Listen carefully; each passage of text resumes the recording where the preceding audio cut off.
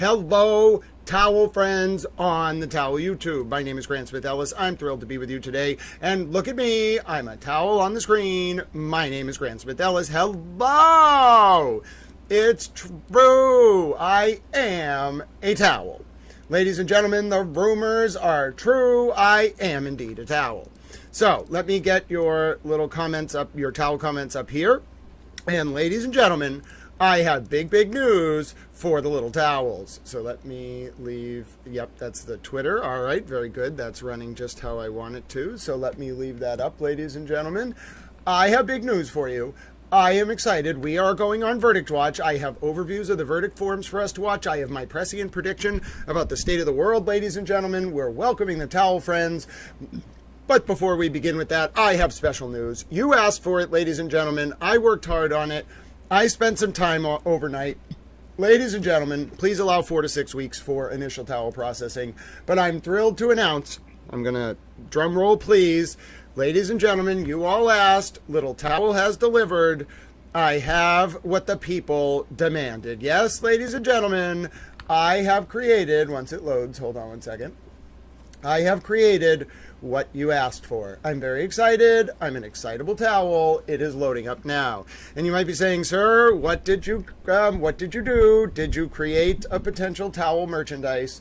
Yes, I did, ladies and gentlemen. I just have to wait for it to load up. It has loaded up. Ladies and gentlemen, ready your towels. Please check for the URL in the description. Towel worked hard. The towel store is now live, and wait till you see what Towel's collection entails. Yes, ladies and gentlemen, it is formally here. I know you are all excited. You now have access, not just these Call Me Hank shirts. Wait till you see what Towel worked on overnight, ladies and gentlemen. And remember, all of these designs can be accessed at toweltribune.com/store. Check the pinned comment. I know everyone is excited. Trust me, Towel is also excited. So you can take a look. We have a black and blue variety. These are the ones that I wanted to get out as cheap as possible for you all. Please allow 4 to 6 weeks for processing and delivery on initial orders. Future orders will be closer to 2 weeks. I know that people demanded it, ladies and gentlemen. I had to start the day because we finally got into deliberations. I promised you I would work on this, and the people's faith has been rewarded. So you have 2 Call Me Hank shirts. Ladies and gentlemen, I have even better news. You have a Call Me Hank backpack option, ladies and gentlemen. If you've ever thought to yourself, I've wanted to wear Hank Brennan on a backpack, yes, ladies and gentlemen, you can wear Hank Brennan on a backpack. I'm thrilled to tell you about that. I'm an excitable little towel. Yes, ladies and gentlemen. Furthermore, I also created what the people wanted, ladies and gentlemen. You wanted a towel that said, I'm a towel. Well, there you go. That is me with a roaring crowd of people behind me that are angry because I wrote things, and it's me saying, I'm a towel. Ladies and gentlemen, it's wonderful because do you get it? It's a towel. Yes, you can order a towel. I know, I'm overexcitable because we're going on Verdict Watch, and I was finally able to launch towel products. I'm excited. Did you also know you can order a special Call Me Hank Under Armour hoodie, ladies and gentlemen? Yes, the strings won't block the Call Me Hank if you move them, but it says you can call me Hank. And I know some of you are very fashionable, so I also added a cutoff crop top hoodie that says you can call me Hank. I know all of you are thrilled. I am a wonderful towel. You are all wonderful towels. Now, to place your orders, which are available in the EU as well, by the way, simply go to toweltribune.com/store. I will put the link in the chat one more time. Please allow 4 to 6 weeks, depending on your location, for initial towel processing and delivery. Hi, Dewdrops. You are a super towel. Hello, towel friends. Welcome in. I know. I had to start the day with it. I'm an excitable towel. I worked very hard for you all, and I created Call Me Hank shirts. My towel image is now licensed on a Call Me Hank shirt. Yes, it is a glorious day to be a towel. Yes, fingers crossed for justice. But also, I know you all have questions about the verdict form. I know we have discussions to have. So, while we're celebrating and towel friends are joining, it's very early in the morning, just after 7 a.m. We don't resume deliberations until 9 a.m. in the John O'Keefe and Karen Reed retrial. Therefore, what better way to start the day than to go over the verdict forms the jury is going to be talking about. So I have that ready for you. Mandy Towel Strong, I think, had this request. And I also am going to play for you after this my prediction from last Thursday about the state of the world. Then we're going to watch an hour of Towel interviewing Karen and asking tough questions. Then we're going to get ready for Verdict Watch. Is everyone down with the plan? Does everyone want to call me Hank shirt? I am a towel. By the way, the shirts are the ones that you want to get because those are the ones that I could set the price the cheapest at. So if you, I think it's like $1 or $2 for Towel Editor or whatever. But if you go to the top of the store, the cheapest options are the shirts. The other ones can't really do anything about the price of a backpack or things like that. I did my best, but there you go, ladies and gentlemen. You can only get this merchandise. This is, well, you can get other pictures of Hank, but this picture of Hank from the Call Me Hank clip is mine. I took the image, I took the video, I have put it on a shirt, and therefore it is exclusive to Towel Store, this specific video, image, and combination. I'm excited. And then, of course, I know some of you are going to say, did you really put Hank on a backpack? Oh, yeah. And did you really put up feet towels? You can't put an image really on them yet. I have to really scale down the quality of the color in the image to make it fit on an embroidered sock. However, you can absolutely buy socks that say, you can call me Hank. You can also get a backpack that says, you can call me Hank. And then you could get a towel I personally think the towel is the best one.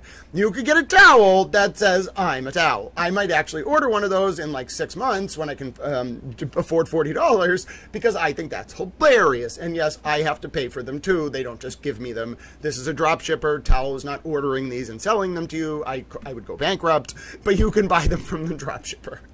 You can call me Hank, and then I love the crop top sweatshirt. I think it looks really good. So yeah, ladies and gentlemen, folks are excited, Towel's excited, and now as Towel friends join in, Greer's Garden loves the socks. I love the socks too, Greer's Garden. I'm excited. I know people are excited for the socks. I wish I could put an image on them, but we might be able to get there. It's going to take a little work because you can't really embroider an image on a sock the way that you think. You need to scale down the number of colors in the image to get it onto the sock. So we might have to do a black and white Hank on the sock, but we're working on it. Well, so holistic psychology, unfortunately, in America, and this is very, very serious and I'm not a lawyer. This is very, very serious and settled law. When you are, especially a public figure or something, if you get photographed by a member of the media or a photographer or videoed, the person, and this is very, very firm law, and I'm not a lawyer, this is not legal advice, but you, the photographer, own the rights. It's exclusive. It is complete. It vests entirely in the photographer. So while, of course, if Hank Brennan said, Grant, like, I know that's your licensed clip, but I don't know if having Call Me Hank clips or having Call Me Hank merch is great. I'd think about it. I'd be like, okay, fine, we'll switch to other merch about towels or things like that. But in terms of the rights to that, and the only person who must have permission to use that specific footage and clip on merchandise, the only person who can give permission to do it, in fact, is me. There might be other images of Hank out there or whatever, but in terms of that footage, that image, I am the only person that has control over those rights. I'm the only person that can approve or deny the ability to use those specific still frames or videos for commercial purposes. So, but yes, I just want to clarify that. It's not a disrespect to Hank. If Hank brought it up to me after the trial, I would of course listen to him and say, okay, sure, Hank. But at the same, and I would just sell other merch. But at the same time, again, I just want to be clear. I am the only person who can authorize or deny permission to use that specific video or still frames therefrom for commercial purposes. It is my right. They are my rights. But anyway, it's not to, please, of course, and I would love to talk to Hank Brennan after the trial. If he even said one word that indicated to me that he didn't like how I was using my imagery and photographs of him, of course, I would just switch to other merch. You know what I'm saying? But no, as of now, as far as I'm concerned, I feel comfortable approving the commercial use use of my video or stills therefrom for this purpose. And so, yeah, there we go. Oh, you're so kind, Holistic Psychology. But yes, I'm so excited about the Call Me Hank crop top hoodies and all that stuff, but that's more because it's just like an artistic experience for me. I have the verdict recap forms we got to watch. Thank you so much to Honorary Towel Spouse Mandy Strong for being so wonderful and helping Little Towel get this all set up. And I'm now, yesterday, Mandy Towel Strong, Super Towel Mandy Strong was so kind enough to request this. So we're going to watch this. It's a great overview of the verdict slips. If you've been wondering, Grant, I'm confused by the verdict slip and whatnot, then this is a good video. Now let me read Holistic Psychology's comment. It's different here in Germany. I don't know how I would feel about it. Oh. Yes, so Holistic Psychology, I do just want to juxtapose this. Privacy rights in other countries, especially Europe, are a lot stronger, even when you're in public. We don't have that in the United States. The copyright of the image and the video vests with the photographer. I think it's from like the 70s or something. But of course, if you want to if it's not a public figure or something, and you're making like a documentary, then people will normally go up and get releases. But this is not that kind of thing. This is a news gathering photographer taking a picture of a public figure, and the copyright vests with me. But it's very different in Europe. I totally get what you're saying. So, yes, and that's the thing. Like, I don't know if Hank's going to mind this, but again, I'm sensitive to it. He can't talk now because he's gag ordered and I wouldn't approach him. But if Hank Brennan approaches me after the trial and indicates at all he doesn't like this, I'll just switch to different merch. But as of now, and obviously that would be a moral decision, but as of now, yeah, no, that's how the U.S. system works. And I'm not a lawyer. This is not legal advice. And I totally understand why people who might be in other countries are like, whoa, I didn't realize that that's how the U.S. system works. But yes, we have a very strong set of protections, especially for the news media, but really any photographer who takes an image. That's like the hallmark of it. So, Christina Towel, I can't wait to check it. So I can't really play songs because sometimes it thinks, I'll listen to it first, but sometimes the algorithm thinks that the song is actually another song, and then it will yell at me after. It doesn't yell at me. It's just like it makes me edit out that part, and I don't really want to. But anyway, I'll look at it off stream on my phone, and if we can play it, we'll play it. But in general, we're going to avoid music, not because I don't like it, but because it trips up the bot that monitors it, and it thinks that it's actual music when it's not on YouTube. So, Jew Drops asked what the next cases up are. So first of all, we're going to keep covering the Turtle Boy felony cases. He has 14 open felony charges in Norfolk Superior Court involving named victim Lindsay Gatani, some of the other Reed trial witnesses, Chris Albert, Colin Albert, etc., Julie Nagel, and then we're going to cover this Donna Adelson case down in Florida. I'm learning about that family dental sort of empire and how that played into the alleged contract for hire plot. And then I'm going to cover the Idaho 4 case starting in August, I think it is. So we have a few months of preparation to do. And primarily, ladies and gentlemen, we're going to keep doing what we've been doing. We're going to dive into the court dockets. We're going to dive into the documents. We're going to prepare ourselves for coverage of the different hearings, same structure, same schedule, things like that. Okay, Courtney Clenny. I don't know what that is, Drew Drops, but let me just make a note. Courtney Clenny. All right, very good, Jew Drops. I appreciate the request, of course. And then I also am going to schedule some interviews, no matter what happens with this verdict over the next week. So expect expect a rapid pace series of towel streams and discussions with folks. I want some of you to come on, actually. So if any of you, I know we had Lovely Sphinx on. That was an amazing interview, one of my favorite interviews so far. If any of you would like to come on this week, I think, and if you don't mind you can do just voice. You don't have to do video. If you want to do video, that's great.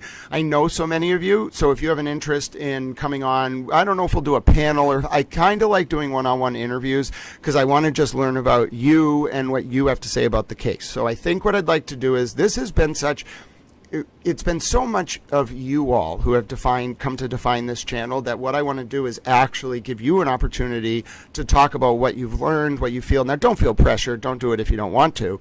But over the next week, let's actually have some of you on. All right, about time someone focused on the people who actually make these channels what they are, which is the community members. So let's flip it around. Let's focus on you this next week, too. Anyone who wants to come on, you know how to reach out to me. I know a lot of you have reached out.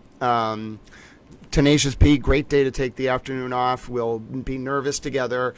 And ladies and gentlemen, if you're just tuning in, we are going to watch the overview of the verdict forms, but I just want to let you know, if you head to toweltribune.com/store, it's possible you're going to get a very nice Monday morning surprise that you have all been waiting for.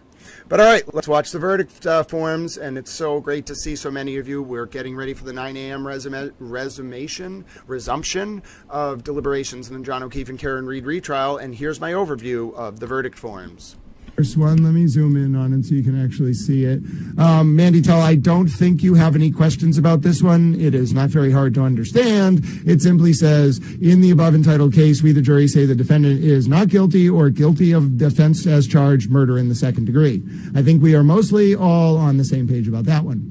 Now you might be saying to yourself, okay, what about the next one? Well, I have the next one. The next one is read bottom to top. I think that's why there was a lot of confusion on this. You read it bottom to top. Okay, so I want all the mock jurors or just people who want to learn about this, you read this verdict form bottom to top. Okay, does that make sense to everyone?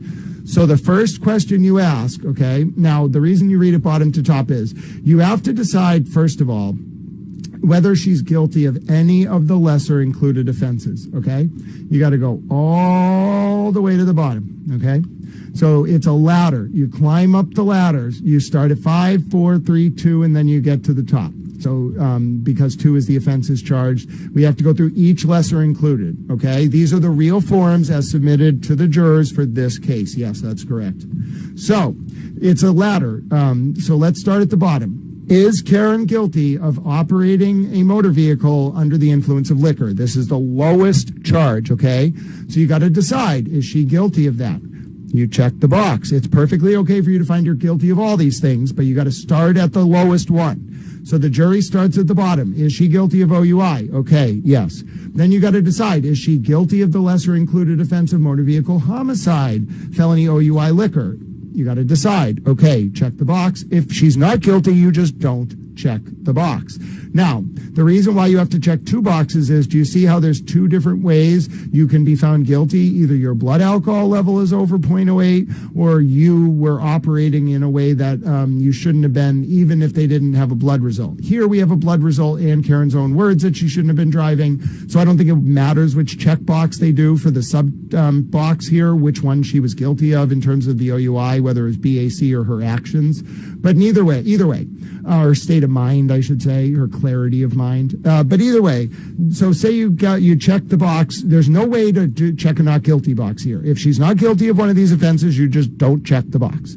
So if you think she's guilty of OUI, you check the box. If you think she's guilty of motor vehicle homicide with felony OUI liquor and negligence, you check the box. If you think she's guilty of involuntary manslaughter, you check the box. Now, we get up to the very top. If you, on top of all of that, think she's guilty of the top offense, which is motor manslaughter or OUI under the influence of liquor, you check the box. You also have to do the blood level or state of mind box for that, but you check the box. Now, if you don't check any of these boxes, if you don't check 5, if you don't check 4, if you don't check 3, if you don't check 2, then you check not guilty on any of on the offense charge or any lesser included offense. Does that make sense? Yes. Don't get me wrong. You read that top to bottom, it is incredibly confusing. But if you read it bottom to top, it makes sense. Well, you have a job to do as the jury.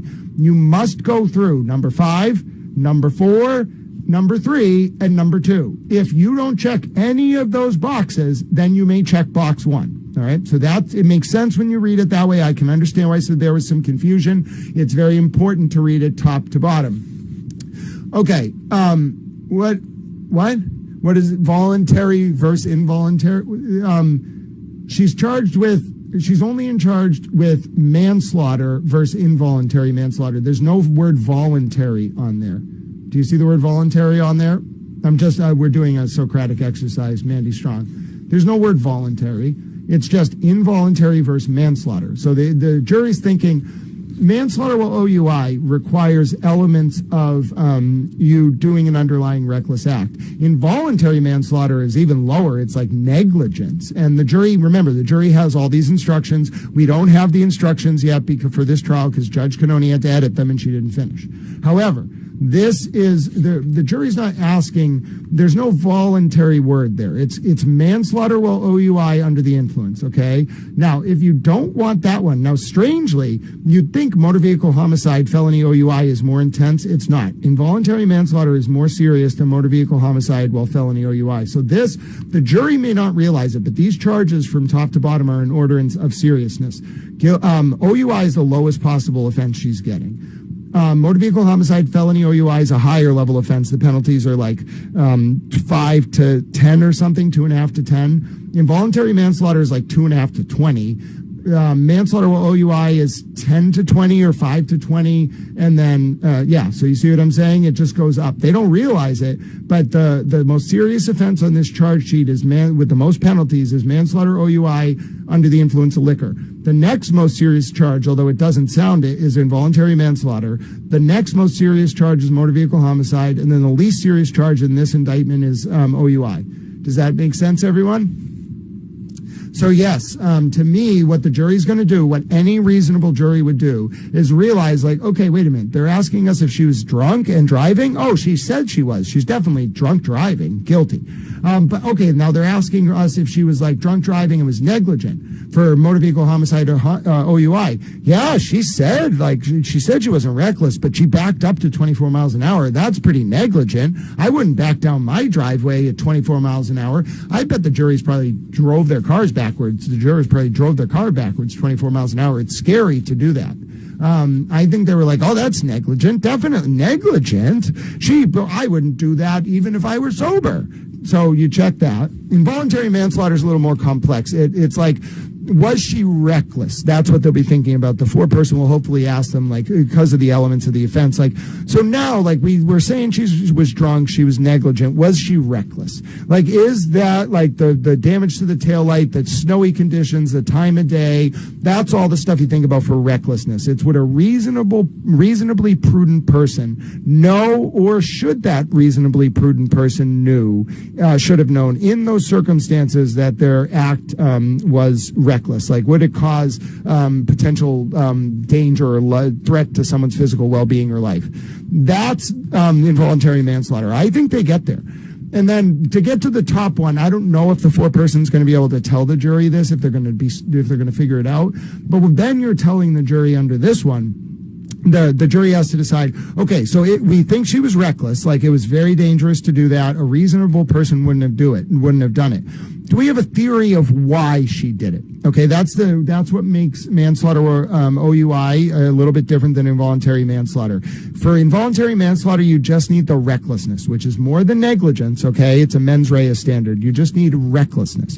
For motor manslaughter or OUI, you need a little bit more. It's like recklessness, but a little bit of an act. Like, you need kind of like her to have done the backing up to intentionally, not like as intentionally as the second degree murder charge, but you need like some act for manslaughter or OUI. It's not as much as second degree murder, but to get from involuntary manslaughter to motor vehicle homicide while manslaughter or OUI, you need recklessness plus the backing up plus the drinking. Okay? If you think she wasn't drunk and it was just reckless, then it's involuntary manslaughter. Do you see what I mean? And the difference with murder 2, obviously, is if they go with murder 2, then they're finding that she was reckless and that she backed up intentionally. She doesn't have to have backed up intentionally to hurt John. It could have been just to scare him, you know? But if they think she backed that car up intentionally and it was reckless, then it's murder 2. If they just think that she backed up recklessly, they don't really even need like the theory of why she did it. They can get to involuntary manslaughter, and if they think she was drunk when she backed up the car, or when this happened, then it can be manslaughter or OUI. So do you see here the difference between Karen getting a murder 2 conviction and any of the lesser included is the distinction between whether the jury thinks Karen intentionally backed the car up. And it's got to have an element of like to scare John or because she was angry. If they think she backed that car up in anger versus like just backed it up because she was like just trying to get out of there, whatever they come to feel, then she's going down on murder 2, because that's what the jury instructions basically say for murder 2.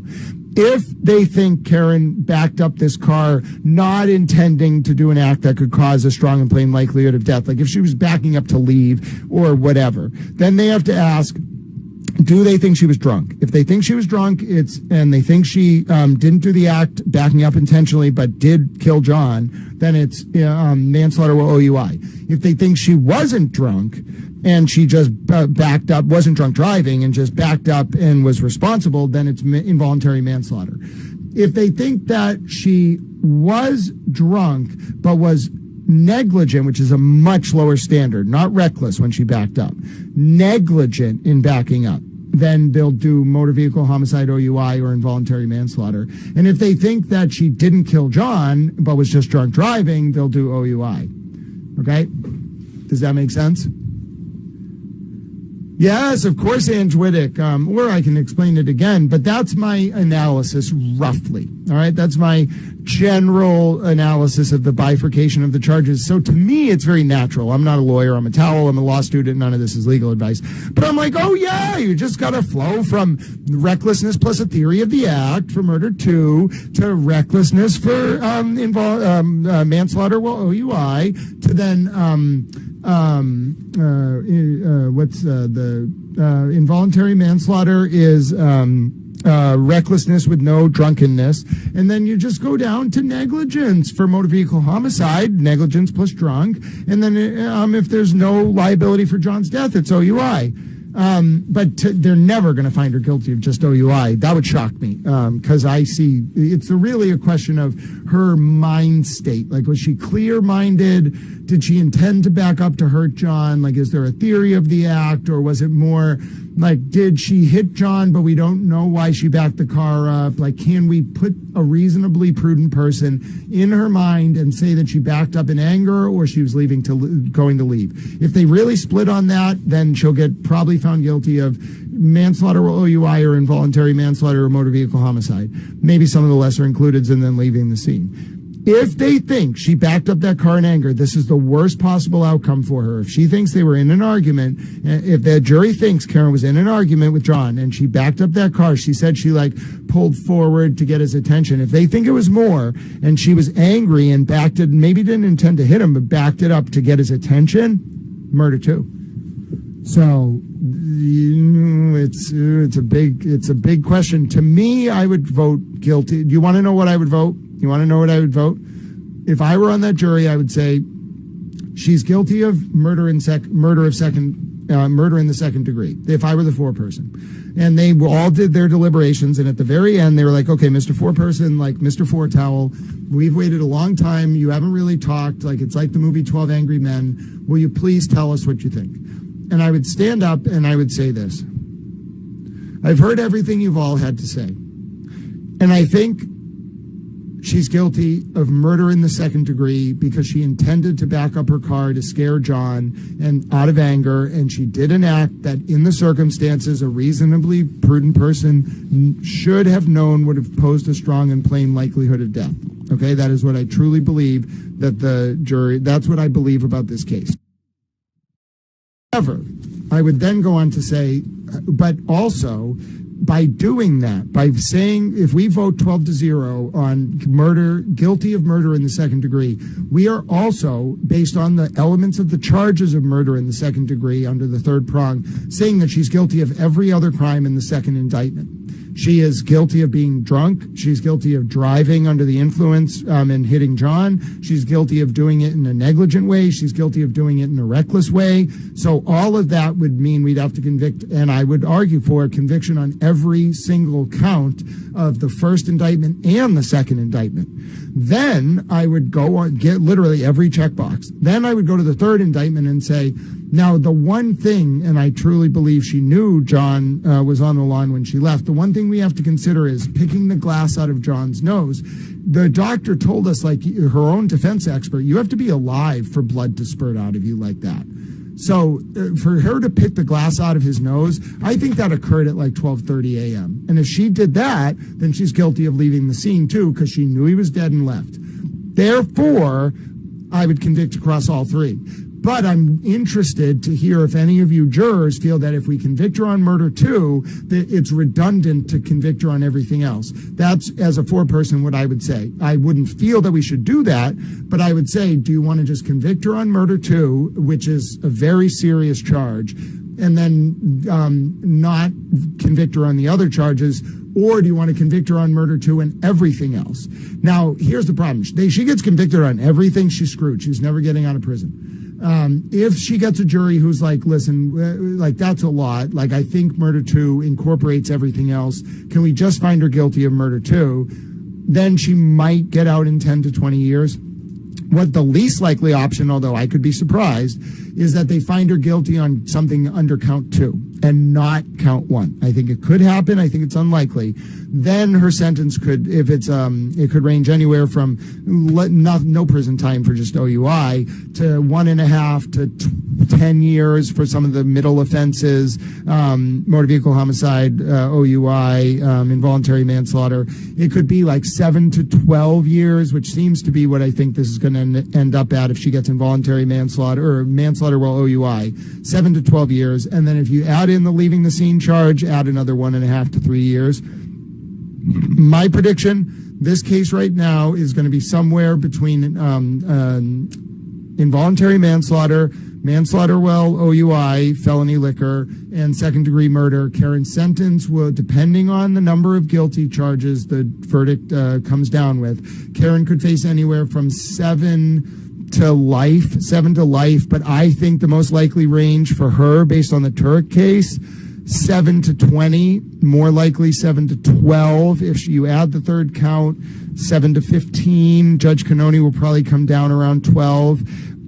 The best Karen can hope for right now is out in 5 with good behavior, more likely out in 7 to 10 with good behavior.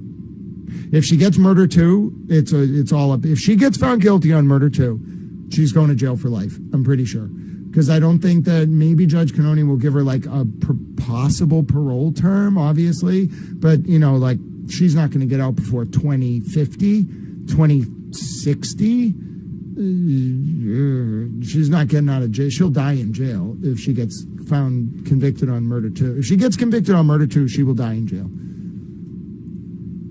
It's not life, it's 20 to life. Yeah, minimum parole eligibility is 15, but yeah, it's not going to be life. It won't be a hard life sentence. It will be such a long sentence that she will die in jail. She might be able to get paroled on compassionate release or something or whatever in like 20 years if she lives that long, but if she gets convicted on murder 2, she's going to die in jail. If she gets convicted on, and that's something they'd be thinking about, like we're sending her to her death in prison if we convict her of murder 2. If they have to really hate her to do that.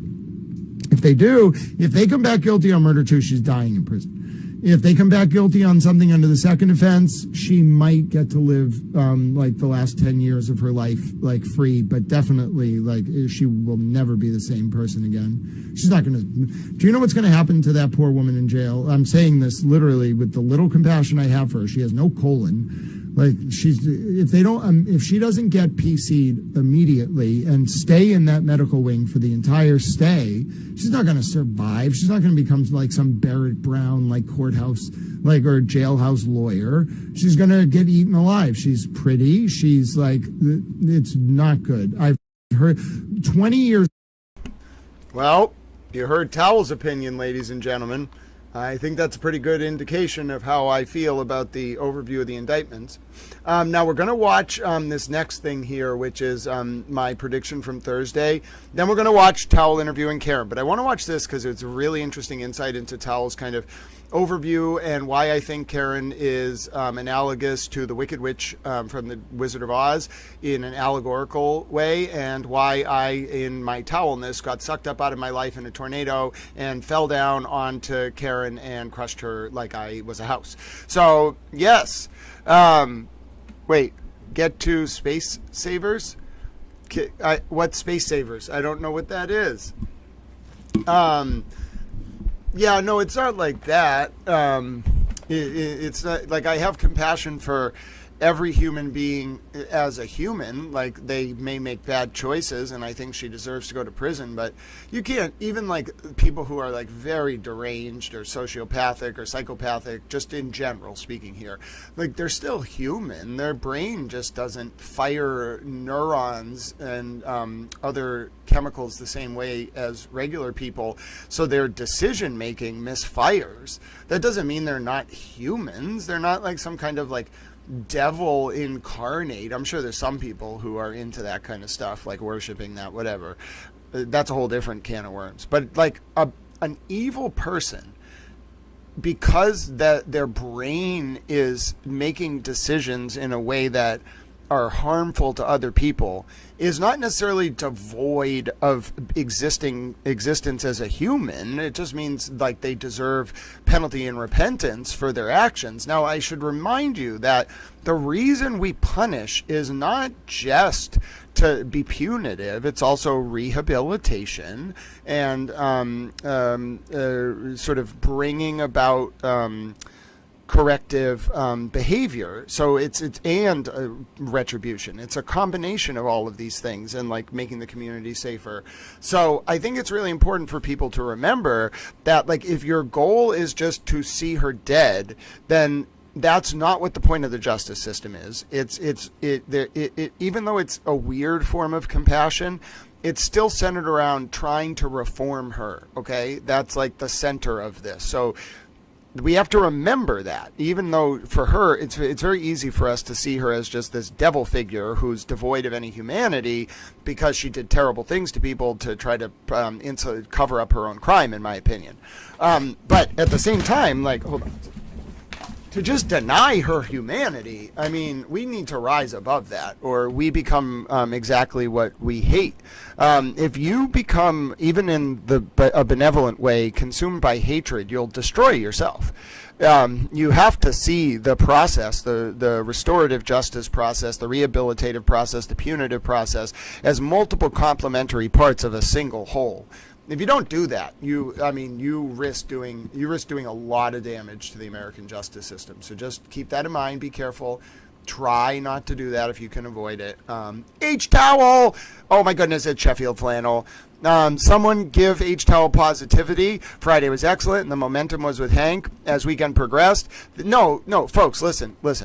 If you listen to online social media, the reason why so much of that commentary is out there is so that it artificially manipulates the Overton window. It's purely tactical. It has no influence on reality, and it's not a reflection of reality.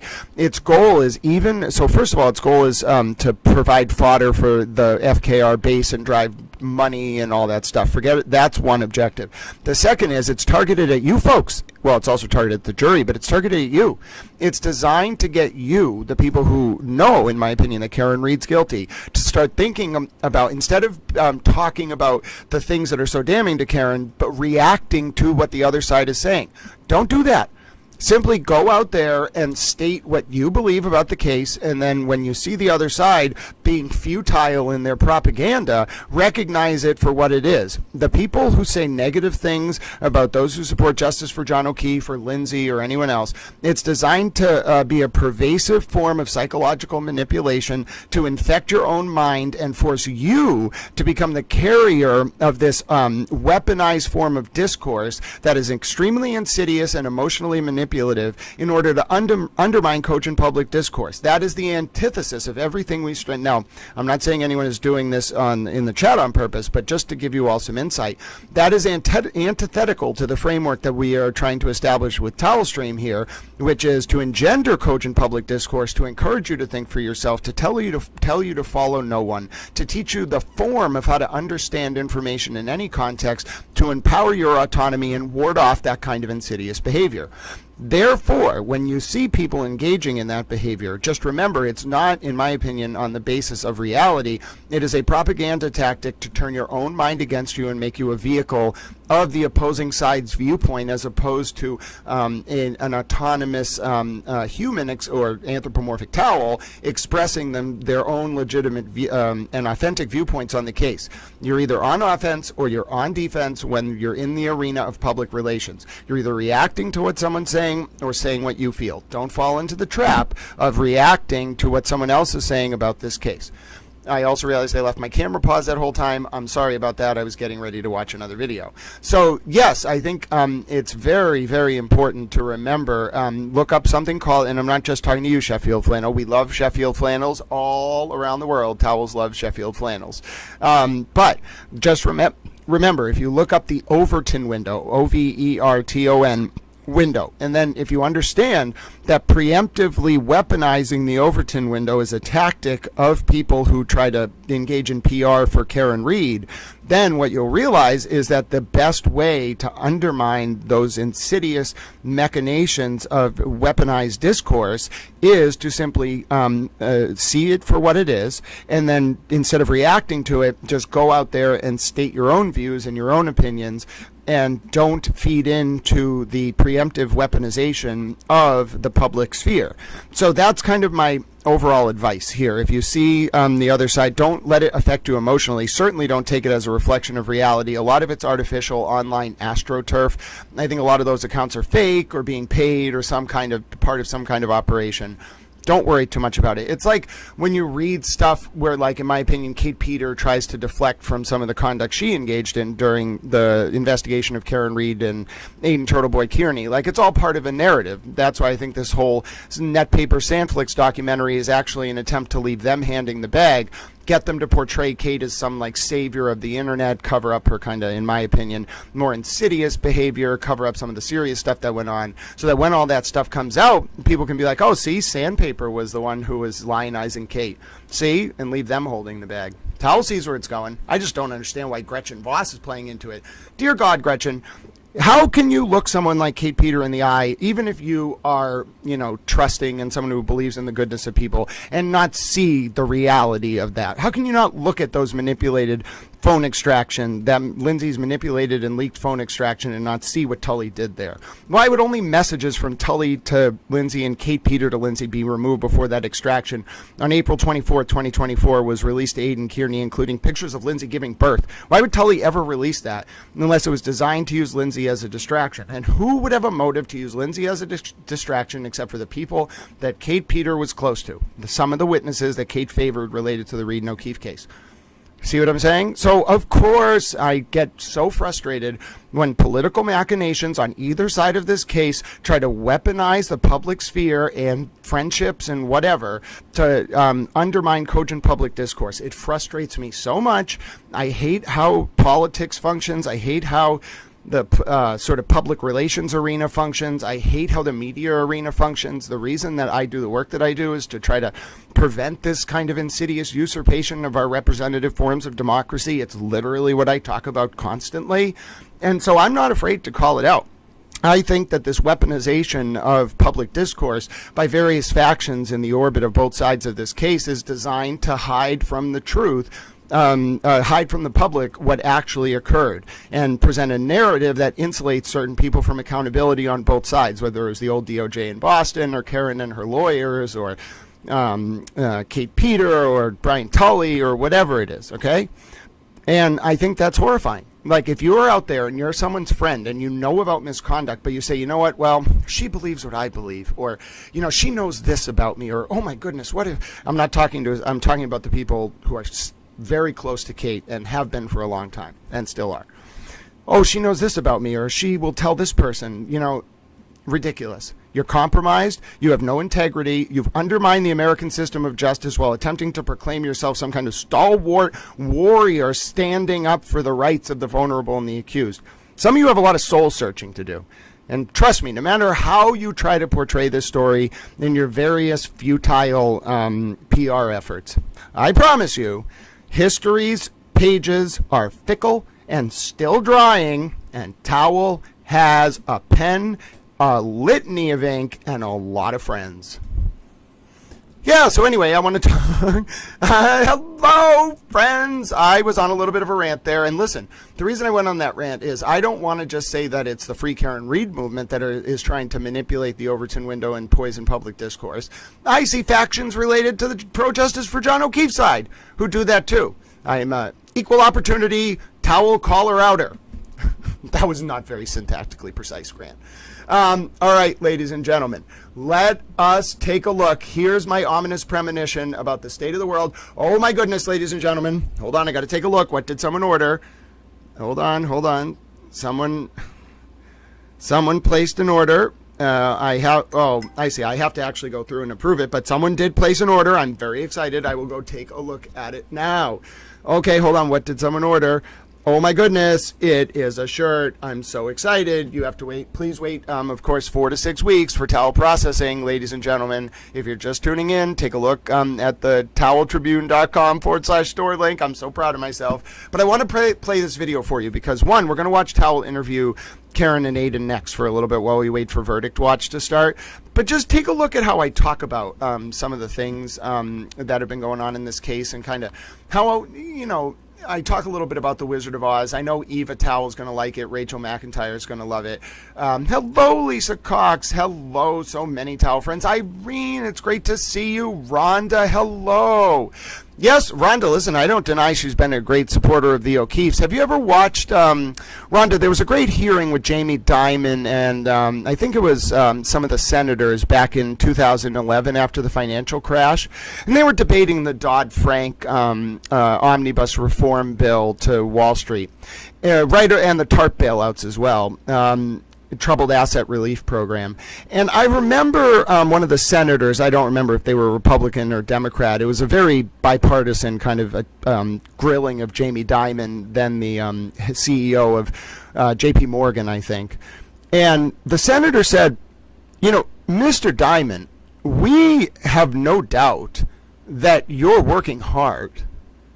What we want to know is, who are you working for?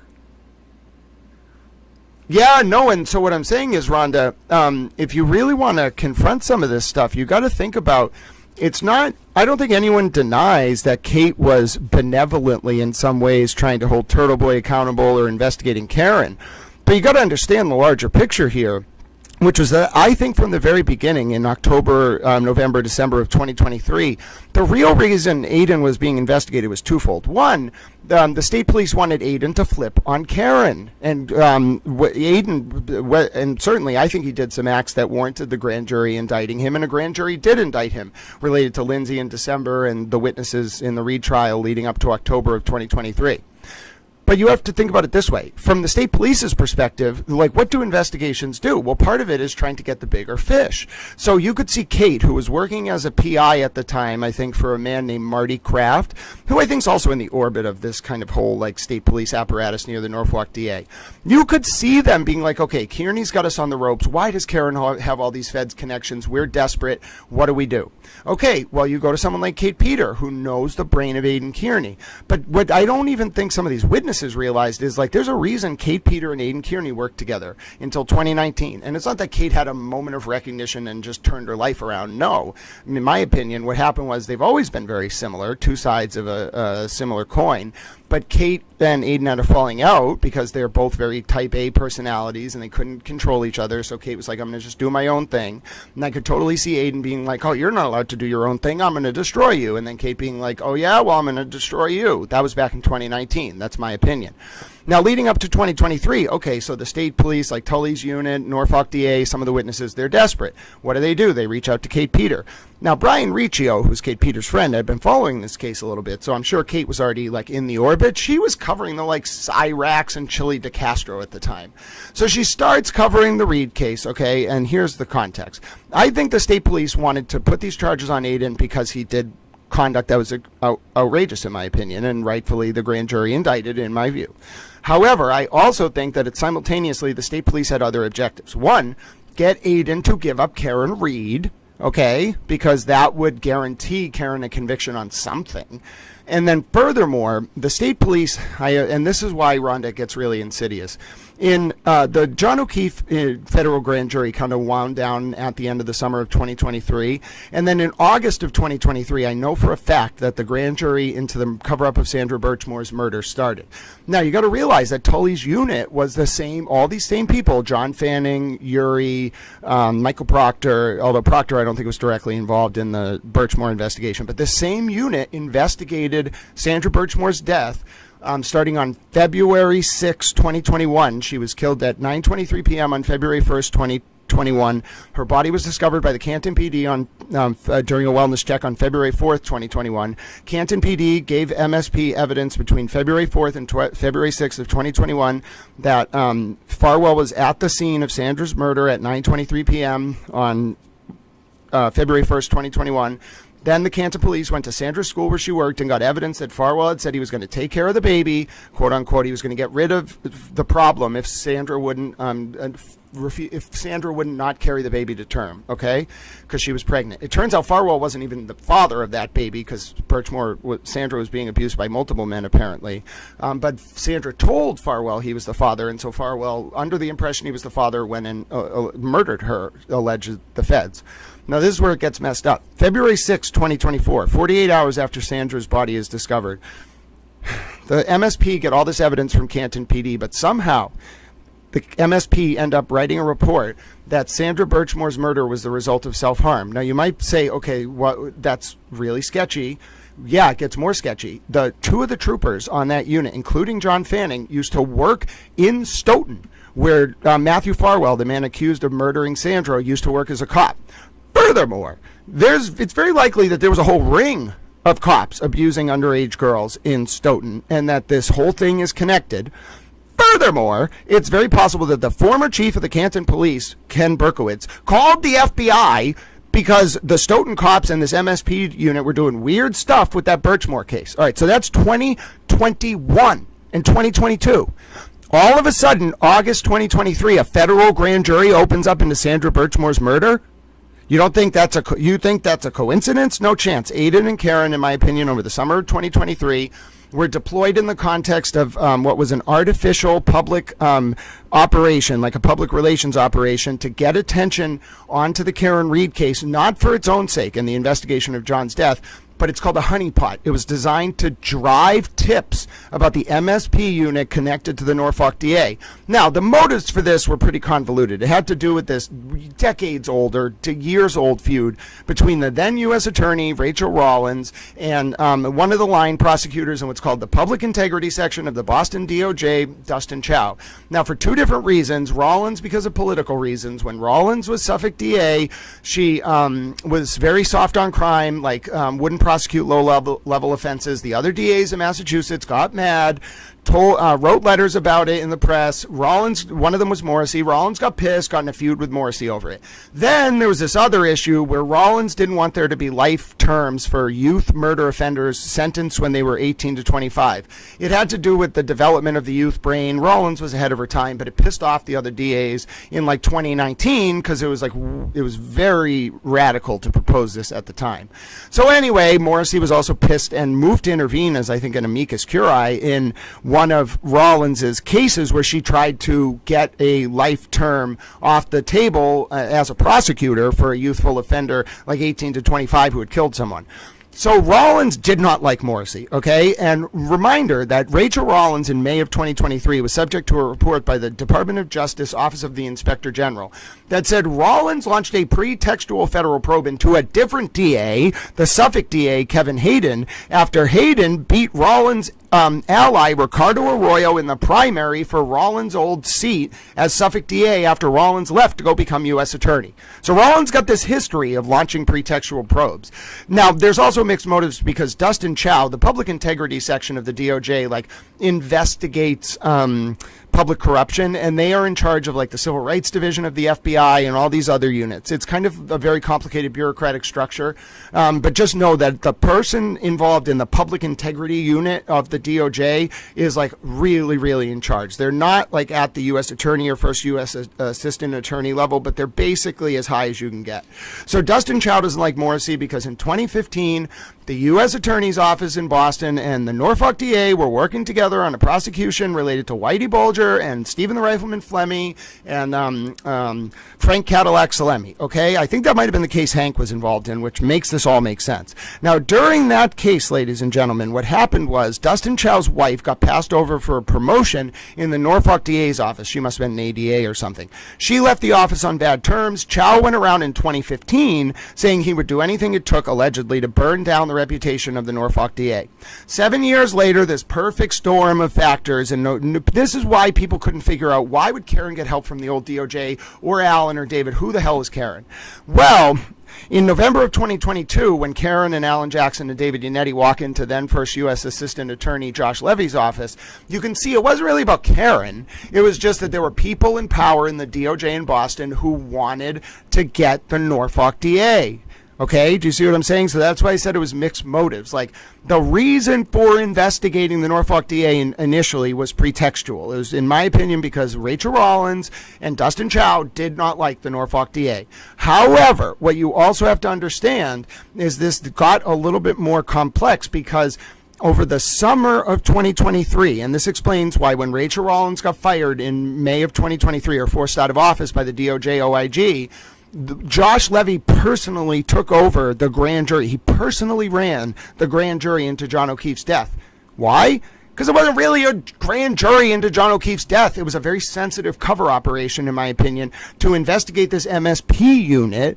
And then this is where things get really complex. I think then Levy, running the grand jury, discovers Sandra Birchmore's murder cover-up. That's why the probe opens in August of 2023 into Sandra Birchmore's murder.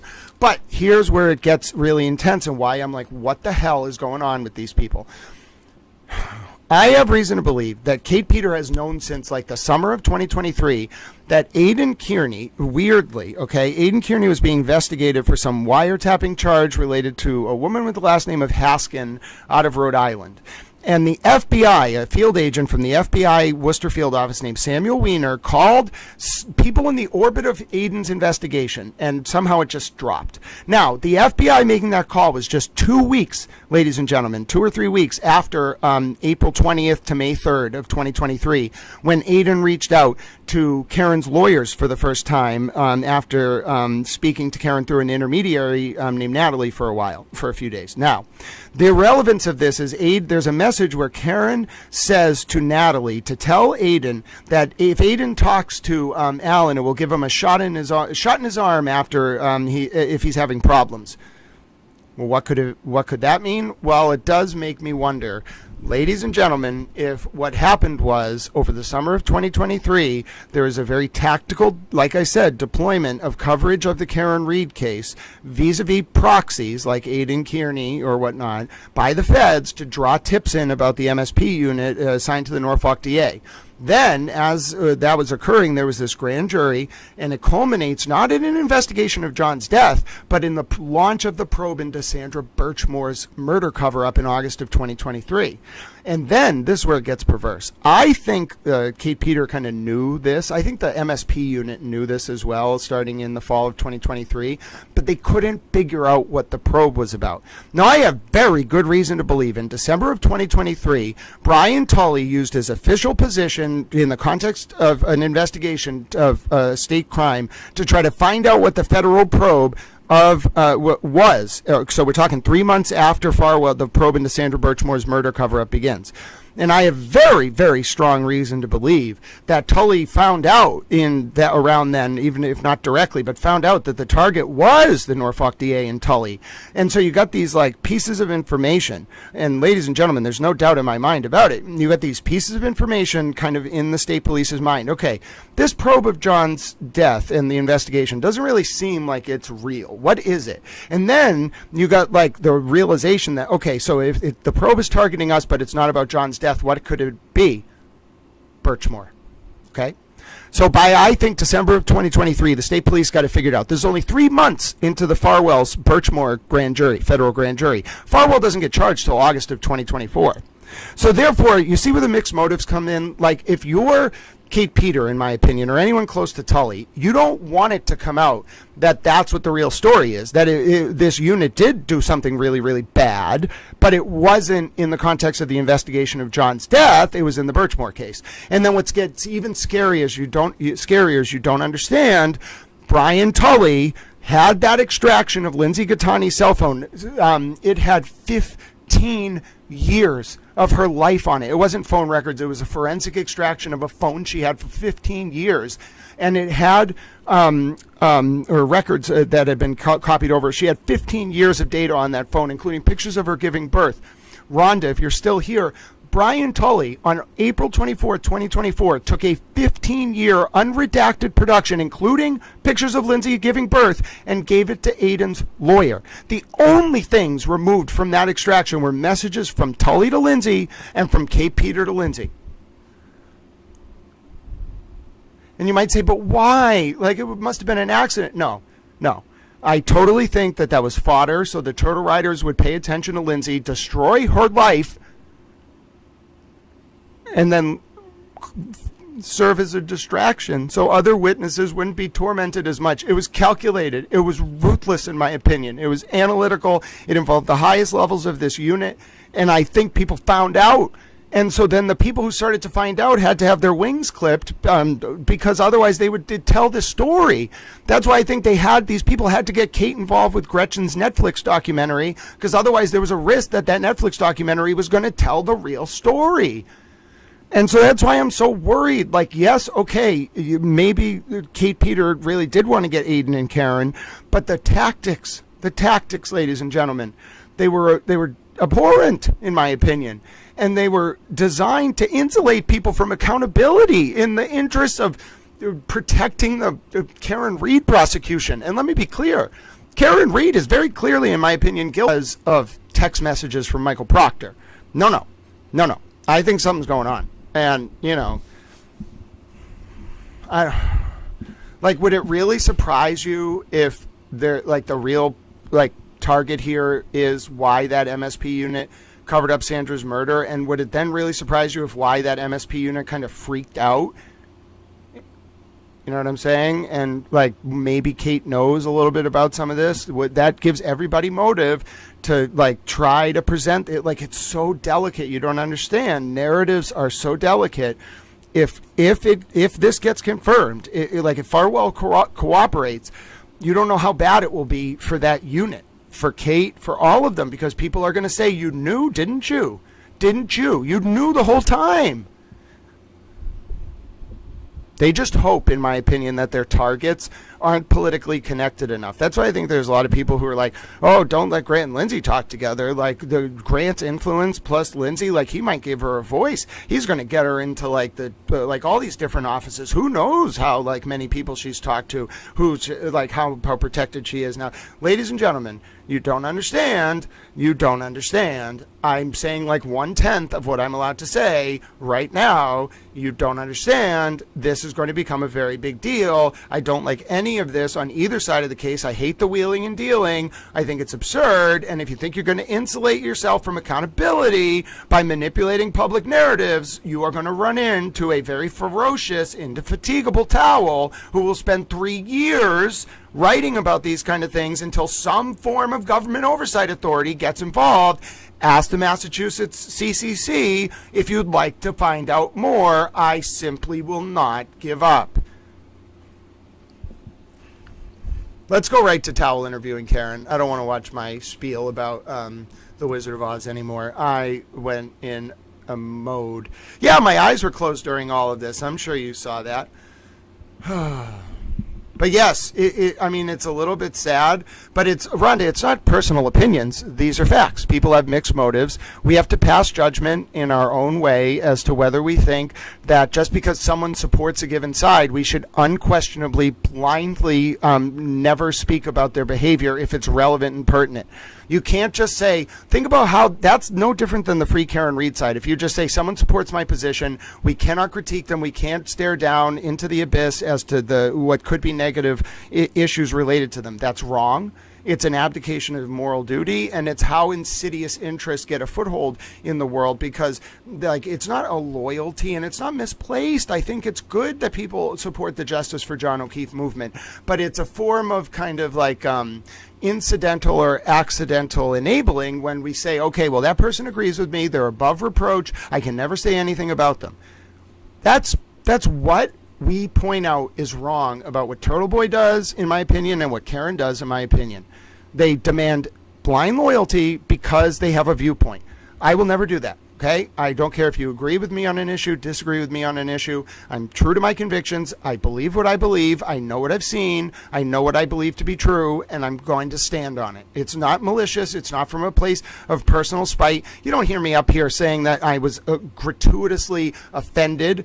I wasn't gratuitously, greatly offended when Kate told me to my face that religion was, quote, BS.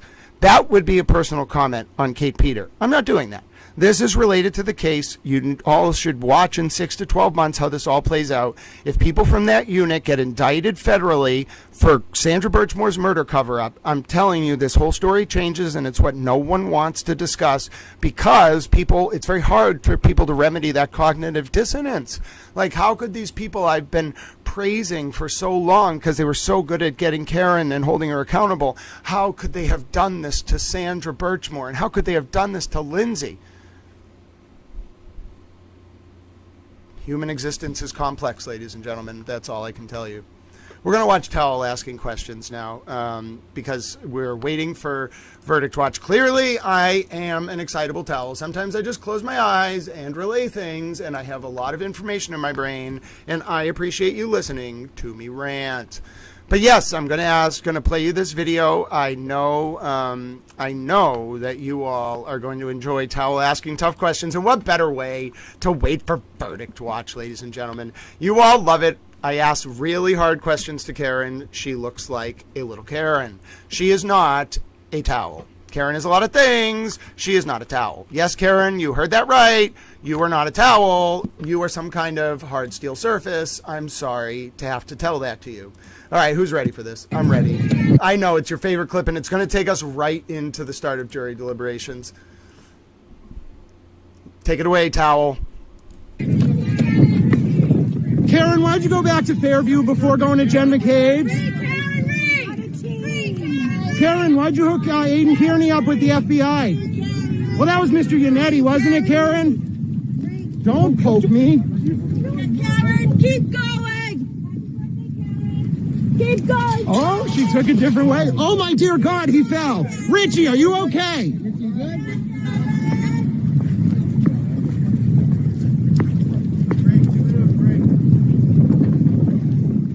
Gonna take the plea, Karen? Do it. All right. Good morning. Hey, Karen, are you prepared to spend the rest of your life in prison, Karen? How does it feel to be known as a cop killer, Karen? How does it feel to be known as a cop killer? You're going to prison, aren't you, right? Do you have any remorse, Karen, for what you did to the O'Keefe family? Do you have any remorse, Karen, for what you did to the O'Keefe family, huh? Will you denounce your supporters harassing the O'Keefe family? Will you denounce your reporters harassing the O'Keefe family, Karen? Shame on you, Karen. That's what people say. Karen, anything to say, Karen? You're going to spend the rest of your life in prison. Don't touch me. Don't touch me. Don't touch me. Karen, you're going to spend the rest of your life in prison, ain't you, Karen? Yeah, you are, Karen. Karen, you are, aren't you? Karen, watch out for the water! Karen, you're going to spend the rest of your life in prison. Right, Karen? How's it feel to be known as a cop killer, Karen? How's it feel to be known as an asshole? Be known as a cop killer, Karen? How does it feel to be known as a cop killer, Karen? How does it feel? How's it feel, Karen? How's it feel? Karen, how did you manage to walk into Josh Levy's office in November of 2022? Do you know him? Does your father? Mr. Jackson, did you go to Mexico with Melanie Little in the recent months? Karen, aren't you? How's it feel to be a cop killer, Karen? How does it feel to be a cop killer, Karen? Shame on you for what you did to the O'Keefe family. Shame on you, Karen. How was the trip to Mexico with Melanie Little, Alan Jackson? Karen, why did you go back to the house that night before you called Jen McCabe? Sorry. Karen, do you disavow Turtle Boy? Enough, Brandon. Shut up. We love you, Karen. Free press, Tom. 100%. Got it. Don't block the free press. Don't block the free press, guys. The free press? Yeah, really? Yeah, we love you, Karen. Thank you. Get red cloth when you like. These are your fans. Good job, guys.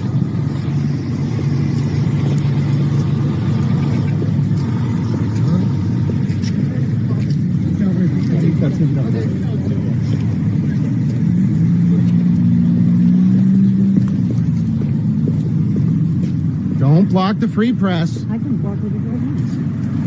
You're gonna get banned from court like Canton Community TV. Please.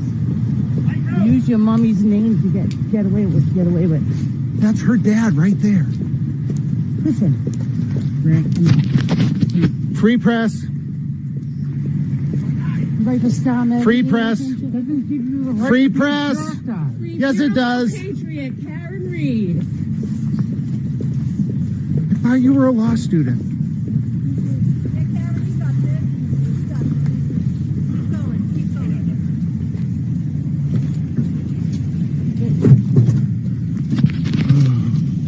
Say hi to the feds. She already met them. We're good there. Trust me. That's how Aiden became an informant. Nope. Karen, are you sharing a room with Alan Jackson at the Omni? Don't need no reason.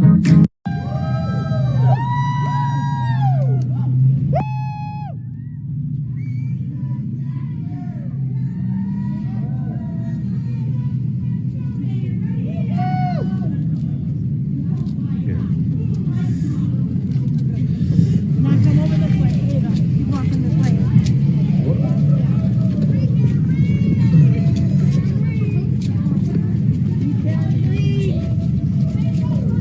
There we go. I don't know if I like this idea. See how that works? AJ, are you gonna ask her? Attorney and said it was ongoing. What about and now? it clarified some ARP issues.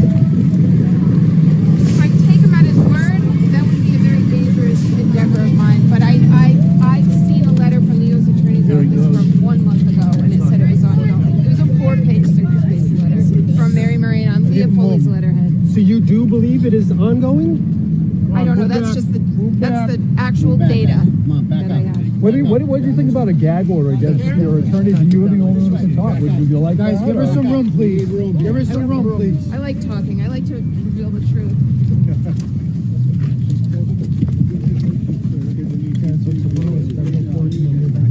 Yes. Yep. I think I'll be back here.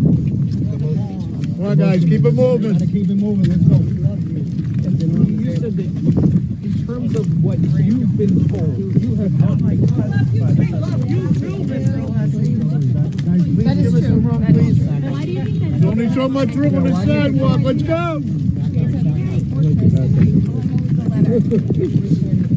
The Canton police just put out a statement confirming the federal investigation's over. Any comment, Karen? Guys and girls, please give us some room so we can get this off.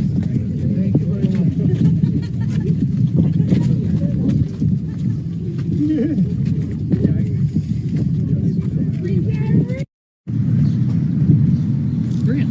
Hello, Trooper.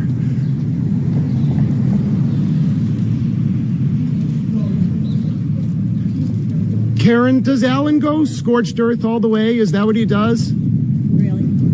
Really? Am I going to do this for you today? Brent. Stop.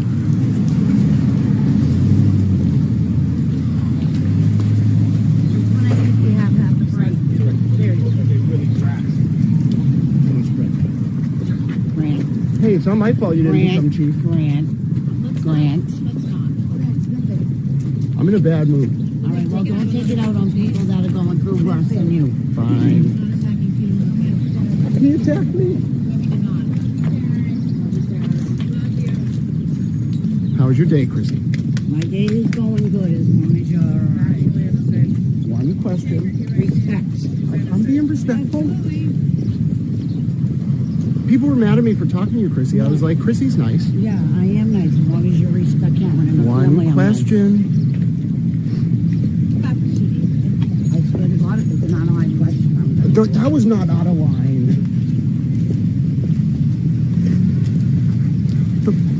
I actually feel bad.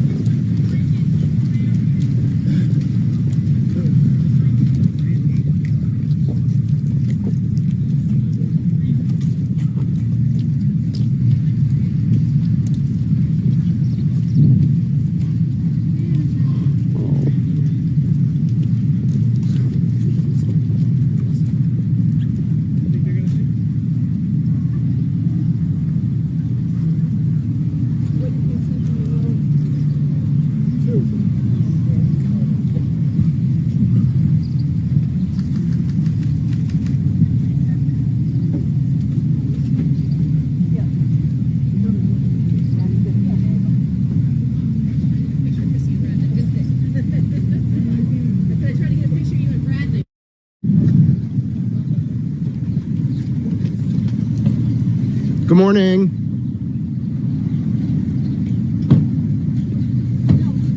Hey, Karen. Karen, are you sharing a room with Alan Jackson at the Omni? Karen,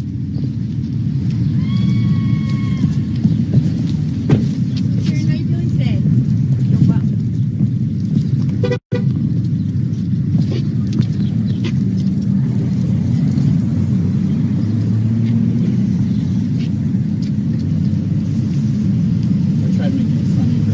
Yeah, thank you. This is good marathon weather, not so much. Morning, how are you?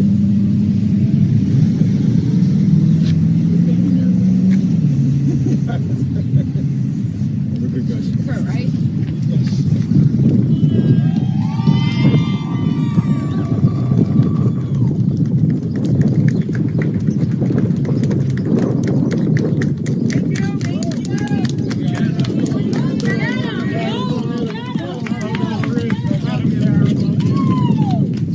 Karen, why'd you say it was all your fault at the scene that morning?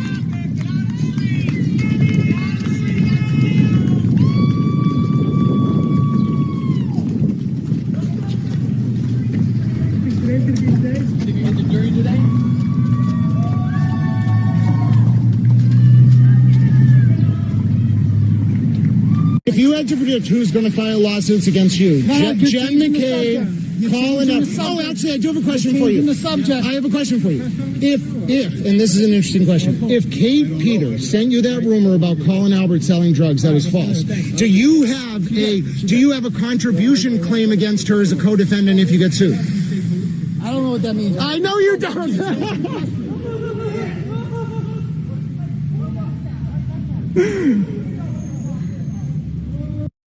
You misrepresent the status that bar counsel complained to the court yesterday. You play dangerous games sometimes, Mr. Bradle. It concerns me.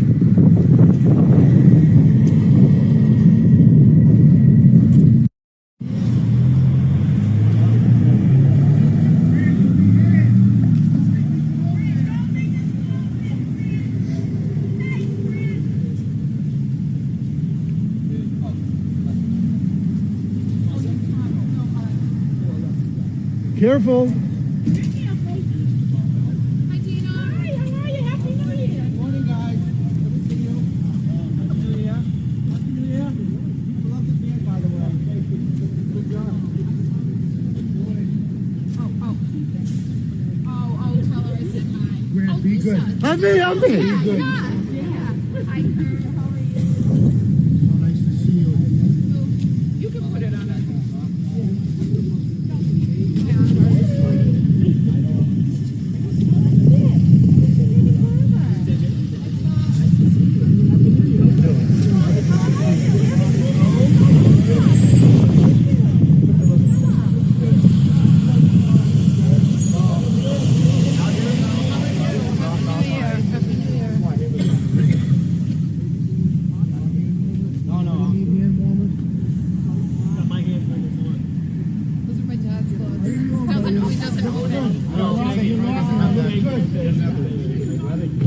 Exactly.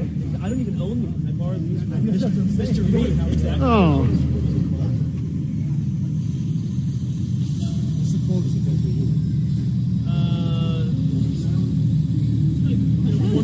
45. 42. It doesn't get anywhere near. There it is. There it is. I like it. I like it. Keep rocking it. Nice to see you. Happy New Morning, Year. how are you?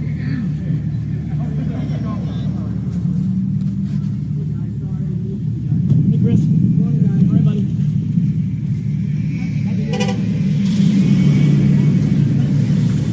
Ready, guys?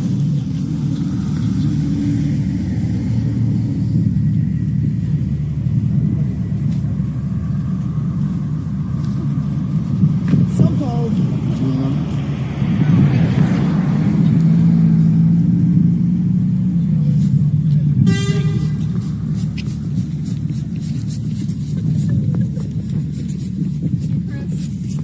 Nice weather we're having. Yeah. How you doing? Happy New Year. Good. Thank you.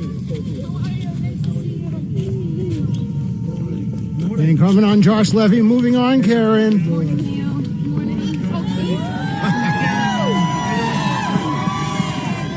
How are you, Nick? What are you doing?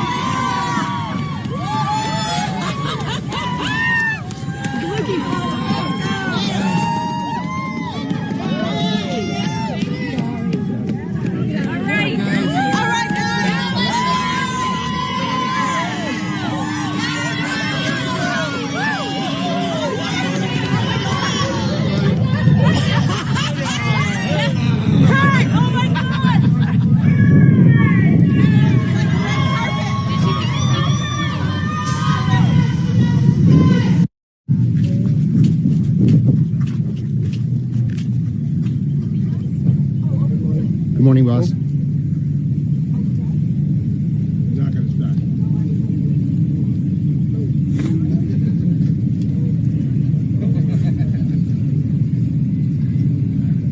The unwanted idiot.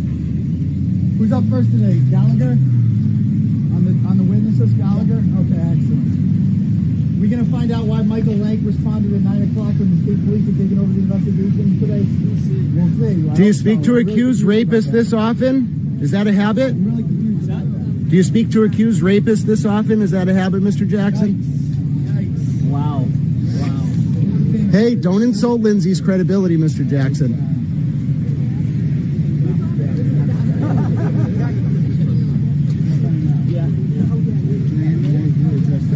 We have an accused rapist here who's an idiot. He's an accused child molester. Your victim was a child, Mr. Kearney? Sources are telling us. Where's he going? Where's he going? Look at him.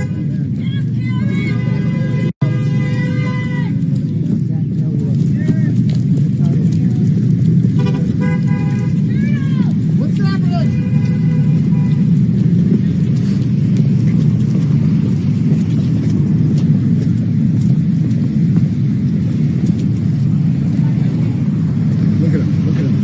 Look at this accused rapist. Good morning, Miss O'Neill. Oh, you smell great today. You smell like weed, you moron. Really cheeky.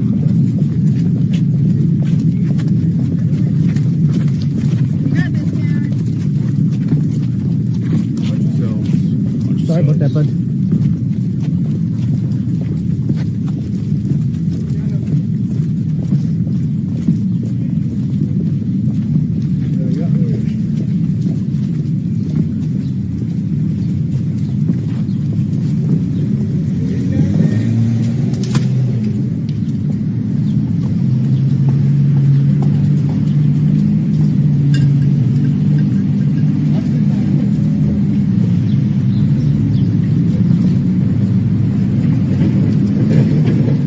Morning.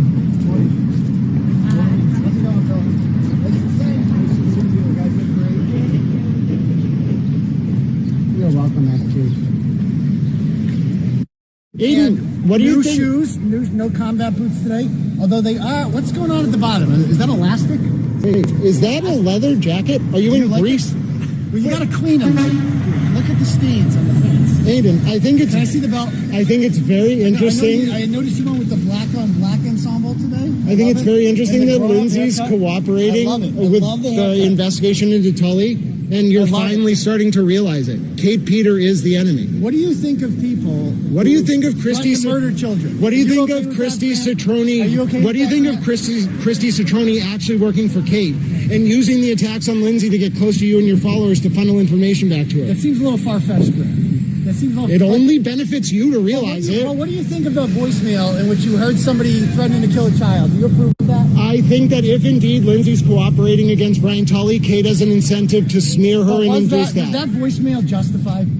If you feel that, that Lindsay cooperating against Brian Tully is a problem, then that's how you feel. But are you ever? Are you pressuring her? Do you want Lindsay not to cooperate with an investigation into Brian Tully? Is it ever okay to threaten to murder a child? Is it okay to pressure someone not to get involved with a federal investigation into Brian Tully? You have a serious haircut. Answer a serious Remember that time you caved a K into the back of your head? Are you okay with that? With what Chris is doing? Answer the tough questions. He can't answer them. He can't answer. Why can't you answer tough Don't questions? you Grant? want Brian Tully to be Why can't you investigated? answer tough questions? Huh? How's Leah Why can't you Ferreira do it? doing? Why can't you answer it, Grant? I guess Grant, once again, refuses to condemn threatening to murder children. Do you condemn threatening to murder children? Aiden doesn't want Lindsay to cooperate with the He can't do investigation it. into Brian He can't do Tully. it, folks. He can't do it. We all heard the voicemail, right? Aiden's aligned with Kate Peter We now. heard somebody threaten He to won't. murder a Aiden child. will not even and admit Grant can't that he's condemn it. pressuring He Lindsay can't not grant to it. cooperate He with the can't do it. investigation into Grant Brian can't do Tully. it. He can't do it. He's Why can't hurting you condemn himself it? because he doesn't realize what's going But on. real talk, was that Higgins last night on JFK?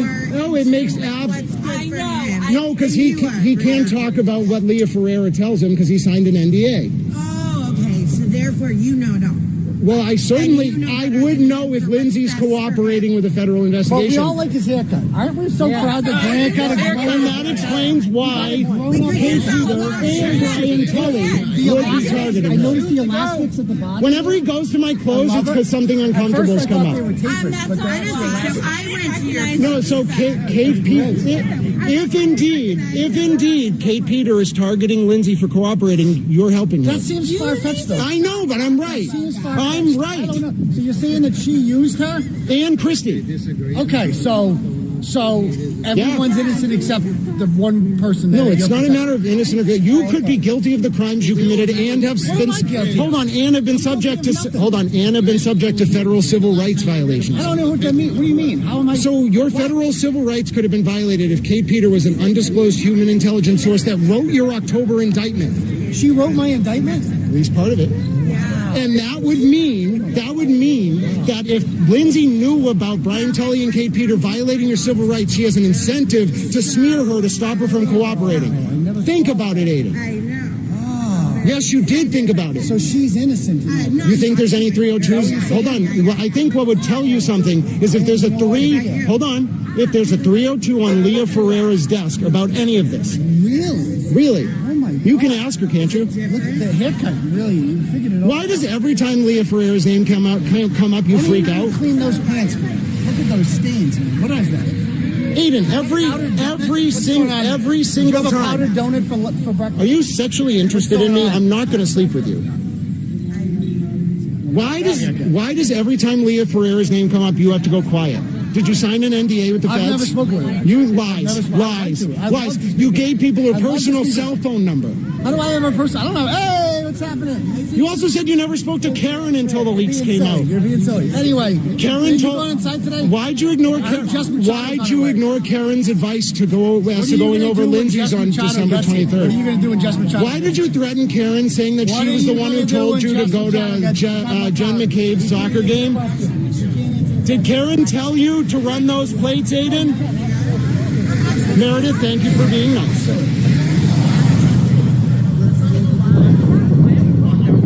Nice to see you. Do you have any comment on that leaked text from Sean indicating that you think Aiden Kearney is a threat and a liability, Karen? Are you and your family afraid of Aiden Kearney, Karen? I missed you. I only asked you questions. Being friendly. Oh, please. I saw you. I miss you all. Oh, please. That was a fair question. You read that text from Sean.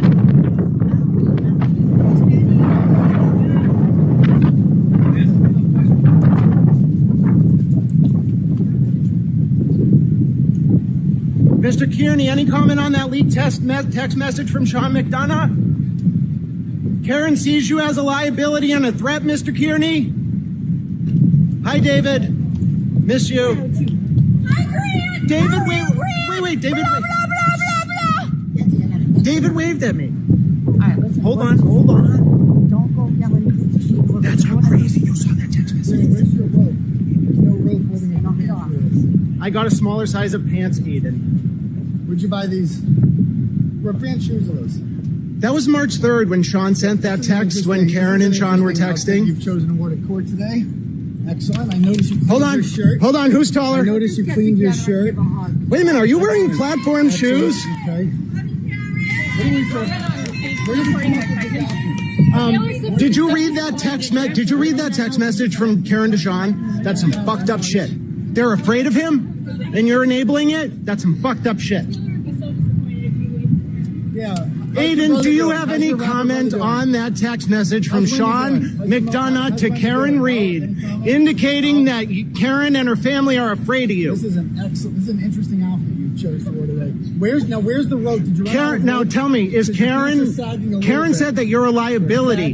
Is that because you conspired with her family and Karen to intimidate witnesses in the Reed case? What is that?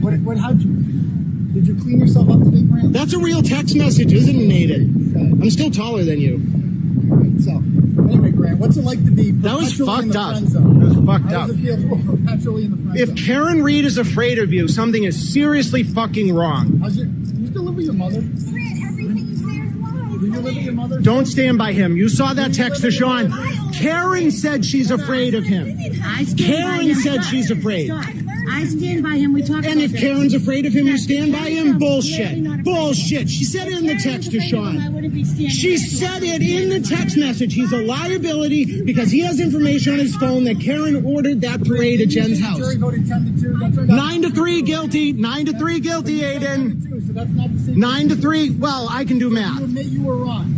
I was right that the jury voted 9-3 guilty. 9-3. That it was wrong. 9-3. Do you admit that text was real? Have a good day, Aiden. I'm taller than We're you. gonna get you some more rope for those beans. I'm beautiful, don't lie. Don't stand by him. I'm not saying I'm standing by him. But honey, you've been lying so much. That's not a lie.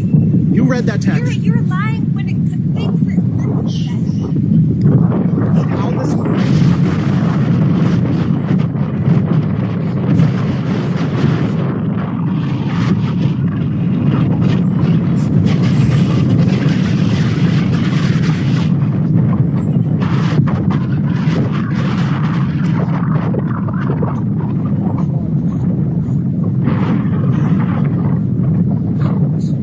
That's the one question you heard from the justices that makes it they might rule in favor. Legal issues presented to them with those strong regulations. I'm cautiously optimistic that the court will actually agree. But you can never predict. The oral argument is not the correct barometer to start making prognostications as to how the court rules. These are tough cases, tough issues, very little precedent. They were tough questions. I mean, you felt like you were the kid that almost like when you're up there, they're really grilling you. Was that a sign of anything, or? You want to be grilled. I want the court to ask the tough questions. The problem is there's very little precedent. We have 250 plus years. When else is four jurors declared that they failed to tell the judge that they reached acquittals on two of the three counts? Thanks very much. Thank you. Thank you, sir. Take care of you. Hey, Doc, actually, if I'm not the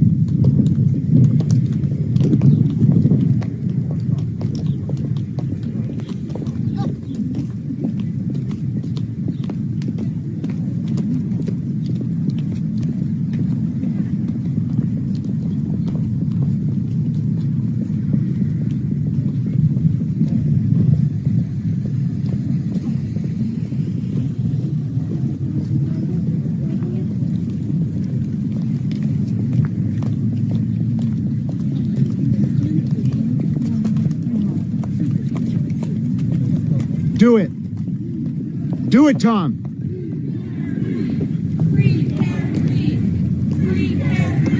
Going down today.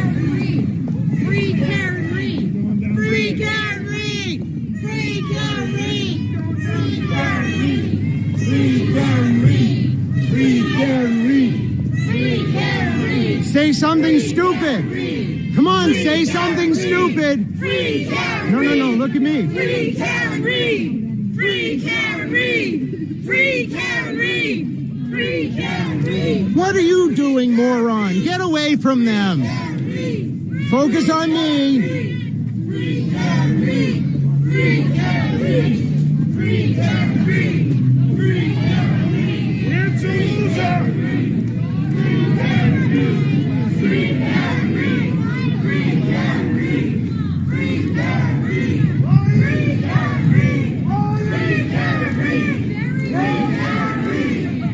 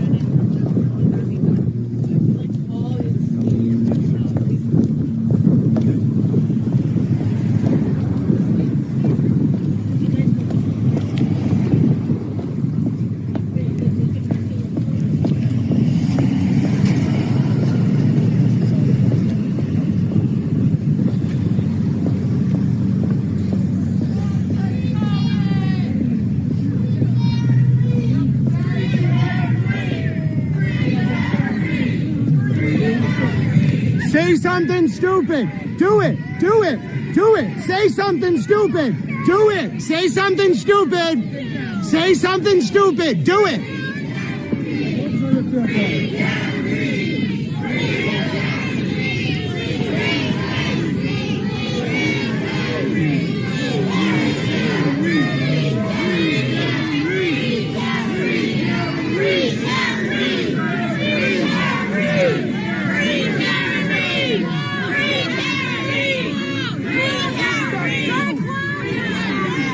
Keep moving, asshole.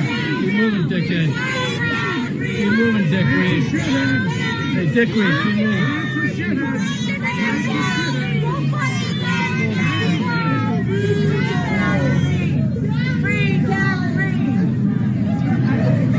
Get good angles. Come on. Karen, why are you paying Christina Lamb $3,000 a month for PR? You know you are. Don't lie to me. I didn't know you could comment.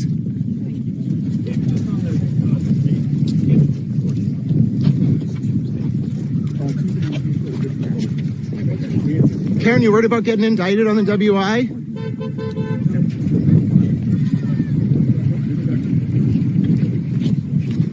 Still maintain the civil fishing expedition? Yes. You worried about a bar complaint for breaking federal law? God bless America.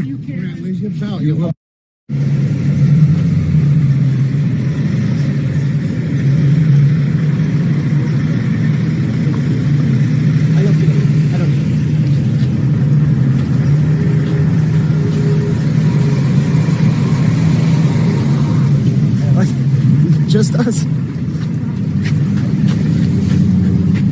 I was going to say, just us.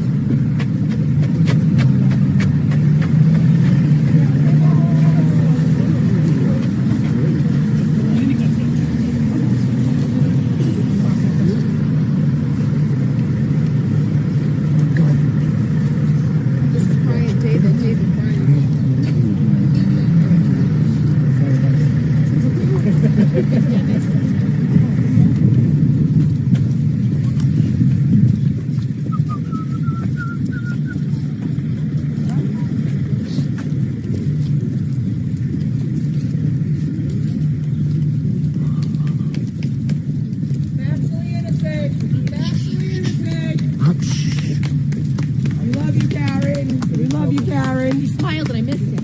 I'll deal with the state of Massachusetts. I appreciate it. I got a smile from AJ the other day. No. I love the smile.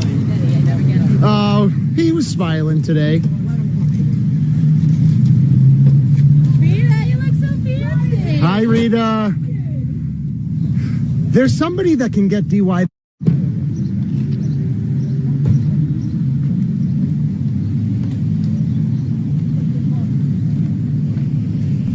We're going to jump forward. These ones are kind of boring.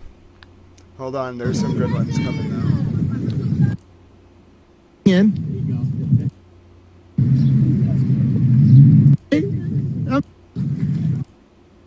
Brad, you really going to do that with your drinks in your hand? They're pink. I'm trying to fit in.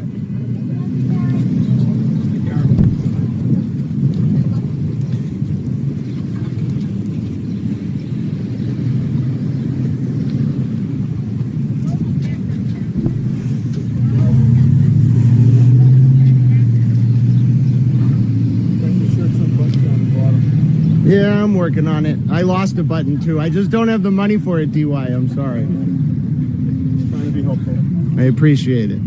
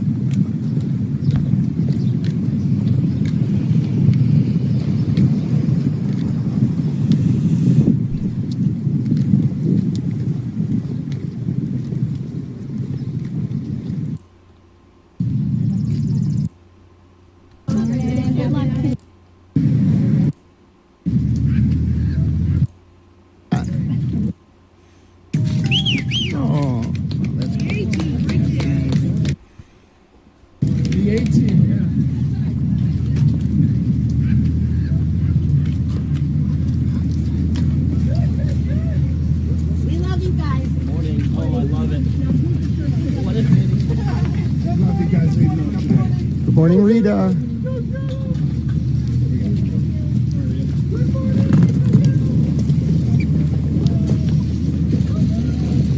Good morning, Grant. Good morning, Officer Murphy.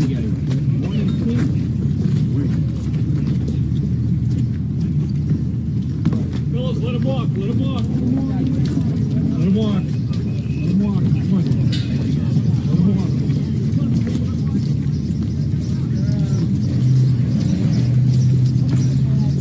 Look at it, guys. Watch your back. Watch your steps. You got this. Stay strong, Karen.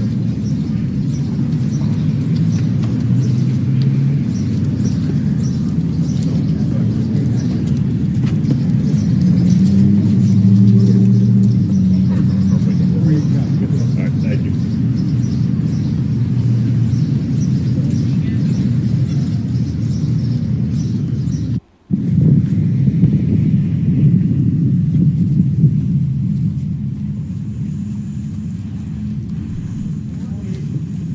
Thank you. Good morning. Good morning. Morning. Yeah, full through. How are you? Good, good. Oh, your face. Oh, you Yeah, got no yours. kidding. It was yesterday. Oh, your face is cold. Jason, how are you? Good, good. Hi, Jack. How are you? Bob, how are you? Karen, that statement about glass in John's nose seems to undermine your entire case. Also, you said you're a control freak. Don't you think that goes to motive for why you tried to yell at John when your relationship was breaking down? Karen, your statement about pulling It was kind of a glass telling out of interview, John's Karen. I nose liked it, seems though. to indicate or undermine your entire case.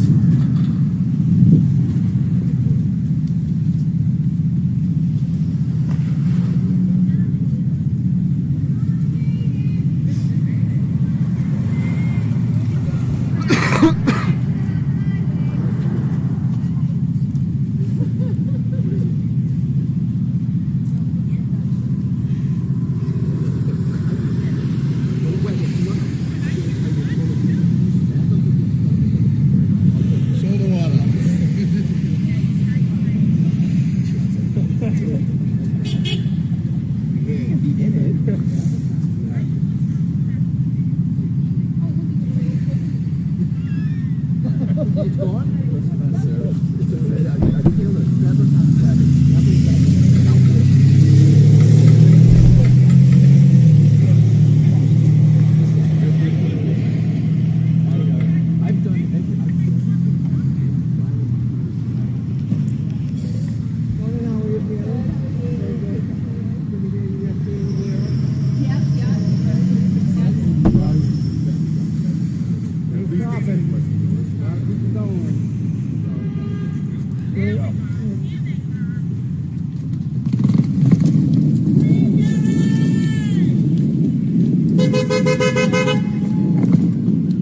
Good morning, David.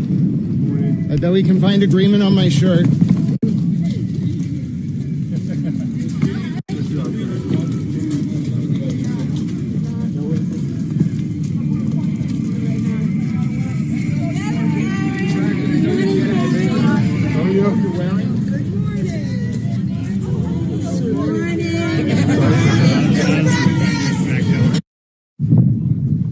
Any comment?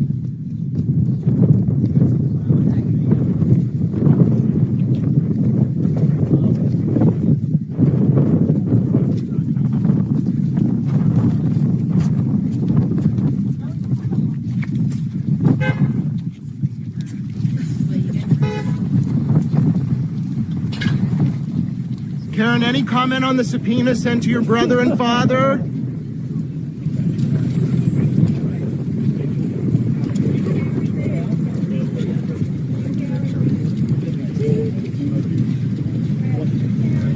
I told Chrissy I would be nice.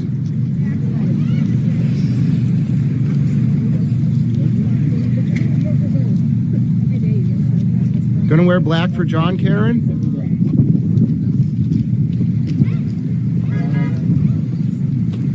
Well,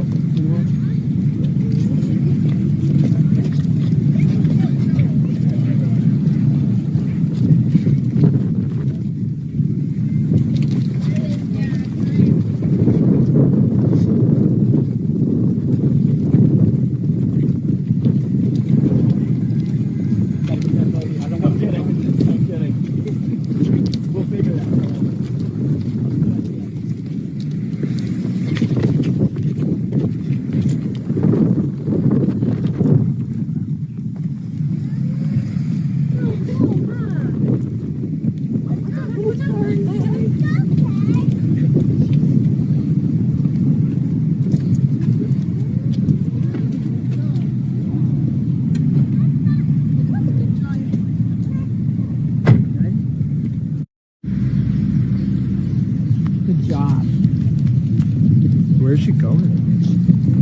Nice job, David. Good job. How was the first day of testimony? We're pleased. Yeah. Karen, what was your reaction seeing that video? Yeah, Karen, how was it to see that video? I've seen it many times. How are you feeling, Martin?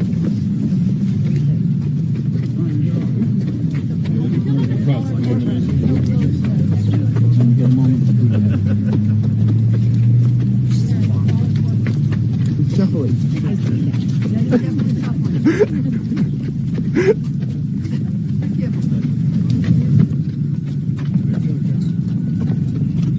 Run around the crowd in the car. We're with you, Karen.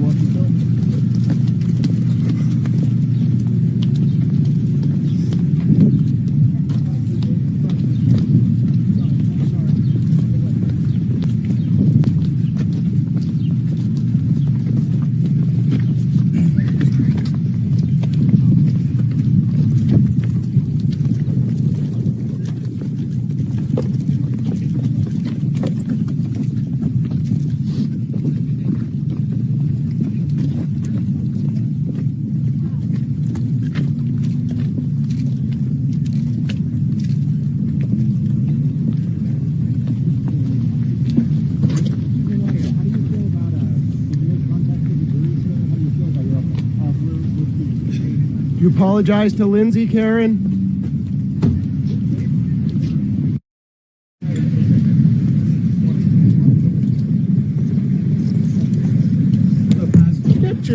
Don't assault me. Morning, Karen.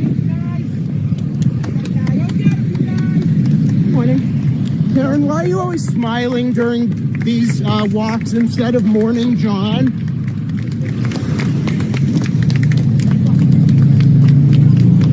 Karen, are you worried about the juror who lied about hearing about the case and then Aiden Kearney bragged about it?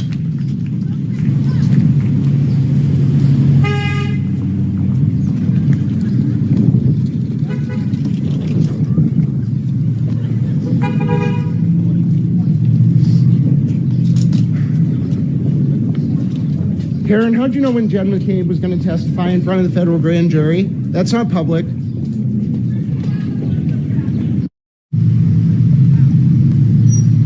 morning.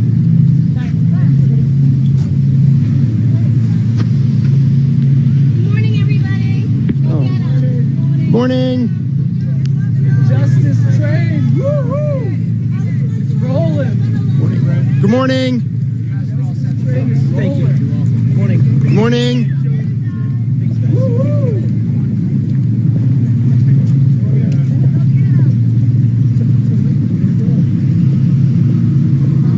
Thank you, troopers. Good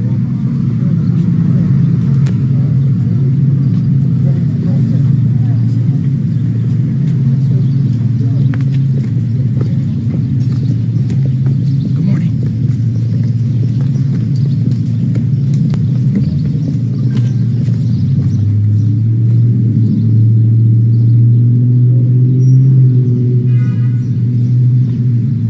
Thank you, trooper.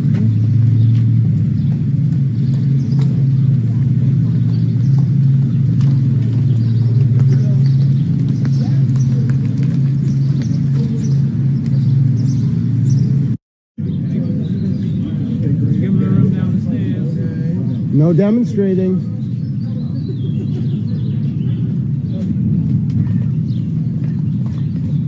Karen, why'd you say you hit John? Who did your hair today, Grant? Grant, did your shampoo today, Grant? Karen, did you cut Aiden Kearney off after he told Lindsay that you know the U.S. attorney personally?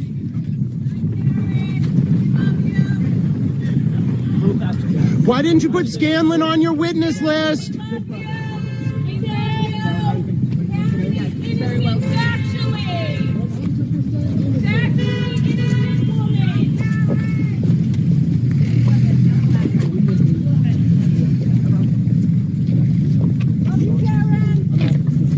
Karen, are you worried Higgins is going to talk about the affair?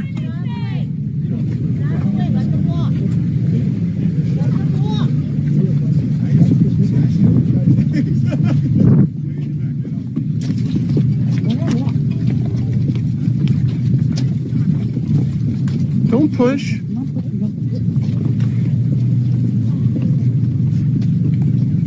Oh, David Yannetti, are you worried about a bar complaint for breaking federal law to leak to Turtle Boy? 28 CFR 1621. Did you just knock him on the stomach? David Yannetti, do you know Turtle Boy? You just personally interacted with him, David Yannetti. Maybe the Board of Bar Overseers wants to see that clip. You smirked at me the other day. Don't lie. Grant, your fly's open. Alan Jackson, are you and Karen having an affair? I'll never be the attorney in that is. Just jealous. Oh, got it. Put it on there. Sorry. Say bye to Aiden, Karen. Hi, Aiden. Grant, your fly's open. Get some rest, guys. There's his State Street friend who got mad when I asked if he has other girlfriends. I didn't get mad because I know the answer to the Grant, Because you're in a harem? good job, Grant. Have you considered finding a boyfriend? No?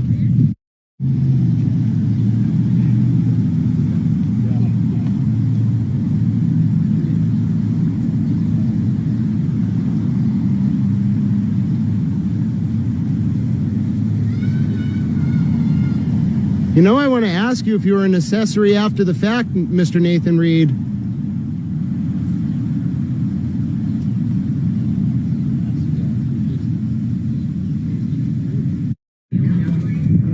Do you know how many motions there were today? You guys do nothing. I just have to stay out of the street today. Erica, hit the front so we can block That's true.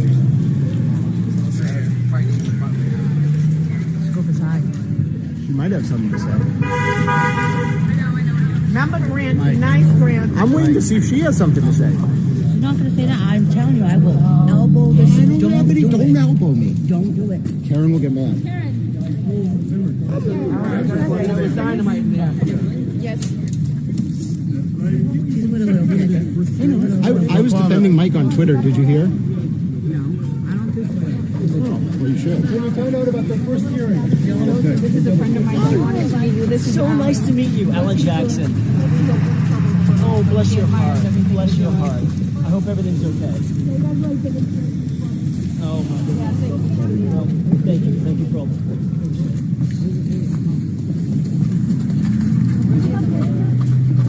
I'm sorry? Oh, no, honey. Thank you.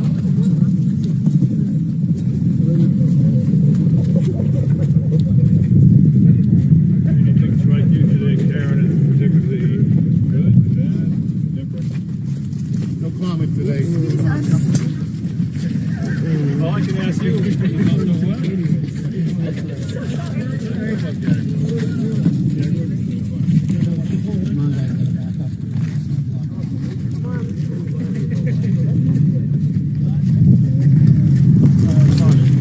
Open up.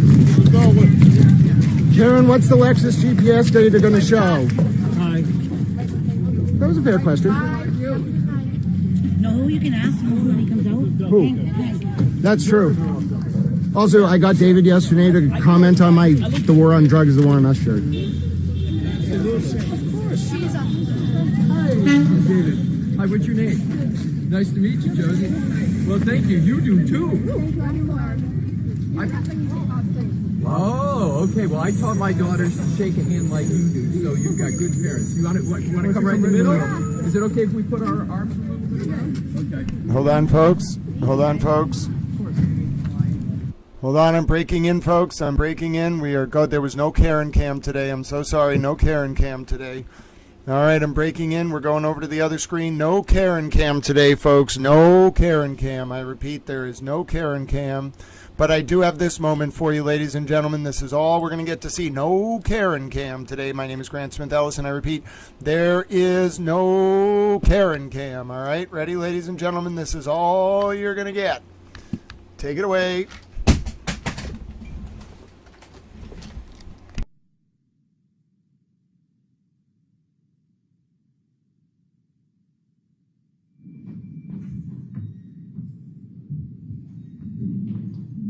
Hear ye, hear ye, hear ye. All persons having anything to do before the Honorable Beverly Canoni, the Justice of the Superior Court, holding in Dedham within and for the County of Norfolk.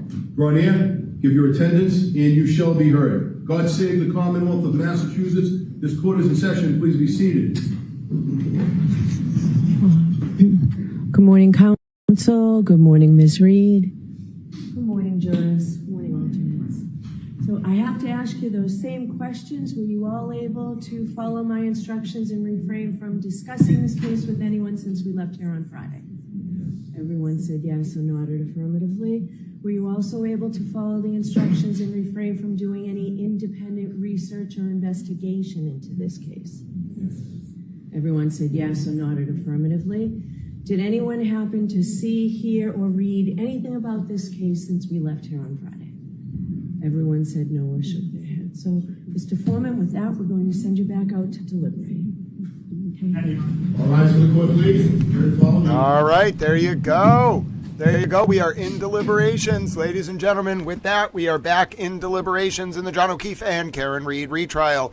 Towel has the deliberation clock running. Oh, we're on verdict watch. My name is Grant Smith Ellis. We are on verdict watch. I repeat, we are on verdict. Wait a minute. I'm seeing the camera panning. Stay here, ladies and gentlemen. I'm seeing if we're going to get any further oral argument. I'm going to take us back to the other screen. No Karen cam today.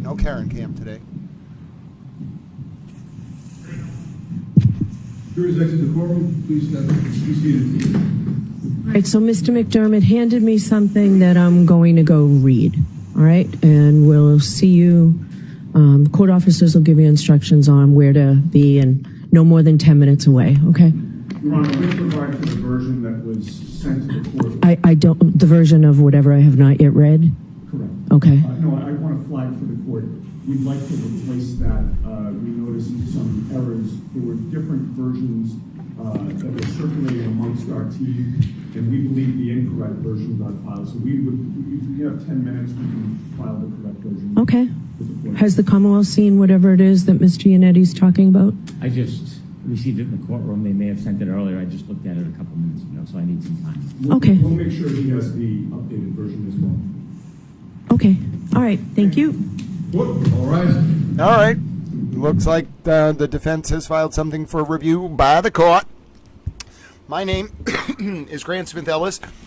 As you saw, we just got fully caught up. There wasn't really anything that happened, but we now have to kind of monitor what's going on because you never know, ladies and gentlemen, if we're going to come back into session.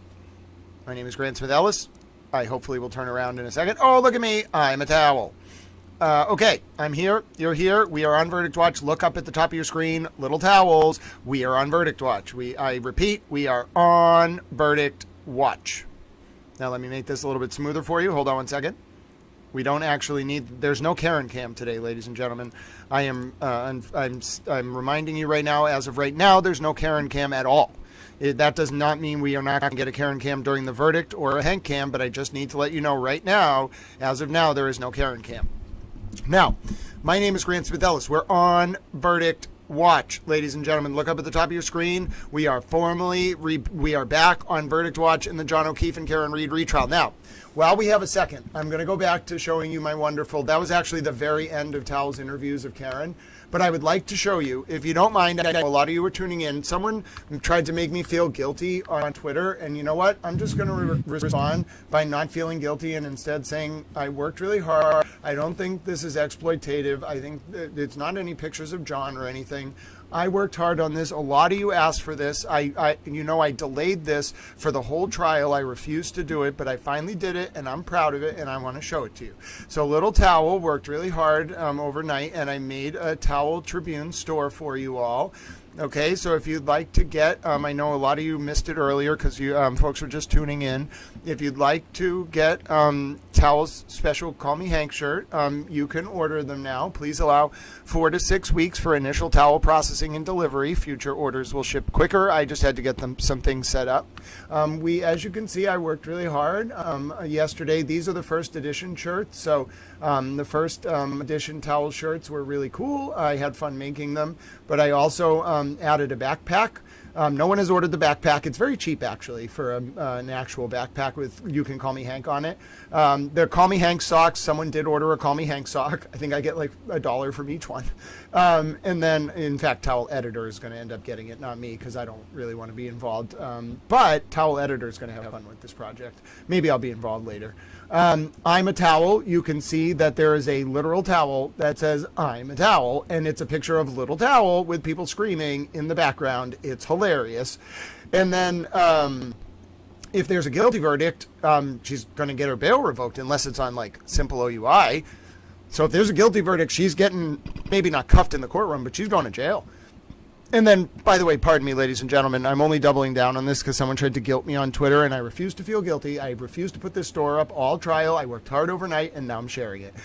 And yeah, I even made this nice little cutoff hoodie that you can get. I think it's really nice. It has the Call Me Hank on it, of course.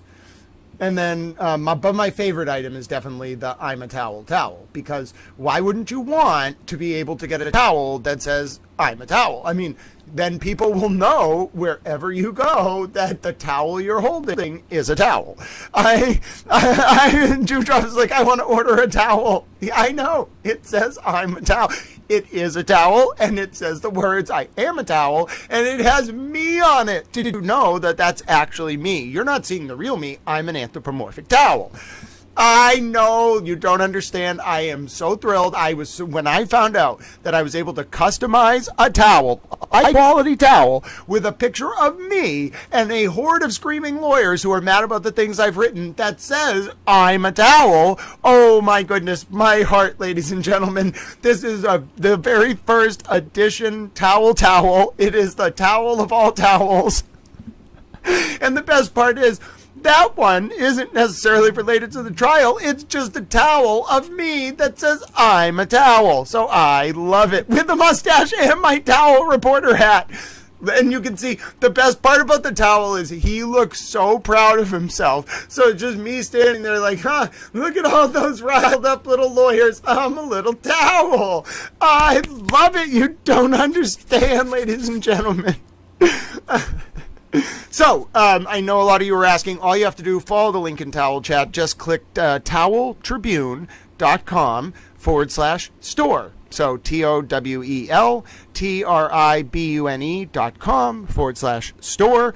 You can pick any towel item your little towel heart desires. Please know that I set the prices basically as low as possible. I think on the towel I might have left it at like the middle price, but everything is really low. The shirts are a really good deal because I set that to like whatever, like pennies or something for me. But the shirt, because I didn't want it, it's not for me. I don't expect this to be a source of revenue. That if Towel Editor makes like $40 on like 40 shirts, good for him. It's not what I care about. I want you to be able to have these items, and I cannot order them in bulk. I would go bankrupt. So I found a drop shipper. The drop shipper will handle sending them to you. Please allow 4 to 6 weeks for initial processing and delivery. Other orders, there are 4 orders I managed to pay for out of pocket that I will that are going to get out in the next week. But 4 to 6 weeks for initial towel processing and delivery. All orders placed after the 3rd or 4th week will be delivered, I think, 2 to 3 weeks. Please do not rely on me, though, because that might be domestic. Please look at the drop shipping terms of service wherever you are. I am able to ship to Europe. I'm able to ship to internationally. Please review the terms of service. If the drop ship says it takes 8 weeks to get to your country, I unfortunately cannot fly the plane and make the item get there faster. A second point of note, and this is something I know you all asked for, and I'm excited to say this. Hold on, just being nosy. Yes, okay, so there is a Super Hank shirt that is incoming. It might go live during this broadcast as we look at some different things. But one thing, I guess we could do it, but yes, I will look into whether we can do a Super Hank shirt. But because all these things are, but anyway, the images I made or drew or made artistic renderings of or whatever. But the other thing is, ladies and gentlemen, I want to tell you something special. I promised you all I would do this. If you buy an item, okay, wherever you are in the world, the same conditions apply. If you buy the item and it arrives to you, it goes directly to you. It doesn't come to me. It goes to you first. If you put it into a box, okay, if you pay for shipping, I'm going to get a P.O. box this week or maybe next week. If you pay for shipping, if you put a paid for return shipping label, this is very important, in the box, and then you put your item or items in the box and mail them to me, I will once a month or twice a month or whatever go to the P.O. box, collect the items, and then take them to my house, open the box, sign your item. If you put a little note, I'll sign it to you, either I'll just sign my name if you don't include a note, or if you tell me to sign it to someone, I'll write my name in a little message.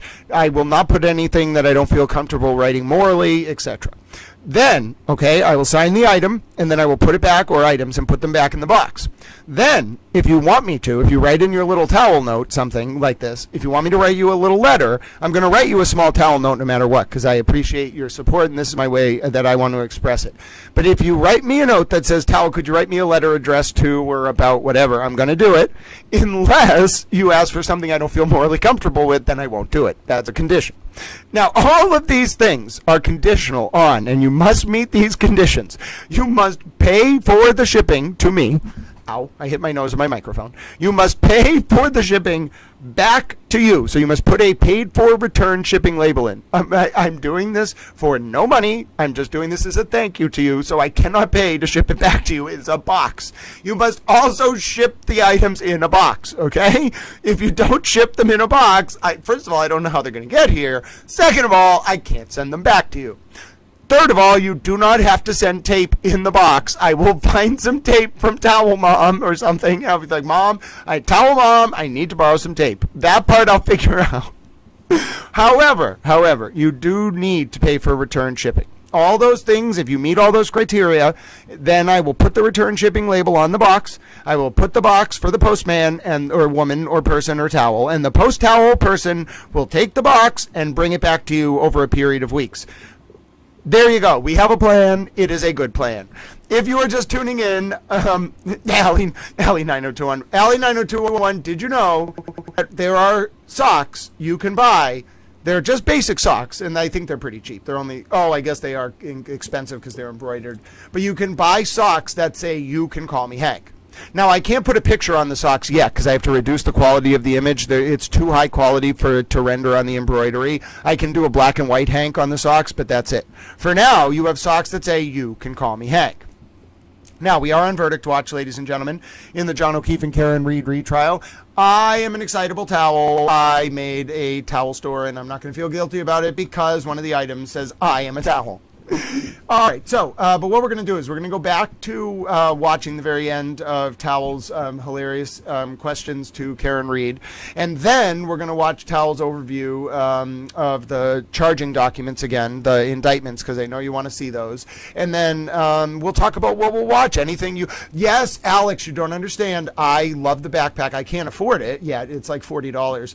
But look, it's kind of funny. You can get a very nice... I don't want to speak for the quality because I haven't seen it, but you can get like a backpack, like a very decent backpack with Hank on it that says, you can call me Hank, like a full color image of Hank. And that's only like $15 more than the socks. But I think the reason the socks are expensive is they embroider the wording on the You Can Call Me Hank socks. So I got to figure out if I can get you socks that don't have to be embroidered and if that will reduce the price. I'm not very good at this. Towel editor Chris is trying to help. I'm doing my best. I just knew the socks would make Allie 9021 happy because feet towels are amazing. So I was like, I'll just put the socks up there. But yes, the backpack. How can I buy your towel emoji? Which emoji? Okay, so we need to talk about this. I guess we could do products live later today if you want. I don't want to focus too much on this. I guess we could do it now. You're all excited. What towel emoji in particular are you talking about? Okay, I'm checking the docket. Hold on. We have a docket request. Ladies and gentlemen, docket requests take precedent, even though Allie 90211 and I both love feet towels. Ladies and gentlemen, if you love feet towels, please go ahead and just let folks know in the chat. I think it makes all of us feel better when we know that other people love feet towels just like us. All right, so I'm going to go to mass courts. I'm going to go check the docket. I'm going to go be a little towel. What do we got? All right, bringing it up, ladies and gentlemen. I'm bringing up the docket. Give me 2 seconds. Docket request has been put in, ladies and gentlemen. Yeah, it is. So Modelo Macy, the reason why I think I didn't do this intentionally, but there were a bunch of different sock options, and I think I picked the socks that had like the embroidery versus just regular socks that you could put like imaging on via printing. However, the embroidered socks are nicer than the printed socks, and they will embroider a black and white image of Hank on socks, but I think I am going to have to pay somebody on Fiverr to make a version, or maybe I could give Murder by Maestro some money, or Towel Editor Chris can do it. Someone can figure it out, and then I'll get a embroidered black and white Hank sock. So if you're waiting for feet towels from featuring Hank, you may want to wait for that embroidered black and white image. I'm not telling you what to do with your life, but oh, Crime Cricket. Oh my goodness, ladies and gentlemen, you don't understand. We have a docket request, but Crime Cricket wanted to let me know, and there is a little towel emoji involved, that I am amazing. Now you might be saying to yourself, oh sir, I was going to tell you that. I think you're a hilarious towel. Well, yes, but look at that emoji. He is dancing with his little towel hat. He is thrilled to see me. I am thrilled to see him. I am a little towel. He is a little towel, ladies and gentlemen. You don't understand. He is doing this, and he's telling me I'm amazing. Well, you know what, little towel? You are amazing. Crime Cricket, you are amazing. And look at this little towel. He's a little dancing towel. You don't understand. I want a plushie of this little towel. He can be a little towel. Oh, goodness. Allie 90211, no one accused you of that. That was like when I was like, I'm not a communist. No one accused me of being a communist. Oh, God bless you, little towel. I salute my hat to you, sir. I wish I had a cane so I could dance around like you, little towel. You're wonderful. Give you a little towel head pats. Oh. What would you rather do on Verdict Watch, ladies and gentlemen, than watch a man who thinks he's an anthropomorphic towel give little towel head pats to an emoji? I mean, seriously, this is the kind of thing you all tune in for. I know it, ladies and gentlemen. I know it with my little towel heart. Okay, so where were we going with that? Where were we going? I had something interesting I wanted to do. I didn't want to show the end of that. I was checking the docket. Oh, goodness, I almost forgot about the docket request. You don't understand, ladies and gentlemen. If you get me thinking about adorable towel emojis, I might forget about the docket request because I'm a towel. Okay, yes, we can do Chloe the dog shirts. We cannot use that specific image of Chloe the dog in a wig. I have to literally go into a program and I have to draw an image or make it. I can make it with like little... I can like kind of draw the outline and get it to like do what I need to do, but I have to recreate the image by hand or on a computer in order for us to be able to put it on a shirt. So yes, I can do that, but we cannot use that exact image. I can draw that image or I can recreate it by hand on the computer. I cannot use that image. Motion to amend verdict slip. We saw this. We knew this was coming, but it's not going to work. I mean, Judge Canoni, it's not going to work. Judge Canoni already turned them down. Chloe Towel, her bark is worse than her bite. Yes, I love it. I love it. I love it. Chloe Towel, her bark is worse than her bite. Free Chloe! Free Chloe, ladies and gentlemen. But yes, let me grab this defendant's motion to amend the verdict slip. As much as I want to sit here and pontificate about how much I love Chloe the dog in merchandise form, that's not what I want to do right now. What I want to do right now is see if I can get you this motion from the defense, because I am an erudite and informed towel. Oh, goodness, God bless you. Let's see, did someone order a towel? Oh, my goodness, someone ordered a towel t-shirt. God bless you for it, ladies and gentlemen. Now, obviously, give Little Towel 4 to 6 weeks for processing of all orders. Please read the descriptions of the items. Please note that that description will change when order processing speeds up. It's not actually me. It has to do with how I have to approve the orders on the back end. And either way, just read the fine print. I'm not the drop shipper. I'm just the person who's telling you 4 to 6 weeks for initial processing and delivery, at least domestically. I don't know about international. You have to read the fine print. Okay, so let me check right now, ladies and gentlemen. Let me see if I can get a copy of this motion for you, Little Towels. It's not yet in my inbox. I got it. Oh, 40 seconds ago. Hello, Dee Dee. Oh, Dee Dee's a super towel, ladies and gentlemen. You don't understand. 40 seconds ago. Look at this. This is breaking, ladies and gentlemen. No one else has this. You couldn't have even read this on Twitter this quickly. My dear towel friends, you don't understand. I am an excitable towel. So if you were wondering, do we have the motion that just went up on the docket, and can we read it, and is it because you are a towel? The answer to all of those questions is yes. Well, I'm an anthropomorphic towel, which is a form of towel, if you think about it, ladies and gentlemen. Wait a minute. Why is their verdict clock on law and crime at 1:63:20? That just go to 2 hours and 3 minutes. 1 hour, 63 minutes and 23 seconds. What is wrong with you? Their verdict clock is at 1 hour and 63 minutes.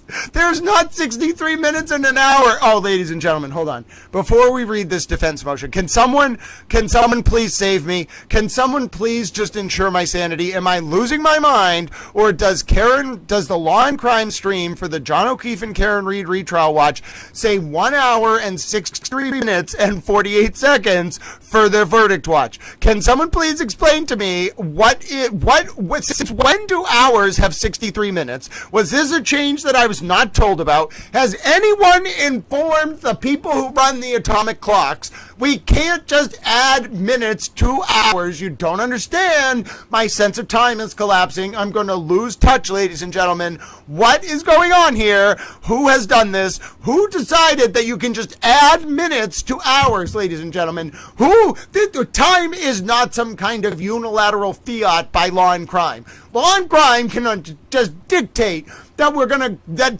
extra minutes are going to be added to hours. I am losing my mind, ladies and gentlemen. You don't understand. This is not okay. Please, someone reaffirm that it is not just me and that Law and Crime is attempting to add out minutes to hours. That is not how we count. You don't understand. I'm going to lose my mind. Someone help me, ladies and gentlemen. This is not okay.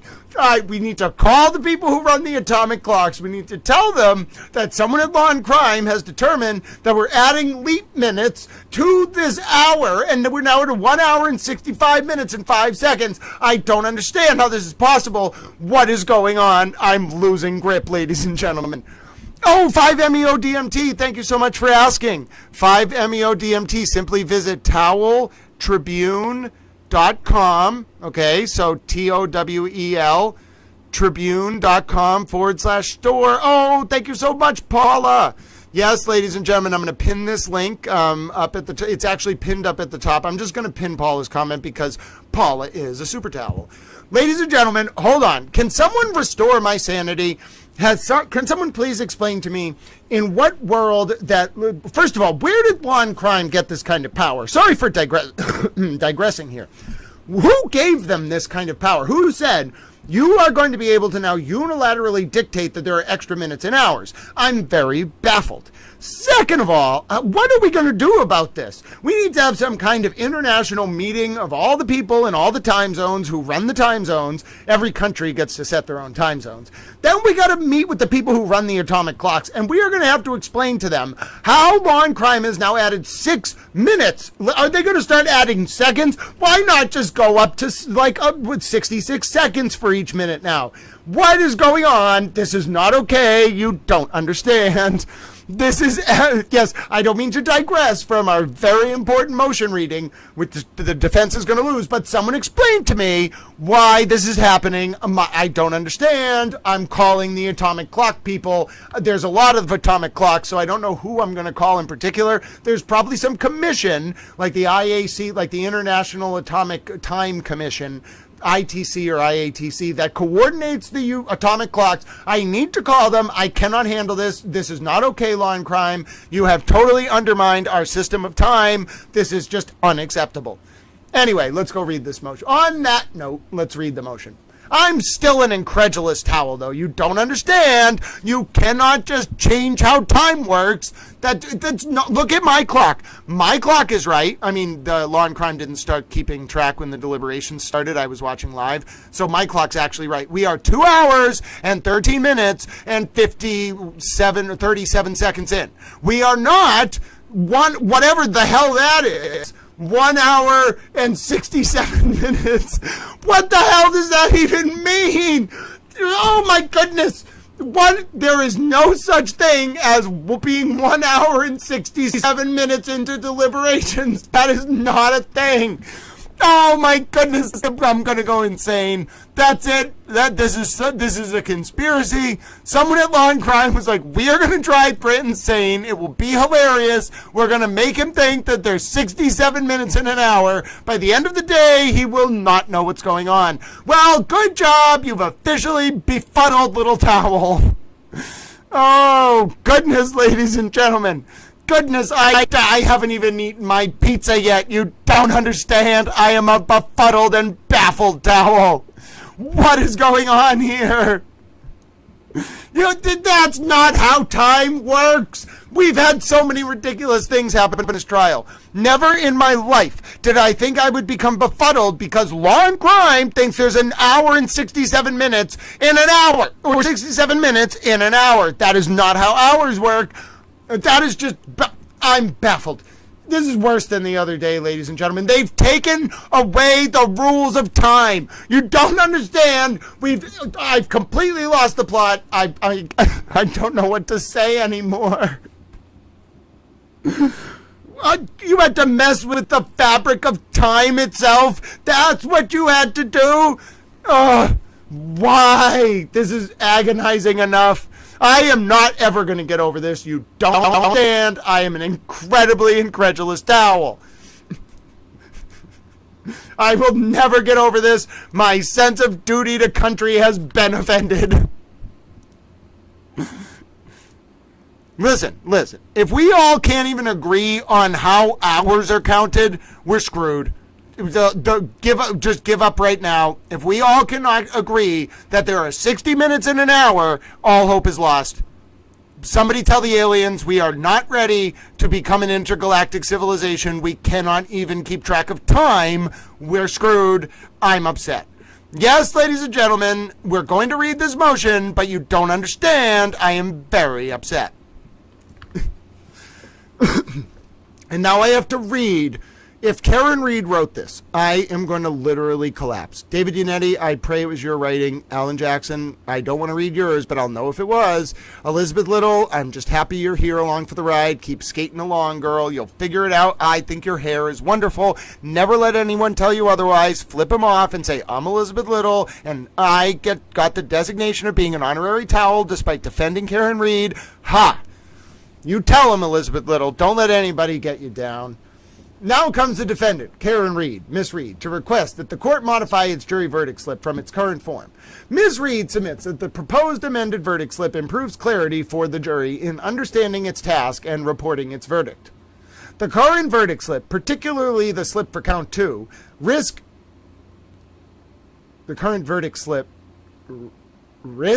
there's verb tense disagreement there.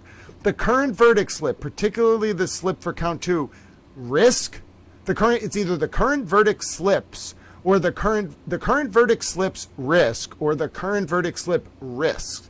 The current verdict slip risks with an S or the current verdict slips risk. So there's verb tense agreement in the first sentence, confusing the jury and thus causing errors. Argument. Respectfully,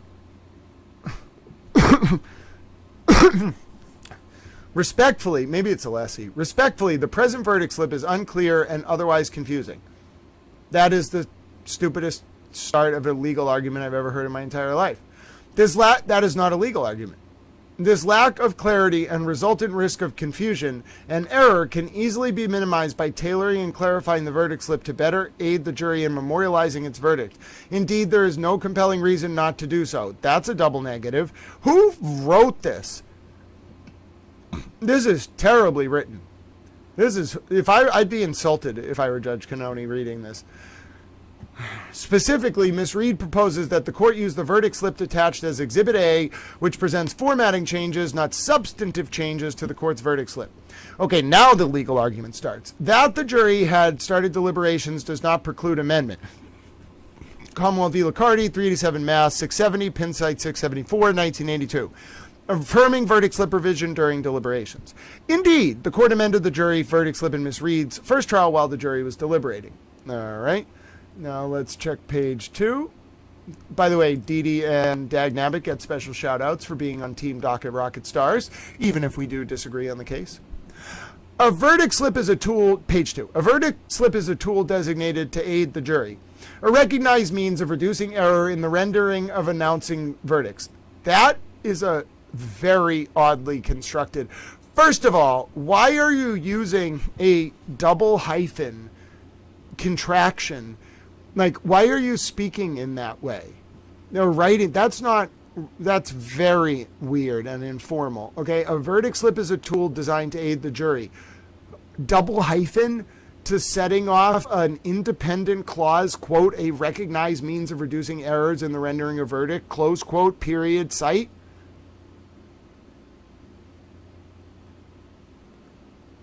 No, and then what's weird is, look, there's a do you see what's weird?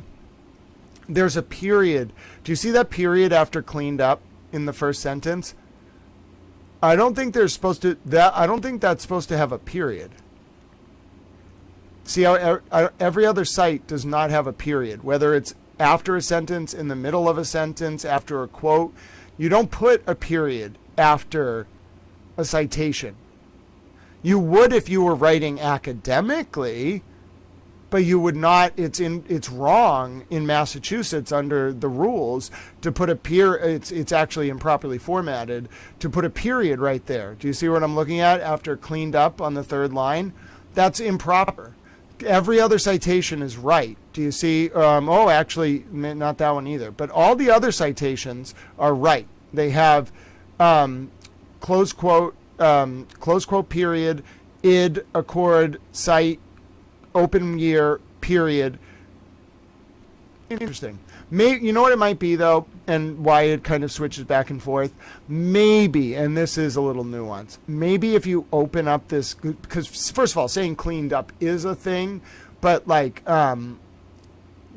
maybe if you open a new parenthesis after the year, then you put a period, versus if you don't open a new parenthesis, then you don't. Either way, it's just weirdly constructed. The whole wording of the motion is weird. Like, it's not organized like a legal argument. It's like, I don't know how to explain it. I'm having trouble understanding what it's trying to say, because I think the argument is that, okay, so I think I get, there's no real IRAC to it, which is why I'm struggling. The argument seems to be that the jury form that's already been discussed, and Reed already lost in trying to do her own thing or whatever, isn't clear enough. Specifically the second form, which I thought was pretty clear. And then I think it's not that it's not clear. What I'm getting at is the defense is worried that it's too easy to convict with the second form. Which, I mean, okay, but that's not, this argument is not that. This argument is that it seems to be that the unclarity, which is not going to win them the day. And then also there's precedent for changing a verdict slip mid-trial or mid-deliberation. But what's weird is, if there's more, here's what will really tip me off. If there's more to this argument over the next 2 pages than what was in the umbrella paragraph, I don't think a lawyer wrote this. I just don't. There's something off about it. I mean, maybe the lawyer drafted it, but the whole argument feels weird. Well, like, obviously Karen, quote, helps her defense, but just this argument is not very good. It's not written in a way that I'm even understand, and it's very, if the 2 prongs of the argument are page 2 is unclear and you can amend verdict slips during deliberations, then I'm just ignoring this if I'm Judge Cannoni. All right, so it is well established that verdict slips are of no binding legal significance. Okay. A verdict as a matter of law requires a public announcement in open court. No verdict exists if none was announced. Right, so the verdict slip just helps the jury demarcate what the foreman's going to read in court. Like, the verdict slip itself is not the verdict. It is the juror, the foreman, or foretowel, or foreperson, whatever, holding the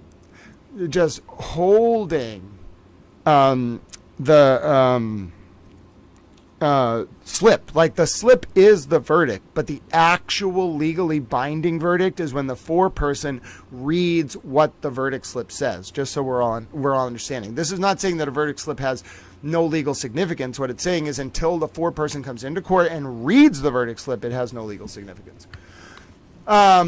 Because verdict slips are tools to aid the jury, their primary goal, in addition to ensuring a defendant's right, should be to clarify for the jury in both understanding its charge and reporting its verdict. Yes, I mean, that's the whole point. The current jury verdict slip has the real potential to confuse the jury and cause errors, particularly with respect to count 2, manslaughter while operating an motor vehicle under the influence of liquor, and its lesser included charges. The form does not explain the process the jury should follow while completing it. Okay, that would be wrong to instruct them how to complete the form. That's not how it works. Although the court instructed the jury that the form should be completed from top down, top down in the sense, listen. If you find her not guilty on count 2, okay, this is hypothetical, then the instruction is read the form top down. The very top option says she's not guilty on this charge, and you just move on to the other charges, okay? So you start from the top, because if you're going to find her not guilty on the top charge of count 2, you need to write that. However, if you all are saying, okay, like there's something in there we're going to find her guilty on, you then need to read the form, which is the whole point that they're making. You see what I'm saying? Like, that's why Judge Canoni told them to read it top to bottom. You actually do have to read it top to bottom, because you have to determine definitively that you are not going to find her not guilty. You see, it's a double negative, but you have to say, if you're the jury, okay, so are we even going to think about one of the things on count 2? Okay, yes. Okay, so skip step 1. That's literally what the form is not confusing. This is ridiculous. Although the court instructed the jury that the form should be completed from top down, the form itself does not provide instructions to stop after the jury had selected a given box. Okay, so I get what you're saying, but like, think about it, David Yannetti or whoever wrote this. The jury has an option at the very top of the form to first and foremost just declare that they're not going to find her guilty on the top charge, okay? Then, it's very clear, if you check that box, there are other boxes below it that maybe you do want to find her guilty on. That's all it is. It's literally, it helps your client, because maybe the jury says, okay, we don't want to go with the top charge. Like, maybe that's the first thing they say. So they just check the not guilty box at the very top. Obviously, there's 4 other boxes, the other lesser included offenses in the DWI, or 3 other boxes, whatever it may be, other than the top charge. But like, it flows naturally. It actually helps your client if the jury thinks, okay, there's something on that page we're going to select guilty on, so we can't check the top box, but we don't want to go with the top charge. Okay, so let's flow down the chart. I don't understand. The defense must be very worried about a conviction if this is what they're worried about. I'm serious. Like, this is the verdict form is almost set up to give the jury a chance to vote not guilty on the most serious charge on count 2 and funnel to something less. And the defense is still like, no. That means I think they think they're heading for a conviction. This imbalanced presentation visually favors the guilty options and risks creating bias towards a guilty verdict and degradation of Ms. Reed's rights, in addition to creating the risk of confusion and error. No, it doesn't. It's the opposite.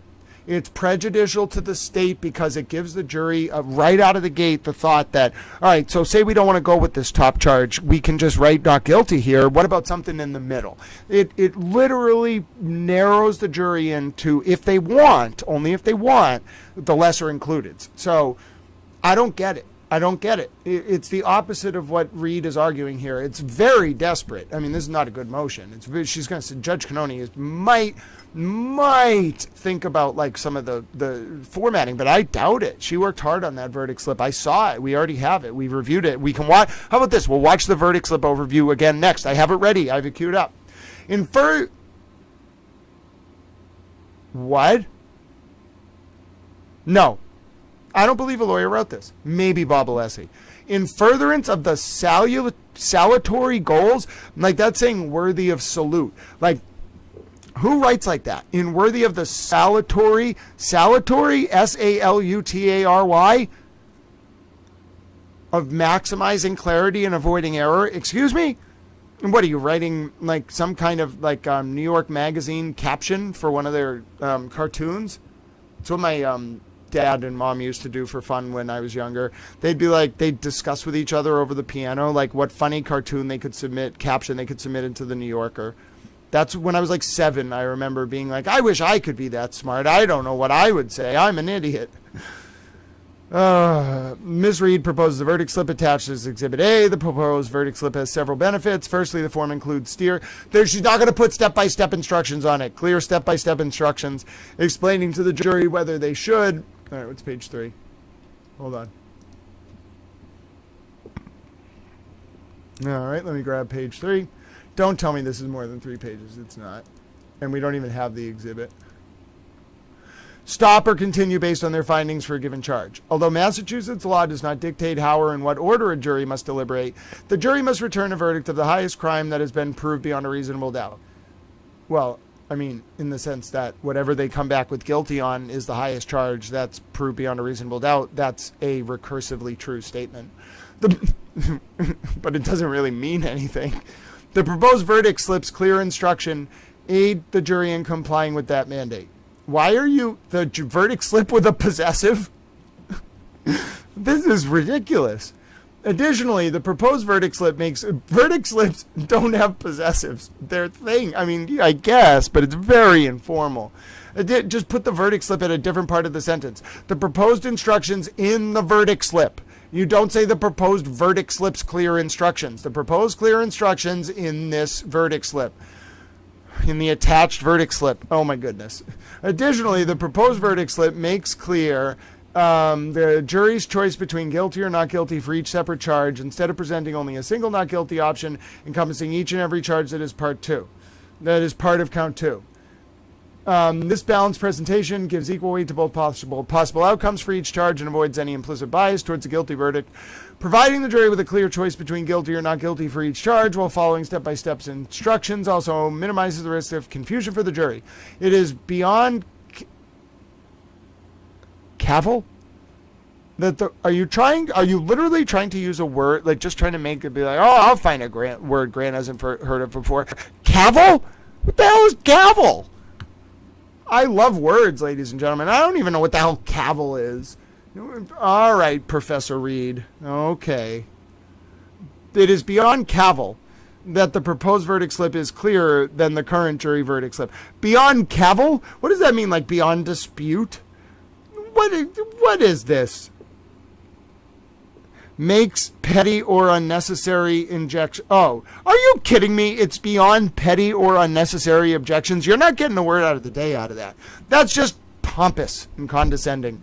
It is beyond cavil that the proposed verdict slip is clearer than the current jury verdict slip. It is beyond a mere trifling matter. How about that? That's more artful than cavil. What an ugly word. I don't like it. It doesn't have that trifling is much better. It is beyond mere trifling. Ms. Reed respectfully requests that the court now substitute the attached verdict slip for the court's existing verdict slip for use in this case. Respectfully for the defendant, Karen Reed, by her attorneys, AJ and Elizabeth Little. Oh, I feel bad if Elizabeth Little wrote this. I just was telling her that she should be really proud of herself for being a power player, and even though she's one of the only honorary Howells on the defense, and then I kind of ripped her motion apart if she wrote this. But I bet Elizabeth Little's like, oh, don't worry, it was Karen. And I'm like, oh, okay, Elizabeth Little, you rock on, skater girl, you figure it out, I gotcha.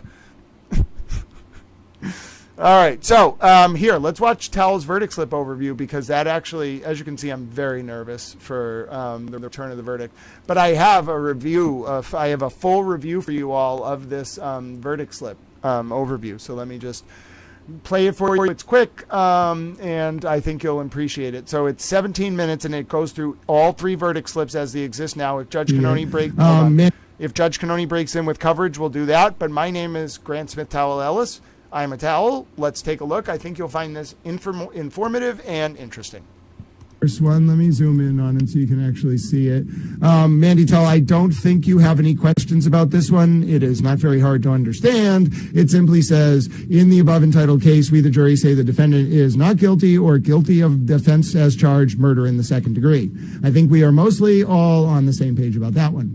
Now you might be saying to yourself, okay, what about the next one? Well, I have the next one. The next one is read bottom to top. I think that's why there was a lot of confusion on this. You read it bottom to top. Okay, so I want all the mock jurors or just people who want to learn about this, you read this verdict form bottom to top. Okay, does that make sense to everyone? So the first question you ask, okay, now the reason you read it bottom to top is you have to decide, first of all, whether she's guilty of any of the lesser included offenses, okay?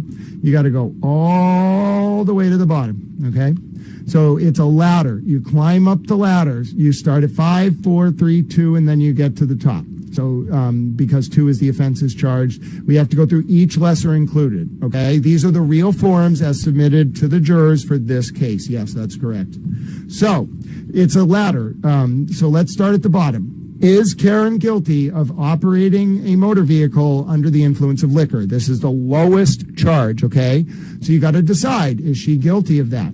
You check the box. It's perfectly okay for you to find you're guilty of all these things, but you got to start at the lowest one. So the jury starts at the bottom. Is she guilty of OUI? Okay, yes. Then you got to decide, is she guilty of the lesser included offense of motor vehicle homicide, felony OUI liquor? You got to decide. Okay, check the box. If she's not guilty, you just don't check the box.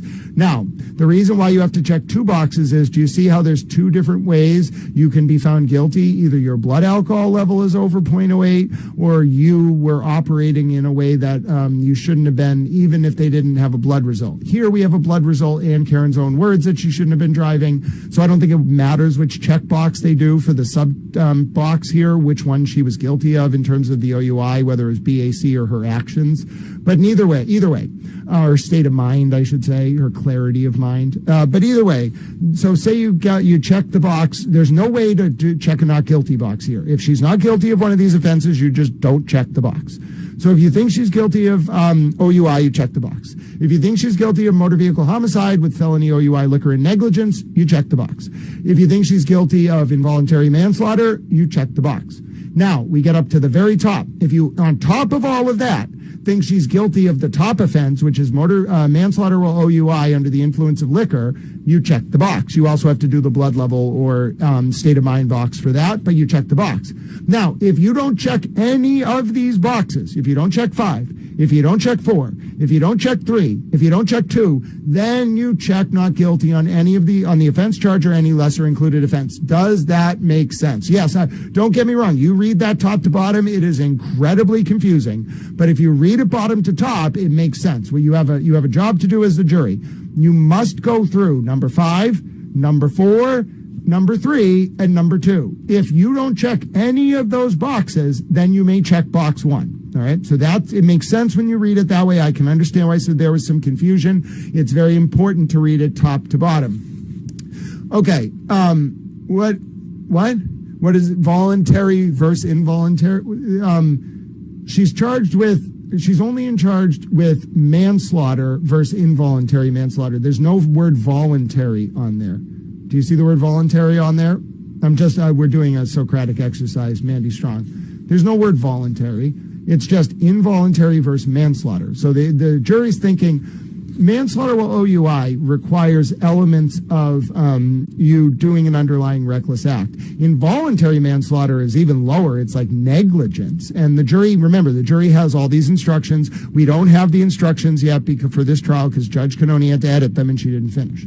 However, this is the jury's not asking. There's no voluntary word there. It's manslaughter while OUI under the influence. Okay. Now, if you don't want that one, now strangely, you'd think motor vehicle homicide felony OUI is more intense. It's not. Involuntary manslaughter is more serious than motor vehicle homicide while felony OUI. So the jury may not realize it, but these charges from top to bottom are in order of seriousness.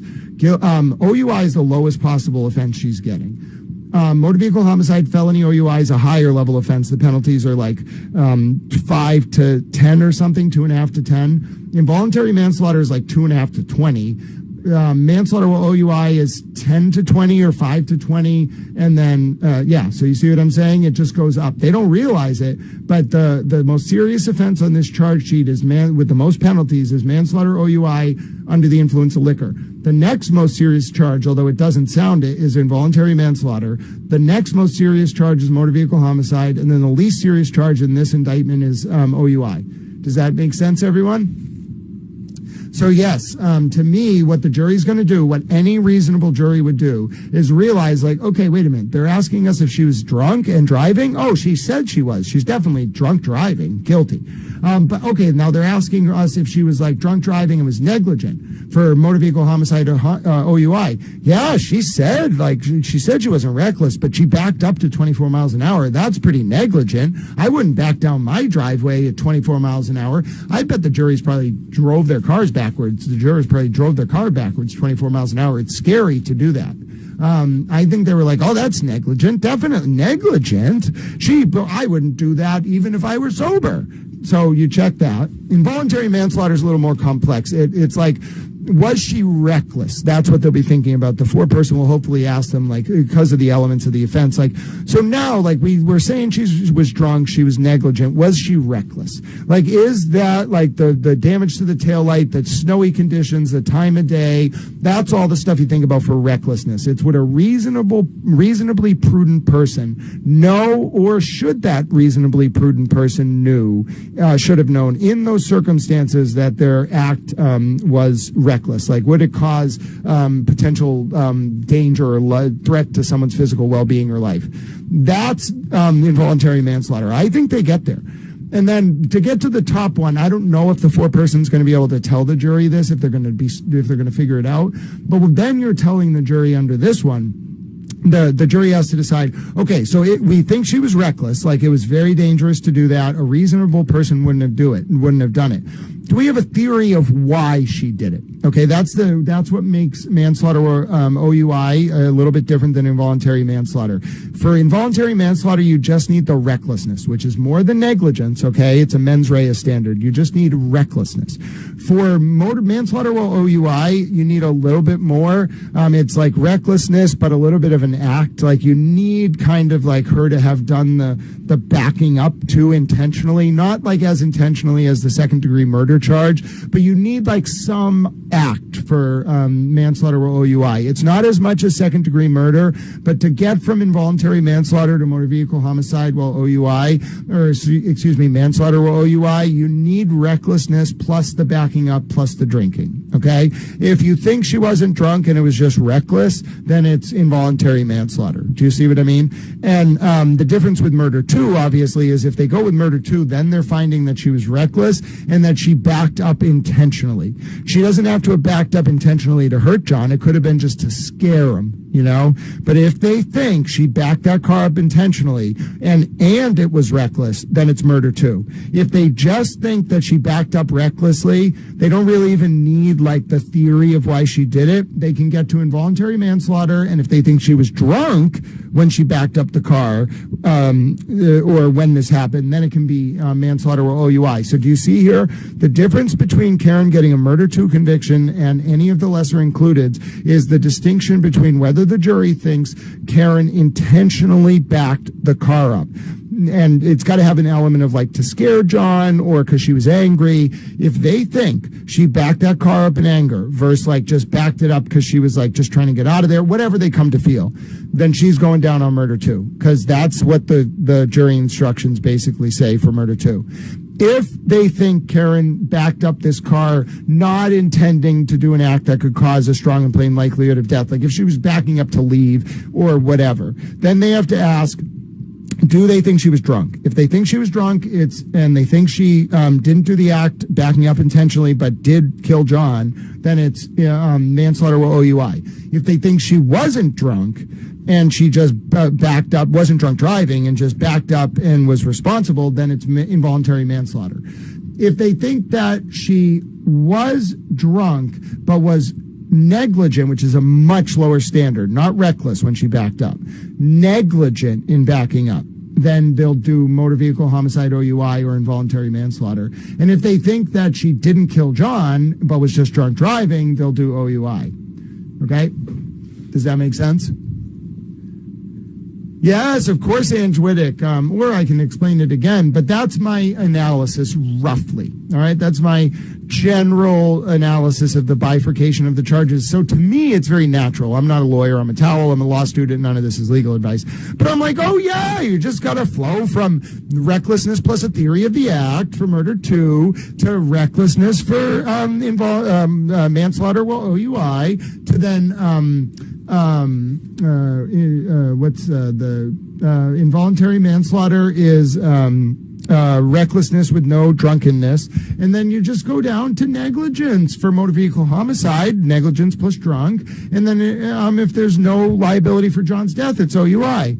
They're never going to find her guilty of just OUI. That would shock me, because I see it's really a question of her mind state. Like, was she clear-minded? Did she intend to back up to hurt John? Like, is there a theory of the act, or was it more like, did she hit John, but we don't know why she backed the car up? Like, can we put a reasonably prudent person in her mind and say that she backed up in anger, or she was going to leave? If they really split on that, then she'll get probably found guilty of manslaughter or OUI, or involuntary manslaughter or motor vehicle homicide.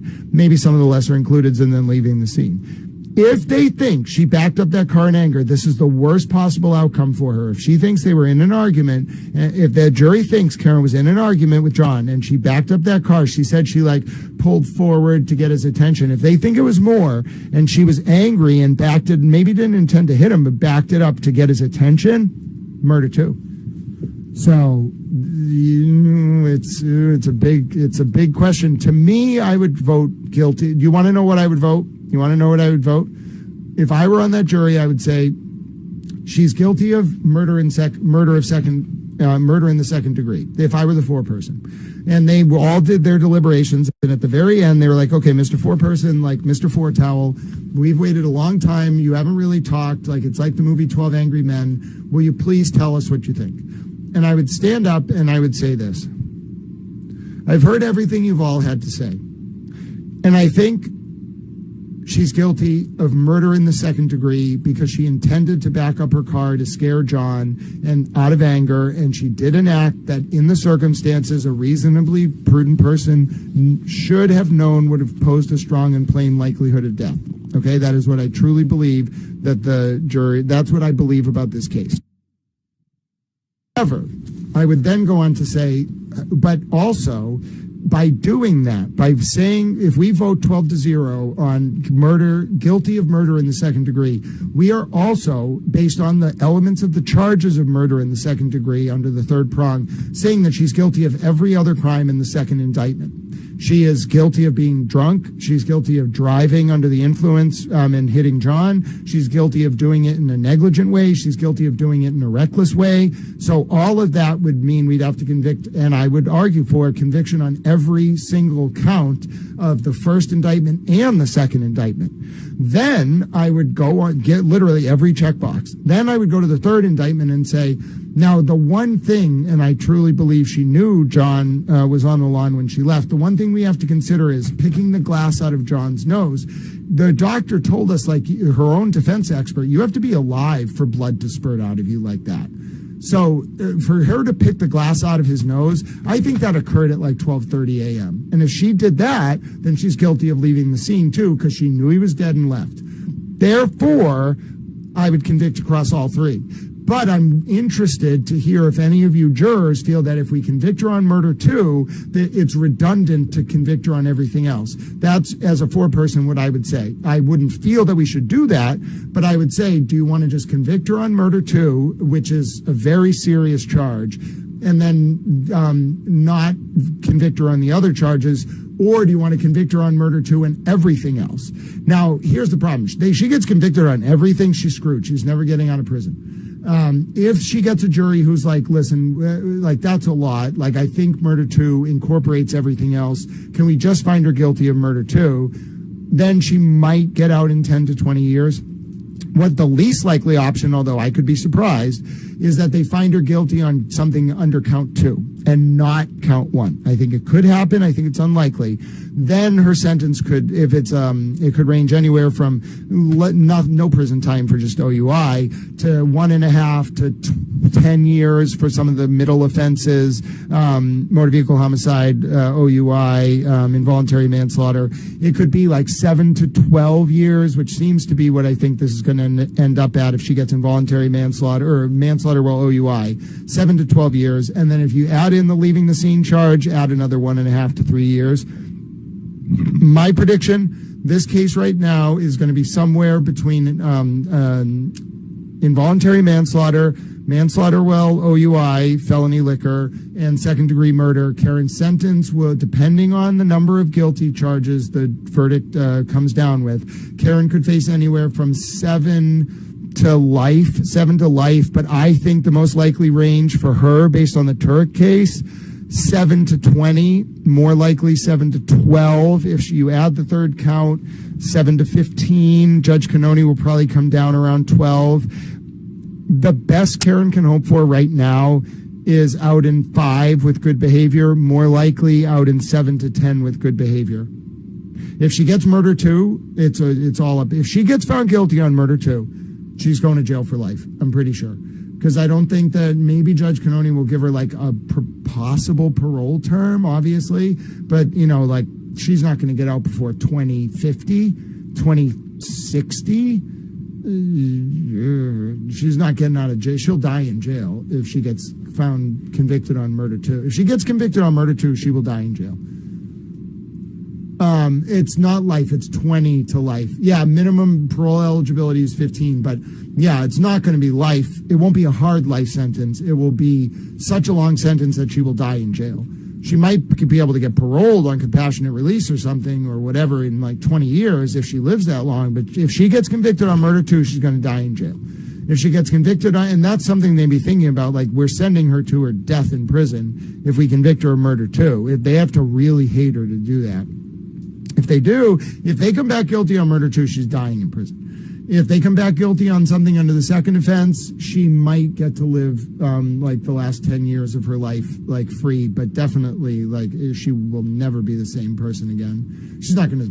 Do you know what's going to happen to that poor woman in jail? I'm saying this literally with the little compassion I have for her. She has no colon. Like if she doesn't get PC'd immediately and stay in that medical wing for the entire stay, she's not going to survive. She's not going to become like some Barrett Brown like courthouse like or jailhouse lawyer. She's going to get eaten alive. She's pretty. She's like, it's not good. I've heard 20 years. So, ladies and gentlemen, I mean, you heard it. Little Towel overviewed the charges. It's not looking good for Karen Reed, I'll tell you that. My name is Grant Smith Ellis, by the way. Appreciate you being with me.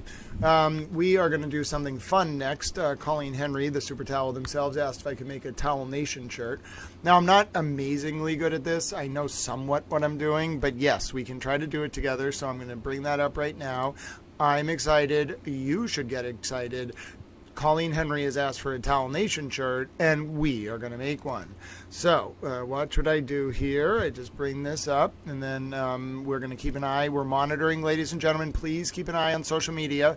If you see any reports about any of the lawyers, anyone heading back into the courtroom, you just let Little Towel know. We will be ready. We also have a live feed into the courtroom. If the Karen Cam goes live at any point, that might give us an indication folks are heading into the court, but we did not get a Karen Cam this morning.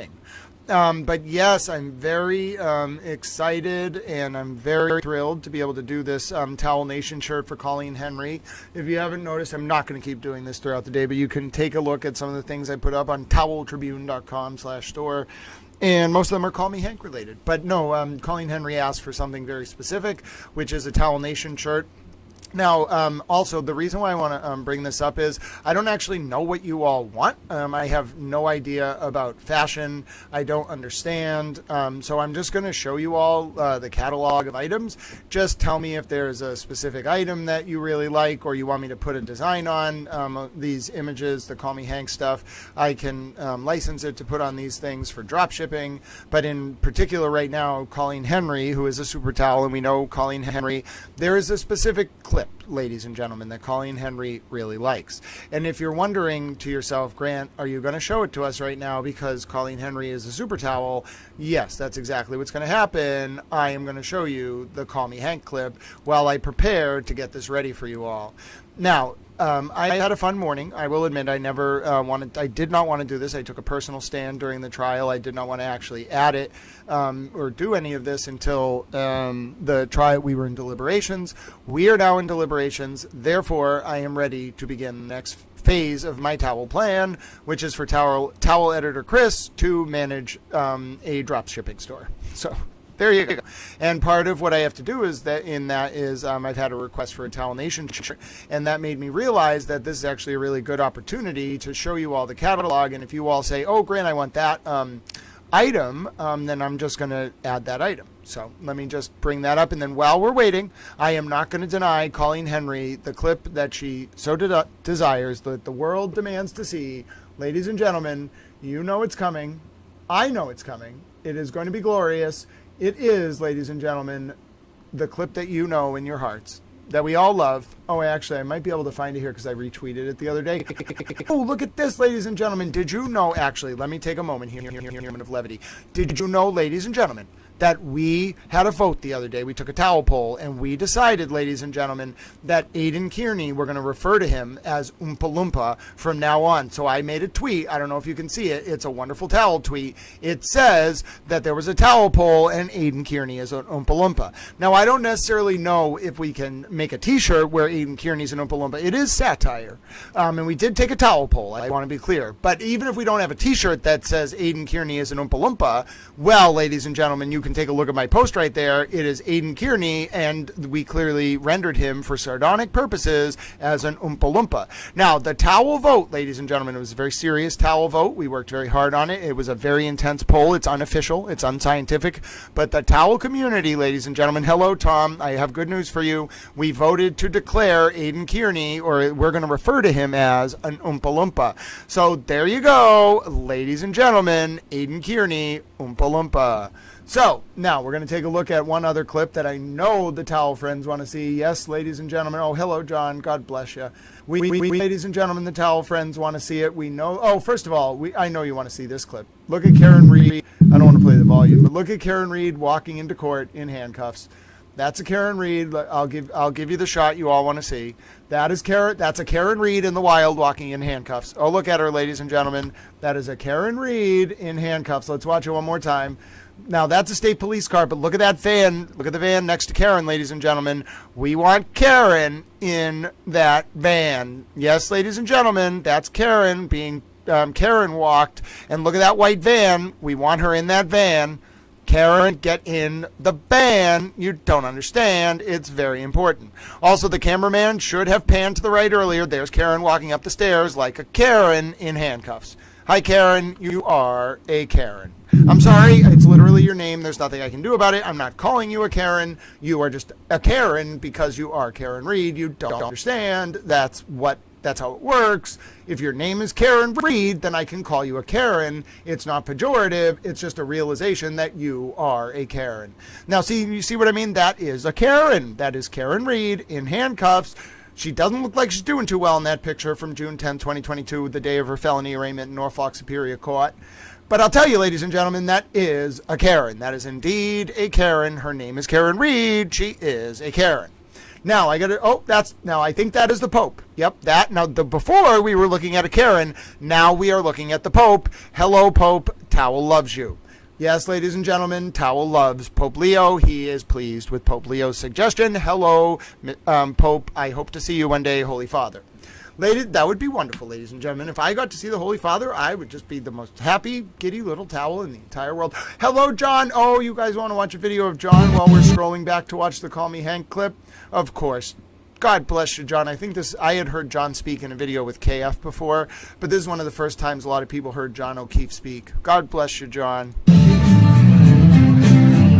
Oh, hold on. So this is actually going to be hard because I have to do this, stop, and then wait, and then stop, and then wait, go. Too many chins. Too close, too close. Love it. So you can't play too much of it, but you love it, ladies and gentlemen, and now I can mute. I can't play the whole thing because there's music in the background, but there's John.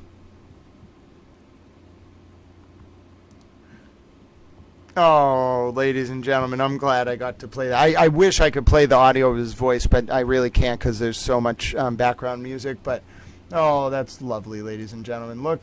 Oh, John. Oh, ladies and gentlemen, you could tell he was a genteel soul. Just a very gentle man. Yeah, I think we're all praying for justice for John O'Keefe today, ladies and gentlemen, in particular in the form of a conviction for Karen Reed. And I'm glad we got to watch this video. I'm sorry we can't play the clip of John speaking over and over because of the music, but I think I'm so glad we got to listen to that.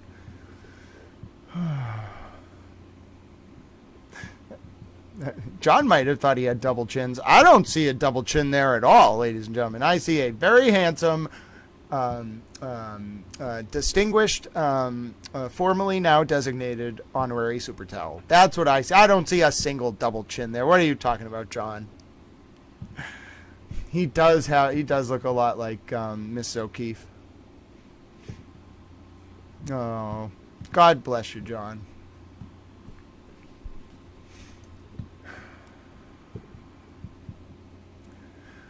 Yeah, I don't know if those tears are real, ladies and gentlemen. I don't know if those tears are real. Tears for affairs, right, Karen? Tears for affairs. But I do want to show the video. Colleen Henry loves it. I'm going to let it play for a second. We might not even do the shirt now. I'll just put it up. I don't want to. It feels kind of gaudy after seeing that video of John to do a shirt. We'll do it later on the live. I think the next thing we'll rewatch is Hank's closing, because everyone loves Hank's closing. Lovely Sphinx. Turtle Boy is facing 14 outstanding felony charges in Norfolk Superior Court. Apparently, he was talking about being open in a deal where he would not face charges if he gave something up. Maybe Karen. I don't know. We'll see. But let's watch the Call Me Hank clip, and then let's watch Hank's closing, because I think that's what the towel friends want. That's what the world wants, ladies and gentlemen. We love our towel shirts, but we're not doing that after that. It refocused Towels in, and we're going to watch Hank's closing. That's what the world deserves.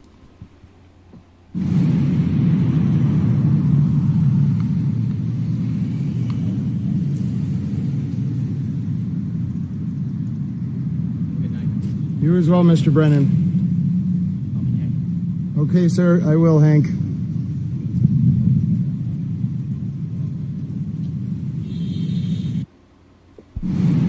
One more time.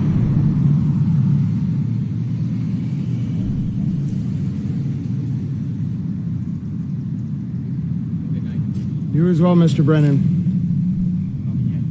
Okay, sir, I will, Hank.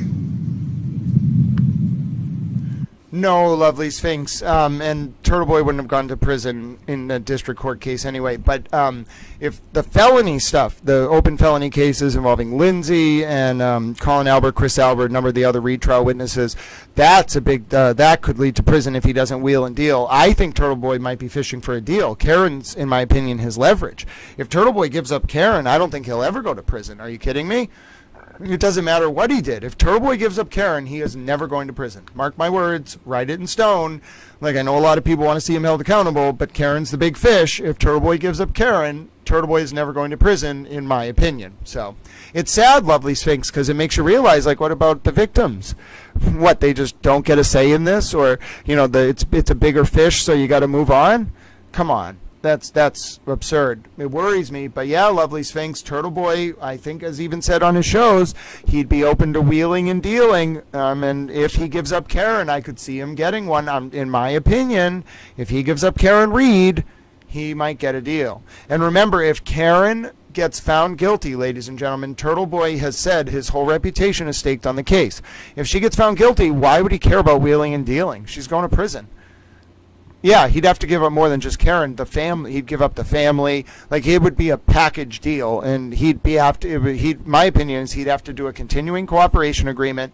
It wouldn't just be a plea deal. He'd have to testify in front of grand juries at trial, and then upon successful and sufficient completion of that cooperation, he could have his charges subject to the plea or cooperation or plea deal. You know what I'm saying? So, yeah. But anyway, ladies and gentlemen, we need to keep. That's not surprising at all, Chastity. I'm sorry to hear the Turtle Boy. We're not going to even give him play, ladies and gentlemen. He tries to get, in my opinion, he was trying to clout chase off John DePietro again this morning by being in the background of John's interview on Court TV. Because, of course, I heard, I don't know if this is confirmed, that Aiden is not allowed on Court TV because he referred to female anchors by the C word. So maybe that wasn't a good life decision. I don't know. But yes, so ladies and gentlemen, we're not going to go right over to the shirts because I feel that would be a little gaudy right now. And so instead what I want to do is I want to bring up the masterful closing from Hank Brennan, ladies and gentlemen. We are going to watch Hank Brennan's masterful closing, and we are going to be little towels. And you might be saying to yourself, sir, I have always been a towel. I will always be a towel. Please just continue to let me know that. Okay, I'm happy to do that. Really, I'm just excited to watch this closing because once it's over, then I will get to get towel lunch. And I have to go downstairs and put my towel pizza in the towel oven. Yes, everything in my life has become a towel, ladies and gentlemen. I'm also thrilled to announce, ladies and gentlemen, I'm thrilled to announce, hold on, this isn't related to anything but the clock from earlier. Oh, goodness, ladies and gentlemen, look at that. Law and Crime, hold on one second, has fixed their clock.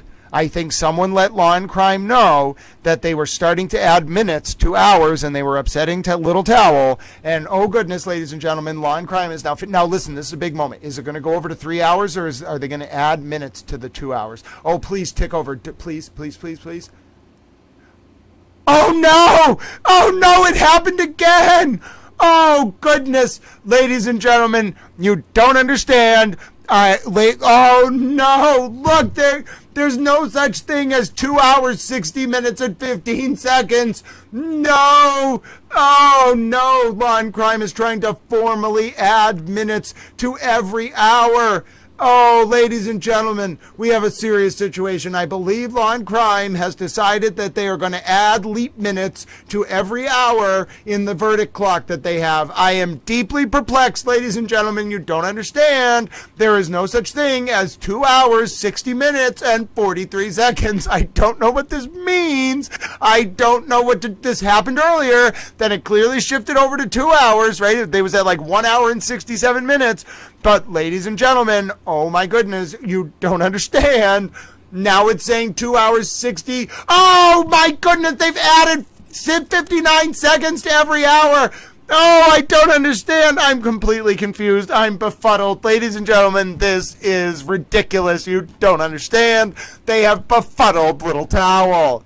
Also, ladies and gentlemen, I'm hearing reports that Elevate the Process Towel might have video from outside court today, so let me look at that. Who would like to see Elevate the Process's amazing videos from outside court today, ladies and gentlemen? I think I would, ladies and gentlemen, and I have them for you right now. Let me bring them up on the screen.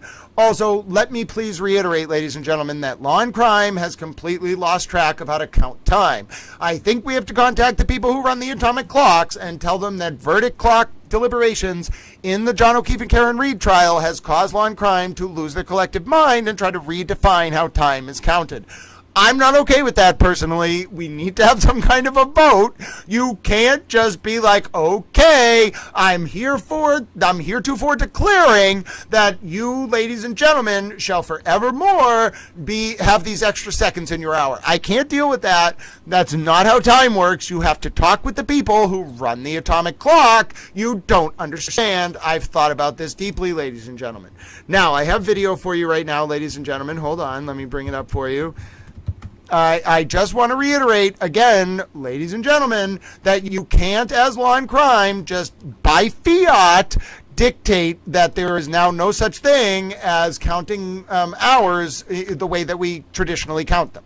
I need to have a discussion. I'm going to sit down with some people. I'm going to talk with the people who run the atomic clocks, and we are going to send a sternly worded letter to Law and Crime about the fact that there are 60 minutes in an hour, not 60 minutes and 59 seconds.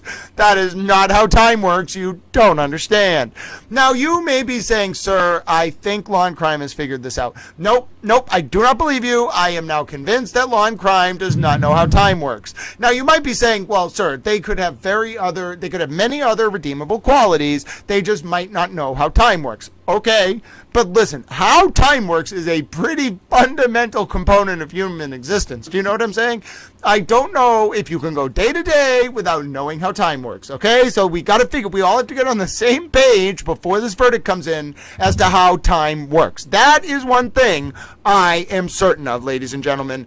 Time works in a universal way unless you are near some type of large, I think specifically iron object, and then you can, because of the way the moon pulls on the Earth's tides, you can manipulate the functioning of clocks. If you have a large iron, I want to say it's iron, some kind of metal ball. Now, I don't know where you're going to get this metal ball. I think it would have to be, in order to slow time by a few milliseconds a year, I think it would have to be like 400 tons. So you're going to probably need a metal ball the size of Oklahoma in order to actually add seconds to the year. But you could theoretically do it if you put lead. You need a large lead ball the size of Oklahoma. You put it next to the atomic clock, and it could slow down time. You don't understand. I've thought about this. I don't know how I'm going to get a lead ball the size of Oklahoma or bring it to one of the atomic clocks. The other problem is there's a lot of atomic clocks, so you'd have to get I don't think you could have this many because it would take over the whole Earth, but you'd have to get lead-sized balls the size of Oklahoma for every atomic clock, and then there wouldn't be any surface area left on the Earth.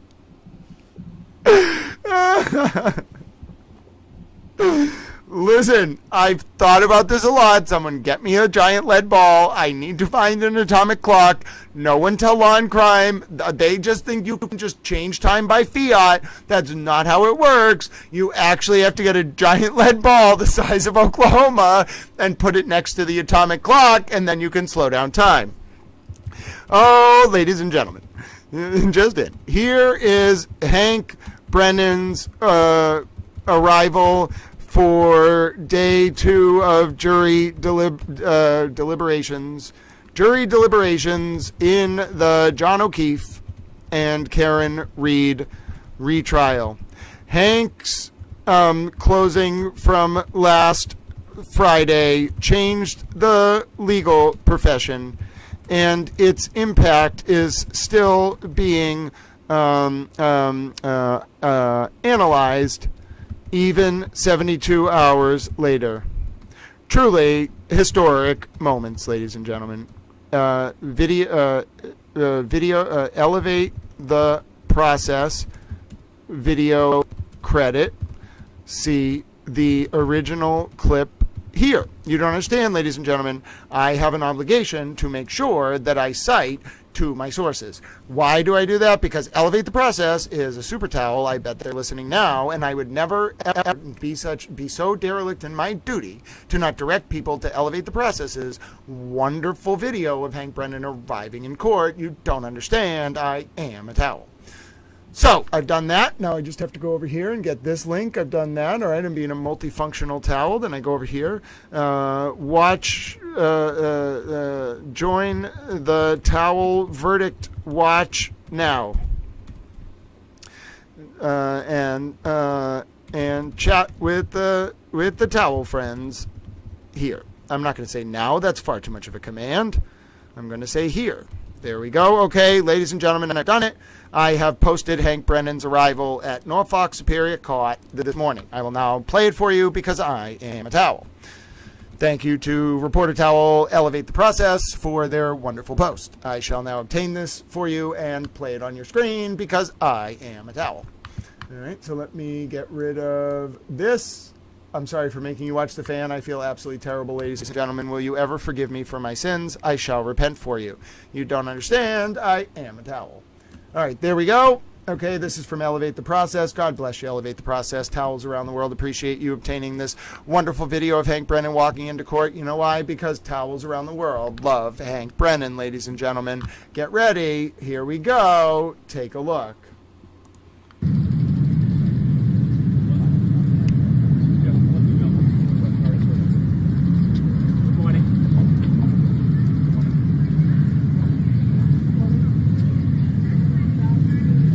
Cool as you like.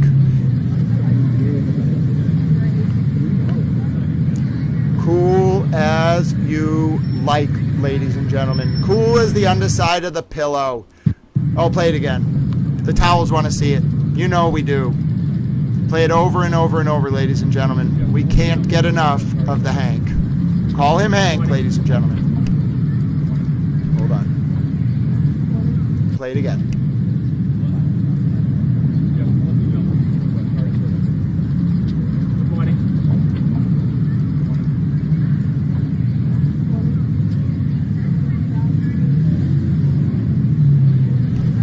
Hank Brennan, ladies and gentlemen. Hank Brennan. Oh, goodness. Inspiring man right there. Oh, do we take a look at Hank's feet towels today? Hold on. Oh, hold on. Everyone calm down. Try not to get overwhelmed. We're looking at Hank Brennan's feet towels. They seem to be... Oh, they're kind of hiding. They look black today. They look black. It looks like Hank Brennan has black feet towels on, ladies and gentlemen. It's tough to... Yeah, it looks like they're just black. Oh, there you go. That's the shot. There you go, ladies and gentlemen. Hank Brennan has on black feet towels today. We are waiting for the moments. Now, ladies and gentlemen, take a look at Hank Brennan's feet towels. Try not to get too overwhelmed. I'm not going to mention any specific names, but if you need some water or some snacks, you know where to find them. The best way to get through looking at Hank Brennan's feet towels is to occasionally simply say to yourself, I will drink some water, count backwards from 5, and compose myself. It is okay. Hank Brennan is wearing feet towels. That is a good thing. If people didn't wear feet towels, I don't know where we would be, ladies and gentlemen. Can you imagine how uncomfortable life would be without feet towels? Have you ever pondered that reality? I do so every day, ladies and gentlemen. Sometimes I have an existential crisis about what life would be like in the absence of feet towels. And you might be saying to yourself, sir, that is an extremely strange thing to think about. Well, okay, I am an anthropomorphic towel. Have you ever considered I can't just leave my towel brethren to flutter aimlessly in the wind? No, I think about feet towels just like I think about all other towels, ladies and gentlemen. Now, if you're wondering, Grant, are you actually posting the video of Hank Brennan's arrival to court in different places on social media, and in turn going to wait to play Hank Brennan's closing until you're done with that? Yes, I'm absolutely doing that because I am a towel.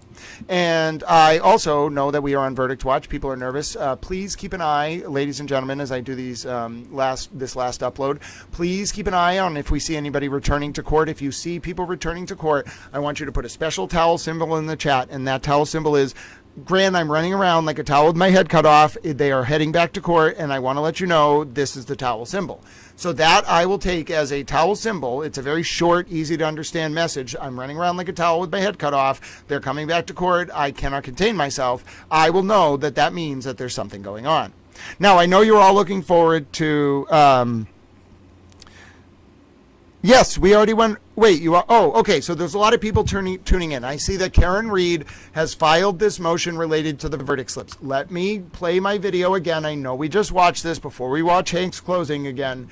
People are wondering about the people are wondering about this situation related to the verdict slips. Let me play you my video again to get everyone caught up about what's going on with the verdict slips, okay? I know some of you are going to say, Grant, I want to watch it again because that was helpful. I know some of you are going to say, Grant, we just saw that. Okay, well, Karen Reed filed a motion, so we have to watch this again. I'm going to get lunch soon, and then we will watch Hank's closing after this video. First one, let me zoom in on it so you can actually see it. Mandy Tell, I don't think you have any questions about this one. It is not very hard to understand. It simply says, in the above entitled case, we the jury say the defendant is not guilty or guilty of... I'm hearing motion denied, or are you saying, sis, you want the motion denied? Hold on. Sis, we're going to give a 20-second delay here. Sis, are you saying that the motion is denied or that you want the motion denied? Hold on. We trust Sis Towel, ladies and gentlemen. You don't understand. Sis is a wonderful super towel. And you let me know, Sis, if you're saying you want it to be denied. Great. I support you. Sis is probably like, oh, no, I paused the whole stream. If you want it to be denied, I'm right there with you. Don't worry. You're going to get to... So the motion, Mandy Strong, is just for them to change the verdict slip. That we didn't get to see the exhibit. We'll take a look at it.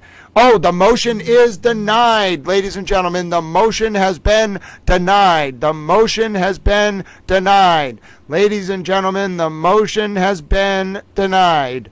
Denied. Judge Cannoni, I told you. Oh, hold on. So I want everyone to relax. I appreciate it. I was not actually looking at the towel comments. I was uploading the video of Hank Brennan's arrival because he's a super towel. You don't understand. But anyway, no, you do understand because I was saying it. Now I'm back with you, okay? And the motion, Mandy, you can find it on my Twitter. I will explain it to you again. It's already denied. It was a motion from Karen to change page 2 of the verdict slip. So that means we're going to rewatch this clip of me explaining the verdict slips because the verdict slip I go over in the video on page 2, Karen was freaked out about. She tried to change it. She lost. Okay, so you ready for it? It's going to be glorious. You all love this video. I'm a towel. Thank you for telling me it was denied, by the way. You are all super towels. I appreciate you all. Towel loves you. You're special because you are you. Chloe the dog in a wig. If you are out there, just know that I love you as well. I also love people who love honey mustard and people who are towels. Offense as charged, murder in the second degree. I think we are mostly all on the same page about that one. Now you might be saying to yourself, okay, what about the next one? Well, I have the next one. The next one is read bottom to top. I think that's why there was a lot of confusion on this. You read it bottom to top. Okay, so I want all the mock jurors or just people who want to learn about this, you read this verdict form bottom to top. Okay, does that make sense to everyone? So the first question you ask, okay, now the reason you read it bottom to top is you have to decide, first of all, whether she's guilty of any of the lesser included offenses, okay? You got to go all the way to the bottom. Hold on, breaking in. I have a report here from my Mountain View towel. We love towels who love mountains. We love towels who are mountains. Did you know mountains can be towels? Rain falls into them, ladies and gentlemen. The rain gets absorbed into the mountain. Therefore, I have proven by logical deduction that towels are mountains and mountains are towels. Here's the proof.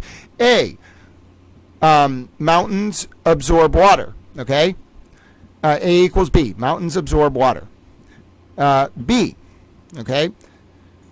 Towels absorb water. Yes, we might have this backwards. But anyway, mountains are towels. I'll work on the logical proof later. I need to write it out. I'm not a towel mathematician. I don't do formal logic. I'm a towel.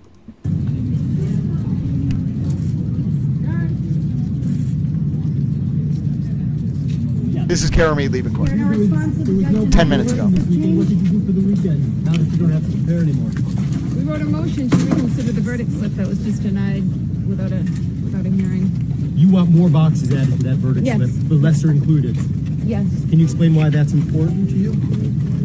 I think what happened last year with the same verdict form explained that the jurors themselves wanted to use it, and it said as much. So we just wanted to avoid that again, and apparently was not done. So we'll just move forward, and we don't enjoy it. Overall feelings heading into today, Karen? I feel well. I feel strong, and the jury will do the right thing. What are you going to do chose now? them. What are you going to do right now? Eat something. Breakfast. Confident with 7 women on the jury? I don't even know what the breakdown is. Is that what it is? 7 women, 5 men. Oh, stop!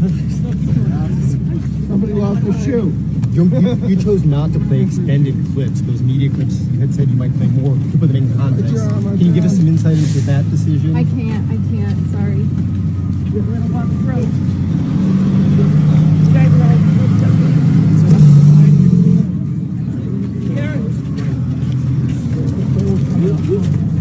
Watch out, you're going to trap me. Thank you. We haven't seen you try to address the supporters. A message to them here. I can't make any comments. I'm still gagged. Sign. That's the message. All right.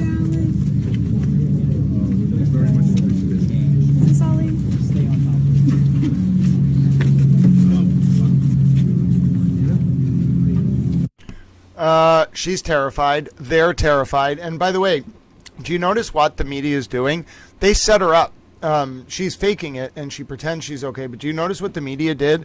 They set her up. They pretended to be nice to her for a while. Now they're vultures. They want her to be convicted. That's the story. They want to feed on her. Unfortunately, it's sad, but like they're ready for this. You can tell. Yeah, and that thing has very esoteric meaning. It is not just like shaka whatever. That symbol has very, very demonic meaning. I don't know why. I mean, she's kind of demonic, I guess, but like she's also a Catholic. But like what's weird is, so we've talked about this before. Like for a while, esoteric groups like more like esoteric Freemasonry and things like that, they didn't really allow Catholics. Like the Catholics had their own secret societies, the Knights Templar or whatever. Who would protect pilgrims during the Crusades. They actually ran the first banks, the Knights Templar. That's where the Vatican Bank, the Banco Ambrosiano, first started up. That's a whole demon in and of itself. Not a demon, it's just a tormented entity. Maybe that's some demons in it. You got to expel demons even from within the church sometimes, ladies and gentlemen. That's true. But anyway, the secret societies of the world didn't really welcome Catholics in for a long time. Like, it was not really cool. It was kind of like they were not really welcome. Secret societies are more like, they worship this, especially some of these secret societies worship this weird like Baal like figure. It has like this 3-part name that comes from like a construction of 3 different elements in the Bible. And it kind of means like this devil figure. It's kind of like Baphomet, but it has like another name that combines like B-A-E-L and then this other short word and then this other short word. And it's hard to remember them because I think they're in Hebrew. They might be in like Aramaic or something, but it's a very early form of human language that these people are passing down to each other through these esoteric traditions. And it's anti-Christian. I mean, they call themselves like deists, like they believe in a god, but we talked about this yesterday. These secret societies don't really believe in the traditional God that maybe like a Christian or a Jewish person or a Muslim would believe in. They believe in this like inner God, and what their belief system boils down to, a certain branch of this esoteric knowledge that really traces back to like the early days of this human civilization, probably like the pre-Socratic days, so like earlier than 1000 BC. It's like a pagan thing kind of. It's basically that your ability to have your mind master control of your emotions is what enables you to find God. Like they believe that we are I'm talking about a very broad understanding of esoteric tradition here.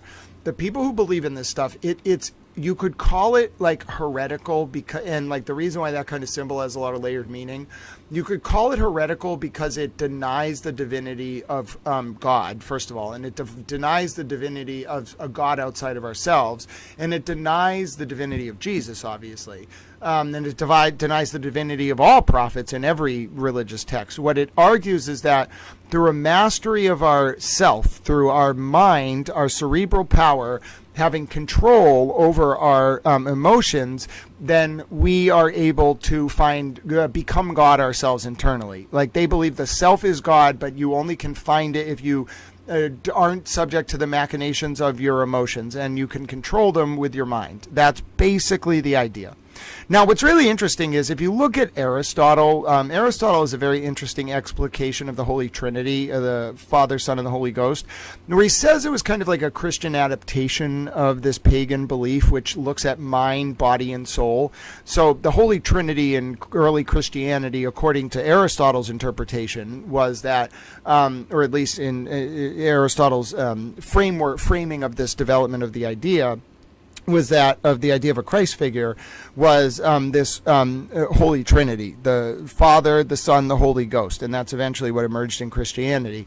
And this idea Aristotle talks about is really just a manifestation of the human Trinity, which is knowledge, soul, and body. And so the Freemasons, or this esoteric group that kind of passed down a lot of these early history traditions, what they're really studying is kind of this idea of like, okay, people who believe in a God outside themselves are subject to a lot of like control. Like, so that's useful for them, like these like masters of the universe types. That's useful for them. But for themselves, they're like, we would never be so vain, or well, they think of it as vain. We would never be so subject to those machinations and low-level human instincts as to believe in a God outside ourselves. No, we have command. We are the masters of the universe. Our brains are not subject to our emotional whims. Our mind controls our emotions, and thus we are always in control. You see what I mean? It's kind of a paternalistic, very condescending worldview. And so when people do signs like that, it's not really saying like, I believe in the devil. It's saying like, I believe that and this is a very, very broad way to say it. It's a way of saying like, I believe that I am my own God. And this is a very, very, very deep analysis of it, because it requires explicating this sort of group who kind of believe in this kind of mastery of brain over emotion. Okay, and I could totally see Alan and Karen being involved in that stuff. Like, that's what real aristocratic power is all about. Like, if you can't be, first of all, do you know that LBJ used to water down his drinks with Senate and House leadership? So they would get drunk, he wouldn't, and he would be in control. Second of all, do you realize I never drink? There is not a moment in my life, except when I have panic attacks about very specific things, that I'm not completely in control of everything that I'm thinking about and talking about. Third of all, Do you realize that that's really what it comes down to? Like, alcohol is one way for you to lose control of your emotions, but a way you might not see is that people will emotionally manipulate you, or you yourself will be subject to your own emotional state, which manipulates your ability to have command and control of a situation. So the people, these masters of the universe types, are like, that's such a plebeian kind of thing to experience. Emotion? Oh my goodness, that's a degraded form of human existence. Everyone can experience emotion. No, we are masters of the universe. We don't allow ourselves to be subject to those kind of personal whims.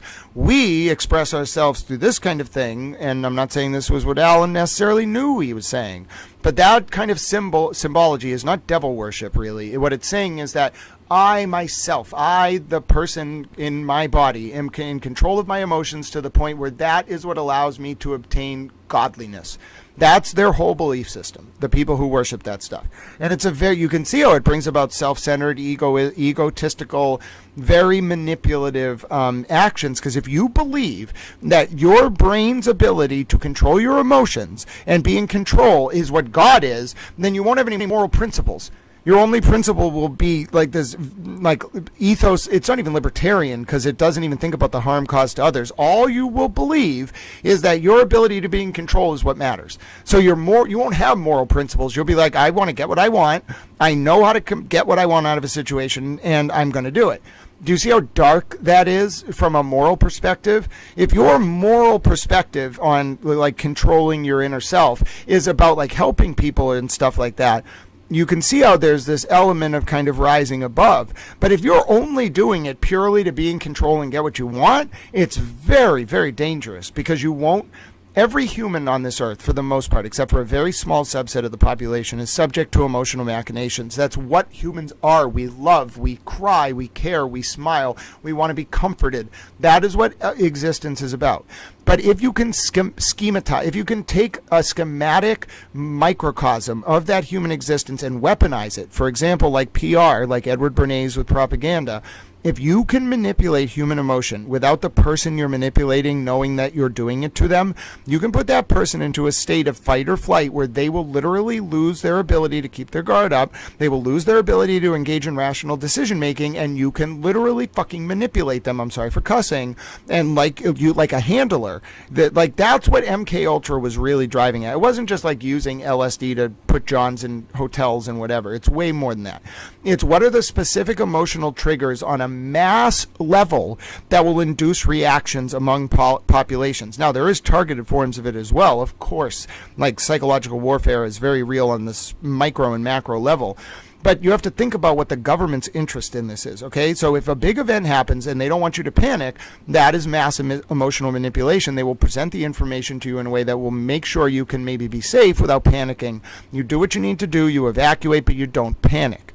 That's emotional manipulation. A more targeted form of it is, we need someone to do a certain thing. And that person may be nervous or like have abandonment issues, whatever. So let's induce that state in that person so that when we need them in a certain moment to do a certain thing, we don't tell them to do it. Maybe they won't go along with it. They have a lot of free will. Maybe they have oppositional affiance disorder or pathological demand avoidance.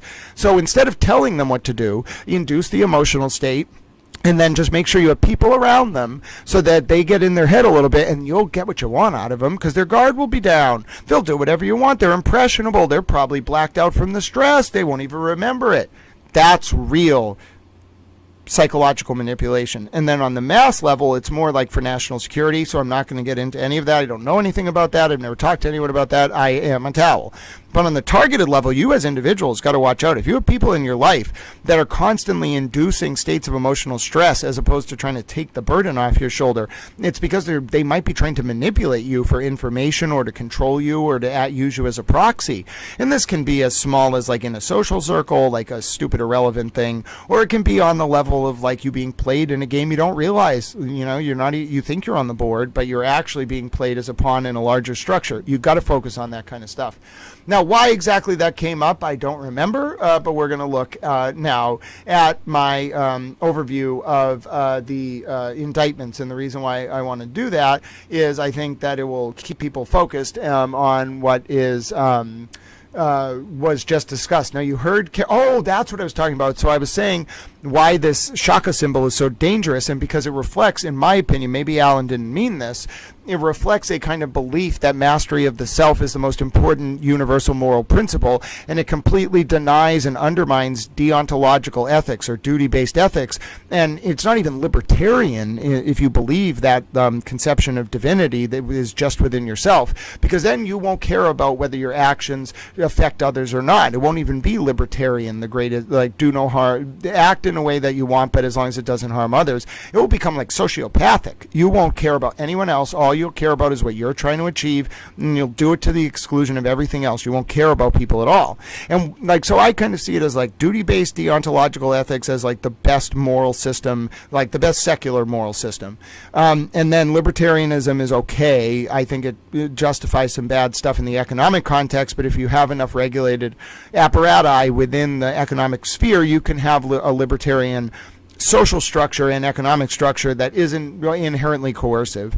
And then, but what I think is the most dangerous is this kind of self-interested philosophy. So it's neither like duty-based ethics or religious-based ethics or libertarian-based ethics. It's kind of like this selfish, egotistical ethics that people don't talk about in public. They hide it because aristocrats, in my opinion, think they get to run society because they have mastered command of their emotional state, and therefore they can manipulate the lower classes of society. I think that's BS. I'm smarter than some of you, and I'm going to stop you, so screw you. Anyway, let's watch my overview of the let's watch the overview of the verdict slips. First one, let me zoom in on it so you can actually see it. Mandy Tell, I don't think you have any questions about this one. It is not very hard to understand. It simply says, in the above entitled case, we the jury say the defendant is not guilty or guilty of the offense as charged, murder in the second degree. I think we are mostly all on the same page about that one. Now you might be saying to yourself, okay, what about the next one? Well, I have the next one. The next one is read bottom to top. I think that's why there was a lot of confusion on this. You read it bottom to top. Okay, so I want all the mock jurors or just people who want to learn about this, you read this verdict form bottom to top. Okay, does that make sense to everyone? So the first question you ask, okay, now the reason you read it bottom to top is you have to decide, first of all, whether she's guilty of any of the lesser included offenses, okay? You got to go all the way to the bottom, okay?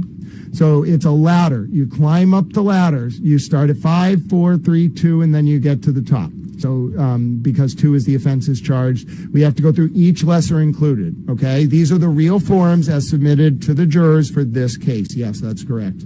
So it's a ladder. So let's start at the bottom. Is Karen guilty of operating a motor vehicle under the influence of liquor? This is the lowest charge, okay? So you got to decide, is she guilty of that? You check the box. It's perfectly okay for you to find you're guilty of all these things, but you got to start at the lowest one. So the jury starts at the bottom. Is she guilty of OUI? Okay, yes. Then you got to decide, is she guilty of the lesser included offense of motor vehicle homicide, felony OUI liquor? You got to decide. Okay, check the box. If she's not guilty, you just don't check the box. Now, the reason why you have to check 2 boxes is, do you see how there's 2 different ways you can be found guilty? Either your blood alcohol level is over 0.08, or you were operating in a way that you shouldn't have been, even if they didn't have a blood result. Here we have a blood result and Karen's own words that she shouldn't have been driving. So I don't think it matters which check box they do for the sub box here, which one she was guilty of in terms of the OUI, whether it's BAC or her actions. But either way, or state of mind, I should say, or clarity of mind. But either way, so say you check the box. There's no way to check a not guilty box here. If she's not guilty of one of these offenses, you just don't check the box. So if you think she's guilty of OUI, you check the box. If you think she's guilty of motor vehicle homicide with felony OUI liquor and negligence, you check the box. If you think she's guilty of involuntary manslaughter, you check the box. Now, we get up to the very top. If you, on top of all of ladies and gentlemen, I'm interrupting with a slight announcement. I have a page from Ford Towel Ange Whittick, ladies and gentlemen. If your name is Marie TX, Rita P., or Irene Grillo, could you please report to your technological device at your nearest convenience and enter the chat, and please let dear Ford Towel Ange Whittick know your votes. Thank you so much. If we do not get your votes, I'd say within the next 1 hour or so, we will replace those 3 votes with backup jurors. If you'd like to be a backup juror for jury, I believe it is 1, please let us know in the comments, ladies and gentlemen. We only have roughly 3 votes to go for jury 1. Again, the announcement from Towel Executive, Marie 623TX, Rita P. from Canada, Irene Grillo. If you hear your name, please report to your nearest technological device and let your 4-Towel, Ange Whittick, know your vote. Thank you so much. That thinks she's guilty of the top offense, which is manslaughter while OUI under the influence of liquor, you check the box. You also have to do the blood level or state of mind box for that, but you check the box. Now, if you don't check any of these boxes, if you don't check 5, if you don't check 4, if you don't check 3, if you don't check 2, then you check not guilty on any of on the offense charge or any lesser included offense. Does that make sense? Yes. Don't get me wrong. You read that top to bottom, it is incredibly confusing. But if you read it bottom to top, it makes sense. Well, you have a job to do as the jury. You must go through number 5, number 4, number 3, and number 2. If you don't check any of those boxes, then you may check box 1. All right, so it makes sense when you read it that way. I can understand why I said there was some confusion. It's very important to read it top to bottom. Okay, what is it? Voluntary versus involuntary? She's only charged with manslaughter versus involuntary manslaughter. There's no word voluntary on there. Do you see the word voluntary on there? We're doing a Socratic exercise, Mandy Strong. There's no word voluntary. It's just involuntary versus manslaughter. So the jury's thinking manslaughter while OUI requires elements of you doing an underlying reckless act. Involuntary manslaughter is even lower. It's like negligence. And the jury, remember, the jury has all these instructions. We don't have the instructions yet for this trial because Judge Canoni had to edit them and she didn't finish. However, this is the jury's not asking. There's no voluntary word there. It's manslaughter while OUI under the influence. Okay. Now, if you don't want that one, now strangely, you'd think motor vehicle homicide, felony OUI is more intense. It's not. Involuntary manslaughter is more serious than motor vehicle homicide while felony OUI. So the jury may not realize it, but these charges from top to bottom are in order of seriousness. OUI is the lowest possible offense she's getting. Motor vehicle homicide, felony OUI is a higher level offense. The penalties are like 5 to 10 or something, 2.5 to 10. Involuntary manslaughter is like 2.5 to 20. Manslaughter while OUI is 10 to 20 or 5 to 20. And then, so you see what I'm saying? It just goes up. They don't realize it, but the most serious offense on this charge sheet is with the most penalties is manslaughter OUI under the influence of liquor. The next most serious charge, although it doesn't sound it, is involuntary manslaughter. The next most serious charge is motor vehicle homicide. And then the least serious charge in this indictment is OUI. Does that make sense, everyone? So yes, to me, what the jury's going to do, what any reasonable jury would do, is realize, like, okay, wait a minute. They're asking us if she was drunk and driving. Oh, she said she was. She's definitely drunk driving, guilty. But okay, now they're asking us if she was like drunk driving and was negligent for motor vehicle homicide or OUI. Yeah, she said she wasn't reckless, but she backed up to 24 miles an hour. That's pretty negligent. I wouldn't back down my driveway at 24 miles an hour. I bet the jury's probably drove their cars backwards. The jurors probably drove their car backwards 24 miles an hour. It's scary to do that. I think they were like, oh, that's negligent. Definitely negligent. I wouldn't do that even if I were sober. So you check that. Involuntary manslaughter is a little more complex. It's like, was she reckless? That's what they'll be thinking about. The foreperson will hopefully ask them, like, because of the elements of the offense. Like, so now, like, we were saying she was drunk, she was negligent. Was she reckless? Like, is that, like, the damage to the taillight, the snowy conditions, the time of day? That's all the stuff you think about for recklessness. It's what a reasonably prudent person know, or should that reasonably prudent person should have known in those circumstances that their act was reckless. Like, would it cause potential danger or threat to someone's physical well-being or life? That's involuntary manslaughter. I think they get there. And then to get to the top one, I don't know if the foreperson's going to be able to tell the jury this, if they're going to figure it out. But then you're telling the jury under this one, the jury has to decide, okay, so we think she was reckless, like it was very dangerous to do that. A reasonable person wouldn't have done it. Do we have a theory of why she did it? Okay, that's what makes manslaughter or OUI a little bit different than involuntary manslaughter. For involuntary manslaughter, you just need the recklessness, which is more than negligence. Okay, it's a mens rea standard. You just need recklessness. For motor manslaughter or OUI, you need a little bit more. It's like recklessness, but a little bit of an act. Like you need kind of like her to have done the backing up to intentionally, not like as intentionally as the second-degree murder charge, but you need like some act for manslaughter or OUI. It's not as much as second-degree murder, but to get from involuntary manslaughter to motor vehicle homicide, OUI, or excuse me, manslaughter or OUI, you need recklessness plus the backing up plus the drinking. Okay, if you think she wasn't drunk and it was just reckless, then it's involuntary manslaughter. Do you see what I mean? And the difference with murder 2, obviously, is if they go with murder 2, then they're finding that she was reckless and that she backed up intentionally.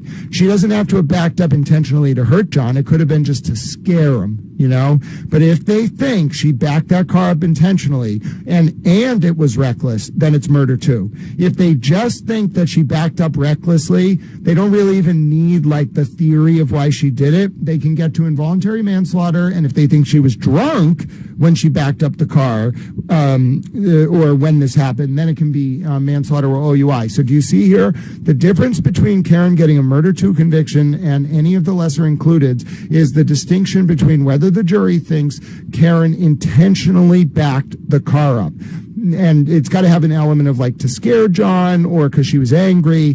If they think she backed that car up in anger versus like just backed it up because she was like just trying to get out of there, whatever they come to feel, then she's going down on murder 2, because that's what the jury instructions basically say for murder 2.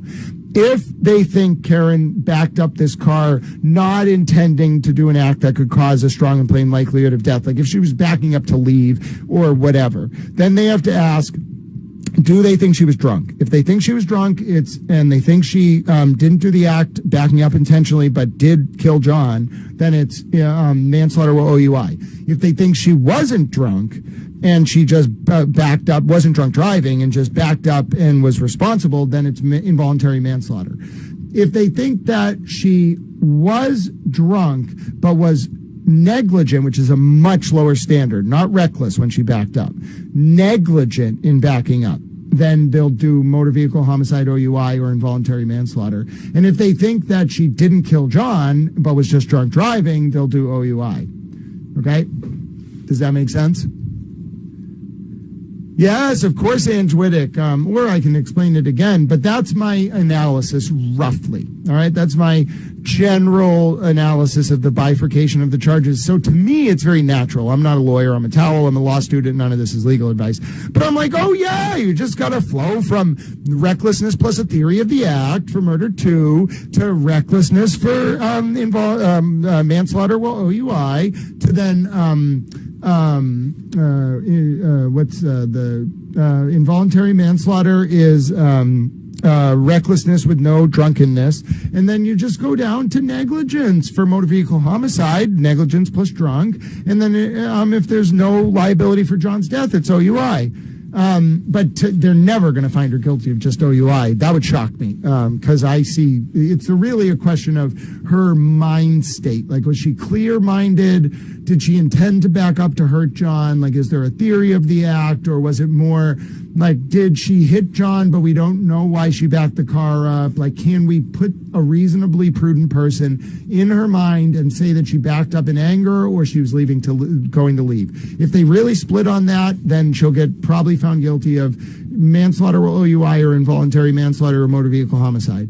Maybe some of the lesser included, and then leaving the scene. If they think she backed up that car in anger, this is the worst possible outcome for her. If she thinks they were in an argument, if the jury thinks Karen was in an argument with John and she backed up that car, she said she pulled forward to get his attention. If they think it was more and she was angry and backed it, maybe didn't intend to hit him, but backed it up to get his attention, murder 2.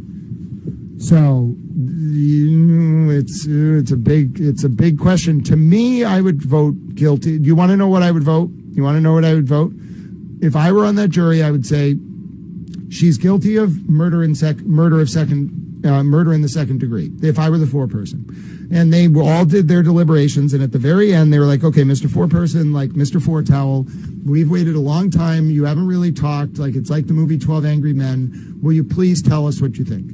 And I would stand up and I would say this. I've heard everything you've all had to say. And I think she's guilty of murder in the second degree because she intended to back up her car to scare John and out of anger, and she did an act that in the circumstances a reasonably prudent person should have known would have posed a strong and plain likelihood of death. Okay, that is what I truly believe that the jury, that's what I believe about this case. However, I would then go on to say, but also, by doing that, by saying if we vote 12-0 on murder, guilty of murder in the second degree, we are also, based on the elements of the charges of murder in the second degree under the third prong, saying that she's guilty of every other crime in the second indictment. She is guilty of being drunk. She's guilty of driving under the influence and hitting John. She's guilty of doing it in a negligent way. She's guilty of doing it in a reckless way. So all of that would mean we'd have to convict, and I would argue for a conviction on every single count of the first indictment and the second indictment. Then I would go on, get literally every checkbox. Then I would go to the third indictment and say, now the one thing, and I truly believe she knew John was on the lawn when she left, the one thing we have to consider is picking the glass out of John's nose. The doctor told us, like her own defense expert, you have to be alive for blood to spurt out of you like that. So for her to pick the glass out of his nose, I think that occurred at like 12:30 a.m. And if she did that, then she's guilty of leaving the scene too, because she knew he was dead and left. Therefore, I would convict across all three. But I'm interested to hear if any of you jurors feel that if we convict her on murder too, that it's redundant to convict her on everything else. That's, as a foreperson, what I would say. I wouldn't feel that we should do that, but I would say, do you want to just convict her on murder too, which is a very serious charge, and then not convict her on the other charges? Or do you want to convict her on murder too and everything else? Now, here's the problem. She gets convicted on everything, she's screwed. She's never getting out of prison. If she gets a jury who's like, listen, like that's a lot. Like, I think murder two incorporates everything else. Can we just find her guilty of murder two? Then she might get out in 10 to 20 years. What the least likely option, although I could be surprised, is that they find her guilty on something under count two and not count one. I think it could happen. I think it's unlikely. Then her sentence could, if it's, it could range anywhere from no prison time for just OUI to 1.5 to 10 years for some of the middle offenses, motor vehicle homicide, OUI, involuntary manslaughter. It could be like 7 to 12 years, which seems to be what I think this is going to end up at if she gets involuntary manslaughter or manslaughter while OUI, 7 to 12 years. And then if you add in the leaving the scene charge, add another 1.5 to 3 years. My prediction, this case right now is going to be somewhere between involuntary manslaughter, manslaughter while OUI, felony liquor, and second-degree murder. Karen's sentence will, depending on the number of guilty charges the verdict comes down with, Karen could face anywhere from 7 to life, but I think the most likely range for her, based on the Turek case, 7 to 20, more likely 7 to 12. If you add the third count, 7 to 15. Judge Canoni will probably come down around 12. The best Karen can hope for right now is out in 5 with good behavior, more likely out in 7 to 10 with good behavior. If she gets murder too, it's all up. If she gets found guilty on murder too, she's going to jail for life, I'm pretty sure. Because I don't think that maybe Judge Canoni will give her like a possible parole term, obviously. But, you know, like she's not going to get out before 2050, 2060. She's not getting out of jail. She'll die in jail if she gets found convicted on murder too. If she gets... So there you go. I mean, you heard that, ladies and gentlemen. Now, I had a request. Hold on. I had a request here for a video, which was of Karen Reed leaving court. Let me just find that video for you, little towels. I just had it up for, so I know someone shared it, so hold on, let me find it for you. Someone asked for the video of Karen leaving court. You know I have that ready for you. I got it. It's from Ava Berger, ladies and gentlemen. Ava Berger. Ava Berger can be a towel, ladies ladies and gentlemen. Ava Berger got us a clip. You can find it on Ava Berger's Twitter. This was the request. You know Tal will never turn down a request. You asked for the clip. Tal will play it.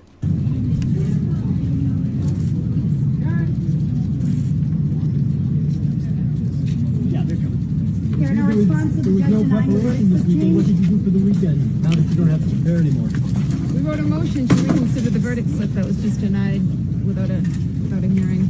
You want more boxes added to that verdict Yes. slip, the lesser included. Yes. Can you explain why that's important to you? I think what happened last year with the same verdict form explained that the jurors themselves wanted to use it, and they said as much. So we just wanted to avoid that again, and apparently was not this time. So we'll just move forward and wait on the jury. Overall feelings heading into today, Karen? I feel well. I feel strong, and the jury will do the right thing. What are you going to do chose now? them. What are you going to do right now? Eat something.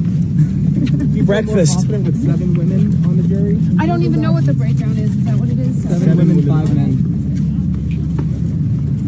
Oh, stop! Somebody lost a shoe. You chose not to play extended clips. Those media clips had said you might play more to put them in context. Can you give us some insight into that decision? I can't. Sorry. You're a little on the throat.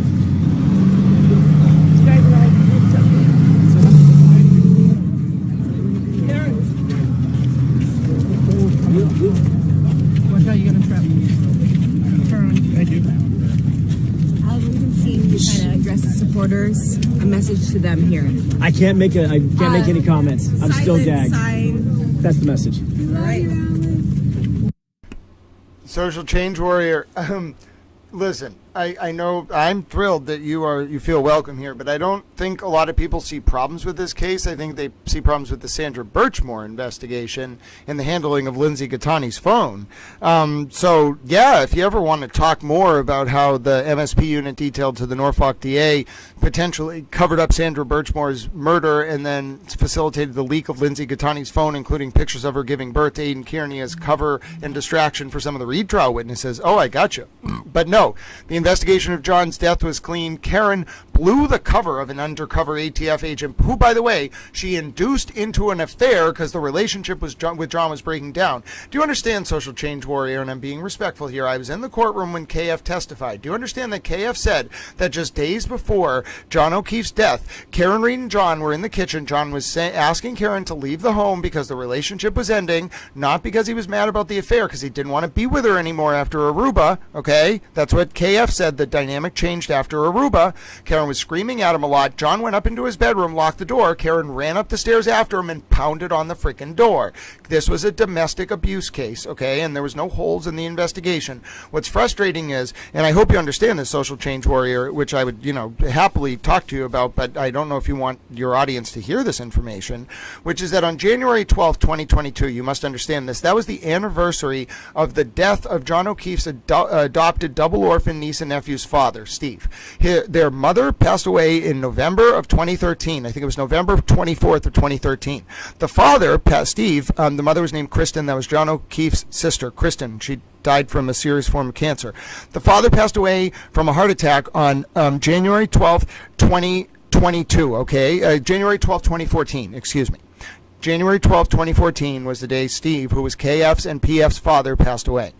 On January 12th, 2022, so jump forward 8 years, every year the children, KF and PF and John, and their family would mark the passing of Steve. I'm sure they marked the mother's passing as well, Kristen. But just for the purposes of this story, the relevant part is that the children would mark the passing of KF and PF's father, Steve, on January 12th, 2022. That's what they were doing. I'm probably one of the few people that knows about this, actually. So if you're interested in this case, here you go. This will put it all together for you. Social change warrior, I don't necessarily know if you want to hear this, but you probably should. She's guilty, in my opinion. There's no issue. There's no reasonable doubt. It was a domestic violence relationship. She was abusive towards John, and when he was trying to leave her, she got angry, and whether she intended to kill him or hurt him, she used her car as a weapon, and he died. Okay, so January 12th, 2022.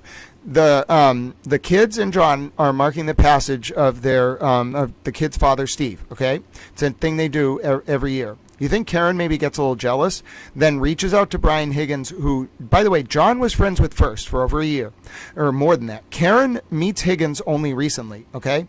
Now, do you think Karen starts the affair on January 12, 2022 by accident? No. She was, in my opinion, feeling ignored, and she was trying to emotionally torment John, so she started an affair. By January 15, 2022, we're talking 3 days later, the Pats are playing Buffalo, up in Buffalo, the Bills, all right? It's at the playoffs. The Pats lose like 47-24, okay? But the relevant part is Higgins comes over to John's house at Meadows Ave on January 15, 2022. John's friend, to watch the end of the Pats game. What does Karen do? Mind you, she's been lying to Higgins the first 3 days and telling him that John had cheated on her in Aruba. When we know from the Sullivan sisters' testimony, Laura and Marietta, during the first trial, especially Laura's testimony, that Karen apologized for misunderstanding John hugging Marietta, and both of them are very beautiful, so you can see why Karen was jealous. But you can see, and there's a complex history, because Laura Sullivan was the wife of John's former BPD partner, who tragically took his life when Laura was pregnant. So there's this just complex history there, and Karen's kind of new to this whole circle. And so Karen had already admitted on January 5th of 2022 that when John hugged a family friend in Aruba on December 31st, 2021, that John was not cheating on Karen. But yet a week or two later, on January 12th, between January 12th and January 15th, Karen's trying to convince Higgins that John had been cheating on her in Aruba. That did not happen. Okay, John did not cheat on Karen in Aruba. Karen was manipulating Higgins emotionally by saying that John had cheated on her so that she could hook up with Higgins. Now on so that starts. She reaches out to him for the first time. She probably, the weed whacker conversation, she probably got his number from John's phone, which is messed up. But she gets his number out of nowhere on January 12th, 2022. Starts the affair with Higgins. By January 15th, 2022, when the Pats play the Bills up in Buffalo, Higgins comes over to watch the second half of the game. The Pats get blown out like 47-24, and it was January 15, 2022. Okay, so Higgins comes over. While Higgins leaves, Karen's like, "Oh, I'll walk you out." So now Karen, I think, is a bit of a badge bunny, and Higgins was an undercover ATF agent. John was a Boston cop. Higgins was an undercover ATF agent, and Karen, from what I understand, had a bit of a reputation as a badge bunny. Okay, she had told people she was like a Boston cop's wife multiple times when she wasn't. She was she told the first responders at the scene she was John's wife when she wasn't, when he was found dead that morning on January 29th. But anyway, taking us back to January 15, 2022. Higgins comes over to John's house to watch the Pats play the Bills, the second half of the game. When Higgins is leaving, Karen's like, "Oh, I'll walk you out. I know where the cameras are." So without John, Karen walks Higgins out and kisses him. Okay? Literally starts cheating on him in John's home. She, in my opinion, just wants to hurt John because the relationship is ending, and she wants to torment John. "Oh, you're going to leave me? Okay, well, I'll hurt you on the way out." I guess it doesn't bother John, though, and Higgins also quickly ends the affair when he realizes that Karen's just using him to hurt John.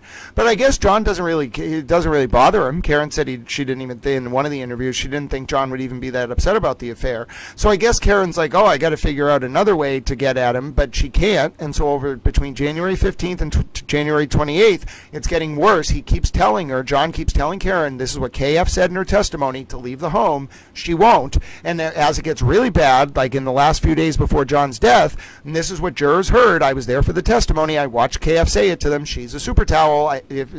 God bless you, KF.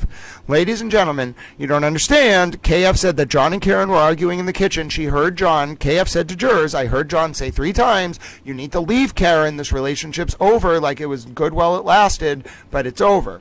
And Karen would not go. John went upstairs, locked himself in the room. Karen went up the stairs, and KF heard and saw Karen pounding on the door. That's domestic abuse. That's someone losing control. That's probably a precursor to what happened on January 28th when John probably did say, okay, like, it's over. He was saying that earlier that day pretty much. And I bet when they were in that car ride, he was like, "Karen, I'm just going to go in alone. Like, it's over. Forget about it. I'll get a ride home. Like, goodbye." And she was like, "Oh, yeah?" And got angry. Whether she intended to hit him, kill him, I don't know.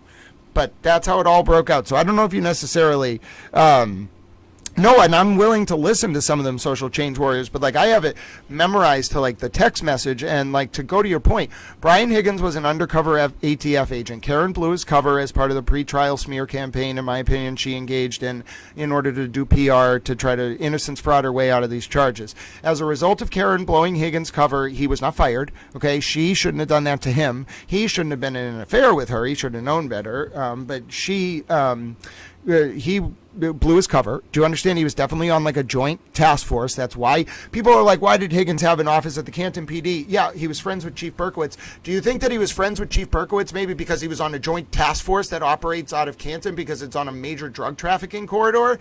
Oh my goodness, ladies and gentlemen. Like, come on now. Come on. Think. New York to Canada, you have to go up I-95. You could also take I-84 through Connecticut and I-90 and then cut through Vermont, but that's even more dangerous. You take 95, that's the controlled territory. You go from New York to Connecticut along the coast into Rhode Island. You cut through the southern part of Massachusetts and you go up 95. Everybody in law enforcement knows it. There's no hiding it. He was on some kind of joint task force. He clearly got his cover blown. He was literally involved in intimate ATF investigations, and you're asking why he destroyed his phone when he knew he was going to be subpoenaed in a criminal trial. You are lucky that the DOJ didn't rain hell down on the people who inadvertently caught him up in that investigation. Are you freaking kidding me? You compromised national security because you cheated on John and then you want to throw this guy under the bus, Higgins, to smear him? Outrageous, Karen. That's the thing that really pissed me off about this case, by the way. I care a lot about justice for John. Do not get me wrong. I think that is the most important thing going on. But you want to offend Little Towel. Oh, you compromise U.S. national security. And that includes domestic security operations related to things like the ATF or otherwise. You compromise something like that, oh, then we have a serious problem, ladies and gentlemen. So when Karen Reed exposed Brian Higgins as an undercover ATF agent, she put his life at risk. Do you understand this? She put his life at risk. She put the lives of his sources at risk. She put the lives of his cooperating officers at risk. She put the lives of everyone on that task force at risk. It's outrageous. It is absolutely outrageous. And if you want to hold somebody accountable for something, hold Karen Reed accountable for blowing Brian Higgins' cover and putting people's lives at risk. Yes, it was absolutely... No, I promise you that the DOJ specifically said this woman blew your cover. You should have known better. Like, they weren't happy with him. They didn't fire him. They probably moved him to another agency. But Karen Reed, because of her nonsense, and I guarantee she knew he was an undercover ATF agent. Don't get me wrong. She wouldn't have wanted to have been with him if she didn't know he was an undercover ATF agent. She knew. She probably found it really mysterious, all James Bond-like. And she was like, oh, yeah, this will be a notch on my badge bunny belt. That's what I think Karen Reed was saying to herself. And so, ladies and gentlemen, let me just reiterate to you that Karen Reed, in my opinion, by exposing Brian Higgins as an undercover ATF agent, compromised U.S. national security, put multiple people's lives at risk, undermined the integrity of our system of justice on multiple different accounts, and seriously offended Little Towel.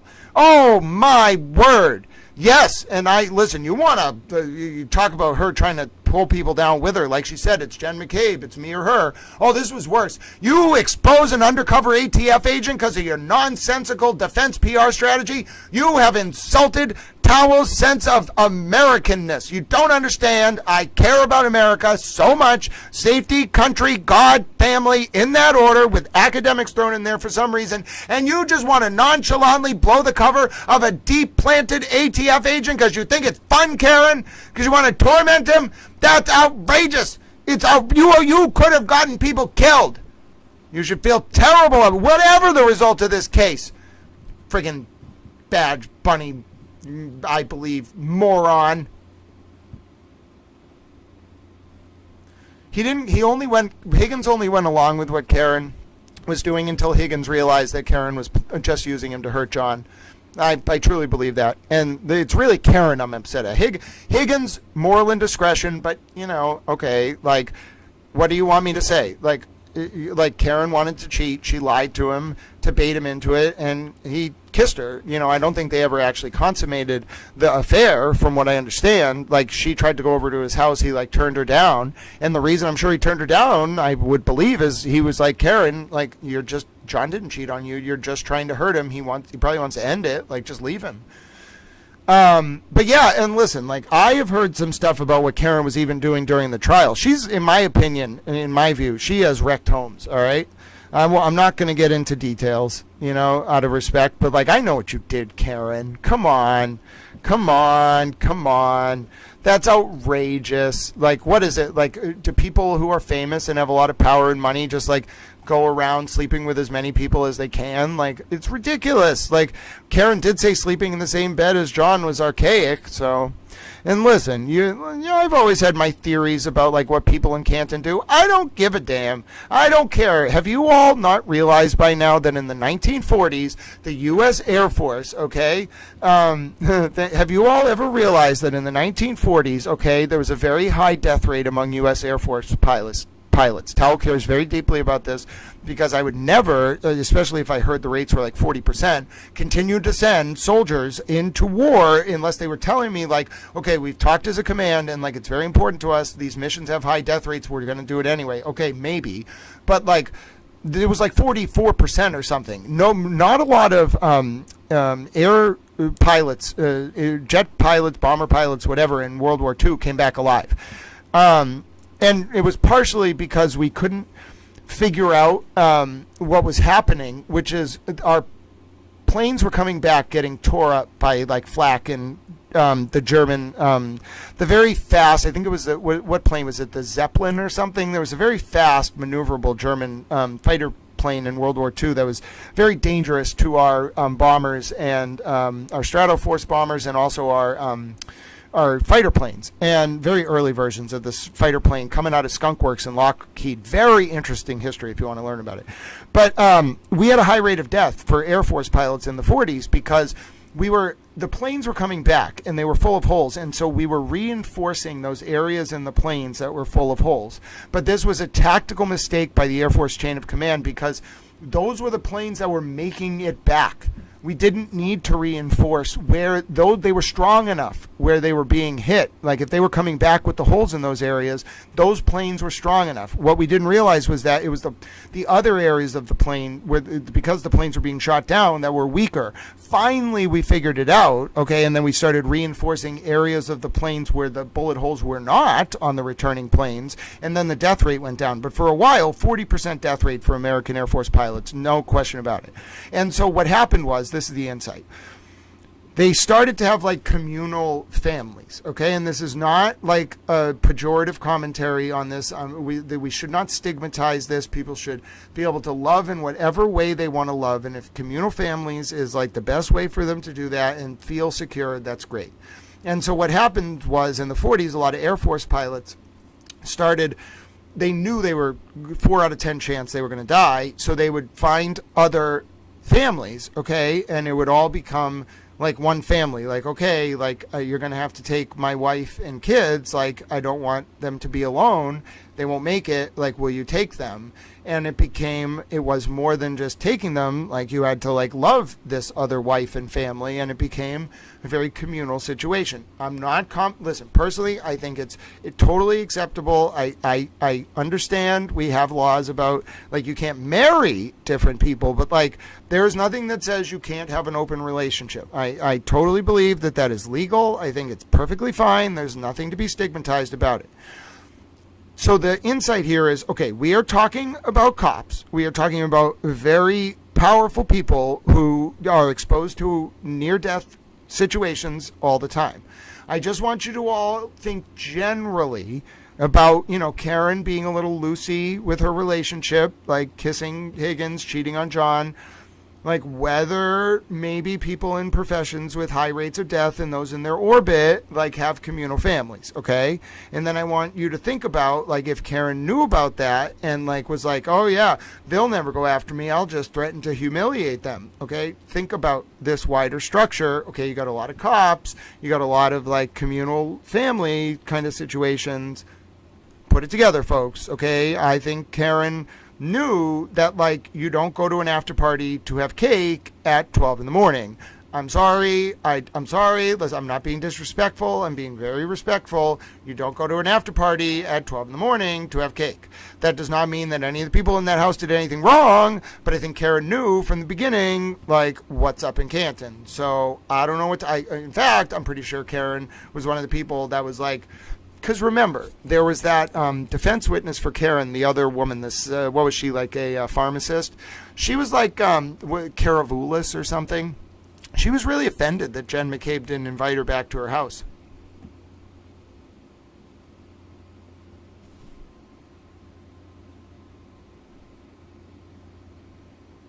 You see what I'm saying? I don't know what to tell you, folks. Like, I don't know what to tell you. I should just shut up now and we should watch Hank's closing because that's what you voted for. But, like, come on. What do you want me to do? Like, yes, I think Karen knew stuff that was embarrassing, but, like, that had nothing to do with John's death. She used that as a weapon, and I don't think Karen's Little Miss Innocent either. I think Karen would happily just go from jaunt to jaunt and just live that way. What does she care? You know what I mean? She's very heathenistic, in my opinion. Like, pleasure, like like alcohol, like think about it. Like, very basic instincts, like pleasure, control, power, alcohol. Like, you know what I mean? It's telltale signs that she'd be like, yeah, who gives, like, I'll just go from one to the next. Who cares? Like, okay. I'm not saying that's the reason that everyone does that, but I could totally see Karen being in that world, you know, and she's also, listen, there's a reason why so many people are drawn to her. She is not ugly, okay? And, like, if you're hunting for, like, people to be part of that, like, communal world, okay, she's not the worst thing you could pick. It's slim pickings. It's Canton. What the hell do you want me to tell you? Like, it's tough for me. Like, people are like, that's what the big secret is, I think. Well, the Sandra Birchmore thing and stuff, that's the bigger secret. And then what happened to Lindsay's phone, big secrets. But I think the real big secret is just what this little town is like. It is, listen, it masquerades as a freaking small New England town. It is not. I don't know what the hell is going on down there, whether it's the fact that it's off I-95, or it's like right at that juncture there of like 24 and 95, like, which is a big pipeline. I have no freaking idea. They haven't had like a homicide outside of Sandra Birchmore in like 22 years or 18 years. So it's not that. I think it's more just like, how do I say this gently? Okay, so, you know, there's like places where people live where they go home to, you know, like that's their home. You don't come into their neighborhood, you don't come into their town, like that's their home. They operate in other places, but you don't come into their home.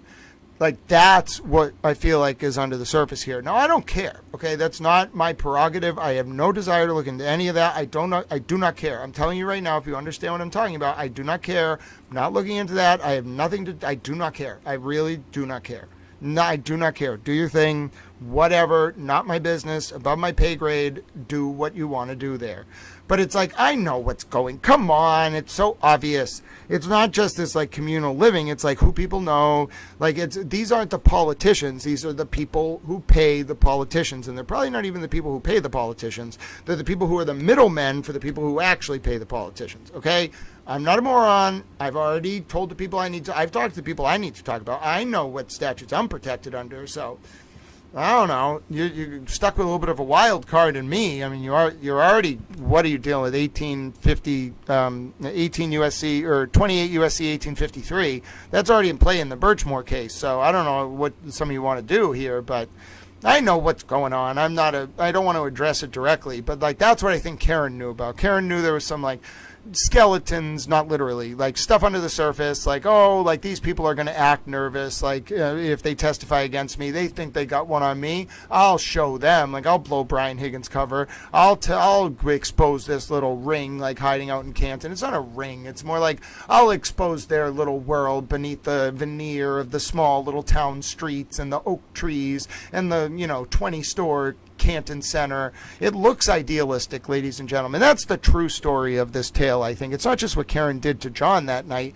but it was the wider social culture. It's kind of like Midnight in Savannah, right? Like, that book is a great true crime book, Midnight in Savannah, and you should read it because it tells I'm going to call my book, I think, and I already said this, so I had first use of it, Midnight in Canton, because it's exactly that. There is this like hidden hand, like social arena in Canton that Karen and John were involved in.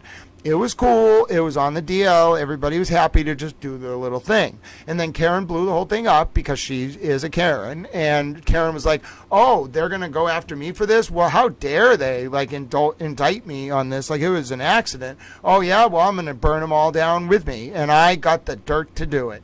That's what I think really happened. So... yeah, and it's a great book, Midnight in Savannah. And if you've read Midnight in Savannah, or any of you have seen the documentary, let me just tell you, I think that's what happened here. Like it was a social scene. What's hiding under the surface is this like social scene, but that Karen and John were involved in. It's embarrassing, but it's not like nobody cares. Like who cares? It's 2025. Nobody cares. And so it's Massachusetts. Seriously, it's kind of a Republican part of Massachusetts, but it's Massachusetts. Nobody cares. Nobody cares. So Karen was like, oh, I'm going to embarrass you all. You all care so much about your image and like I know, like if you punish, I'll take you down with me. She didn't mean just like accusing them of the crime. She meant, I'm going to put so much public attention on you that your nice little world that you like put up as a defense is going to get penetrated and people are going to find your secrets in Canton. Like, Canton is not what it seems. I don't know what to tell you. It's a nice place. I like the people there. They're very salt-of-the-earth people. But, like, oh, come on. My family was freaking from down the lake in Newton. Do you think I was born yesterday? You know what I mean? Like, I get it. I don't have any problem with it, ladies and gentlemen. Like, it's cool. Like, I'm totally fine with people just kind of doing their thing, ladies and gentlemen. I am not opposed. I think the government makes its decisions. The CIA and whatever back in the 60s made their decisions. You make your bed, you lay in it. I'm not going to I'm not going to play Monday morning quarterback about the evolution of the national security establishment in the United States, and that involves some weird connections. That's just how it works. It's just, I don't know what to tell you, okay? Nor am I going to expose it. I'm going to speak very generally. So therefore, this weird little like aristocratic world really did mirror that situation in Savannah. It really did. It was like this hidden hand. Oh, hold on. Yes, I would love to add Albert as a towel. Let me go find, sorry, I was on a soliloquy there. Albert Towel, if you are listening, you might just have to re-comment again. Let me see if I can give you the power. I go by Steph. Let me see if I can give you the power. Hello, to add people. Give me 1 second. I go by Stefio. But yeah, if you've ever read Midnight in Savannah, ladies and gentlemen, that is totally like a corollary to what I think we're dealing with here. It's just there's more to meet the surface. Okay, Ed Sears, I think that most of the jurors dislike Karen. That's why they complained about Mr. Reed staring at them. Also, folks, I'm trying to find Albert, who said that, I go by Steph, so I added your ability to, add people as mods, I think. So, oh, Albert, I added you as a towel. I figured out where you were in the comments. Welcome, Albert. No, they don't deliberate over the weekend. They're explicitly prohibited from, deliberating over the weekend, jurors. But also, ladies and gentlemen, I saw a request that we watch Hank's closing. So shall we do that? I know you're excited. I'm sorry it took a second. I went on an expanded soliloquy about things that weren't very clear, and it involved the U.S. Air Force in the 1940s, the CIA in the 60s, not questioning the U.S. national security establishment, and a Patriots game on January 5th, 2022, where the Pats got blown out by the Bills 47-24 out in Buffalo. That was the same day, or a few days after, Karen started an affair with Higgins, which was on the day that John O'Keefe's niece and nephew's deceased father passed away, and in turn, how that explains the rise and fall of human morality as made manifest in this Baconian, Joycean, Hegelian framework that Towell has laid out in a historic mosaic of interwoven fabrics that are worthy of some kind of medal. But I'll take Hank saying that I can call him Hank. I basically feel that that is a medal. I don't need any kind of award or a Pulitzer Prize or a towel. Hank saying I can call him Hank literally brought me solace in my soul. I never have to do anything else in life now. I can call Hank Brennan Hank. You don't understand. That's like a medal. So anyway, we'll watch Hank's closing, and I'll continue to be a pal. No, the jury didn't like Karen. No, it was Karen's dad who was staring at the jury, and the jury asked for a court officer to be assigned to him because he was intimidating them, in my opinion. So, no, I think that it wasn't the jury who didn't like Paul. I think it was Karen who complained about Paul. What movie is this, My Mountain View? I love movie suggestions, my dear. Oh, yeah, was that the Darkness or Midnight in Savannah movie? I loved that documentary, if that's what you're talking about. I absolutely loved it. I could watch it all the time. Can you tell I'm a little nervous, ladies and gentlemen? I need to really eat my lunch, and I'm literally... I'm literally so nervous about this verdict that I am in a bit of a flow state, explicating various elements of the human condition, and I'm pretty sure I also invoked James Joyce, Hegel, and Vico. So there you go. If you followed all those references, give yourself some kind of a medal as well. You can call me Towel. Maybe that will be a medal. Oh, I really would like to get a cheeseburger, actually. I don't know if I want a Towel cheeseburger, though. I paid money yesterday because I decided that I would be more... Listen, I want to let you all know I'm very nervous because of this verdict and whether it's going to be incoming. But I also want to let you know that I am very bad at administrating my life, and I finally went to, I'm so bad at common sense, I forgot I could go to the grocery store and buy food. So I did that, and I got a pizza and I think some chicken that I'm really looking forward to eating because I paid some extra money for the organic chicken. So it was like $8 for $6. I felt very guilty about it. Anyway, my point is I'm very much excited because we have a lot of Towel friends here. Oh goodness, the clock on law and crime disappeared. Listen, D-Nice, you don't... Oh no, D-Nice, you may have just walked us into a very bad situation, ladies and gentlemen. Does anyone want to tell D-Nice what happened earlier with the clock? Oh no, oh goodness, the verdict clock on law and crime has disappeared. Ladies and gentlemen, are we seeing any reports of anyone coming into the courtroom? Ladies and gentlemen, the verdict clock on law and crime has disappeared. Now, here's the thing though, D-Nice. Literally the verdict clock on law and crime earlier went to 1 hour and 68 minutes, which doesn't exist. And then it went to 2 hours and 68 or 58 seconds, which doesn't exist. So I'm not necessarily certain in the capabilities of the law and crime feed to do its thing. So Midnight in Savannah, Midnight in the Garden of Good and Evil. Yes, that's what it is. That's the book I'm thinking of. It's a book about Savannah, and it's called Midnight in the Garden of Good and Evil. Oh goodness. Oh goodness. Okay. We got a lot of things going on.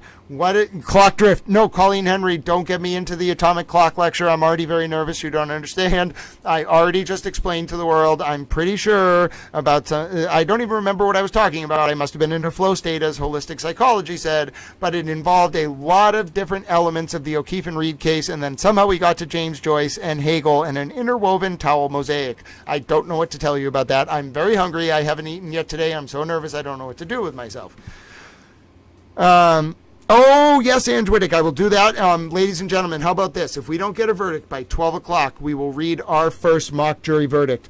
Ladies and gentlemen, we have a mock jury verdict from Ange Whittick's Jury 1. All 12 jurors, including some replacements, have voted.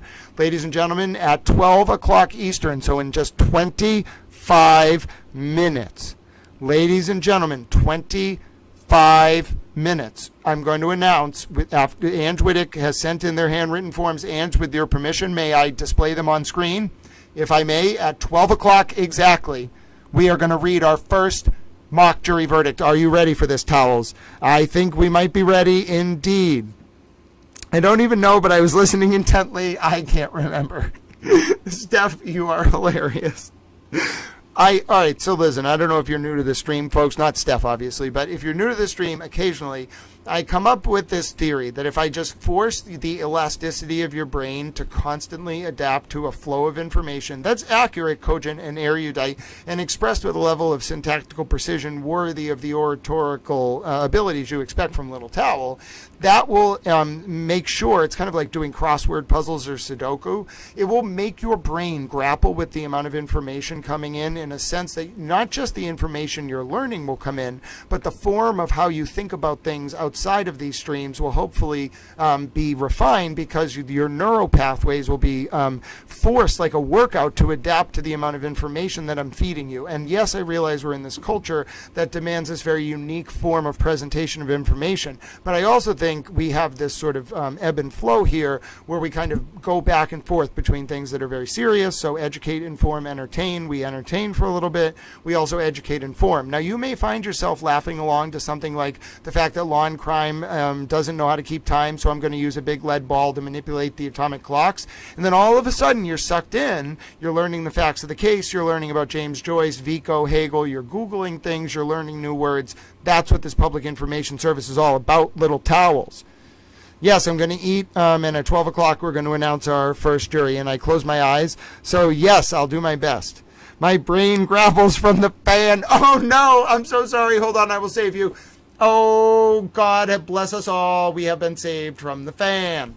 Now, ladies and gentlemen, we're going to watch Hank's closing. You voted for it. I got it for you. I'm ready. Let me just bring it up right now for you on the screen. I have to be a little towel. You don't understand. I am a towel. Now, you might be saying, sir, we are well aware that you are a towel. You need to eat. I know. I was going to order a cheeseburger, and then I was like, nope, I have food downstairs. I have to turn the oven on. But I can't get up to turn the oven on unless I start Hank's closing. You don't understand. I'm a very overwhelmed towel. I'm nervous about this verdict.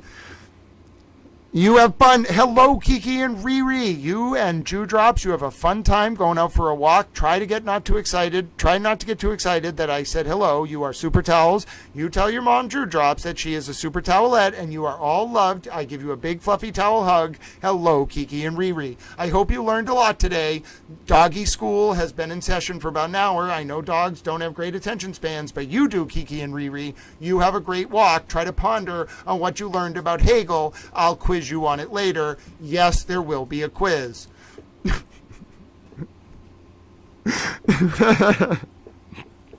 Listen, 5% of people voted they hated puppies, holistic psychology. Karen clips first? All right, Karen clips first. All right, you don't have to ask me twice. You want to see Karen clips? Oh, we'll watch Karen clips, and that allows me to turn the oven on anyway. You don't understand. I have to turn the oven on. Oh, also, I have homemade honey mustard, but I'm not going to eat it because I love honey mustard, and sometimes someone needs emergency honey mustard, and I can't eat any of it because I have to give it to them. You don't understand. There are some people who literally express their love in honey mustard. That's how the world turns sometimes. And some of you may be saying, Grant, listen, it is impossible that people express their love with honey mustard. No, it is not impossible. Let it be known right now that some people love honey mustard that much that they communicate in honey mustard. Listen, it's a long story. I don't have time to explain. It was like that time we talked about Hester Prynne, not the Hester Prynne from Twitter, but if you're watching, hello, you are a towel. Towel loved you. The Hester Prynne from the book, The Scarlet Letter, where we said we were going to put our scarlet letters on the wall as a middle finger to the patriarchy. I have no idea why I brought that up. I'm utterly baffled. Oh, yes, it was how sometimes you have to express your love for people in honey mustard. I don't know what that has to do with Hester Prynne or putting scarlet letters on the wall as a middle finger to the patriarchy, but I think it's hilarious, and I just wanted to say that.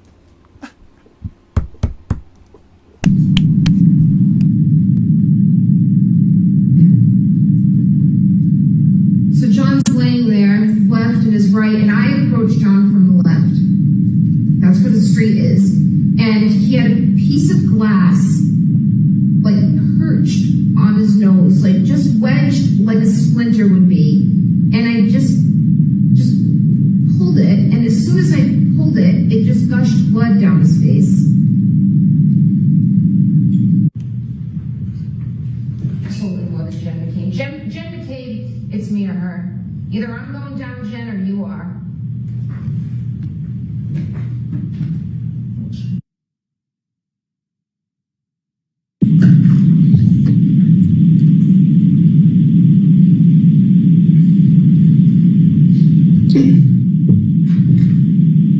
Does anyone know here that you guys have really been going at it? This was sort of like a last date.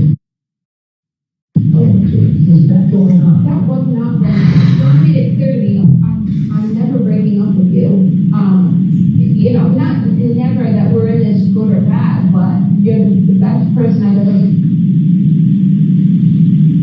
Cromwell would ask to show clip 19. Okay.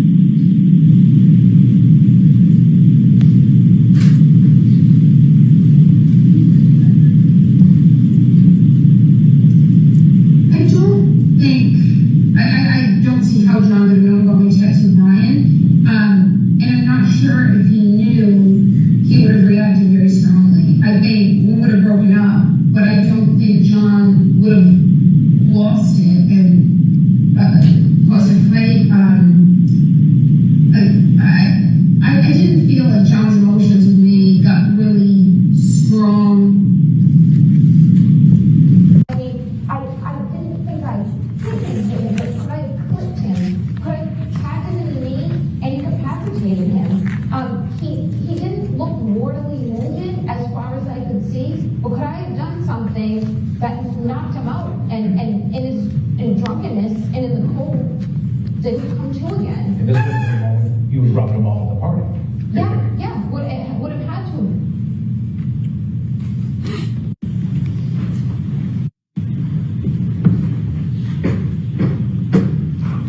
And his mother leans over the kitchen island and says to me, I think it looks like you got hit by a car. It looks like you got hit by a car.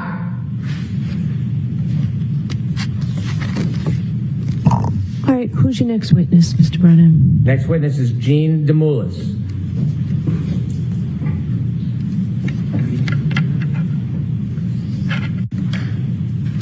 Karen, did you see John go in the house? I did. You saw him go in the house. I saw John go in the house. Can you describe him going into the house? Which door and how and when? No, I have though, and I'm sure the prosecution will play it. John looked like a buffalo on the prairie. It was just a lawn and a heat that it wasn't a bush or a hydrant or a dog. It was a weird shaped lump at that time in those elements. And I was looking to find him on the side of the road. I was expecting I'd find him. I was looking to find him on the side of the road. I was expecting I'd find him. So when John got out of the car at Brian Albert's house, he took my full vodka soda, which is sitting in the cup holder. The comment? Thank you.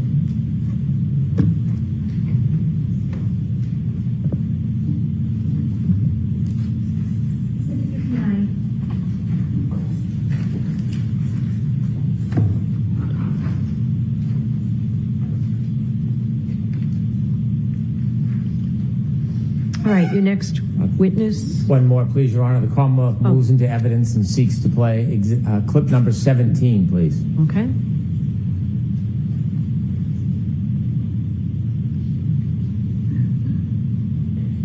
I gave an interview with ABC with Matt Gutman. I think this was whom I gave the interview to, and I said, he asked why was I saying, could I hit him, did I hit him? And I said, yeah, my first thought was I'd been out late, I'd been drinking, and he's in the general vicinity of where I last saw him. I mean, they talk about the left side of the property and the right as if it's, you know, Hammersmith Farms. It's a postage stamp. It's 50 feet. So he's in the front yard to the left of the front door, and no one's coming out of the house. Jen's telling me nobody's seen him. So I'm thinking, Jesus, was I starting to pull away and I ran over his foot? Like, he's roughly where I left him. So yeah, when I found him, I was thinking, did I like clip him somehow? Anything more to say about the clip that was played today? No, thank you. What about the clip that's inaudible? Can you say what's in that clip? I'm sorry, Matt. Just take it. How about the, do you remember making those phone calls, Sam? Yes. What was your emotion? All right, Ms. Roberts, please. Okay, thank you. We'd like to play this first and then call Ms. Oh, okay, Roberts. I'm sorry. Thank you, Your Honor.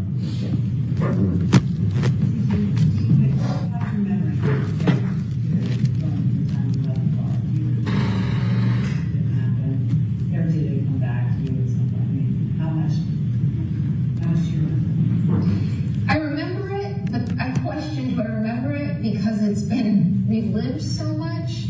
I mean, when I see the video of me driving from the waterfall, like what I just described, tapping the brakes when I crossed the intersection, Washington over Sherman Street, do I actually remember that I kind of slowly proceeded through that green light? No, I don't actually remember that. But I've seen the video so many times that you then question, did I remember it on my own? Or was my memory jogged? But I also wondered, did I say, could I have hit him? Or was it told to me that I said I hit him? And I knew I never could have said that, so the closest I must have said was, did I hit him? I know I said I hit him, but did I really say it as many times as law enforcement's claiming I said it?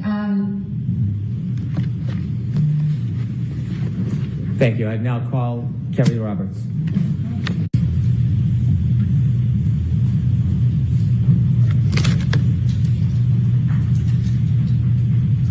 When you walked out of the bar, how many drinks had you had?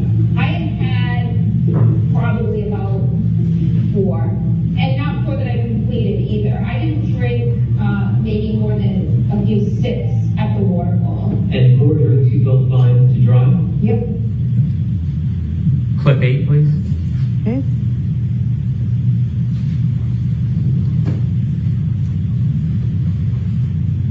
And is the level of intoxication pretty high here for everybody? It's happy. Yeah. It's you had a lot to drink, right? I wouldn't say I had like a normal amount. Let's say like a vodka tonic every 40 minutes. Okay. And so are you feeling like buzzed? And I'm not judging, I'm just trying to get a sense. Buzzed. Yeah. Clip 9, please.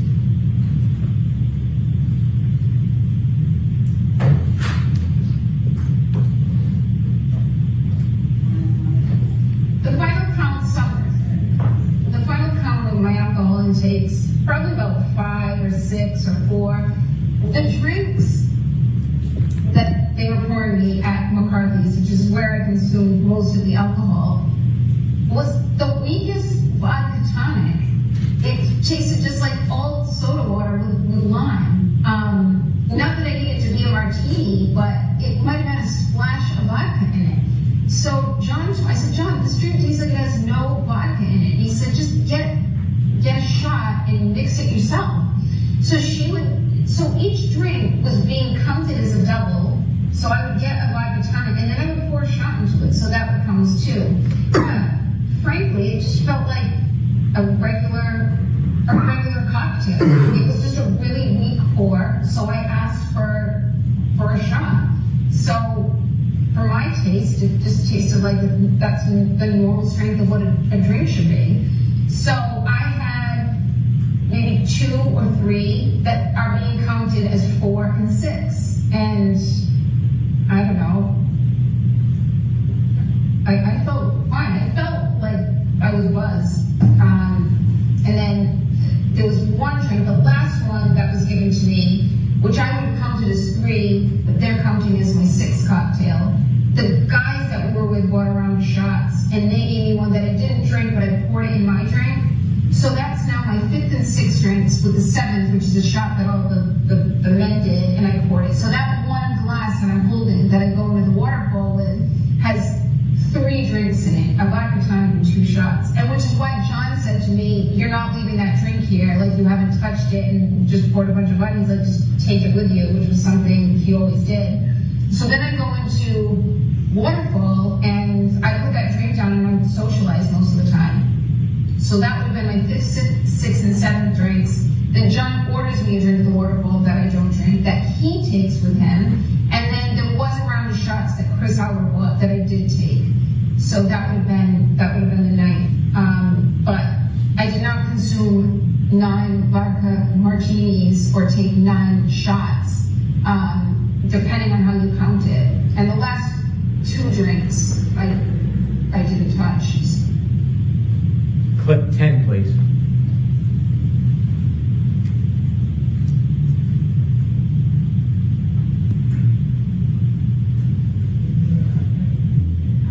I mean, I'm not as clear as I would be if I hadn't been drinking. I mean, I had drank, so, and that led me to question, like, could I have hit him? Did I run over his foot or hit him in the knee? Did I incapacitate him? I mean, I always drive with my music blasting ever since I was 16, And I know when John got out of the car to go into Fairview, I know my car was blasting because when I got in it the next morning to go look for him, I had to immediately turn it down. And I don't know, it's stormy. I have had a few cocktails. I didn't black out, but I wasn't as lucid as I would have been if I had gone to bed at 9 and drank a tea. But so I was fuzzier than I would have been if I had had no alcohol. Clip 11, please.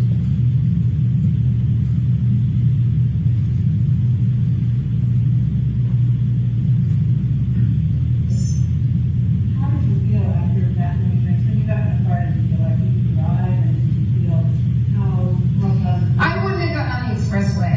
I wouldn't have gotten on the expressway at 12:15 on January 29th. I mean, it was quiet. The roads were very quiet. You can see on the videos. And I was going, when I've had a few drinks and I drive, I always drive extra slow. So I know my alerts aren't as sharp as they should be. But I shouldn't have been driving. But I don't think I was driving. I know I wasn't driving recklessly. I mean, I've got plenty of video of myself driving all over the place. I put my car in John's garage, which is incredibly narrow, and I had a very oversized SUV. You see me. There's a video of me driving through the intersection when we leave Waterfall to go to Brian Albert's, and I was always taught by my father, even when you have a green light, you always should tap the brake. You don't know who's going to run red. And I see me doing that multiple times between 12 and 1 and 5 and 6 a.m. So I know I was driving safely, not as safely or as alert as I would be if I had no alcohol. But I was not driving recklessly by any measure. Thank you. Heard it, folks. There you heard it. That was the moment. That was the moment Karen Reed was forced to watch videos of herself admitting, first of all, evolving stories about how much she had drank in that night, but admitting she shouldn't have been driving, admitting she was under the influence of alcohol. 9 drinks over 3 hours. You heard it in Karen Reed's own words from the unaired footage, from the ill-advised 400 hours of interviews Karen Reed did with the ID Discovery and HBO Max documentary. That footage has now come back to haunt Karen Reed. You saw it in real time right there, folks, with Hank Brennan playing clip after clip after clip after clip for the jury to crescendo into the end of the half day of today's presentation of evidence in the Karen Reed and John O'Keefe retrial. My name is Grant Smith Ellis. I'm clipping this to upload. You can watch more of this Karen multicam fascinating coverage in the future for the trial at youtube.com/@GrantSmithEllis. And after I clip this, I'm going to go back to talking to all the towel friends. So thank you for your patience. 10 seconds. I'm sorry. All right, you can play them now.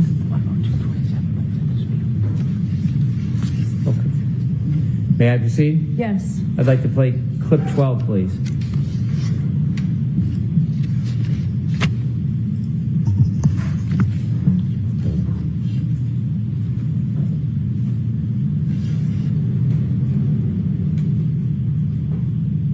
There was a woman who was a mother to kids that were close to John's kids, who lived very close to the Alberts. In fact, when Jen was navigating John to the Alberts when I was driving, she said, it's near Ashley's house. Ashley and John were hooked up prior to John and I dating.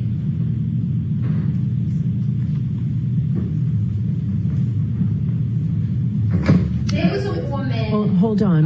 Hold on before you play it. We've already played that one. We don't need to play it again. Okay. 12A, please.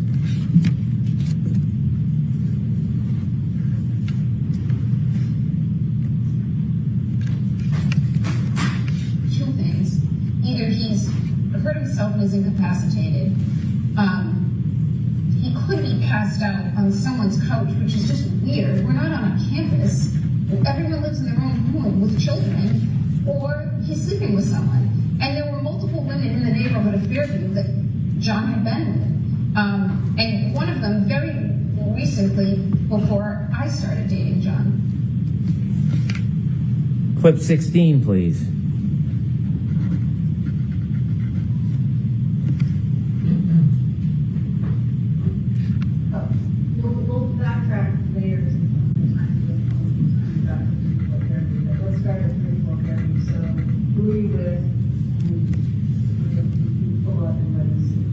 I'm with Jen McCabe and Carrie Roberts, and Carrie Roberts is Ford Explorer. And I'm in the back, leaning over the front two seats. Carrie's driving and Jen's in the passenger seat. And I described this to everyone, so you've probably heard this before, but John looked like a buffalo on the prairie. It was just a lawn and a heat that it wasn't a bush or a hydrant or a dog. It was a weird shaped lump at that time in those elements. And I was looking to find him on the side of the road. I was expecting I'd find him, and the fear of what I was going to see is the worst feeling I've ever experienced. The anticipation of what is awaiting me was as extreme a feeling. I wouldn't say it was as extreme a feeling as the grief of realizing what happened to him. And then clip 17, the next one, I don't think it's played. And finally, clip 17, please. Yeah, that one doesn't get played. Let me see if there's any more. No, it's just me talking.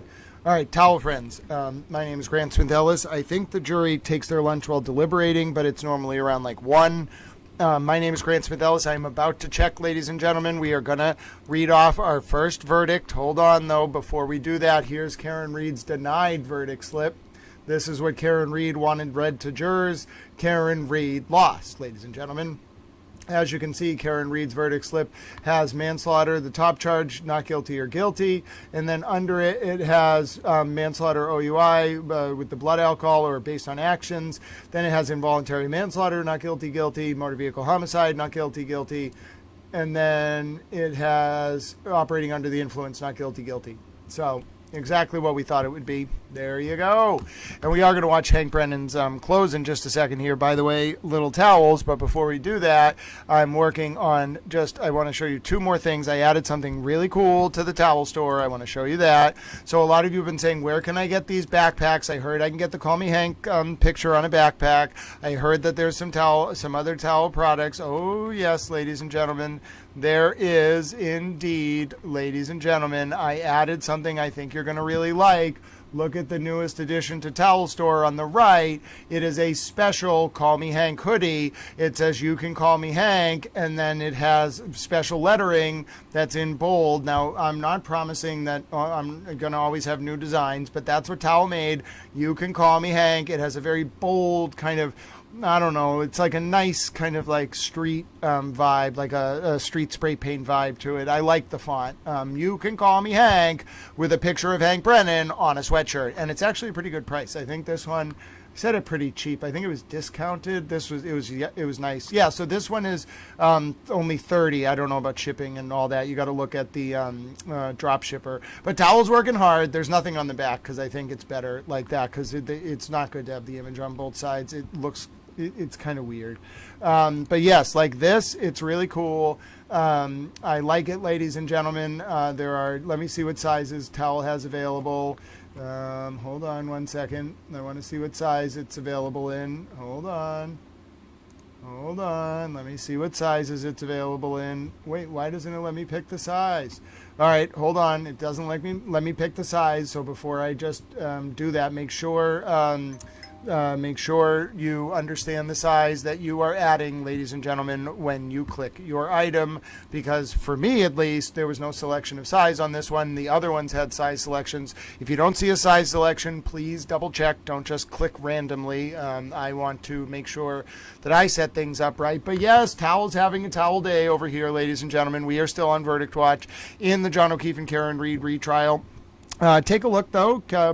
Poke around. Towel's got to eat his lunch, and we are going to get our announcement now of our first jury verdict. So give me 1 second, little Towel. Give me 1 second. And by the way, 4 to 6 weeks. Please allow 4 to 6 weeks on processing and delivery of initial orders, okay? Just initial orders, because there's this whole thing we're going to have to get set up. But once that part's done, I think it's quicker. Also, international shipping, I don't know. You need to read the fine print. And again, the delivery date and shipping estimate, the 4 to 6 weeks, that's just initial processing time. It probably will be quicker. Please keep an eye on the actual website that you order these from to learn the fine print for shipping details and other information, and to make sure your country can receive these products. I don't actually get them sent to me. They go right to you. One thing I have to do, though, is I want to make sure that all of the products, at least the ones that I'm putting up, are available in different sizes. Now, when you go to select a product, it is there. Please read all the information. There are, I'm sure, ways to deal with returns. Please just make sure that you know what you're ordering ahead of time. But it's coming through a site called Paintful. So Towel fulfills the orders and things like that by clicking a button. But right now I'm just making sure that the hoodie, the most recent hoodie that I put up, is available in the sizes that I want it to be available in. And obviously, if you don't see a size selection option, then I would make sure you know what you're getting and allow me to make sure I can put different sizes up there. This is an experiment. Now, some of the items on Towel Store already, if you are just tuning in already, they do have size selection. So it could just be the hoodie that I have is only available in a specific size. I'm going to look into that now.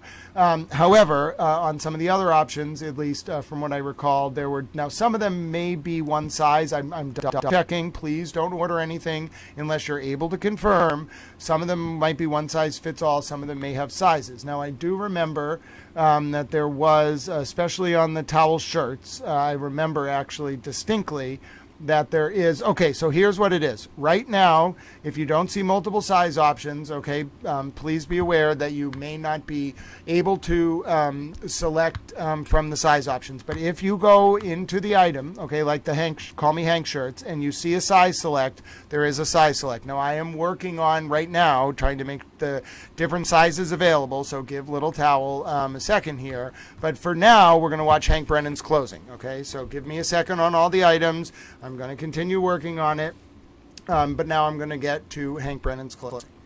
All right, so that was on Friday, ladies and gentlemen. I'm going to bring this right up for you. Which day was it? It was the first day of Verdict Watch. Closing arguments. Here it is. I got it.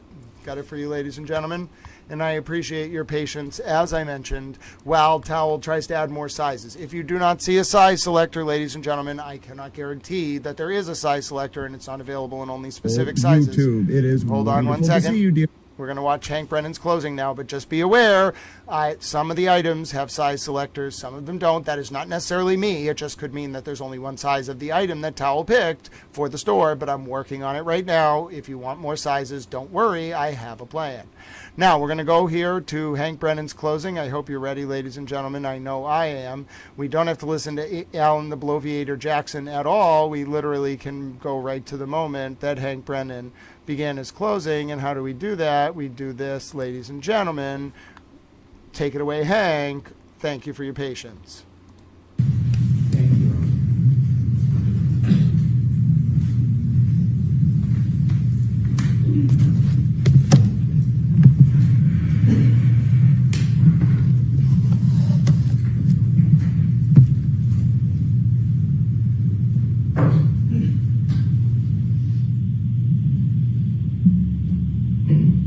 John O'Keefe was 46 years old. 46 years old.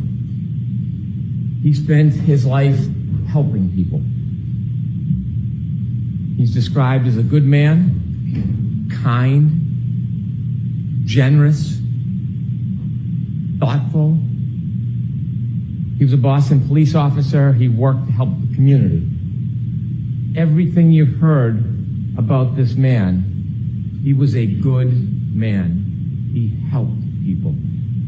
When his niece and nephew had nobody, he took them in. He took them in. John O'Keefe seemed to be the type of person who would help anybody at any time. And on January 29, 2022, John O'Keefe needed some help. He needed help from somebody else. You You see, John O'Keefe had just been hit by Karen Reed in front of 34 Fairview Road, and he lay on the ground dying, and he needed help. Someone to reach out a hand, someone to knock on a door, someone to make a phone call to 911, even anonymously. Not take responsibility, just to help. And there was only one person in this entire planet who could help him that morning, to give him a chance. Maybe it was a 33% chance if he met the Isaac Wolf of the world. But to give him a chance. And that one person who could help him that morning was this defendant right here, Karen Reed. And she made a decision. In her Lexus with the shattered taillight, debris field all over the front yard, and John O'Keefe lying helpless like a child on the front yard. She made a choice. She didn't call 911. She didn't run to his aid. She didn't knock on a door. She made a decision about herself. In her Lexus, she drove away.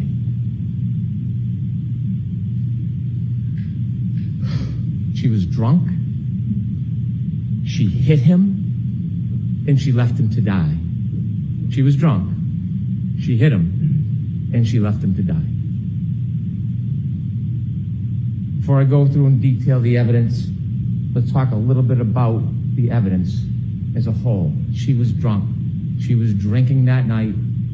She was drinking McCarthy's with John. She was drinking at the waterfall. Her blood was taken with samples of a retrograde analysis, almost 2 to 3 times the legal limit. She was drunk. She hit him. The timeline in this case is beyond dispute. You can accuse, assault, characterize, malign, twist. The timeline doesn't change. It is data. Data is data. The black box, the forensics from the SD card, we know exactly step by step where they were. We know in that window she hits him because he never moves again. His healthcare data, the temperature on the battery of the cell phone, the physical evidence, the debris field, the DNA, the hair. And then she left him to die. He had a basal skull fracture, counter coup. You heard all about it when the back of your head hits the ground and the brain comes forward.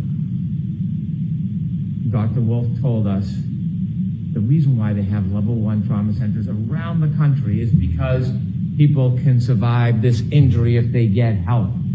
That's why they have this care. That's why they have these hospitals. But you gotta get help. You gotta get help. And if you don't, you develop symptoms, ecchymosis, raccoon eyes, your brain swells, and you die.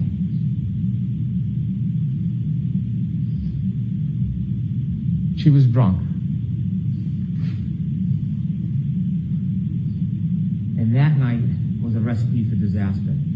But before we get to the drinking, in some ways, the fate of this night was sealed well before that night, because John O'Keefe and Karen Reed were in a toxic relationship. This relationship was crumbling. We hear lovey-dovey, and it was crumbling, and we know it.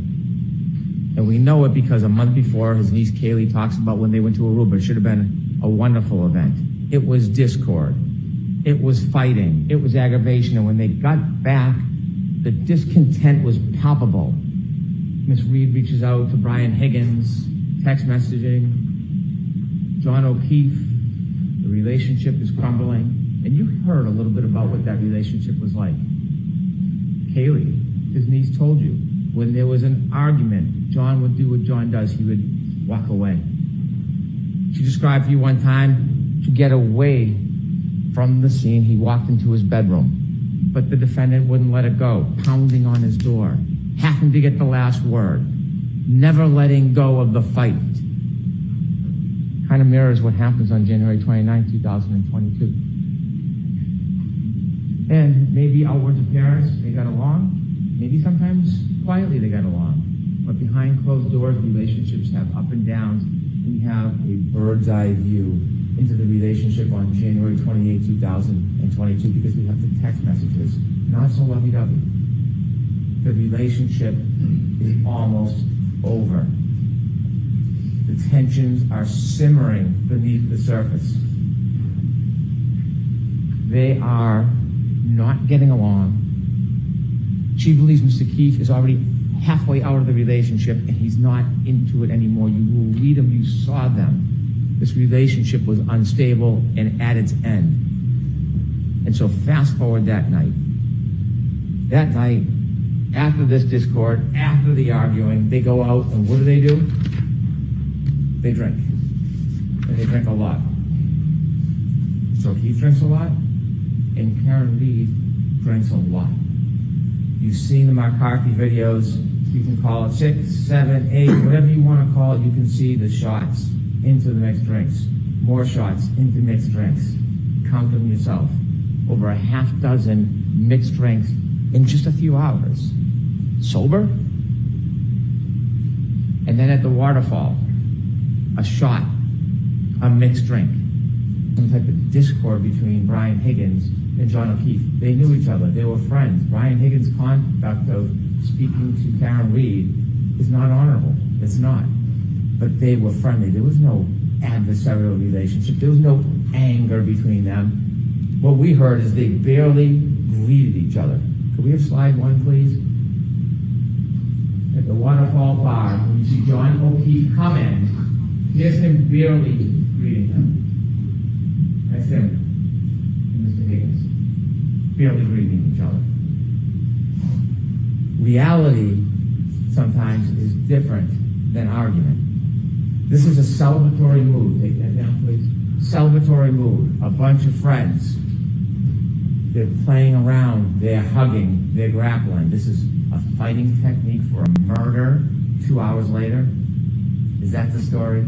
They're practicing their moves to murder John O'Keefe. In this celebratory mood, you don't see any aggravation or animus between Brian Higgins and John O'Keefe.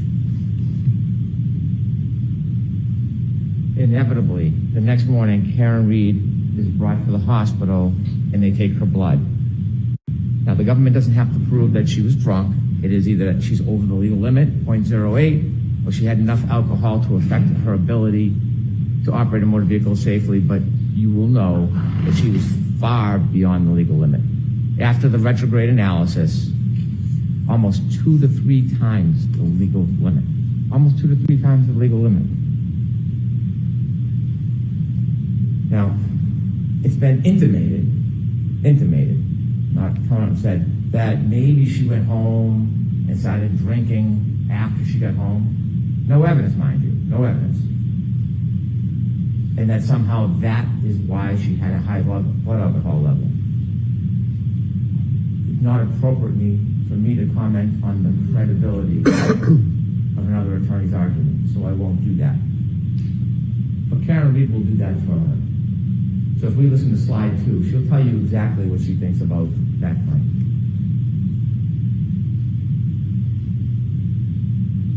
My alcohol intakes, probably about 5 or 6 or 4. The drinks that they were pouring me at McCarthy's, which is where I consumed most of the alcohol, was the weakest at the time. It tasted just like all the soda water with lime. Slide 3, please. I wouldn't have gotten on the expressway. I wouldn't have gotten on the expressway at 12:15 I mean, it was quiet. The roads were very quiet. You can see it on the videos. And I was going, when I've had a few drinks and I drive, I always drive extra slow. I know my alerts aren't as sharp as they should be. But I shouldn't be driving. Thank you.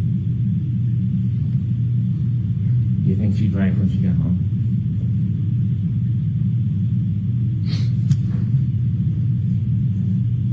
When they leave the Waterfall Bar at 12:12, you see a video, you have it in evidence, there's a still photo of John O'Keefe holding a glass. Not from the Albert's home. He didn't sneak into the house in the cupboards and grab a glass. From the waterfall, you see him with a glass, and in it is a straw. Take a look at that picture. And now from 12:12 on, we virtually have a historian in the data that tells us exactly where he went, exactly step by step where he went. And how do we have that? Well, we know the defendant's car had like a black box, and Judd Welcher, Dr. Judd Welcher, took the data from the black box and downloaded it so you can see the movements and the triggering events. And then Shannon Burgess, well, you don't like what he says, don't attack the data, attack the man. He can be mocked for his LinkedIn profile or his unupdated CV.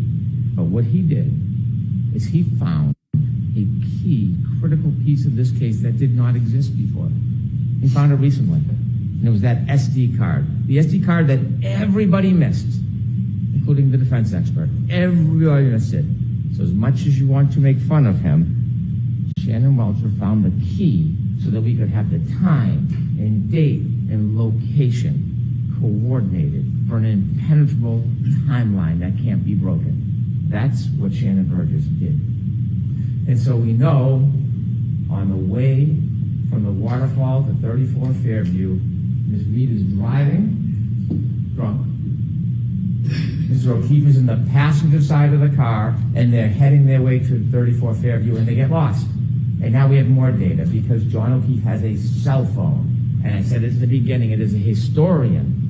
It doesn't suffer from bias, it doesn't suffer from prejudice, it doesn't suffer from memory loss. It has data on it.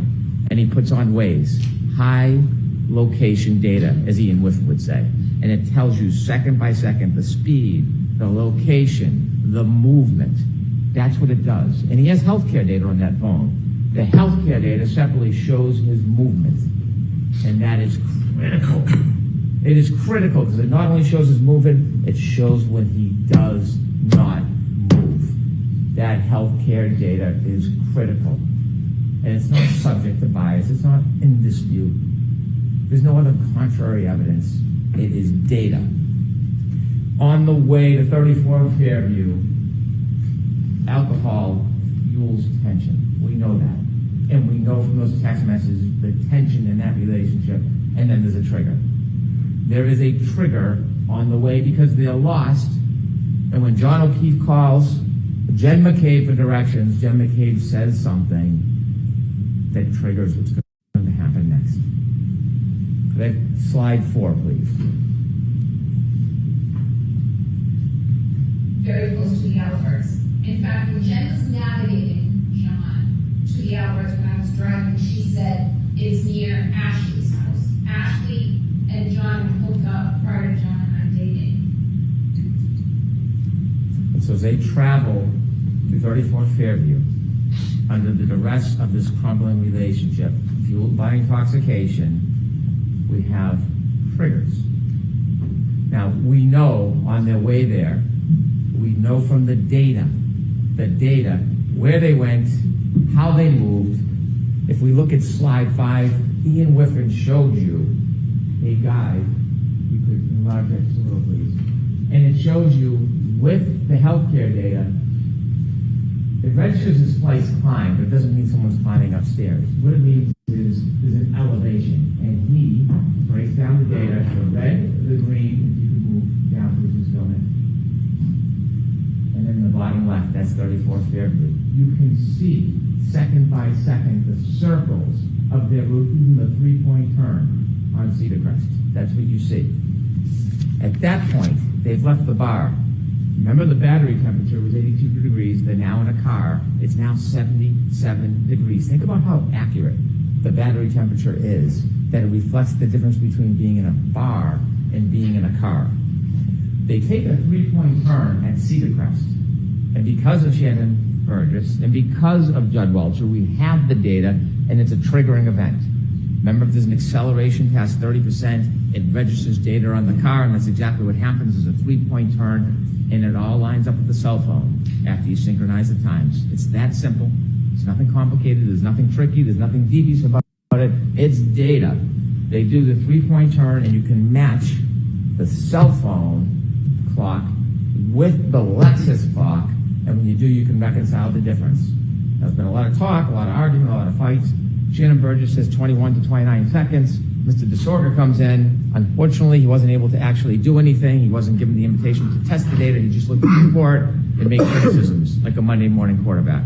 But even he, looking at the data, says, well, it's 3 seconds off or 2 seconds.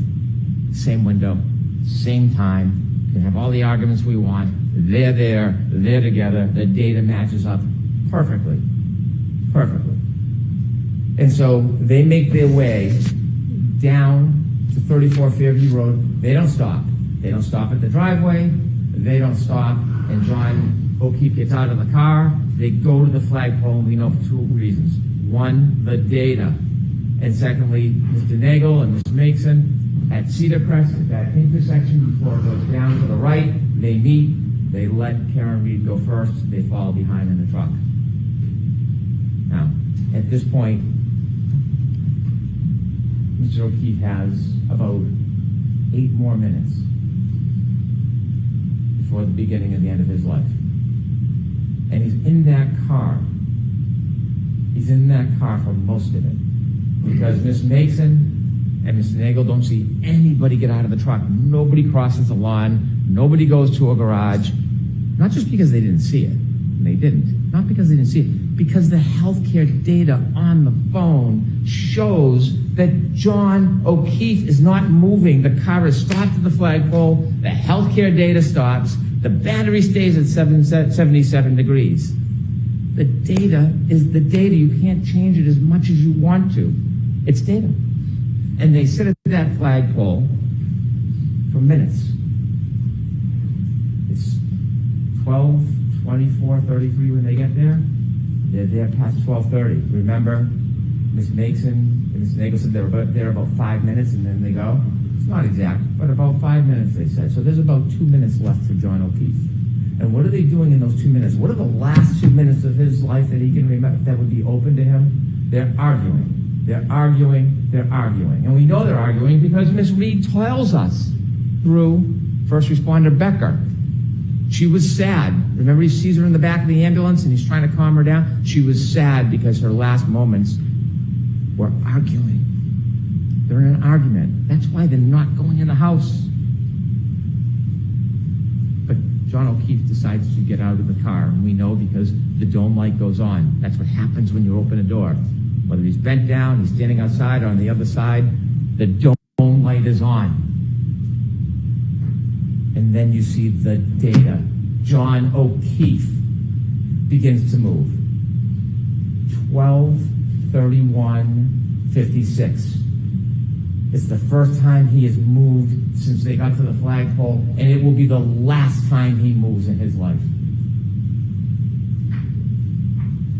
And he moves for 20 seconds.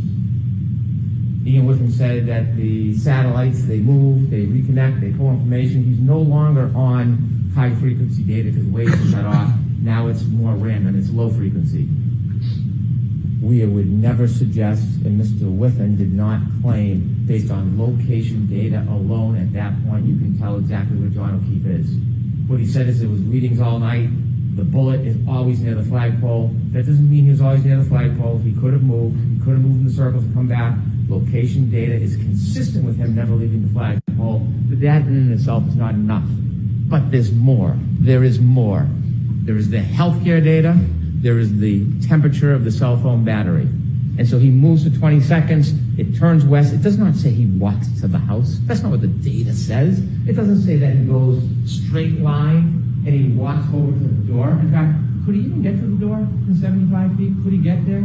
Because when the investigator for the defense testified, he measures from the driveway. He never stopped at the driveway.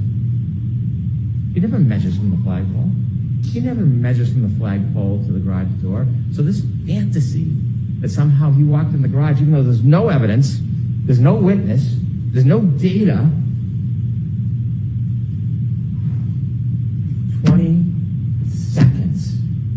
his life. And he moves. And healthcare data registers his steps. It could be pacing. It could be a straight line. It could be shaking the phone. We don't know.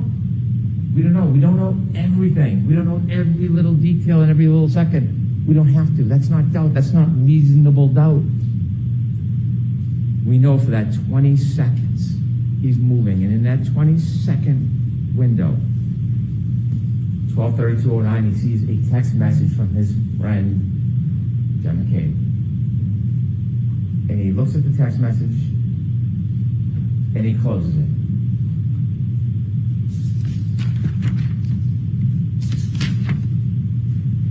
And then it happens. We know from the uncontroverted data from that black box, we know that Karen Reed, after he gets out of the car, drives away. She drives for at least 33 feet away from him. He's back near the flagpole. She's gone. It's over. Whatever argument is over. Whatever anger and flame has been dispassioned, she's moved on. He's separate from her. He's safe.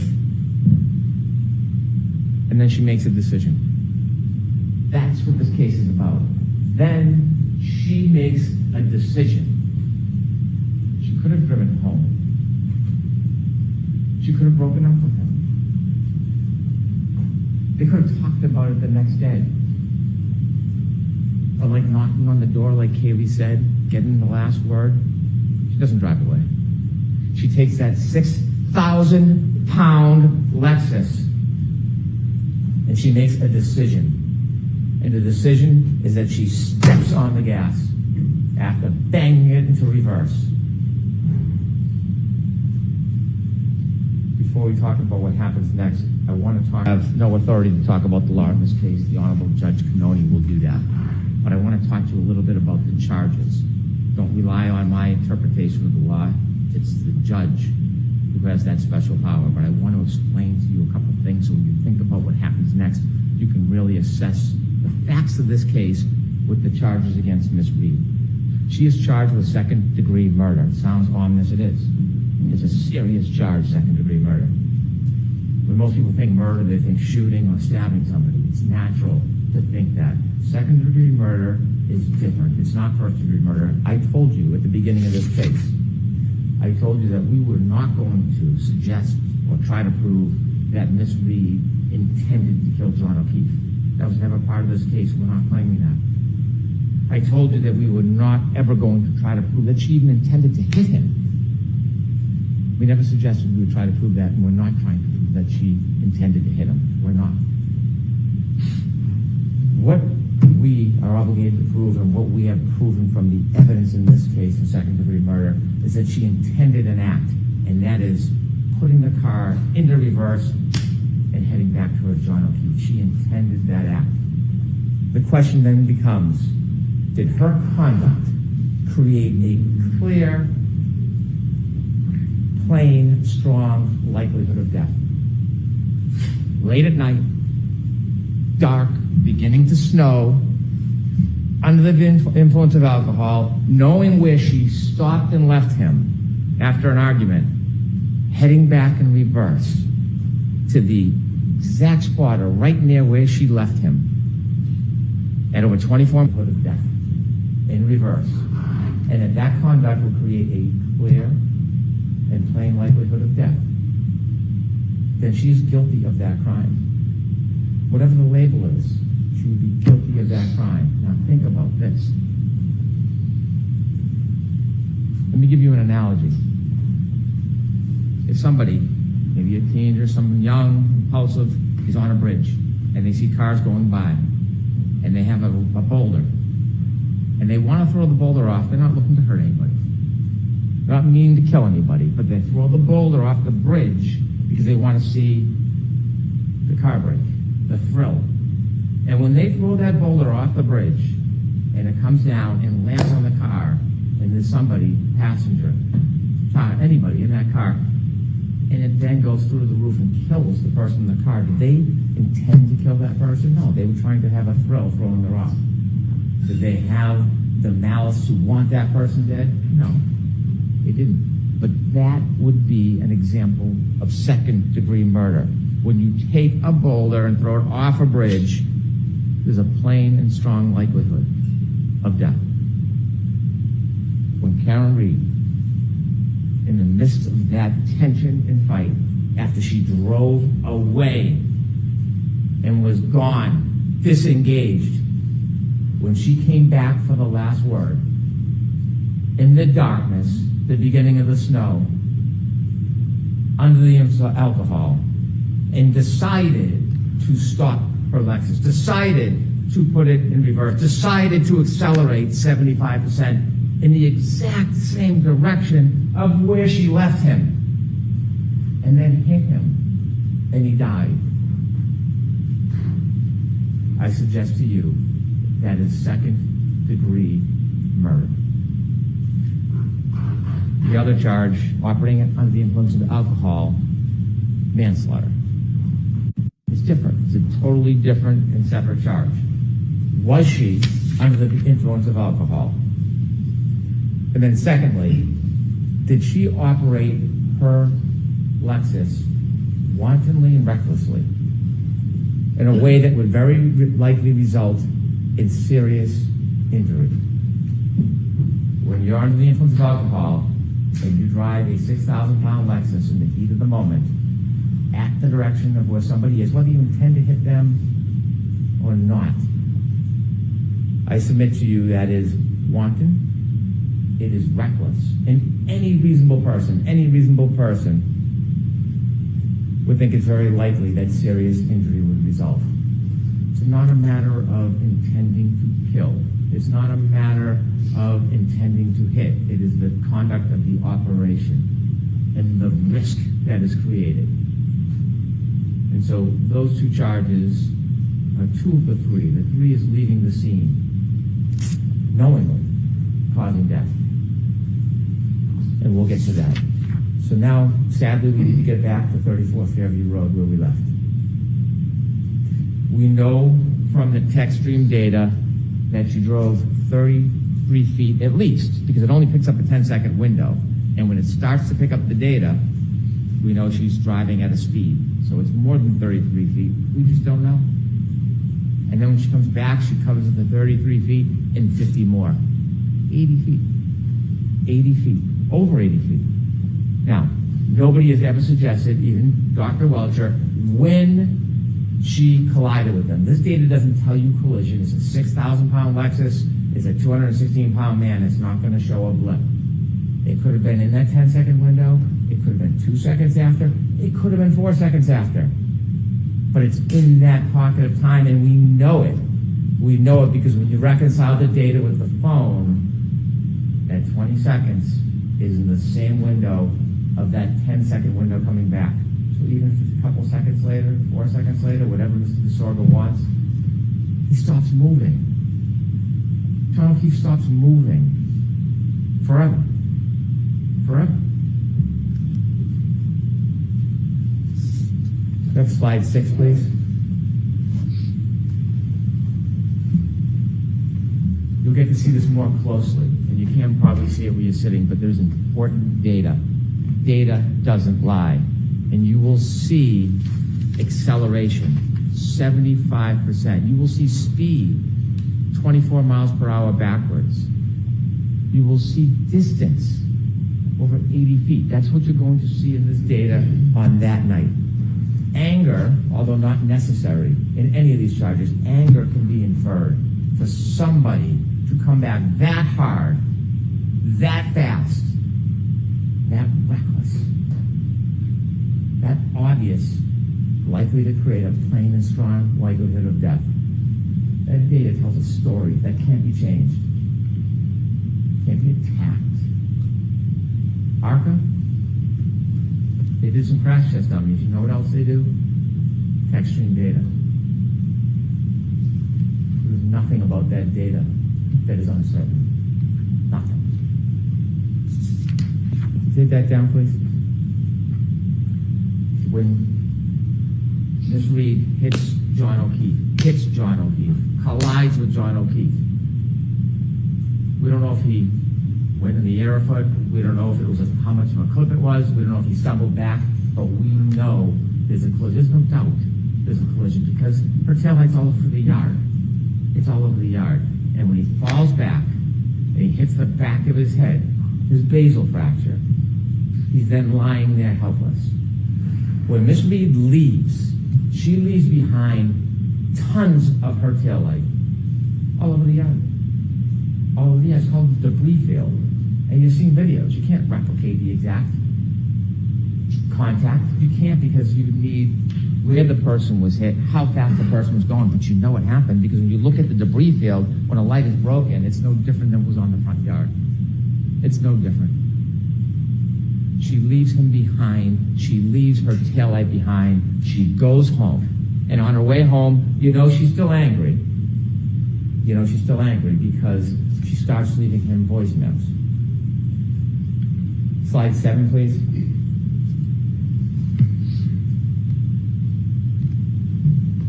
Healthcare starts at 12:31:56, 12:32:04 to 12:32:12 is the data which is adjusted when you reconcile the box and the Lexus. 12:32:09 is when Mr. O'Keefe closes his phone after looking at Jen McCabe's text. 12:32:16 is his last steps. Because the disorder says that red range should move a little bit, 2 or 3 seconds. They can move it 4 seconds, 5 seconds. It doesn't matter. It's all in the same window. It doesn't change. We could have slide 10, please.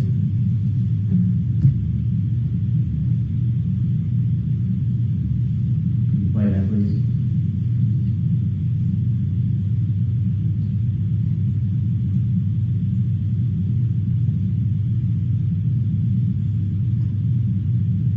Thank you. Each one of those pegs represents 10 feet.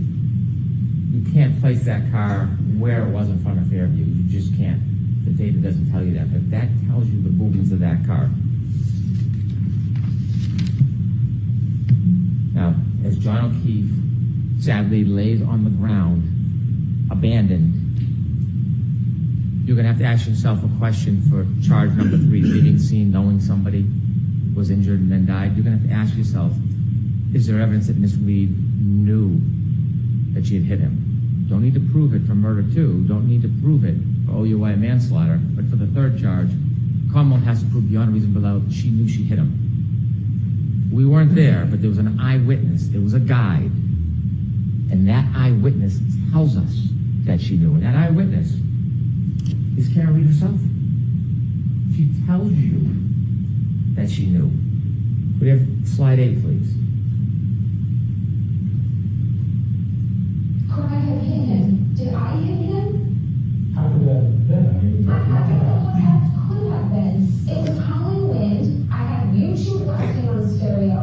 And I thought, did he somehow try to flag me down, which was the reaction I was hoping to garner as I slowly pulled away from the house?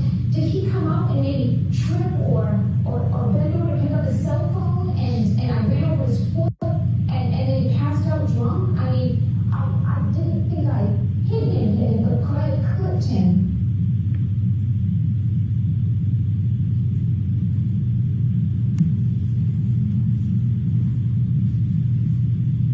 When she left Fairview and left John behind, she didn't think he was mortally wounded. But she knew she hit him. She knew she hit him. And so when she made her way back home, not only did she leave debris field all over the front lawn, but she took evidence with her too. And she drove back to John's house. And she started calling on the way back, 12:33, just a minute and a half later. And then her messages show her anger. You see, this was John's fault. This was John's fault. And her phone calls tell you about the tone and the destruction of that relationship. 53 phone calls that night. 53 phone calls. Not one to 911. Not one to Jen McCabe, please go outside and try to help. Not one to a hospital. Not one to anybody but him. 53 calls. Slide 12, please.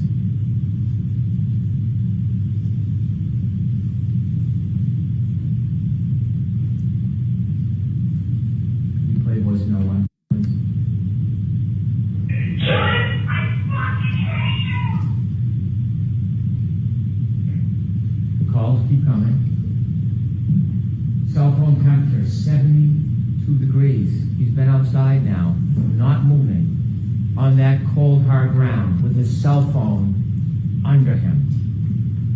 The warmth of his body, the cold ground, 72 degrees. It tells you the story. As this temperature plummets and that cell phone battery is compromised, so was John O'Keefe.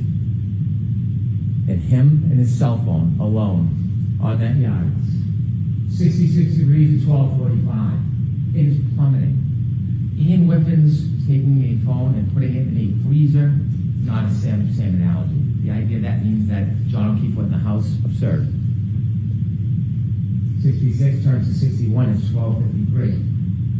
48 unanswered calls from the defendant. He's not in a party, he's not wrestling with Brian Higgins, he's not in a fight. If he's in a fight, his cell phone would be moving. There'd be healthcare data, there'd be steps. If he got into the house in 20 seconds, and his cell phone is found under his body the next day, and how would he get back outside? There would be more steps, because his phone is working. The data is the data. There's nothing wrong with it. It's registering everything. The temperature, the movement. He doesn't go in any house. He can't go in any house. His phone never moves again. Voicemail number 3, please. Listen to this. John, I'm dealing with a fucking kid. Nobody knows what the fuck you want. You fucking pervert. Did you hear that? Nobody knows where you are. It is 12:59. John O'Keefe has been on that lawn for about 27 minutes. She hasn't called anybody else, hasn't spoken, has no information. Nobody's called her. You'll see her phone records. And she says, nobody knows where you are?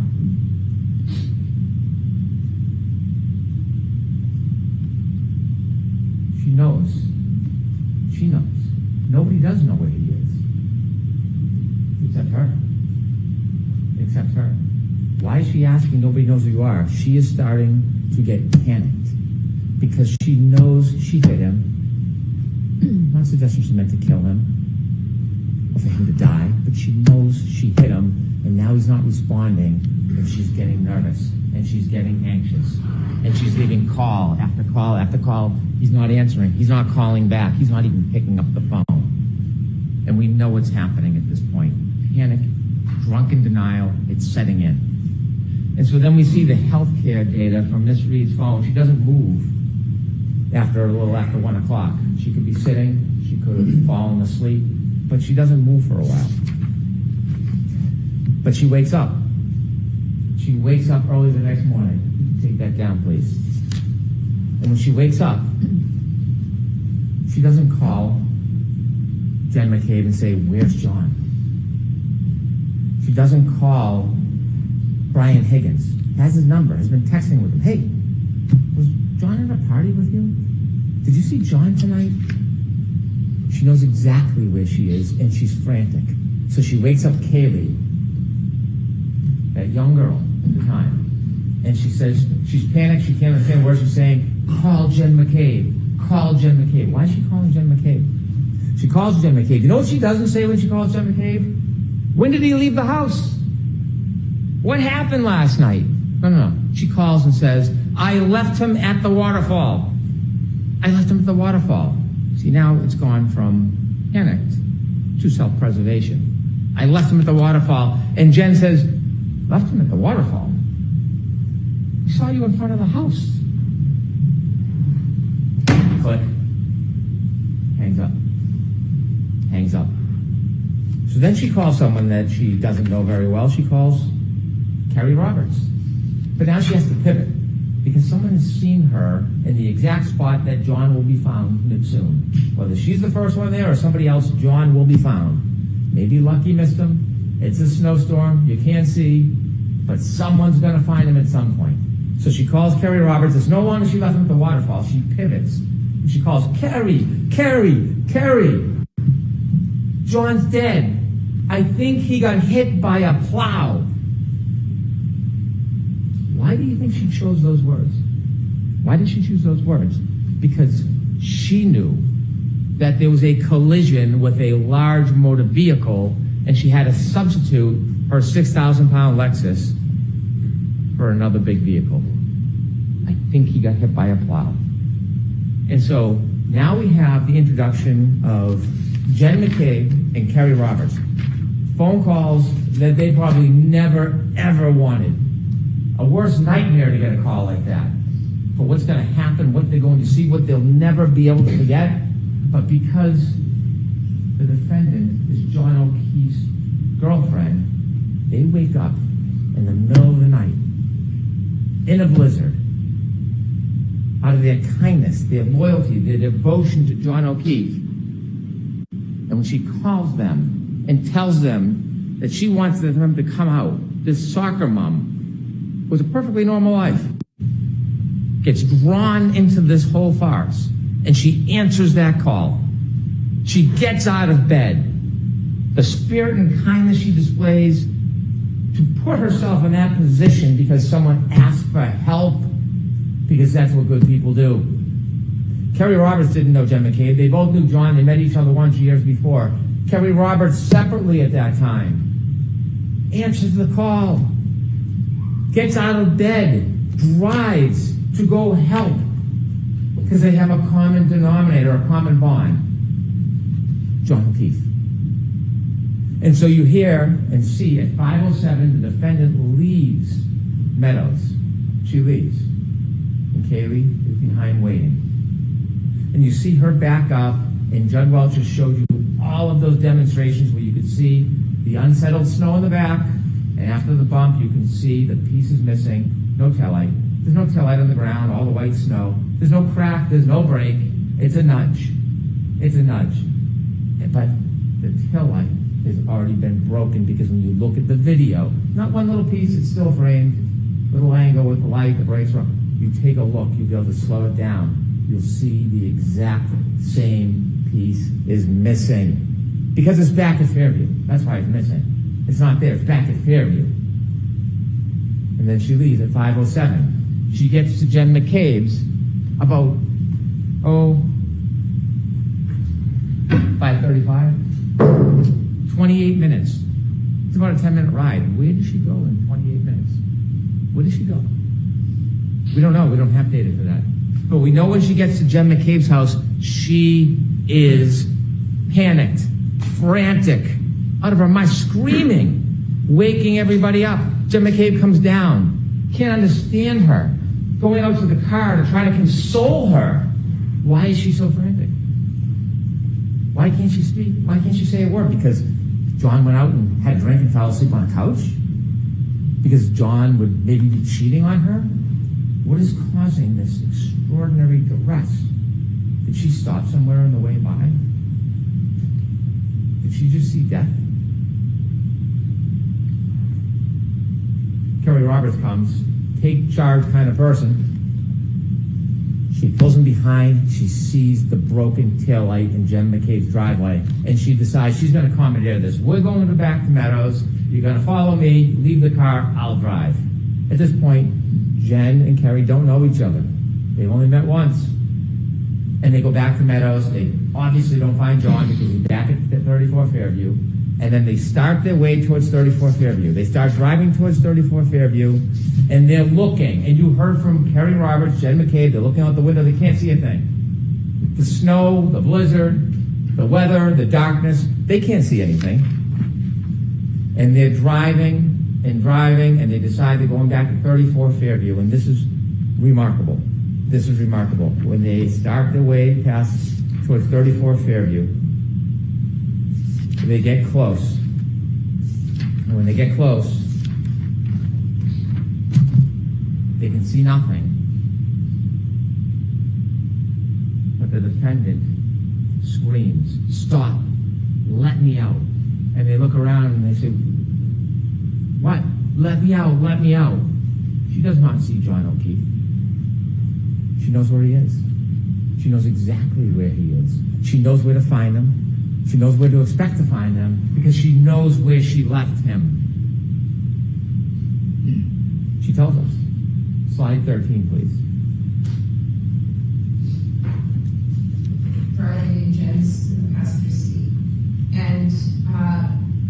I described this to everyone, so you've probably heard this before, but John looked like a buffalo on the prairie. It was just a lawn in a heap that it wasn't a bush or a hydrant or a dog. It was a weird shaped lump at that time in those elements. And I was looking to find him on the side of the road. I was expecting I'd find him. Thank you. A weird shaped lump in a blizzard, and you equate that to John O'Keefe? A weird shaped lump, not like a bush, and that is John O'Keefe? She tells us she knows where she left John O'Keefe. And so they go over to Mr. O'Keefe, Kerry, and Karen. And she's upset, there's no doubt. I am not for a second trying to deprive her of the unrest and the trauma that is happening at this scene. Doesn't change what happened before, but I appreciate the trauma. And they're trying to help him. And guess what happens when they first move him around 603, 604? Ian Whiffen, data. The cell phone battery gets the cool air, presses on the battery, the cell phone battery drops. Healthcare data, he has not moved since that 22nd, hasn't moved. They start shaking him, you're gonna see, when you look at the records, that healthcare data starts to move. He's been there all night. Nobody else. Her. And so when they try to help him, she says something that is remarkable. She says, there's a piece of glass stuck in his nose. And she plucks it out. And she says when she plucks it out, blood spurts out. We'll talk about that in a couple minutes. Remember that. Piece of glass, pulls it out, blood spurts out. That's what she says. As they try to help John, Jen is calling 911. They would like you to believe there's a conspiracy.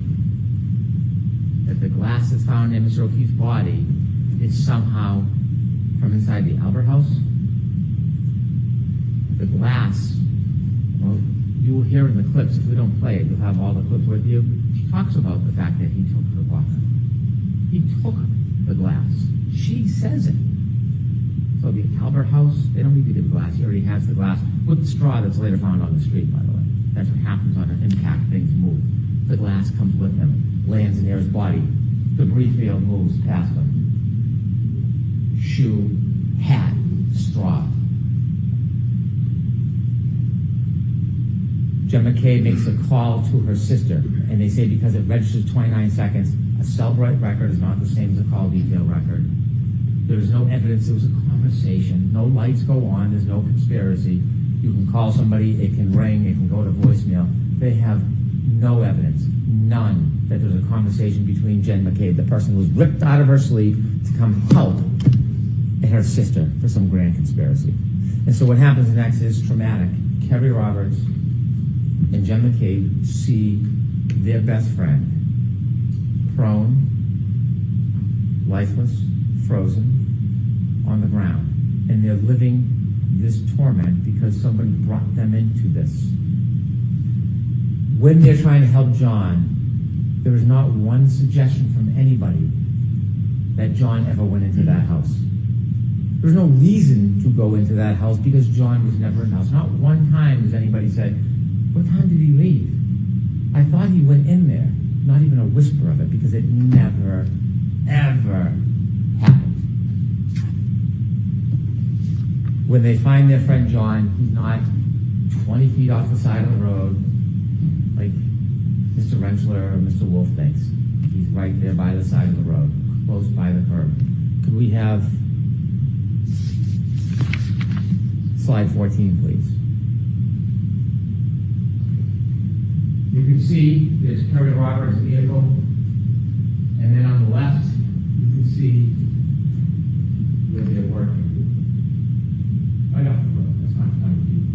That is a clip, a stumble, and a fall. Remember when John O'Keefe fell, there wasn't snow. It was just the beginning of dusting. It was the cold, hard ground. Remember what Dr. Isaac Wolf told us about cold, hard ground?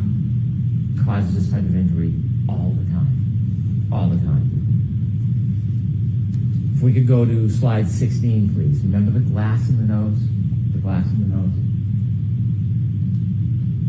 See on the bottom left, that's where the Canton Police Department found the glass. Eddie took from the car, from the waterfall. And then exhibit 195, matching glass. On February 3rd, the matching piece of glass was found on the street. The matching piece of glass, the glass that was found with Mr. O'Keefe, was found on the street. He didn't fall back 8-10 feet from the road. It broke, and then it shattered and went to the street. I would suggest to you it broke at the time of the collision, and he carried the glass with him, leaving the evidence behind, a trail to memorialize what happened to him that night. Remember the straw? I asked you to take a look at that picture. We're leaving the waterfall at 12:12, the black straw in the drink on the street. Collision, glass, nose, straw, back hits his head. Can you play the clip on the left, please? 59. So when John got out of the car at Brian Albert's house, he took my full vodka soda, which is sitting in the cup holder. 169, please. So John's laying there, his left and his right, and I approached John from the left. That's where the street is. And he had a piece of glass, like perched on his nose, like just wedged like a splinter would be.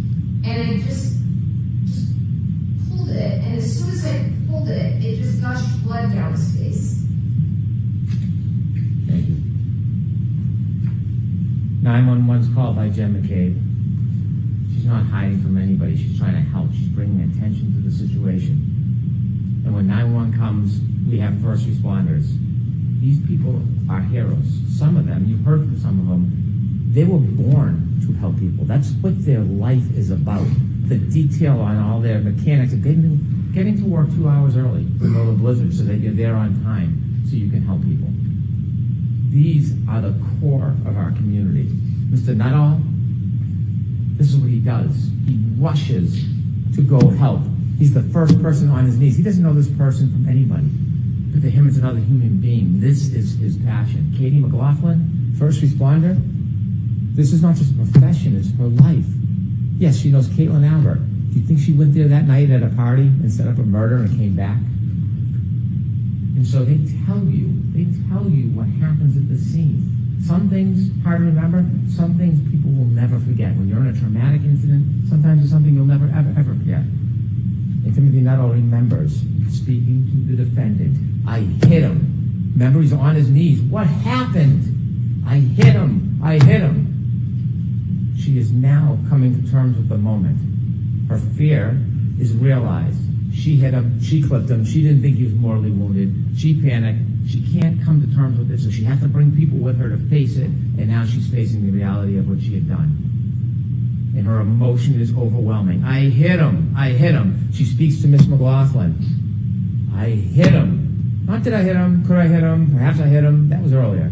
Now she's recognizing what she did. I hit him. And these people are making it up.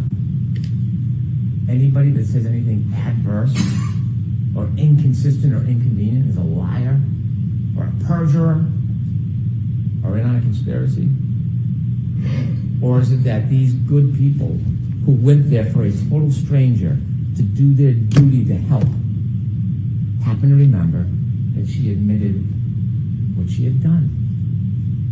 I know that doesn't reconcile with the boogeyman Proctor and the bad government. I know it doesn't reconcile with no DNA on this piece or that piece. I know it doesn't reconcile with everybody setting up the girl. I know that doesn't reconcile. But the reality is you have independent core people who hear her say, I hit him. And the attempt is to portray everybody as a liar. But you don't have to rely just on these good people, although you should. You don't have to, because we have a guide, and it's Karen Reed. Slide 17. So what was said was,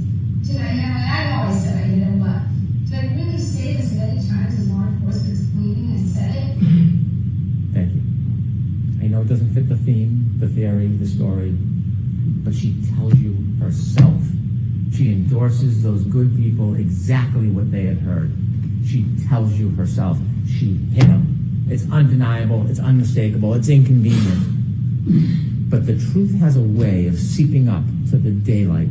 It can be oppressed and suppressed and pushed down and covered and twisted, but it rises. It rises. And it is not a coincidence. There's no coincidence that Mr. Nuttall and Ms. McLaughlin hear exactly that. She tells you. And Jen McCabe, when she's sitting next to or standing next to Ms. McLaughlin, she tells you that she saw or heard the same thing. Remember what happened to her in the stand when she had the audacity to say, I heard her say it? What happened to her? This woman who never even wanted to leave her home that day, pulled out into a storm to see her best friend dead. What happened when she defended herself? Said the same thing? And the funny thing, the ironic thing is, you will see in a photo when Ms. McLaughlin, the firefighter, was speaking to the defendant, Ms. McCabe was next to her. Ms. McCabe was trying to protect her, trying to shut her up. Don't talk, you're upset, stop saying crazy things. The villain of the story was trying to help the defendant from incriminating herself. The irony.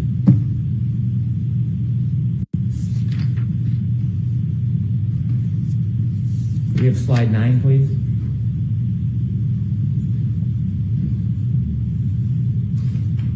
This is the battery temperature. You gotta have a chance to look at it. If it wasn't so tragic, it is interesting. It is interesting if you like data. The 29, 12, 13, they're leaving the waterfall, 82 degrees, 12:22. In the car, 77 degrees, 12:37. About 3.5 minutes after the defendant collides with John O'Keefe, it started to go down 72, 12:45, 66, 12:53, 61, and you see it drop and steady off at 1:36. Remember, cell phone battery under him, John O'Keefe either struggling for life or he's passed, and the blood is still warm either way under him. Doesn't move again until 6:06. It drops down 7 degrees because the women are pulling on him. The cold air is hitting the battery. What happens at 6:15? You're going to see the video. You've seen it. Still photos. Kerry Roberts goes over, takes up the phone. Not only does she pick up the phone, she puts it in her pocket, and then 20 minutes later, the next meeting, the temperature rises. That's not convenient. That's not a coincidence. That's fact. That's data. And then the vote is passed, put in a warm environment, and it raises up. 6:15. How can someone conspire to pick up a phone on the side of the yard that was under Mr. O'Keefe's body at 6:15 and know the battery temperature was then going to rise? Not only did the battery temperature rise, when you look at the healthcare data, at 6:15 when she picks up the phone, you know what happens to the healthcare data, right? It starts to move. It's data. It's data. So, while they're going through this duress, the defendant asked Jen McCabe for yet another favor. Look up hypothermia. Find out how long it takes for someone to die in the cold. And there's Miss McCabe in her winter jacket, soccer mom, trying to help. She has MS. Her hands aren't working. She's trying to type in what's happening during that time. It's a frantic scene. She tells you that the defendant then wants to run back to the ambulance, so she goes with her at 6. For her, it's at the time it's open, and she's in bed at 2:27 looking up Hockomock Sports because she is so interested in the kids' sports, and that timestamp stays open. And she goes to that tab the next morning when she puts in how long to die in cold. And that's being portrayed that she's in a conspiracy. She gets vilified as a murderer, a soccer mom who came to help. It took Ian Whiffen 5 minutes to show you a live demonstration on how simple that works. That she's not deleting anything. Jessica Hyde told you it's automatic deletions over time. You usually can't delete that information. That's not a click and swipe like the good Dr. Wolf from Arca knows how to do. This can't be erased. But they still hold on to this. As they argue to you and all the injustices that have been done, they tell you, they want you to believe Or take a flyer on the fact that she looked up how long to die in the cold at 227. It is an absolute contrary to the science. There's no basis to support it, but they stand here in front of you. Why? Because every time they say something like that, you look the other way. Don't look at her. Look the other way. 227, look the other way. Don't look at what she did. Former Trooper Proctor, look the other way. Don't look at her. Every time they make those, oh, she got the glass from inside the Albert, maybe in the basement. Look the other way. Don't look the other way. Look at the facts. Look at the data. And it all leads to one person. There's no grand conspiracy. It leads to one person, the defendant. And it's not just the data and facts. It's her herself. Let's talk about Mr. Proctor. You were invoked with this emotion early in the opening that this is a cancer. That's a tough word. Try to evoke that primal reaction, disgust. I'm not saying you shouldn't be disgusted by the text messages. You should. You should. They're not defensible. I don't stand here and defend impropriety. I don't. But that doesn't change the physical evidence, the scientific evidence, and the data. He was terminated. He paid a penalty. He was held responsible for what he did. He should have been. He should have been. But that doesn't get a free pass. That doesn't change the facts. It doesn't change the physical evidence. It doesn't change the science. It's unfortunate. It's distasteful. It's dishonorable. Remember, Trooper McKennick was asked, was the investigation with honor and integrity? And he said it was. Was Trooper Proctor's effort honor and integrity? And he said it was integrity. But he never said honor. That's a man of honor. Military service, dedicated to his country, highest level of clearances to the President of the United States, now a state trooper. He would not say that Trooper Proctor was honorable. Because he wasn't. He wasn't. But that does not change, doesn't create a conspiracy, doesn't invent a dog, it doesn't make somebody in a house something they're not. It just doesn't. When you read those text messages, they're hard to look at. It's unfair. It's unfair. And if there's a penalty more than being fired, well, maybe that penalty would be deserved. But it has nothing to do with the justice in this case. It just doesn't. There's not one piece of evidence, not one, that we can look at and say, this was tampered with. This was planted. This was distorted. Remember when we introduced the taillights at the beginning? I didn't introduce 3 of the taillights, but then the defense did, so I put them in. Those were taillights that were only found by Trooper Proctor. I did not put that evidence in. Understanding those text messages and appreciating the disdain one might have for his comments. Not that there was any evidence of tampering, not that there was any evidence that it was not true, but I didn't put that evidence before you because we didn't need Trooper Proctor in this case. We don't need Trooper Proctor to prove this case beyond a reasonable doubt. That's why I didn't introduce that evidence to you. Now, there's been a lot of talk about planting of taillight. We know the taillight wasn't planted because Trooper Buchanan and Mr. Proctor did not go down to Dighton to see Miss Reed until later in the afternoon. We know from the 507 video, we've seen that. We know the taillight was already missing when she's leaving the driveway. When the good Canton police detectives went to do a wellness check to care for those young children, and they went to the house, inadvertently, they didn't even know it, the dash cam captured the back of the car. The taillight packed with snow is missing. It's already gone. It can't be planted.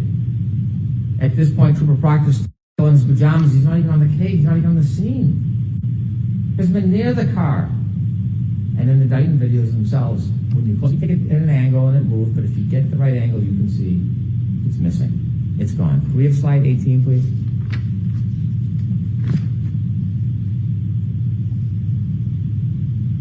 You can play any angle you want, but if you look at this angle, it's gone. There should be no plant. It's already gone. You know where it is? 34 Fairview Road, on at the Wheatfield. January 29, 2022, 823.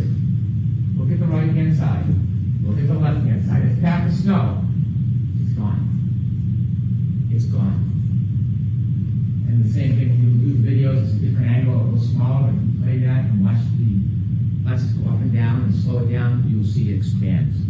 it's gone. So when you have Indictment Officer Barrows come in here and try to tell you what he saw in the salad bar, couldn't have been it. You got to ask yourself, what interest does he have coming in here in this case? A lot of attention on this case, a lot of people watching. Comes in after, of course, driving all the way out to the defense attorney's hotel to meet in a conference room so he can get a subpoena. He spends 2 hours driving up and back so that he can conveniently get a subpoena that tells him to appear, which he could have got by fax or in the mail. And so when he comes in, what he says is, that's absolutely not what I saw. Absolutely not. And then he claims at the last time he testified, he had made the same statement. I showed him his transcript. And did you see the redness creep over his face? He never said this before. In fact, he testified to the opposite. And so he sits on the stand with a new story after a meeting. We don't know why.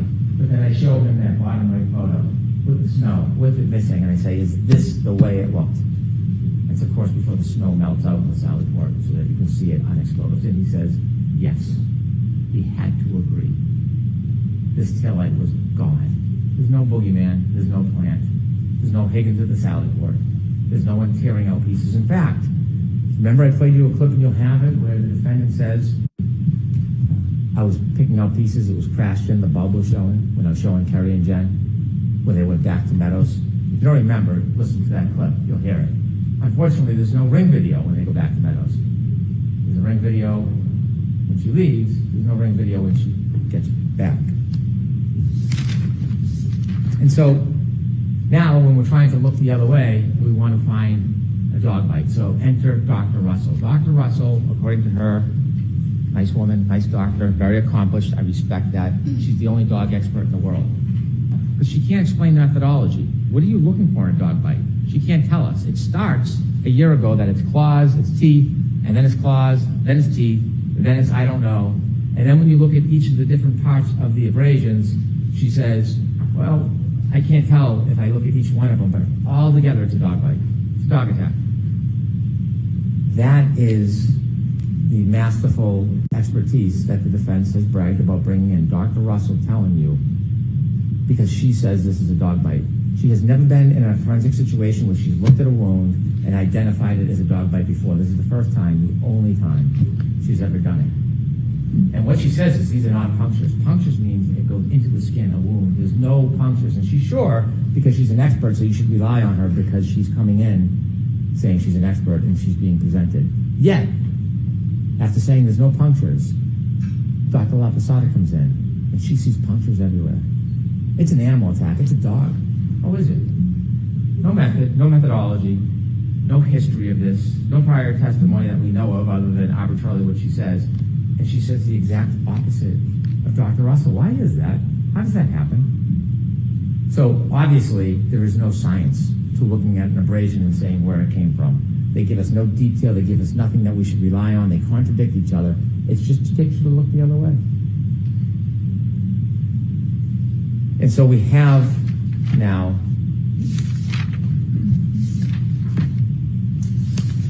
the issue of the defense has said over and over again, there's no collision. There's no collision. There's no collision. And they had a number of witnesses come in to try to say that. And they point to Dr. Scorti Bello, who works at the medical examiner's office. She tells you that she doesn't see injuries consistent with a collision. She's looking at this case for 90 days. 90 days. The evidence in this case did not stop. It continued for 2 years. She knows nothing about the data, nothing about the black box, nothing about the interviews of Miss Reed. She doesn't know about the DNA. She doesn't know about the shards in the arm or in the clothes. Strike that in the clothes. She knows nothing about that. So in 90 days, she didn't see any lower body injuries. She didn't see any lower extremity injuries, which are very common in car collisions. But that doesn't mean it didn't happen because she, in 90 days, saw a fraction of the information. A fraction. And we know now, argument back and forth for days about lower body injuries, the suggestion is a car accident can affect everybody differently depending on the angle, the scope, the speed. Some people can get plowed over by a car and have no injuries. Some people can get touched lightly and have more injuries. And there was the debate about no lower body injuries. Well, ARCA dispelled that in their dummy test, that you can have a collision with no lower body injuries. They did that for us. Thank you. And so the idea that at the time, in 90 days, that she doesn't have enough information to stay consistent with a car accident doesn't mean there was no car accident.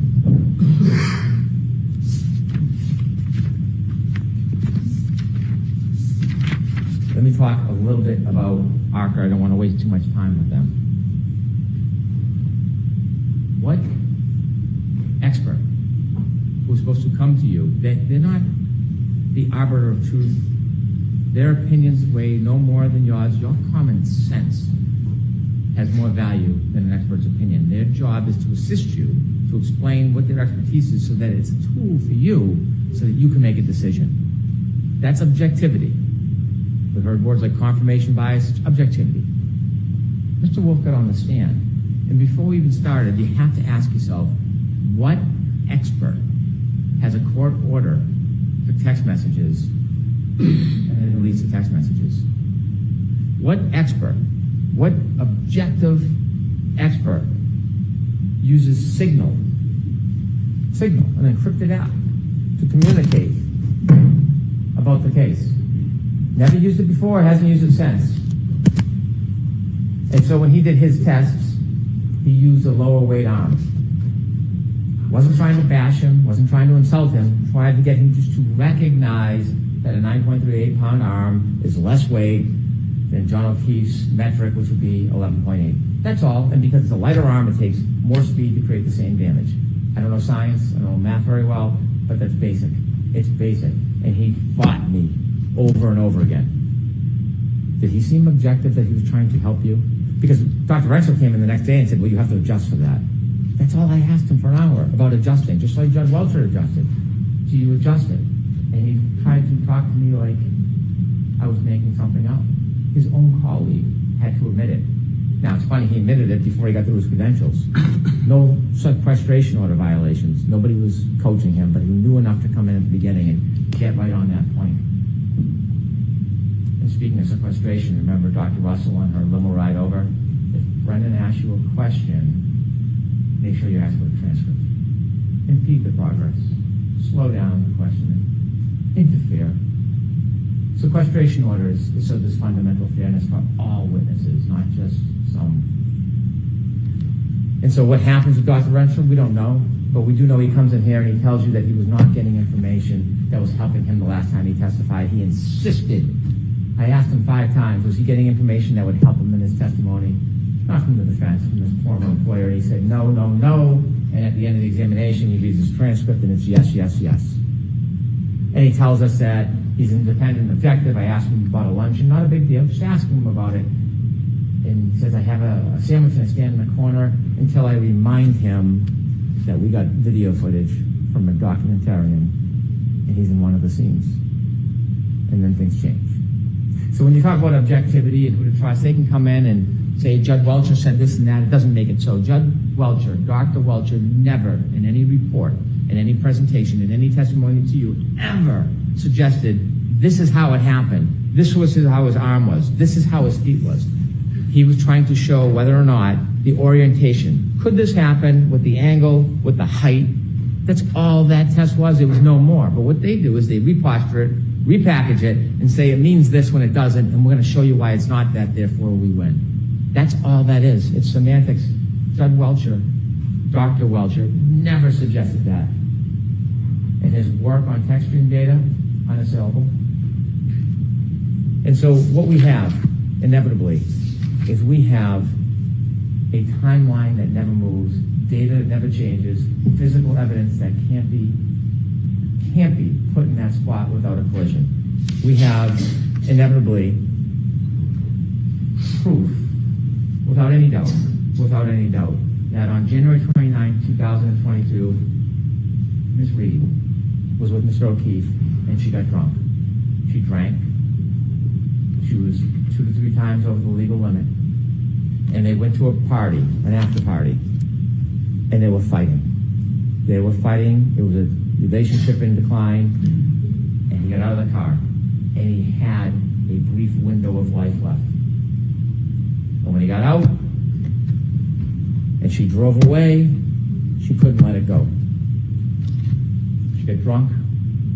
She hit him. She left him to die. It's that simple. We don't know exactly how this collision happened, but we have a good idea from the physical evidence, and we know that it happened. Can someone have a collision without lower body injuries? Could I have slide 19, please? You bet they can.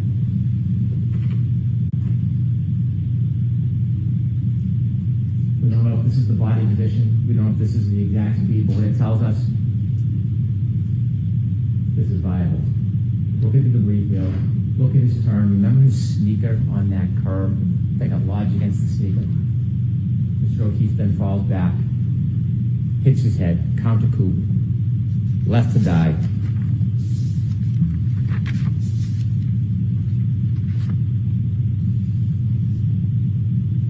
Thank you. Ladies and gentlemen, there is no doubt what happened that night. There is no doubt who did it. You have a very difficult task ahead of you when you consider the evidence and you consider the law. Very difficult. There are 3 charges. There is second-degree murder.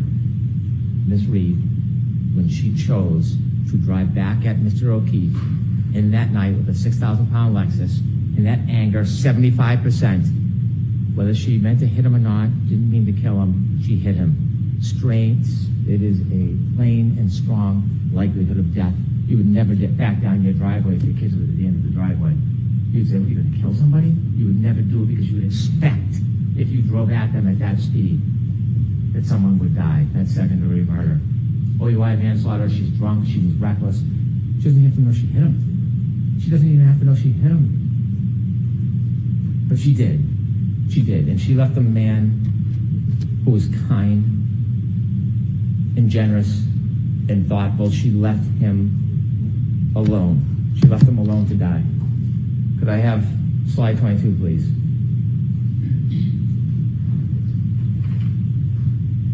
He is not an it. John O'Keefe is not a body. John O'Keefe is not a buffalo on a prairie. John O'Keefe was a person, and he was murdered by Karen Reed. Beautiful, Hank. Beautifully done. Take that, thank you. Just beautiful, ladies and gentlemen. I'm so glad we got to rewatch that together. Hank got the last say, and I'm seeing predictions on Twitter from people. We don't have any reports, but the jury does keep deliberating. If we don't get a verdict, however, by exactly 1:30, ladies and gentlemen, then the jury cannot deliver their verdict by rule until after 2:30. So if we don't get a verdict by 1:30, then no verdict until after 2:30. Now, what that means is we're going to watch Brennan's Cross of Arca, Dr. Wolf in particular, or whatever I think it was Dr. Wolf. I really liked it. We're going to watch Brennan cross Dr. Wolf. Dr. Red, the Rentschler cross was good too. But we're going to watch one of those. Yeah, I'm a little surprised too, but verdict after lunch wouldn't surprise me. But we're going to watch one of those two things. So I think I would like to watch Hank Brennan's Cross of Dr. Wolf. I'd like to start on that, and then we'll watch Hank Brennan's Cross of Dr. Rentschler, unless you'd like to start with Dr. Rentschler. Yeah, the end of Hank's closing was epic. Hank is a very remarkably talented lawyer. There's no doubt about that. So, yes, because at 1:30, that means no more verdict for an hour. If there's no verdict by 1:30, we cannot get a verdict until 2:30 p.m. Eastern. Okay, so we are going to start on another one of Hank's masterpieces. Jew Drops, have fun with Kiki and Riri. Oh, by the way, look at this photo that I have, ladies and gentlemen, for you. Did you know we found a picture of Elizabeth Reed? It was sent to me by a super towel. And ladies and gentlemen, take a look at this. You want to see Karen's sister, the mysterious, the hidden, the cloak and dagger, Elizabeth Reed, ladies and gentlemen. I heard a rumor, and then we also have a verdict to read. Not for the real jury, for our mock jurors from Ange Wittick. I have it ready, ladies and gentlemen, but fast. Oh, goodness, who wants to see Elizabeth Reed? Ladies and gentlemen, that I hear is Elizabeth Reed. Yes, ladies and gentlemen, that is Elizabeth Reed, apparently. Karen's long-lost sister who never goes to court. That is Elizabeth Reed. There you go, ladies and gentlemen. You've always wondered, you've always wanted to know, this is apparently Elizabeth Reed. Oh, goodness. Someone would like to know if she is locked up in the attic.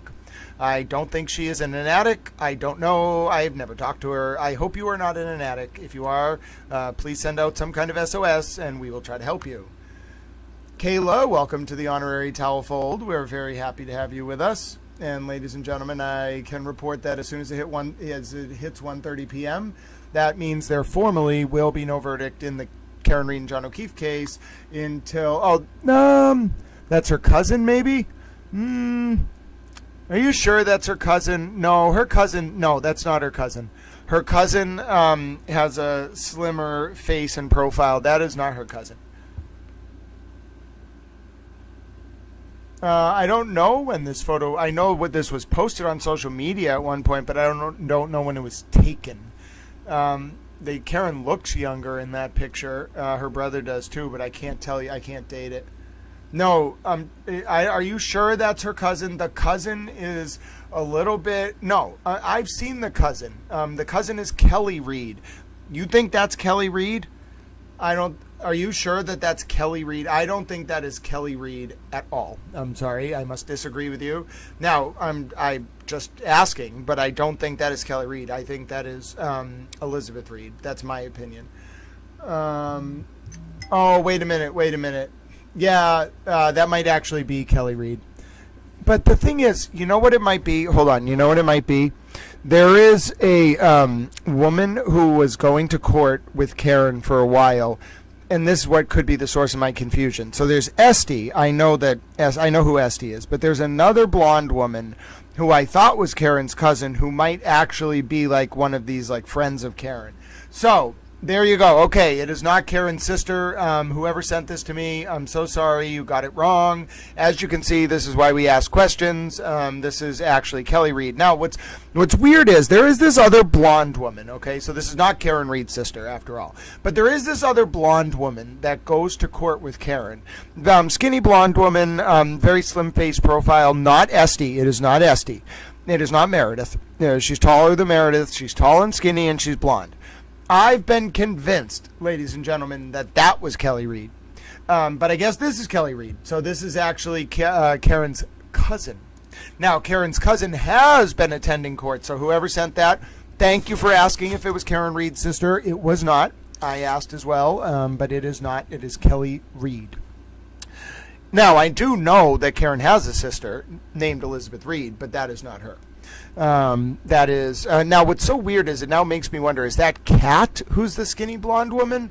Is it like some other blonde woman? I have to look more into this. However, I do want to continue with our ARCA close. And by the way, I do know that Elizabeth Reed exists. I thought she looked like that. I didn't know that was Kelly Reed. But Elizabeth Reed does exist. She is actually a person. I just want to let you know. As strange as it may sound, ladies and gentlemen, she is actually a person. Elizabeth Reed is actually a person. All right, so let me get this video up for you. And I don't think I have the Karen Cam version of the Wolf Cross. Daniel Wolf, Karen Reed, retrial cross. Why is the fan? Oh, I'm sorry about that. The only reason why we're watching the fan, I'm sorry if you watch the fan, I have a plan. I am the towel with the plan. The only reason why we're watching the fan is because I'm preparing us to watch. Hold on a minute. How dare you? How dare you? You can't just hide the fan from the towel friends. They need the fan. You don't understand. They don't want to watch the fan. So wait a minute. I have a towel plan. Watch this. Oh, there you go, my dear friends. We're all waiting, but it's after 1:30. No verdict will come in until at least 2:30 p.m., little towels. That means we're watching Hank Brennan's cross of ARCA by Hank Brennan in the Karen Reed and John O'Keefe retrial. And you might be saying, Towel, I'm so excited for this. You don't understand. I don't want to watch the fan. Well, that's why we're doing this. I do understand. I don't want you to have to watch the fan. I'm a little towel. I'm a little towel. Short and stout. I'm All right, actually Mr. not Brennan. short. I am 6 foot. Good afternoon, Dr. Wolf. One time I was saying I'm a little towel, short and stout, and then I was like, wait a minute, I'm 6'2". I'm not a little towel. I don't want to watch Turtle Boy. I think I was searching for Turtle Boy the other day. All right, Mr. Brennan. Good afternoon, Dr. Wolf. Good afternoon. Hold on, little towels. All right, let me pause that. Now, we're going to watch Hank Brennan's cross of Dr. Wolf from ARCA. The reason why we're doing this is because we are not going to get a verdict until at least 2:30. Okay, 2:30, ladies and gentlemen. There is just no way we are going to get a verdict before 2:30 because the court staff is on lunch. As a result, little towels, we are going to watch this wonderful John's ex. Yeah, that might be her, actually. You might be right about that. Holistic psychology. I think you are right, my dear friend. Spot on.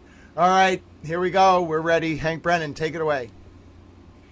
You testified in direct. You shared with the jury some of the work that ARCA does. Do you remember that?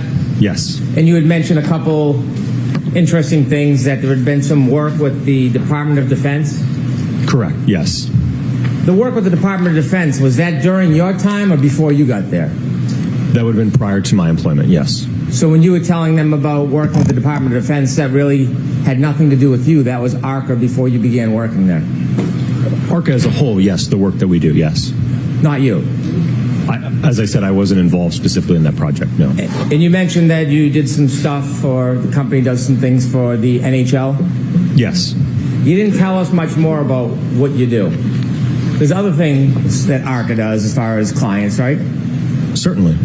Did you share with us that you work for lawyers and law firms? Yes, we do. And you do litigation, insurance companies? Yes. Okay. Is there any reason why you highlighted the Department of Defense that you don't do and the NHL but didn't share the rest of the stuff with us? That's just some of the prominent clients that we have. I see. You provided us a CV, didn't you? Yes. And that's like a resume, tells us a little bit about your education experience. You get to highlight some of the things, your accomplishments. Yes. You shared with us you've been the director of accident reconstruction at this company, ARCA, since 2017? No, not since I started. You started with ARCA in 2017? Correct, yes. When did you become the director of accident reconstruction? I think that would have been in January of 2024, so about a year and a half. About a year and a half ago? Yes. And you received your certification from ACTAR? Yes. Did you pass the test on both parts first time? I don't recall if it, I think it was I had to retake, I think, the practical section in the afternoon. Well, you would recall something like that, wouldn't you? Did you pass both parts on the first try? Like I said, I think it was the second part I had to retake. Well, this is a pretty important test, isn't it? Not really. It's your certification. It is, but much of the concepts that are covered in it are very elementary. Well, not so elementary. You had a hard time with part of it. And I had to retake. It's a practical exam where you have to reconstruct an accident, where you have to determine approach angles, departure angles, and it can be very sensitive to those inputs. And unfortunately, if you mess up one of your first angles and you carry out that calculation, then the whole problem is graded wrong, even if you did all of the math correct. So we understand there's a multiple choice question part that's the easier part, correct? I don't know if it's easier, but there is a multiple choice part. There's a more practical part where you actually have to go out in the field and do assessments, kind of like the things that you did today. You don't go out into the field, no. And, when did you first take that second part that you didn't pass? I don't recall. You don't remember when you took the test? No, I don't. Suffice to say, you took it again. Correct. And ultimately, you passed both sections of that test? Yes. In your CV, you list your schooling, and you list your degrees, don't you? Yes.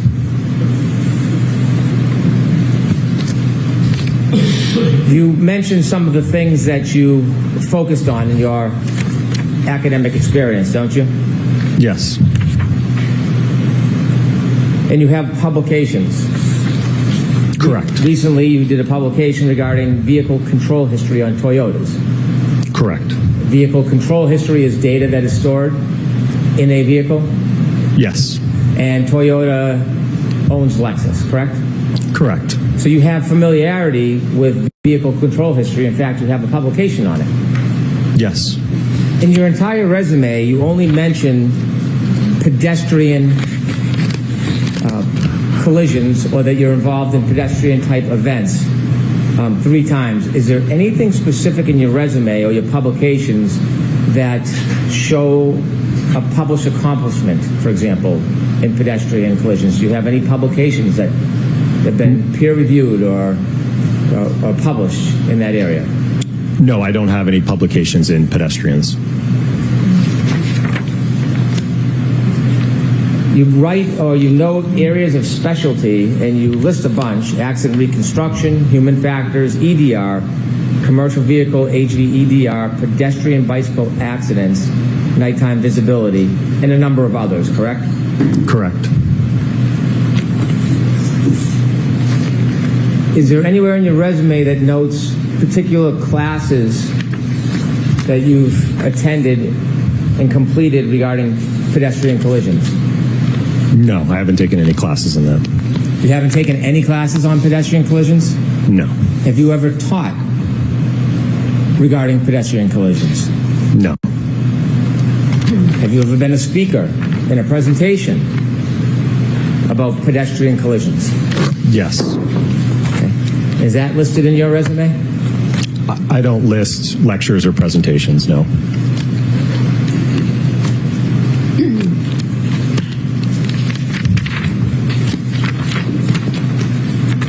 You were asked questions about your involvement in this case. Yes? Yes. And you had shared with us that you, at the beginning, were working for a separate party or a third party, you said? Yes, another agency. Another agency. And at some point, you came into court and testified last year. Yes. And during the time before you came in and testified, you weren't wholly independent of the defense, were you?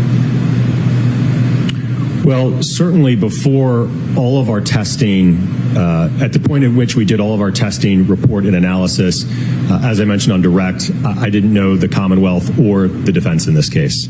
My question, more precisely, before you testified, before you came into court and gave your testimony, you weren't totally independent from the defense, were you? No, I mean, I had to communicate with them to be able to determine when to appear for testimony. So you were communicating with them, yes? Yes. And in fact, some of the time that you spent, ARCA actually billed the defense for, and they paid that bill, didn't they? Eventually after the trial, yes. During that time, you know what a sequestration order is, don't you? Yes. Do you think that you're under a sequestration order today? Yes. Did you talk to anybody about any of the prior testimony in this case before today? No. How'd you get here today? How did I get here today? I took a car ride over from the hotel. Who drove you? It was a driver. I don't know his name. Who set up the car? It would have been someone on the defense team. Was it like a window, like a limo? It was an SUV. Was there anybody from the defense with you on the ride over? There were 3 young ladies in the back seat. I think they might have been interns, and Mr. Woke. And who? Mr. Wolk, I think is it pronounced? Am I saying it wrong? Have you discussed anything about this case before your testimony today as far as the trial?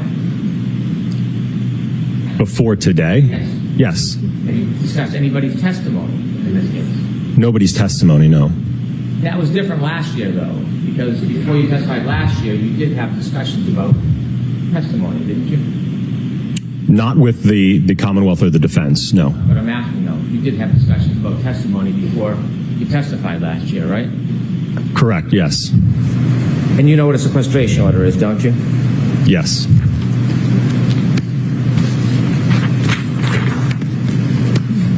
after you testified last year, the court ordered you to provide all of your text messages, all your communications with the defense, didn't they?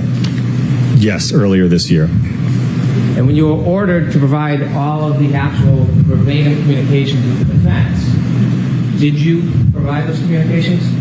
Yes, all of the records that I had at the time I provided. Well, not the records. You know what I'm getting at. Did you provide the communications? I provided everything I had in my possession, sir. A text message isn't just a time and date. It's actually substance when you text somebody, isn't there? Correct. And when you texted, how many texts do you think you had with the defense? From what I recall, I think it was around 50 texts that I sent.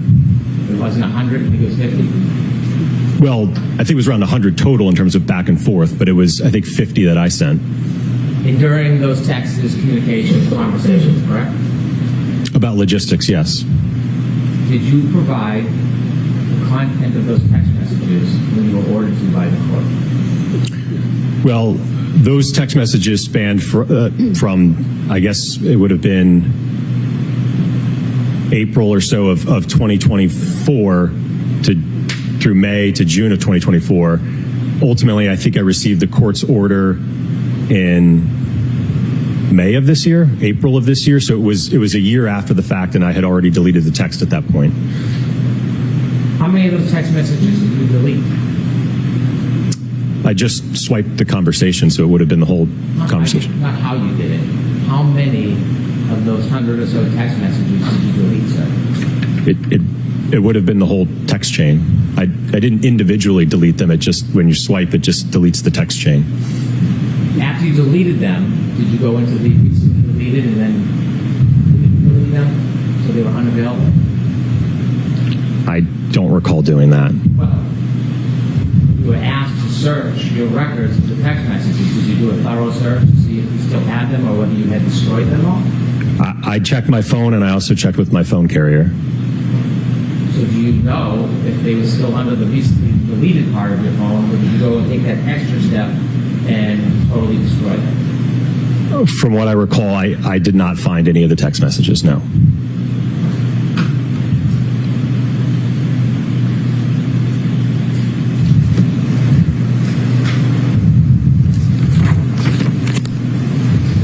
Is there any reason? Hold on, pause. I wanted to break in because Towel had some health stuff going on, but there was something that came in earlier. Ange Wittick worked very hard on it, and I keep forgetting it.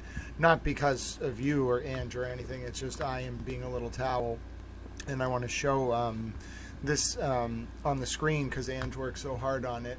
Dr. Wolf with his eyes closed.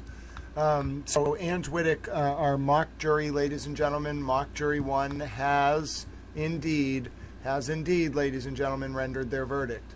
So I'd like to show this on the screen for you. If you are on jury 1, ladies and gentlemen, I repeat, Ange Wittick has delivered the verdict for jury 1. The verdict has been delivered for our first Towel mock jury. Remember, this is not the real jury's verdict. You would see that being announced by the court. This is our mock jury verdict, ladies and gentlemen. Our mock jury verdict, indeed, on page 1, the verdict of all 12 mock trial Towel jurors. This was the fourth person, Ange Wittick. They did a wonderful job. Let me actually make this a little better. Ange wrote each verdict slip out by hand, ladies and gentlemen. So this is what Ange has provided for us. It is absolutely wonderful. Let me just center it on the screen a little bit more. Hold on one second. Gonna zoom out just a little bit. Okay, so do you see what it says? There's this wonderfully, and Ange was worried I wouldn't be able to read this. It is extremely easy to read, Ange. Let me just say that. So you can see it, ladies and gentlemen, for our mock jury, the first verdict is guilty of the offense as charged. All 12 jurors, as of today, on our first mock jury, ladies and gentlemen, voted guilty on the first count. This is our mock jury, ladies and gentlemen.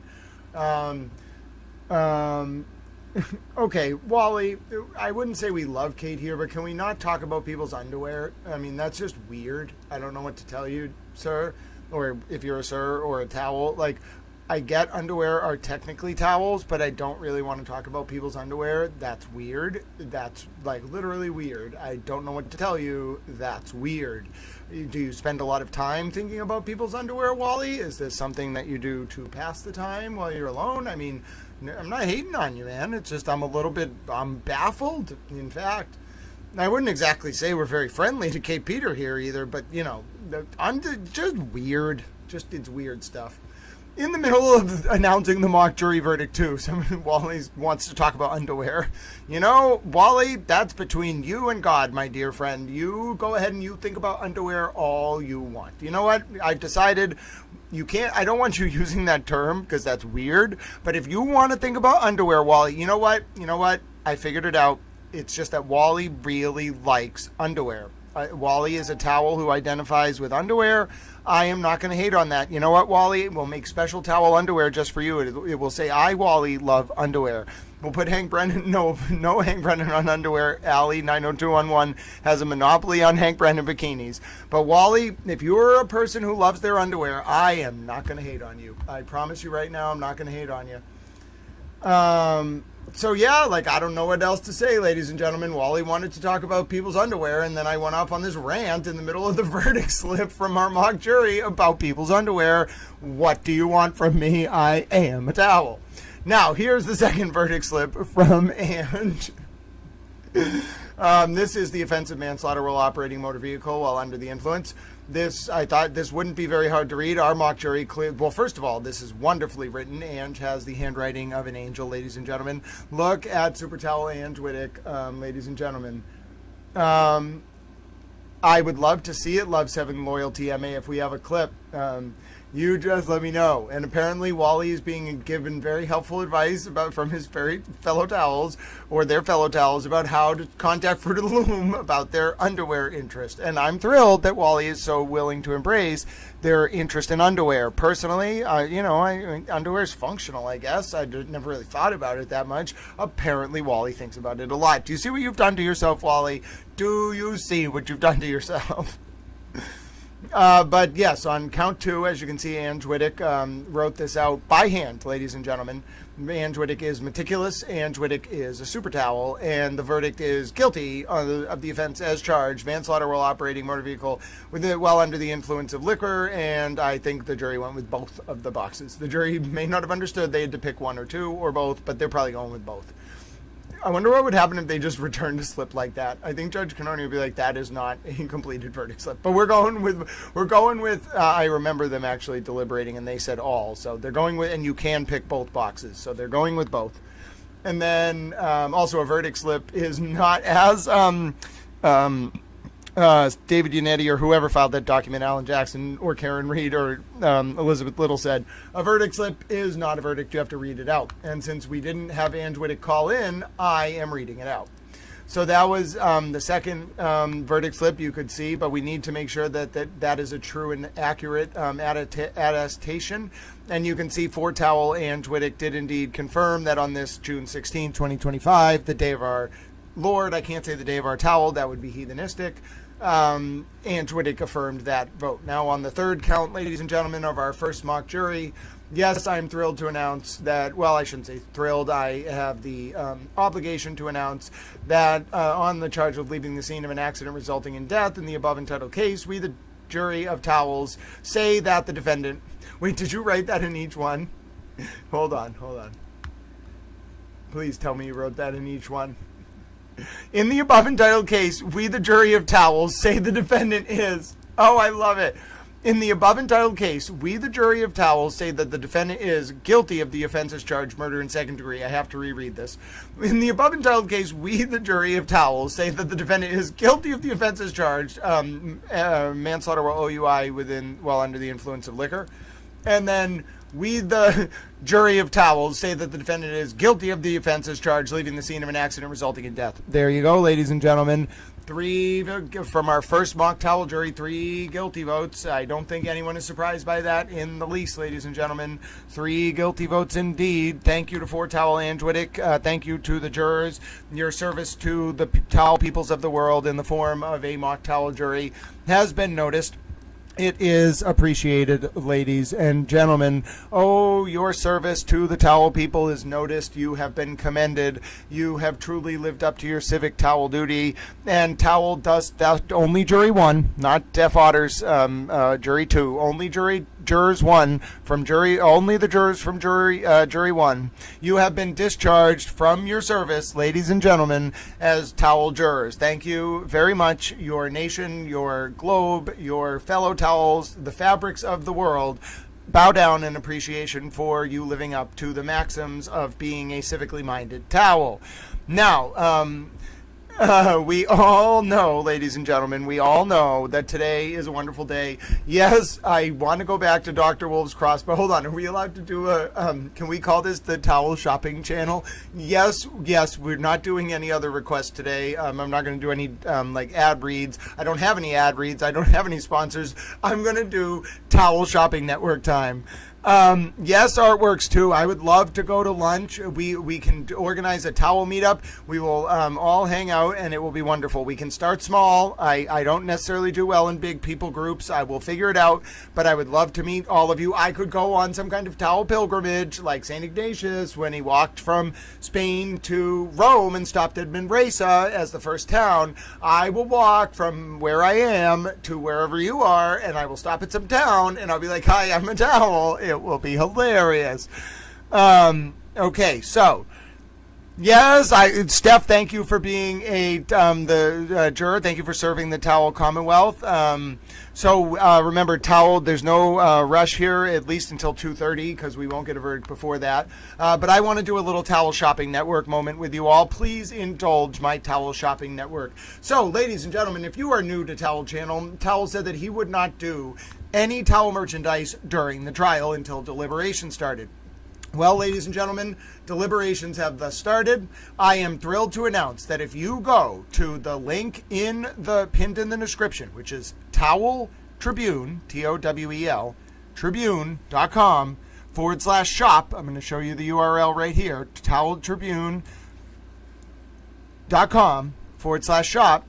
Ladies and gentlemen, I think your mind's going to be blown. You saw the Call Me Hank shirts, okay? And I would just like to let you know, you may call me Towel Vanna White as I show you these wonderful, other side. My hands are hidden behind Aiden as an Oompa Loompa.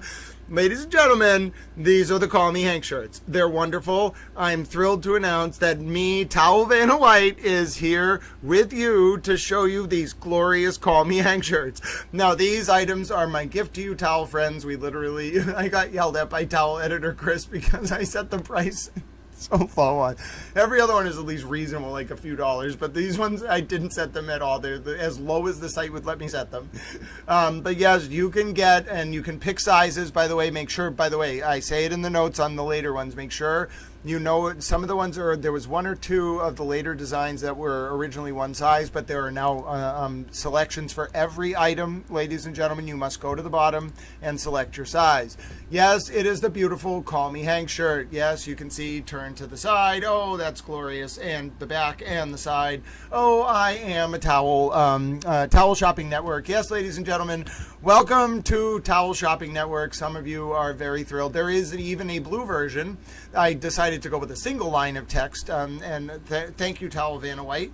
You're welcome. And this is I'm going to lose it. This is a wonderful towel blue shirt with You Can Call Me Hank and the picture of Hank Brennan outside of the courthouse. Oh, yes, ladies and gentlemen, I'm thrilled to announce that both of those Call Me Hank shirts are the first runs, and we will consider those first editions. Now, ladies and gentlemen, I'm also thrilled to announce, and someone did buy one, that you could get a towel backpack with Hank Brennan on it. Now, if you've ever been on Towel Shopping Network before, you may have seen the towel backpack, but these, ladies and gentlemen, why am I doing this?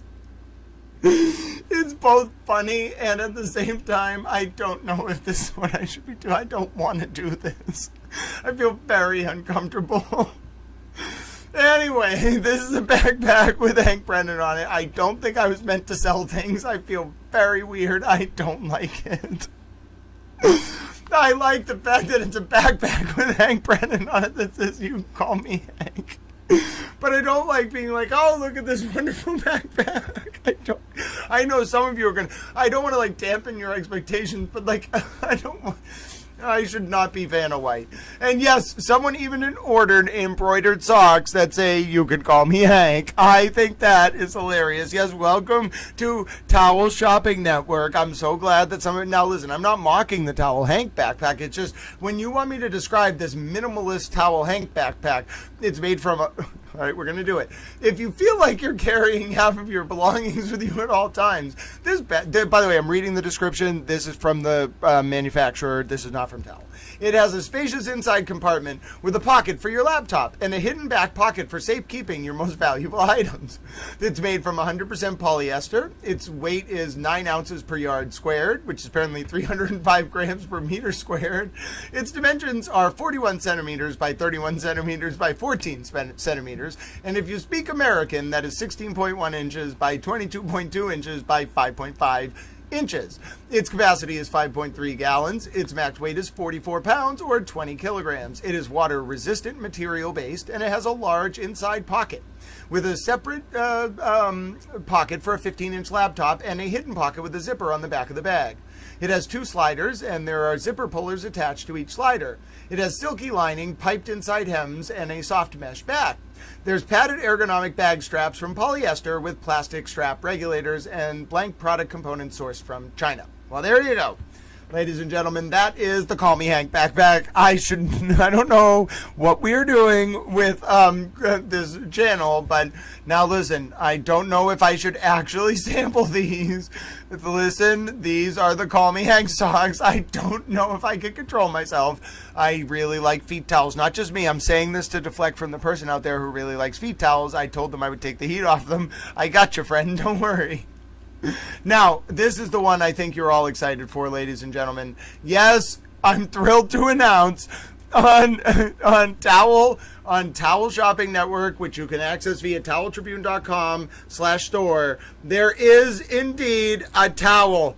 You can buy a towel from Towel Vanna White that says, I'm a towel. And you might be saying to yourself, sir, I thought we were watching Dr. Wolf's Cross. We are. We've paused for an infomercial. This is now Towel Shopping Network. You don't understand. You can buy a towel that says, yes, according to Ange Wittick. Listen, this is not Towel saying this. According to Ange Wittick Towel, the Ford Towel themselves, they are flying off the shelves. I think only one person has ordered a towel. You get towel number 001. But it is a towel with a bunch of angry lawyers holding up pieces of paper, and it's Towel standing there very proud of himself with his reporter hat, and it says, I'm a towel. Do you understand? Oh, Crime Cricket, God bless you. You are going to be the first person with Call Me Hank socks. Now listen. Oh, wait a minute. I've heard a request now for a Call Me Hank beach towel. Oh, goodness, ladies and gentlemen. Call Me Hank beach towel. Wait a minute. I might have something for you. Hold on. Are you telling me that we might be able to, in real time, do a Call Me Hank beach towel? No, this can't be true, ladies and gentlemen. You are not actually going to see, in real time on Towel Shopping Network, the beach towel. That Call Me Hank beach towel come into existence. I think it's possible, ladies and gentlemen. I have also heard you can buy towel napkins. Now, I think it's very likely that we are about to create a second towel. I'm very excited for this. I want you to contain yourselves. I know some of you have literally got embroidered socks. I'm not going to lie. As I told you, now Crime Cricket, me and you are in a special club. We're covering for someone out there who really likes feet towels. We love towels, ladies and gentlemen.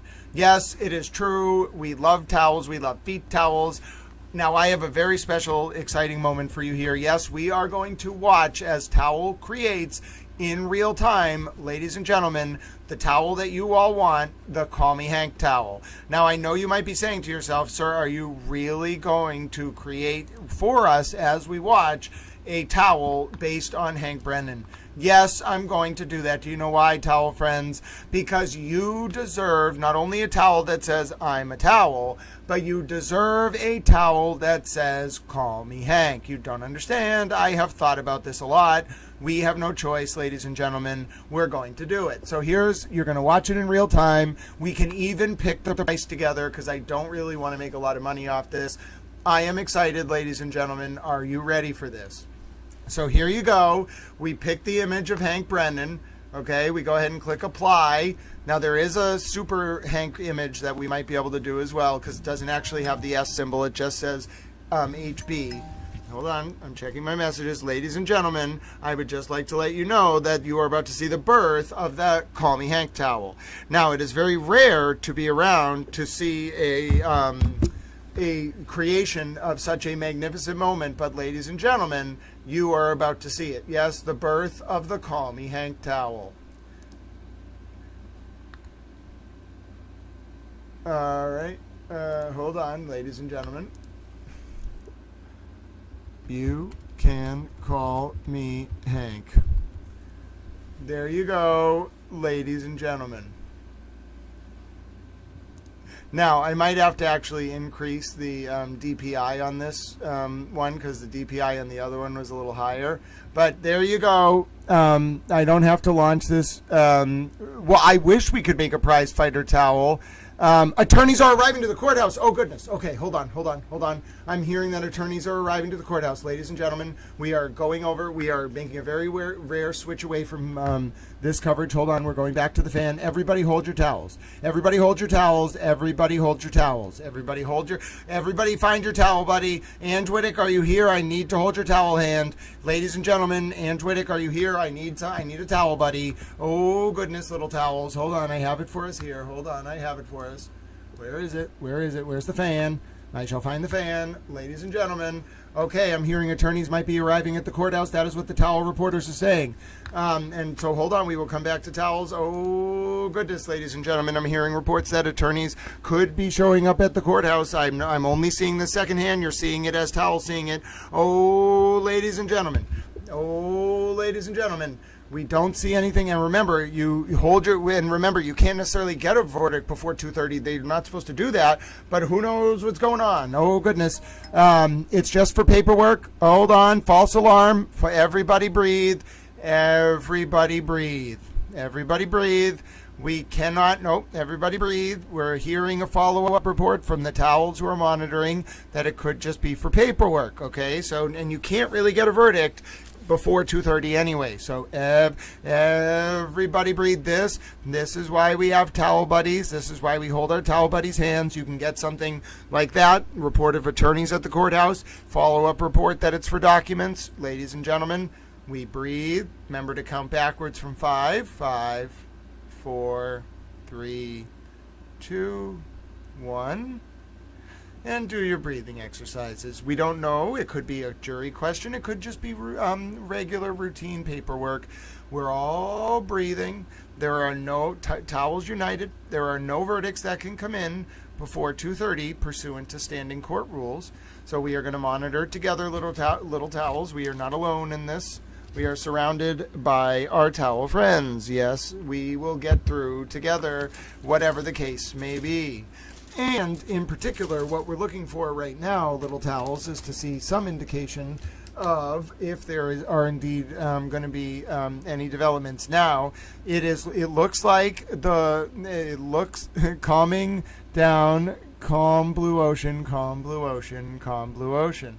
Yes, and I think that breathing is important. Just because the lawyers go to the courthouse and there's paperwork, that does not mean there's a question or that the jury is doing something. However, please note, counsel being at the courthouse is something that's going to get reported. It's not, that's what I'm saying. It's not just that, I appreciate that, Christina. It's not just that we are going to be noticing this. You can't get into the courthouse without walking by a slew of cameras. So that's no matter where you were, whether you were watching this on Towel Stream, whether you were just listening to this, whether you were watching social media, you were going to see reports that the attorneys were at the courthouse. So that's exactly what we're going to do. Everybody take a breath and out. And then furthermore, we're going to take a nice long count again. We don't know why the attorneys are at the courthouse. So we count backwards from 5. 5, 4, 3, 2, 1. All right. We can't control things that are going on. We can only keep an eye on them, and that's part of what we keep an eye on. Now, I think at 2:30, I will say, ladies and gentlemen, that is generally when the lunch ends, and I think I just got, maybe these are the verdict forms for jury 2 of our mock jury from Deaf Otter. So in the next 20 minutes, I'm going to bring those up, because I do not expect a verdict before 2:30, okay? Because now maybe they oh my goodness, could you imagine if they finished up right at lunch, ladies and gentlemen? Now I have the Karen Cam Court Zoom here too, so if we get sent into that Zoom, I'm going to let you know right away. Yes, holistic psychology, we hold our towels. Ooh, Deaf Otter, I'm excited. I think all the verdict slips from Deaf Otter have just come in. And yes, ladies and gentlemen, there will not be movement, as far as I understand, before 2:30, okay? There will not be movement before 2:30. So we're all going to take big towel breaths. We're all going to relax. And then we're going to go back to the cross of Dr. Wolf for 22 minutes, okay? Then we're at 2:30. Nothing can happen before 2:30, okay? So everyone continue to breathe. We are going to watch this cross. I'm confirming to you that nothing can happen before 2:30. And at 2:30, we're going to read our mock jury number 2's verdict. Okay, so 20 more minutes of this cross. Everybody continue to do your towel breathing. 2:30. I really appreciate it. Hold your towels. 21 minutes, folks. We have to watch this. I need to breathe too. And the more we focus on this cross, the quicker the time will go, okay?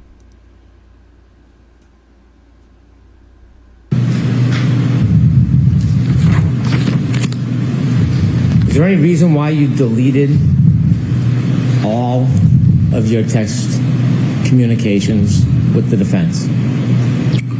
Well, it's something that I routinely do. I work with attorneys and clients all the time, whether it's appearing for trial or inspections, and I don't have a habit of keeping a text chain that talks about logistics and things. It's just I routinely delete them after that communication is over with, and certainly after the prior proceeding, once it had concluded, there was no reason for me to preserve those.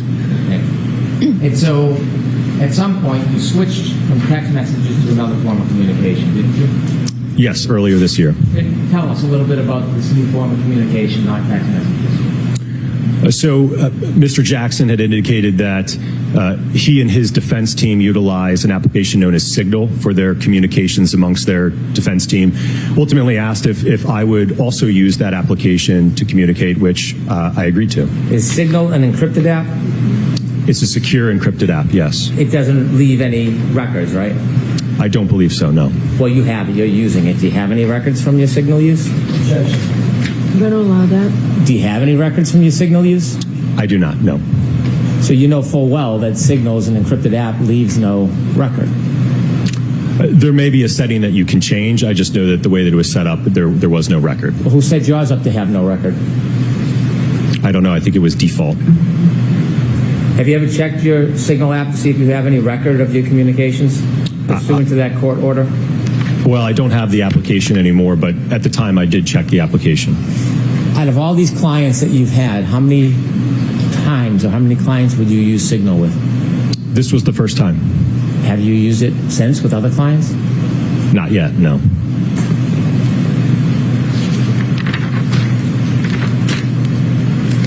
Before you testified last time, at the last proceeding, or should I say when you testified at the last proceeding, kind of like today, you attempted to portray yourself as totally independent, didn't you? Sustained enough. When you testified at the prior proceeding, did you attempt to portray yourself as totally independent? Yes. The truth is, before you testified, you were communicating with the defense and attempting the best you could to assist their cause, weren't you? I wouldn't characterize it that way. So before you testified, you wrote out questions that you thought could help, that you should be asked when you testified, correct? So something I routinely do before testifying is prepare an outline of topics and questions that would best help be able to get out my opinions and the analysis I undertook, ultimately so that you all have an understanding of what I did. So I'm asking you a question. You gave the explanation, but you're skipping over the answer to my question. So I'll ask you again. Before you testified, did you write out a list of questions that you wanted to be asked? Yes. And when you listed out the questions, you also listed out the answers, didn't you? A general response. It wouldn't be verbatim to that. I didn't say verbatim because you listed out the answers to each and every one of the questions that you had prepared. Yes. So for every question, there's an answer that you provided so that you could follow a script, so to speak, yes? I wouldn't characterize it as a script. One of the questions asks, so not being able to inspect vehicles is something that is not uncommon in your line of work? And your answer, absolutely not. Remember writing that out? Yes. Then you put a footnote, a comment. And you said, not sure if you want to put this somewhere in the direct examination. I have a feeling they are going to argue I didn't personally inspect the vehicles. I had enough information from the material I reviewed, so it wasn't necessary. Need to show the jury it doesn't matter in this case. Did you write that? Yes. When you're talking about they, I have a feeling they are going to argue I didn't personally inspect the vehicle. Who's they? That'd be the Commonwealth. And so when you were writing out these questions as is your routine with the answers, is this the mark of independence to you? Well, I think, again, whether the Commonwealth asked me that question or the defense asked me that question, my response would be the same. It wouldn't change depending on who called me to testify. There are a number of cases, by the time I get involved, the evidence is gone from the roadway, the vehicle is gone. So it's certainly not necessary to inspect a vehicle. And I wanted the jury to have an understanding that because I didn't physically inspect the vehicle, it didn't affect my analysis in the case. So you think that showed independence? Yes. Then you also had another question. Would it be fair to say that because you do a lot of nighttime visibility work, your cases frequently involve pedestrians? Remember that? Yes. And you said, yes, unfortunately, there is a direct correlation between time of day and pedestrian fatalities. Is that true? Correct, yes. And do they happen more often in the day or at night? More often at night, yes. Statistically speaking, by the way, this case involves nighttime, doesn't it? Correct. Statistically speaking, most of pedestrian fatalities occur during the evening and night hours. So my specialty in the area of lighting and human factors results in a lot of my cases involving pedestrians. Did you write that? Yes. In fact, you testified, you shared that with the jury, didn't you? Correct. I've testified to that twice last year as well as this year. And in the notes that you wrote, when you shared it last year and this year, was it an important point to the jury? I think so, because it helped gave them an understanding, I think, of my background and lighting and human factors. And as I mentioned earlier today, there's a direct correlation between time of day and pedestrian impacts, right? So my specialty in lighting and human factors results in me seeing many, many different types of pedestrian impacts. So if it's important, why did you include a note? If you don't want me to say this, that's fine. Why did you include a note to the defense that if they didn't want you to say something that you thought was important, you would leave it out?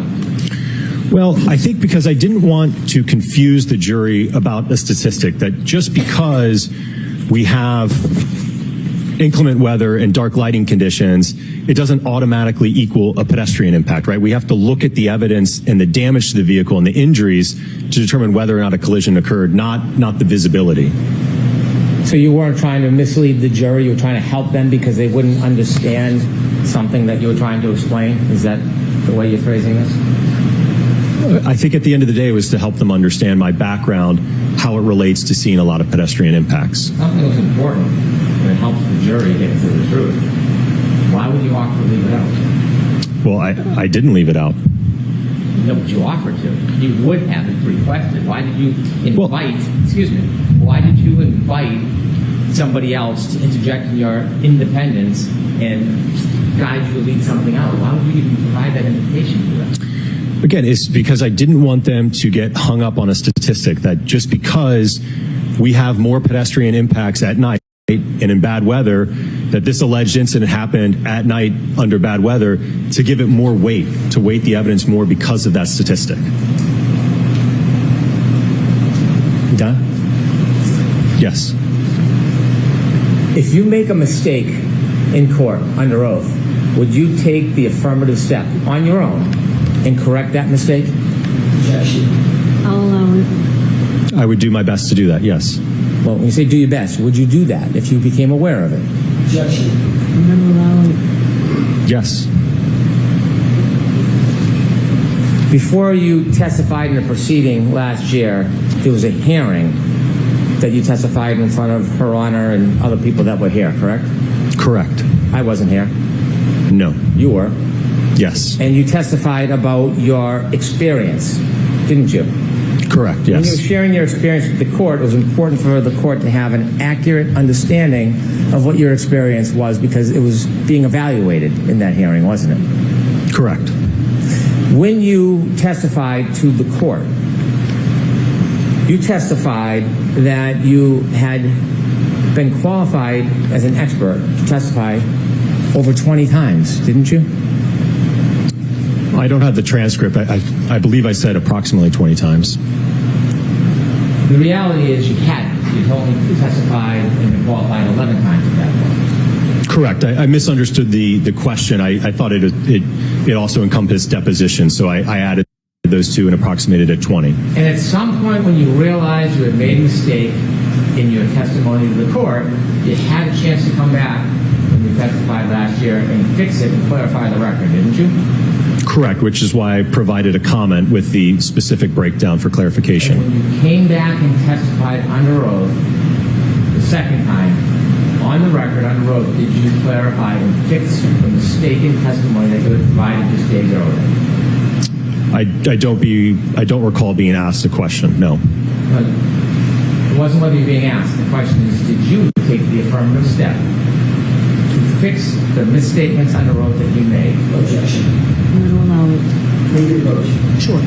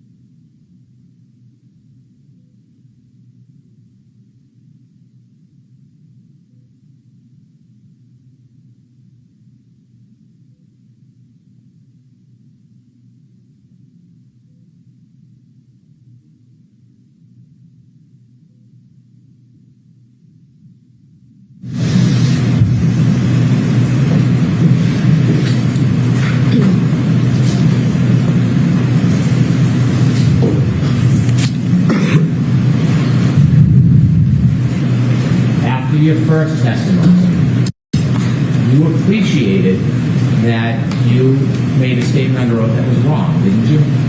Yes. In fact, you made a note. I realized in my testimony I said about 20 times when you asked me how many times I had been qualified. I misinterpreted your question, which was my fault, but in looking at my D&T list, it's 11 trials, 7 depositions, 18 testimonies total. Not sure if you want to clear it up or just leave it. Correct.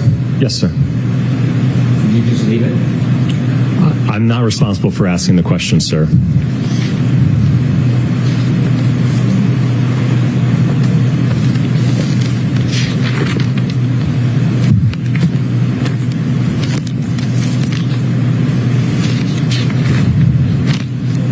Do you ever heard the terms confirmation bias? Yes. Do you know what confirmation bias is generally? Generally, yes. But do you think that you suffer from any confirmation bias in this case? No.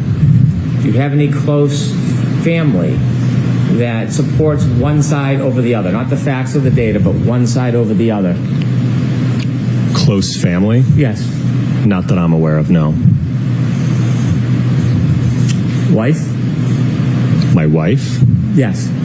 I don't really know what her thoughts are on the case. May I approach? Yes.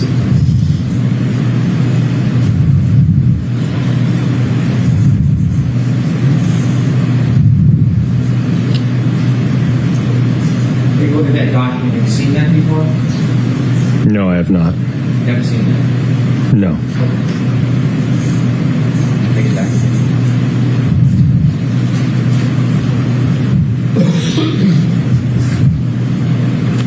You're unaware of anything that may influence you to lean one way or another? Correct.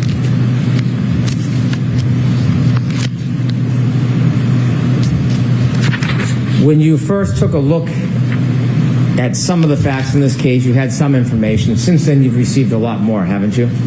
Correct, yes.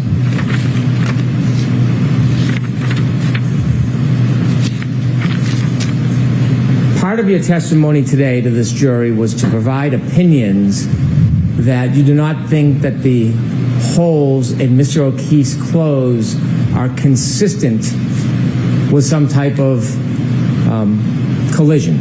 Is that fair to say? Yes.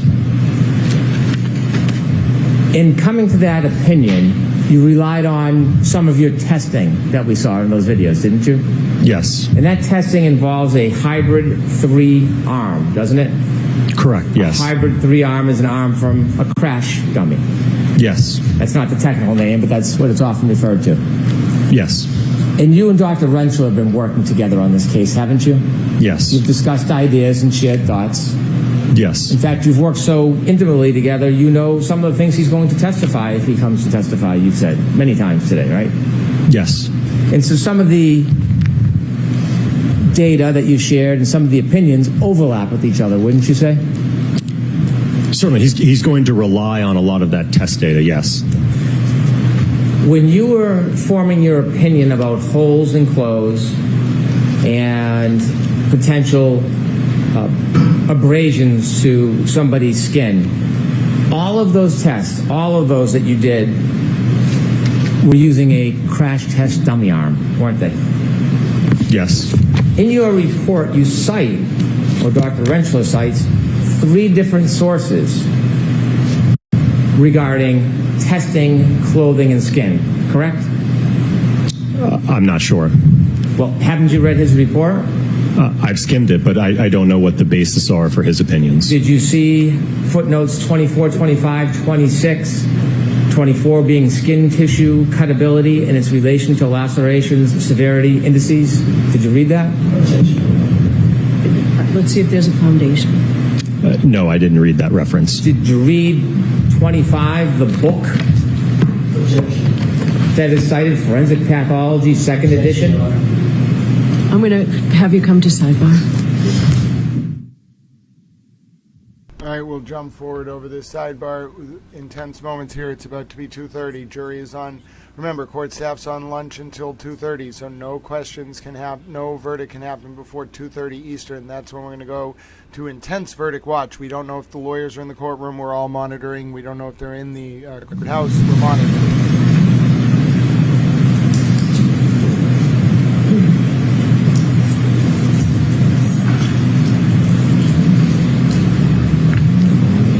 Let me again ask you about this book that is cited in Dr. Rensselaer's report. By the way, have you read Dr. Rensselaer's report? As I mentioned, I skimmed through it. So in all of your preparation with Dr. Rensselaer, you merely skimmed through his report? You didn't take time to read and study it? Well, none of my opinions are based on work that he did. He's undertaking a completely separate aspect in the analysis. But that's not the question. The question I asked you was, did you, in working closely with him, take the time to study his report? As I mentioned, I skimmed it. I didn't read through, as you mentioned, all the references or what he cited. I didn't do that. Did you read his report? I did read the report, yes, but I didn't in depth go through each reference and look at what he was citing. So you read his report? Yes. And when you read his report, did you see there were footnotes for a number of different propositions that he made?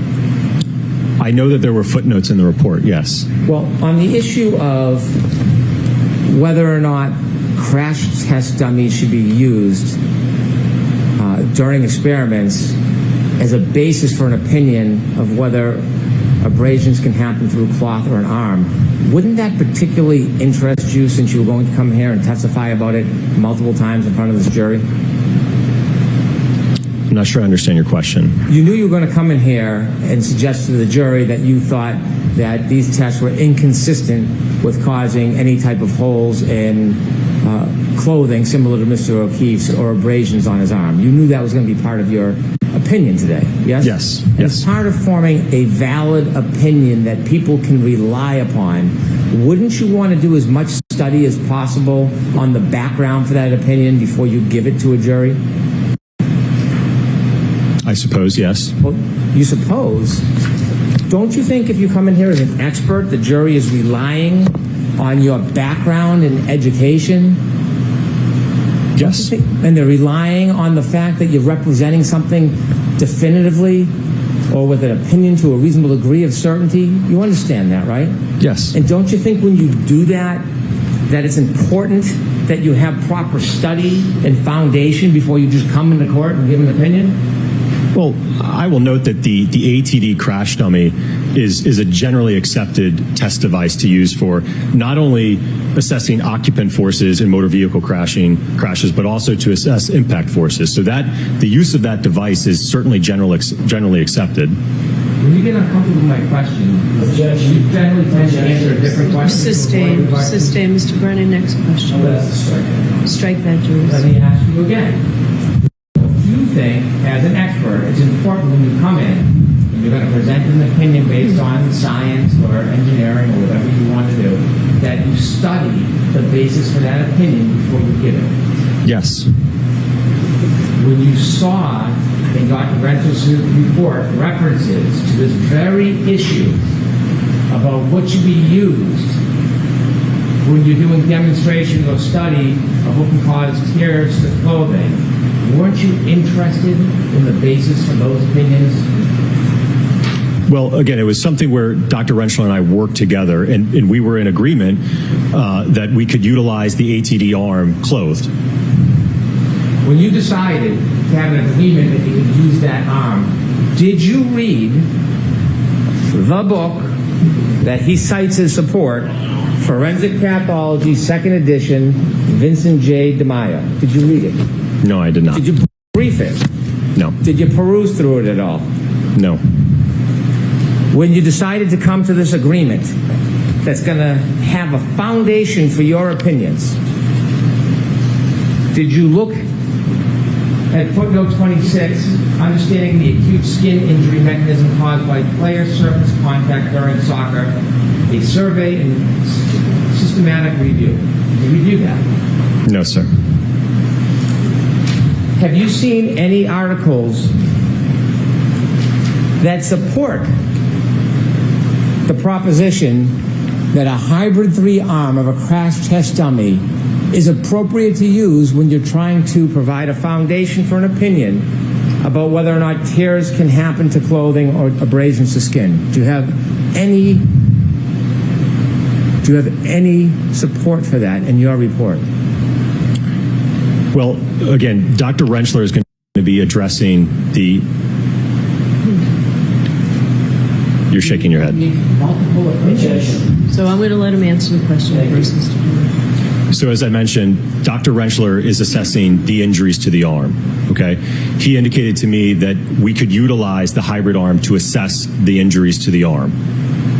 So you have no independent experience or research or knowledge, not Dr. Rentschler, you don't have any independent research or science or knowledge to support your idea, your theory, your opinion to this jury about the tears to the clothes into the skin. I was relaying the observations from the testing that we conducted with the ATD. Ultimately, like I said, Dr. Rentschler, it's my understanding that he will testify to the abrasions or the lacerations to the arm. You've given multiple opinions about this to this jury, didn't you? Correct, yes. I'll ask you one more time. Name, I'll ask it this way. Name, other than someone called Dr. Rentschler, name the papers, the studies, the learned treatise, name the resource material that you relied on as the basis for those opinions, that a hybrid 3 arm can be used type of demonstration as a basis for that type of opinion? I certainly, ATD crash test dummies can be used for impact testing, yes. Not impact testing. You're talking about piercing clothes, abrasions to skin. And I'm asking you for the third time. Name one journal, one paper, one study that supports your proposition that you're relying on for the basis of your opinion in front of this jury today. Name one. I did not cite any in my report, no. Can you think of one that you didn't cite? Not that I'm aware of, no.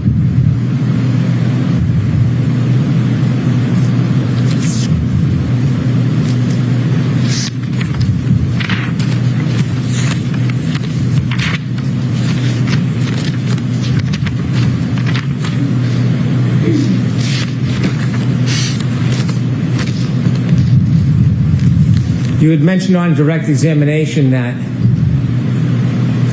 when you first started looking at materials some time ago, at the beginning, you were unconstrained in the scope of your study.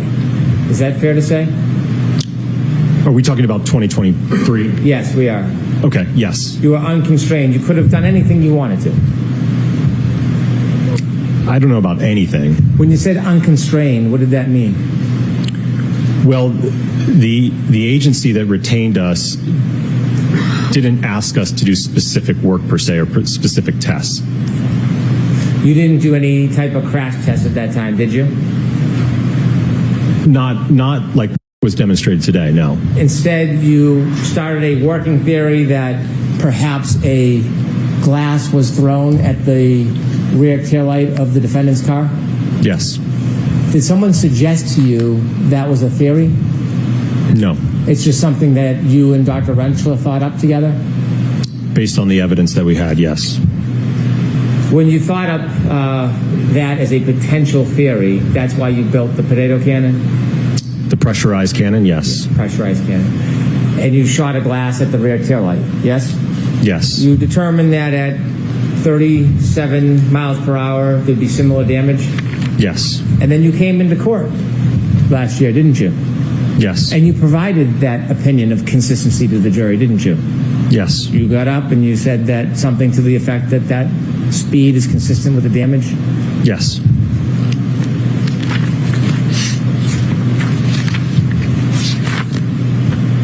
Now, when you gave that theory last year to the jury, did you know about other evidence in this case? For example, if a glass was thrown at the back of the car, how would the bottom of the glass bounce off the car and land near Mr. O'Keefe's body? Judge, ask it differently. Did you consider, when you came in last year and opined, gave your theory about a glass being thrown at the taillight was consistent with damage, did you think about how, if a glass was thrown at the rear taillight, the bottom would have bounced off the vehicle wherever it was and landed near Mr. O'Keefe's body? I'm aware that it was found near his body, yes. And knowing that it was found near his body, well, you knew his body was about 7 or 8 feet off the road, didn't you? Yes. Knowing the bottom of the glass, the broken glass was found near his body 7 to 8 feet off the road, did you consider if somebody threw a glass and broke that taillight, cross your mind how would the bottom of the glass bounce with him to where his body ended up? No, I did not analyze that part of it. If a glass was thrown and bounced off that car, did you consider how the speaker would be left at the curb? No, I did not evaluate that. If glass was thrown at the car and broke the taillight, did you consider how the debris field would end up on the lawn? Well, it's my understanding, I think that there were plows that came through that night, so I don't know that where the debris field was eventually found, if that's where it would have been at some point earlier. Did you ever talk to Lieutenant O'Hara or anybody from the state police to see if the plows went all the way to the side of the yards or were just down the middle? Look into that at all? No, I did not. So did you give any careful consideration to if the glass was thrown and hit the back of that taillight, how there would be a debris field on the front lawn of somebody's yard? I don't think that was a part of our scope. It was more or less to determine whether or not, if the taillight was impacted by a projectile like a glass, could you get generally consistent damage to that taillight. That was the objective of the test. So when you came in and testified last time, you weren't considering all of the other evidence that may not support that theory, were you?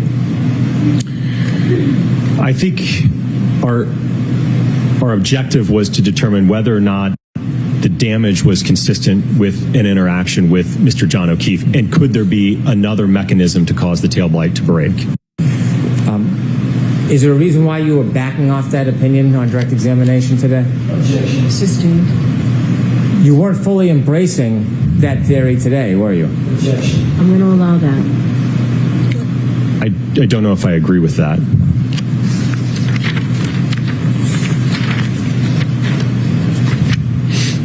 In this case, you provided reports recently? Yes. When did you provide your report? Was it April 6th? April 6th? Or was it May 6th? I think it's May 7th, May 7th. if I'm not mistaken. So you provided a report May 7th, yes? Correct. And do you know when this trial started? Early April. You provided your PowerPoint. When did you provide your PowerPoint?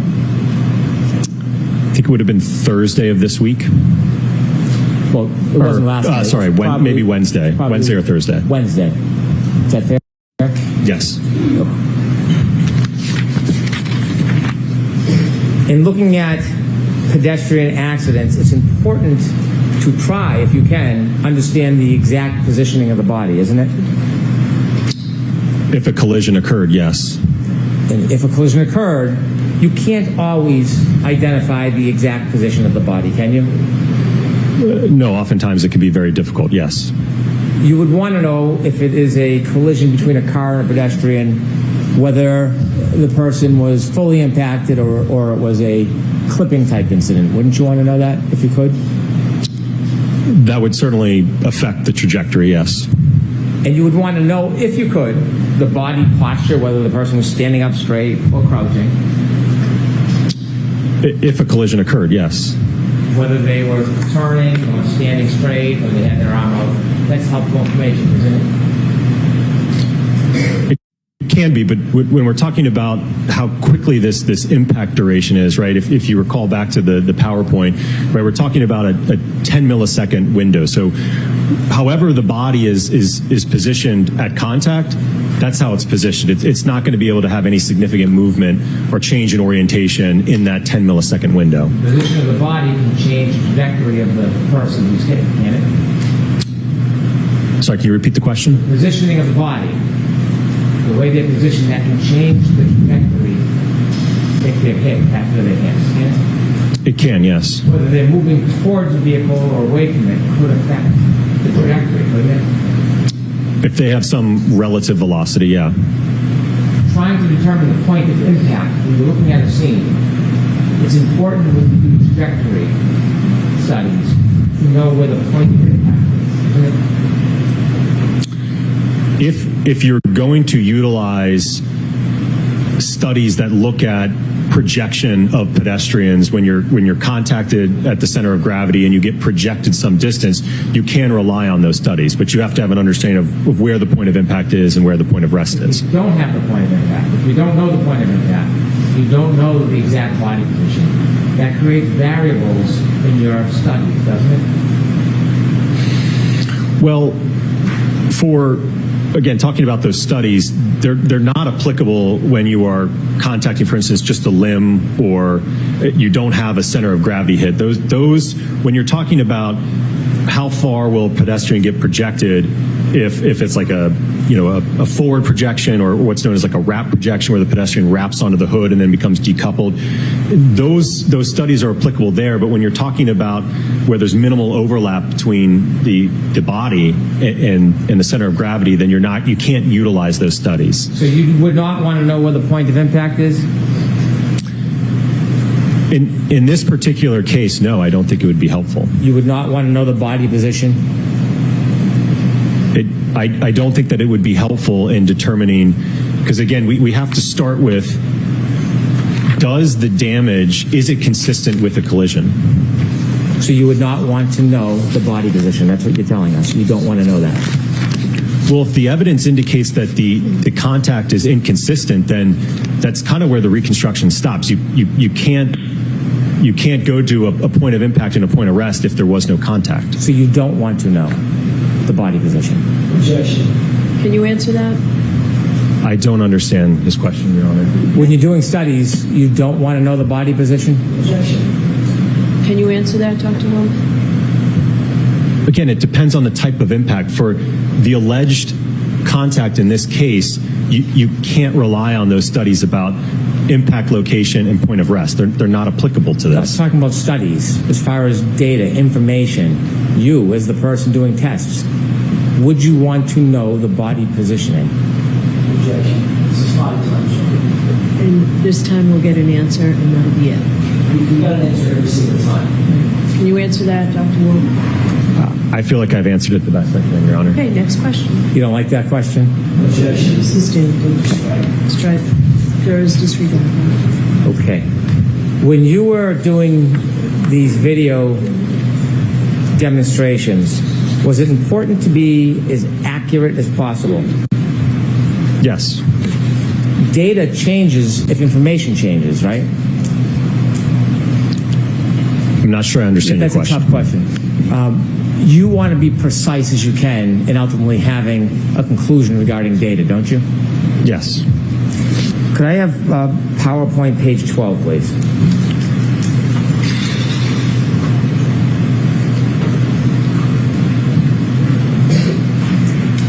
Now look at force on the bottom. The first letter F signifies force, correct? Correct. And the last two letters, MA, signifies mass, yes? Correct. That's a very important part of that equation, isn't it? Yes. If you change the mass, it can change the whole analysis, can't it? I'm not sure I understand your question. Let me make it more simple. When you did these tests, you chose an arm from a Hybrid 3 crash dummy, didn't you? Yes. You can take that down, Ms. Gilman. Now, when you made that choice, you knew that John O'Keefe's arm, based on the statistics and his weight of being 216 pounds, you knew that his arm weight would be 11.8 pounds, didn't you? Yes. And you knew that he was 6'1" tall. Yes. When you decided to choose an arm in this case, you didn't choose the arm closest to his weight, did you? It was representative enough, yes. It was representative enough. It was close enough, yes, sir. Close enough. Wouldn't you want to get an arm most closely related to his actual weight? I don't know that you can have custom-made ATDs. You probably can't custom make them, but they have one that's 12 pounds. You know that, don't you? Are you referring to the 95th percentile? Yes, I am. Yes. So there's a 12-pound arm. Mr. O'Keefe's is 11.86 according to the statistics. You know that, right? Yes. You looked it up? Yes. You didn't tell us that on direct, though, did you? I don't believe I was asked that. No. Instead of choosing the 12-pound arm, which is 0.12 difference, you chose a much lesser weight, didn't you? It was about 10 pounds, yes. No, it wasn't about 10 pounds. It was less than 10 pounds. Let's be exact. You're a scientist. Let's be as precise as possible when we're talking about data. It was less than 10 pounds, wasn't it? I think according to the spec sheet, I think it's 9.4 pounds total. How about 9.38? You keep coming up a little bit. 9.38 pounds. Sustained in that point. May I approach? Yes. Showing you a photograph. Is that a photograph of your materials in this case? Yes. And in that photograph, it shows the arm that you used in your studies, doesn't it? Correct. And it shows that that arm weighs 9.38 pounds, doesn't it? Yes. And that is less than the 11.86 pounds of Mr. O'Keefe's arm, yes? Correct, yes. You didn't put that photograph in your PowerPoint to make it clear to everybody you were using an arm that was a much lesser weight, were you? No, I didn't put that photograph. I'd like to move this to evidence, please. Okay. Any objection, Mr. Jackson? No, Your Honor. Thank you. Of course, permission, I'd like to show this to the jury. Just give him some minute, let Madam Court Reporter mark it. 217. Yes, now you can put it.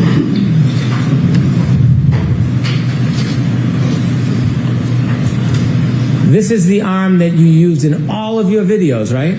Correct, yes. And you can see, could you zoom in, Ms. Gilman, on the weight? 9.38 pounds. Yes. Right. There's a bigger difference between 9.38 and 11.86 than there is 12 and 11.86, isn't there? Correct, yes. So when you do the math, and have you done the math before on this? When you do the math, it's 26% difference, isn't it? In terms of more force? No, of mass, weight, 26% difference, okay. Right? I'm going to trust you, yeah. Well, do you have a calculator? I do. Can you do it? Sure. Okay. And before you do that, you took this from Mr. O'Keefe's 6'1". You used a crash test dummy what is the height on it? Well, the ATD, I believe, is 5'7". The Rescue Randy, I think, is 6 feet tall. We'll talk about the Rescue Randy later. We have questions about Randy. But let's talk about this. 5'9". You said 5'7". It's actually 5'9". Sorry, 5'9", yes. And it's 170 pounds? 171, I believe. Mr. O'Keefe's not 170 pounds. No, not his whole body. He wasn't 5'9". Correct. Okay. So when you do the math and you take the 9.38 pounds based on the 171-pound doll, and you look at the percentage, doesn't it come out to 5.48% total body weight? Yes. Okay. And so the difference, when you look at it, it's a 26.3% difference from his actual weight, isn't it?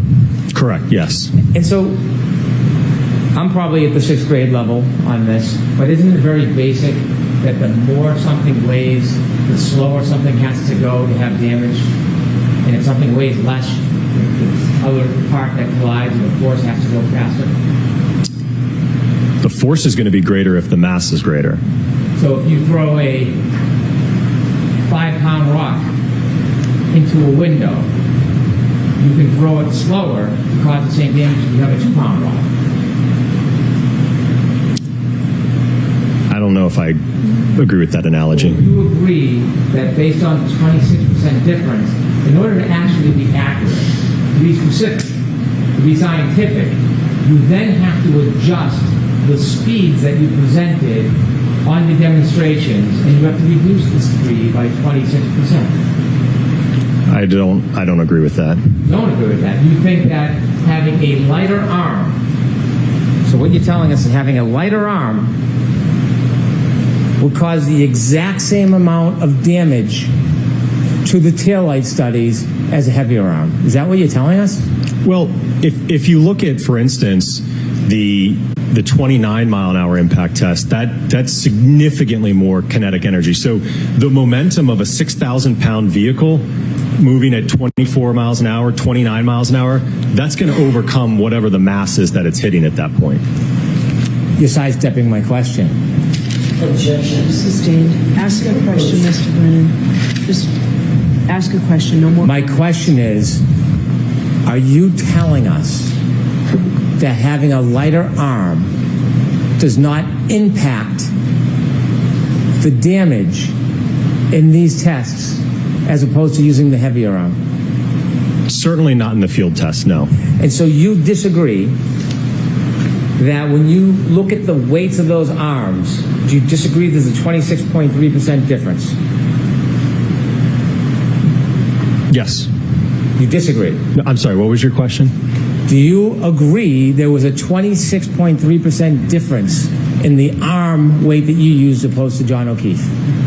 Yes, the hybrid arm compared to Mr. O'Keefe's arm, yes. And you are denying that there needs to be an adjustment to your calculation because the mass, MA, is different. You're denying that. I think, again, if you're, and this is something Dr. Rentschler, I believe, will No, I want touch to talk on. to you. I don't want to talk to Dr. Rentschler. Well, because when you're addressing the forces for injury and the mechanisms for injury, right, you would account for the difference in the weight. So you're saying that it makes no difference that you use an arm that was 26% lighter. Is that what you're saying to us? No, I don't think it would have made a significant difference, especially if you look at, for instance, if you're looking at the 95th percentile hand and the 50th percentile hand, they both weigh 1.25 pounds. They're the exact same weight. There's about a pound more roughly in the forearm and a pound more distributed in the upper arm. But that's not my question.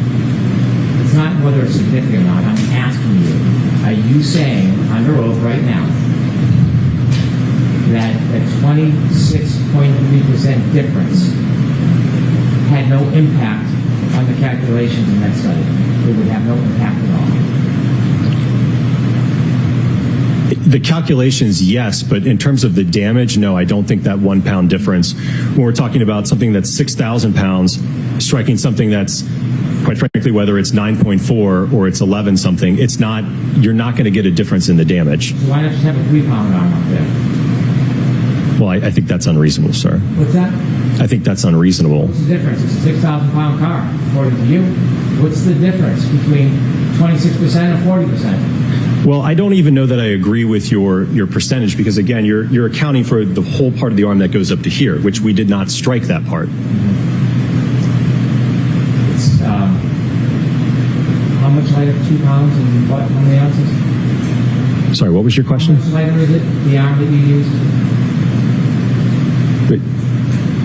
In terms of a percentage? No, in terms of weight. The weight. 9.38. Right. And Mr. O'Keefe, 11.86, right?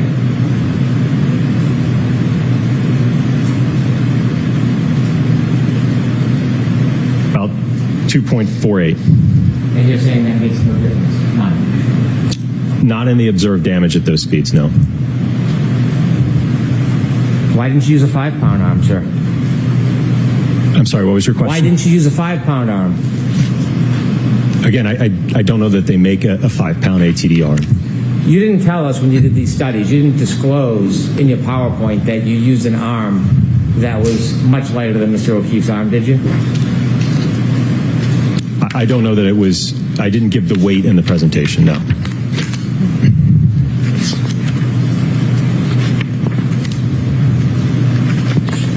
Let's take a look at some of your testing. The first one was at 10 miles per hour, test A. You remember that test, right?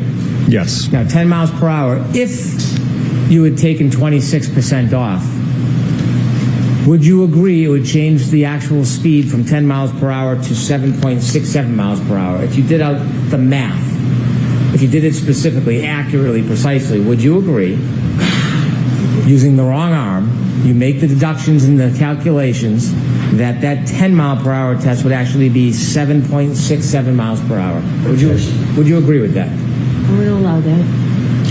No, because again, the arm is going to get accelerated up to that speed. So the speed would still, that mass would still be accelerated up to 10 miles per hour. Same thing in the vehicle testing. It's going to be, given that weight difference, it's going to be accelerated up to that speed. Now, can we see the video of test A, please?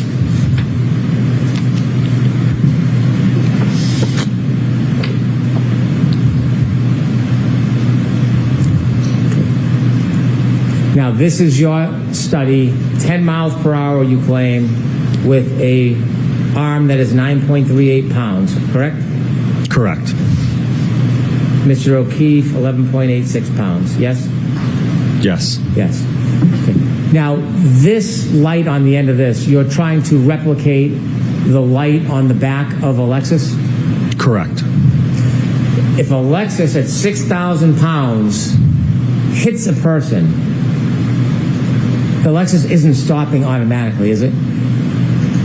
No, it would move at a common velocity with the arm. It would continue to push forward through the arm, yes? It may, yes. And the arm can push into the light before the body turns, yes? I don't know that I agree with that, no. If the light on the Lexus, not at this speed, but if the light on the Lexus was broken or breaks and it hits the arm, it's not going to bounce off the arm, it's going to push through, isn't it? It's going to move at a combo velocity with the arm. And that will move not only the arm, it will move the person's body, won't it? It may, yes. It may push the body, it may throw the body. I don't know about throw. And the light, if broken, will continue to press against the arm until there's separation. Isn't that fair to say? It could. In some instances, again, it could bounce. It could, because it's not always the same. It's a dynamic process, isn't it? It is dynamic, yes. You could do the test many times and get very different results, couldn't you? I don't know that I agree with that. Would you get the same result every time? I think you would certainly get similar results. Every time? If you had the exact same impact location and speeds, yes. Well, that's my point. What if the impact location moved a little bit? Could it change? Well, is Dr. Welcher changing? I don't know if, again, I was relying on what he provided in his report. This isn't on Dr. Welcher. I'm asking you. Objection. It is on Dr. Welcher. No, it's not. Okay, so jurors, disregard that exchange between counsel. Next question. If the body position change, you may get a different result. Isn't that fair to say? I was going after what Dr. Welcher had represented in his report analysis. So we did testing to analyze his orientation that he had demonstrated in his report. You don't like that question either? Objection. Sustained. If the body position changed, it could change the result. True? I don't know what you mean by body position. Do you mean the whole body, the arm? What part of the body? Okay, let's start with the arm. If the arm position changes, it could change the result, couldn't it? Well, I'm not aware of any other orientation that Dr. Welcher provided in his analysis report as to alternative orientations. If the arm position changed, could it change the result? Yes, I mean, I presume if you don't have your arm on the taillight, then yes, you'll probably get a different result. What if it's bent in a different way? Could that change the result? Again, I haven't reviewed anything that indicates that there was a different orientation that Dr. Welcher suggested. You're a scientist, right? You can think. I'm asking you. Just a general question over here. If you bend the arm, could it change the result? It could. Thank you. Okay. So, hold on. When a person... Hold on, we got to pause for a second. My name's Grant Smith Ellis. No, I don't see any updates from the courtroom, but I do have two updates I want to share from social media. First, we have our second towel mock jury verdict in. Ladies and gentlemen, I know you were very excited. We are going to do that second because before we get to that, we have footage from the ground from the New York Post of John DePetro getting into a confrontation with Turtle Boy. Now, of course, John DePetro is a John DePetro and John DePetro, and this is going to be wonderful. Yeah, no, it's not a worry at all. All right. I'm going to make Auntie Bev's long sigh. I will assume they... Hold on. I'm going to do it. Let's see. I'm going to give them their wrench. Of course, we have wrench checks and balances, but enjoy your wrench, Auntie Bev's long sigh, but we try to say Judge Canoni. Okay. We are keeping a very close eye on the court. Obviously, there's a lot of people keeping eyes on things. We have our second mock jurors vote, but first we're going to watch John DePetro have a confrontation with Turtle Boy because John DePetro is a John DePetro and Turtle Boy is a Turtle Boy. Now, Turtle Boy is actually referred to as a Oompa Loompa man on this stream. I don't have time to explain. We took a vote. Take it up with the towel folks. Okay, so... let's take a look here. Let me see if I can get you better footage of this. Hold on. If we're going to watch footage of John DePetro and Turtle Boy, we'll watch it in good quality. Now, please monitor other channels than the live news and anything you see on social media, ladies and gentlemen. If we have to switch over to Verdict Watch, we will go right back to the courtroom. But here's the confrontation between Turtle Boy and John DePetro. Now, you had a chance to take the stand, and you took up there. You did. So anyway, 227 is false. Your billboard and t-shirt is false. Think of that. Colin Albert is going to sue you for everything you have. You're going to have to give up all your money. Think of that. Ryan Albert, where's Proctor? So I'm in the middle of the broadcast. So yeah. So anyway, yeah, we're out here. She was drunk. She was drunk. How great was that? She was drunk. John pointed out. And then she pivoted. She was drunk. She was drunk.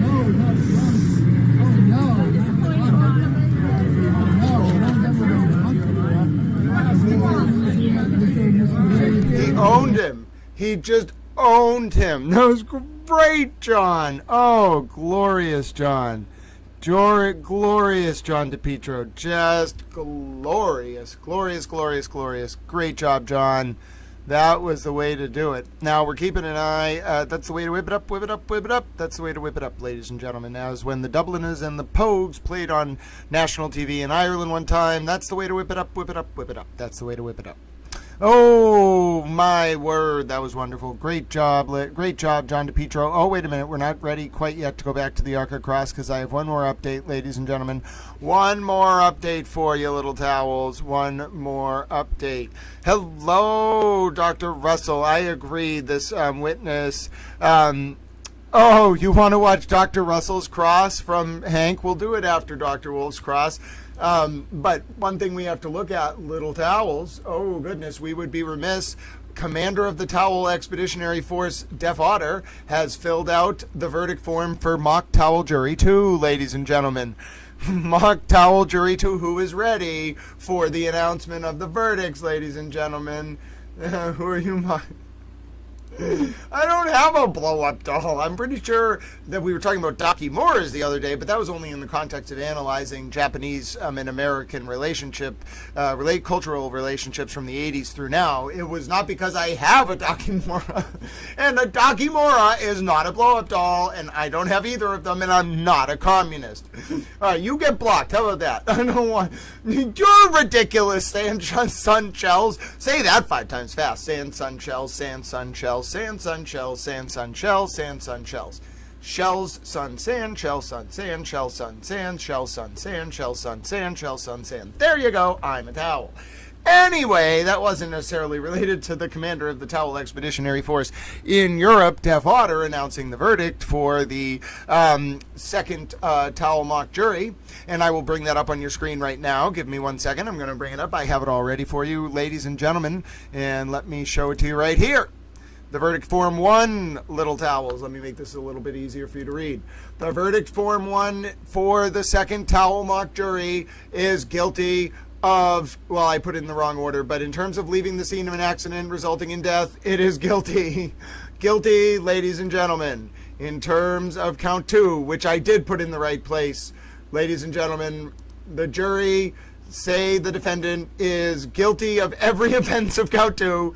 All of them. She's guilty on literally all of the offenses per our mock jury. This is a mock jury announcement. We did a 3-day mock jury. There were 12 members of each jury, ladies and gentlemen, of our mock jurors. This is the slip returned by Def Otter, the commander of the Towel Expeditionary Force in Europe.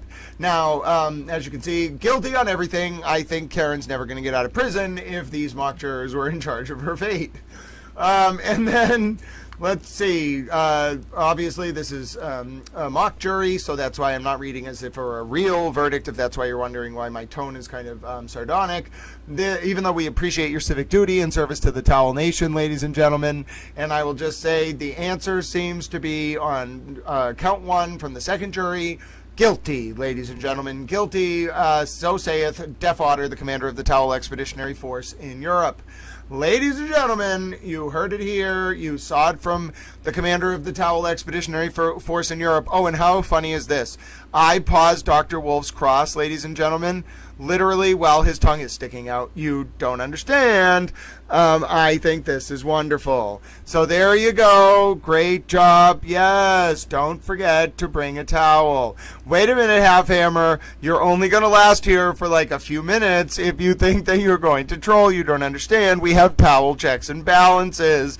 You don't understand. Having a wrench doesn't actually mean anything. It just means that I can laugh if you try to weaponize your ability to be here because I'm a towel. You don't understand. It's like the Turtle Boy fans. He always tip themselves off, and you have to be careful too because, like, say you work in a formal position, right? And you know, like I'm just like at the building or something. If you use specific terminology that I know is nomenclature from Turtle Boy, okay, like first of all, I know where you work. I know what government department you work for. I probably know your boss or someone in your chain of command. Like that's not good. Like you just tipped your hand to me. Various people when you do that, so don't do that to me in person. Like don't. You may think it's funny, but if you use that nomenclature and you're in an official position and in an official position, and I know you're a Turtle Boy fan, well, you just told me your department's compromised. At the very least, you're compromised. Your department's compromised. I don't know how up the chain you even have clearance. You're probably compromised. You know what I'm saying? So, do you think I'm a moron? Yeah, so it kind of helps me. Like I don't think people realize how much you give away via your nomenclature and your syntax if you adopt phraseology that is very specific and has precise meaning within a certain internet niche culture, and I know about it. I'm going to immediately understand what's up, you know. So yeah, ladies and gentlemen, we have to take a look right now at the continuation of Dr. Wolf's Cross, and I will stop telling Halfhammer about why, although it doesn't really matter in this context, those type of nomenclature-based syntactical cues are actually very useful for Little Towel because it helps me inductively reconstruct where you're coming from and what arenas you hang out in. People give away so much, they betray so much with their speech and their written language you don't understand. A lot of you, I know some of you pick up on it, but you will speak and write like that which you listen to most of the time. So I can pick up a lot from what words you use and how you speak and how you refer to people. It's just cues. Clues. But yes, ladies and gentlemen, after 3 p.m. now, and we're going back to this cross. Thank you to all the jurors who served, by the way. God bless you for serving your Towel Commonwealth, and we'll see if we get a verdict today. Doesn't look like there's one in yet, but we're monitoring. Let's take a look at the fan. Ladies and gentlemen, you can see our verdict clock is running upwards there now of 7 hours and 58 minutes. That's not live. Hold on. It should be only like 4 minutes behind mine. 1 second. I'm jumping forward, ladies and gentlemen. I'm jumping forward. We're waiting to see if we get any movement whatsoever. I've seen no movement on the Karen cam, no questions from the jurors. Ladies and gentlemen, we are monitoring closely. We are going to go back to take a look at the resumation of Dr. Wolf's Cross from Hank Brennan, or the resumption, the conclusion of it, but I just want to see, oh, sorry, I hit the pause button. I just want to see if we can get an updated, so yeah, there we go. The fan is still live in the courtroom, ladies and gentlemen. We have not missed anything. We're going back to Dr. Wolf's Cross. I know, we don't watch the fan very much. They are not held stationary on a... No. In this case, the crash test dummy is on a harness? Yes, he's supported. Strapped? Yes. By its hips or pelvis? Yes. That's not real life. That's not how a pedestrian is usually when they're hit, right? They're not strapped to a harness, are they? No, and again, the purpose of this test was to evaluate the arm. We're not looking at the whole body here with this test. And when we talk about injuries, part of injuries is not just the impact, it's the drag, in this case, from the car, isn't it? It could be, yes. But when you put the dummy on a harness, restricting or restraining its movement, it is not going to replicate hitting somebody in their movement, including the drag, is it? I don't know that I agree with that, because it will replicate, again, when we're talking about that impact pulse of 10 milliseconds, it will replicate that. And that's ultimately what we're after, is what's happening in that 10 millisecond window in terms of the contact and the damage and the acceleration. I know that's what you're after. What I'm asking you is, when you end it, when the light stops, unlike the Lexus, and the dummy is stationary, unlike a person, it affects the aftermath, the drag and the push after, doesn't it? Yes, the kinematics would be different, likely if it's not restrained like that. In real life, pedestrian usually is not restrained, are they? Correct. In real life, a 6,000-pound Lexus, upon contact with an arm, doesn't usually stop on a dime, does it? No. Could I have the photo from test A, please?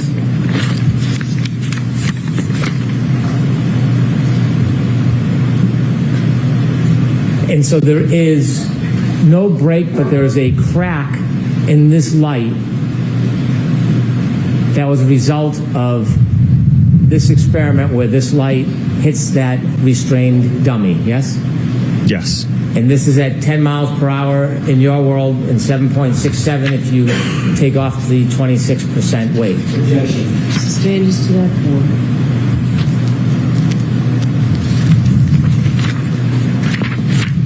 We can move to test B, please.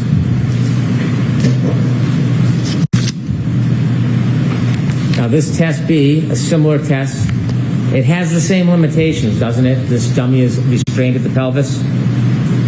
Yes. Could you show the video, please? There's two videos. We can see the first one.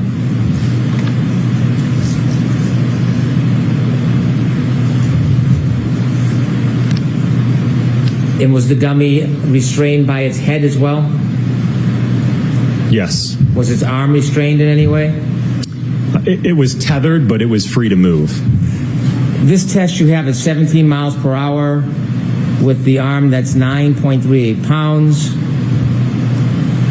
Mr. O'Keefe, 11.86 pound arm. If you consider that 26% difference, wouldn't it be fair to say that this test, rather than replicate 17 miles per hour, would actually replicate 12.6 miles per hour? Objection. No, can you answer that? Not the way it's phrased, no. And so looking at this test, test B, which you say is 17 miles per hour, can you do a calculation for the 26% difference, or is that something that you don't think is fair? I don't think that'd be a fair way to characterize it. Again, if no matter what the mass is there, if you're accelerating it, if you're impacting at 17, that arm is going to move at 17. Well, not just the movement, the damage. If this arm was 5 pounds, do you think the test would have the same exact result? If it's 5 pounds? Yes. Probably would be less damage. It would be less damage. So to get this amount of damage, you would have to increase the weight, right? Sorry, what was your question? To get this amount of damage, you couldn't use a 5 pound arm. There would be less damage with a 5 pound arm. Correct. Right, because the less weight you use, the less damage at that speed. That's basically how it works. Correct. Okay. So, in this test, if we could run that back again, you have a restrained dummy at the hips and the head. There's no follow-through of the light or the body that's attached to that arm, correct? And at this speed, you can see the shards of taillight. You can see them move, can't you? When you say move, you mean just not stationary. Yeah, I mean they're moving from the taillight as they brake. Detached from the taillight. Correct, they're broken. That could create a debris field, yes? Yes. And you can see them floating in the air, some of them actually floating and then touching the sweater. Do you see that? Possibly. Some of it might be, again, some of that polyurethane foam. Yeah, some might be. And why don't we play it again so we can see clearly? Some might be taillight shards too, right?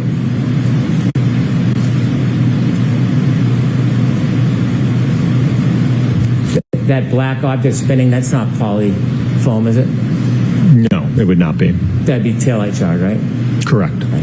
And so even at this speed, you can see in this type of collision, there is significant amount of taillight shards that are broken from the taillight and spewing into the air, yes?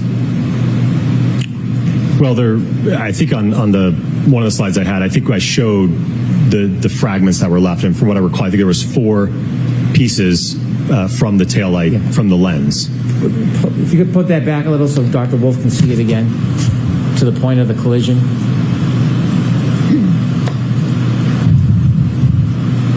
Even at this speed, go ahead. Stop. You can see pieces, large, small, medium, maybe even microscopic, are now breaking off from that taillight and being littered into the air, aren't they? Yes, there are pieces coming off.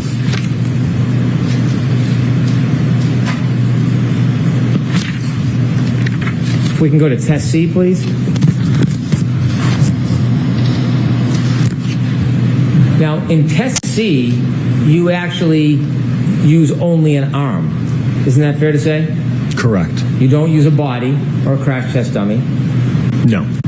You don't, in fact, this is not the 12-pound arm either. This is the 9.38-pound arm. Correct. And when you do this test, you have the arm. It's basically just an object suspended in the air, isn't it? Yes. And you said, I think on direct examination, I think you said that this is the same as if it was on the dummy. Is that your testimony?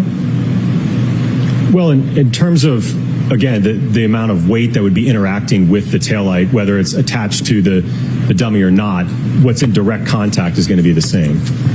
Well, the fact that it's just floating up in the sky like that, it's very different than if it was attached to a person or a dummy, isn't it? In terms of how it moves immediately after the impact, yes. Not just how it moves, as far as the impact. Isn't it different? I don't know that I agree with that. Okay. Well, wouldn't you say that in addition to the arm, if you had another 200-plus pounds being held down by gravity, that would affect the force that's acting on the arm? Well, the arm, again, is going to be accelerated, but the center of mass of the body is not going to see that acceleration. Have you testified before in this case about the importance of the full body and gravity? I'm sorry, what was your question? Have you testified before in this case about the effect of gravity and the full force of a body as opposed to just an arm? Yes. Okay. And do you remember whether you thought it important on a previous time you testified that there was significance to the arm would be attached to a 200-plus pound body and there was the issue of gravity that would affect force? From what I recall, I think that had to deal with whether or not the pedestrian would be projected based upon an interaction with the arm or a full-on center of gravity hit, right? When we're only hitting the arm, we're not hitting the CG of the body. You did test B, and you claim it was at 17 miles per hour, test B. Correct. And we saw the damage. This is at 15 miles per hour, test C. Could you play this, please?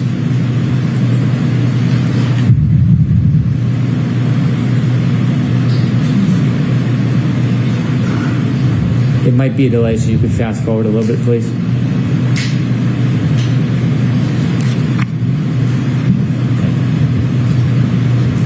How many times do you think that arm spun around?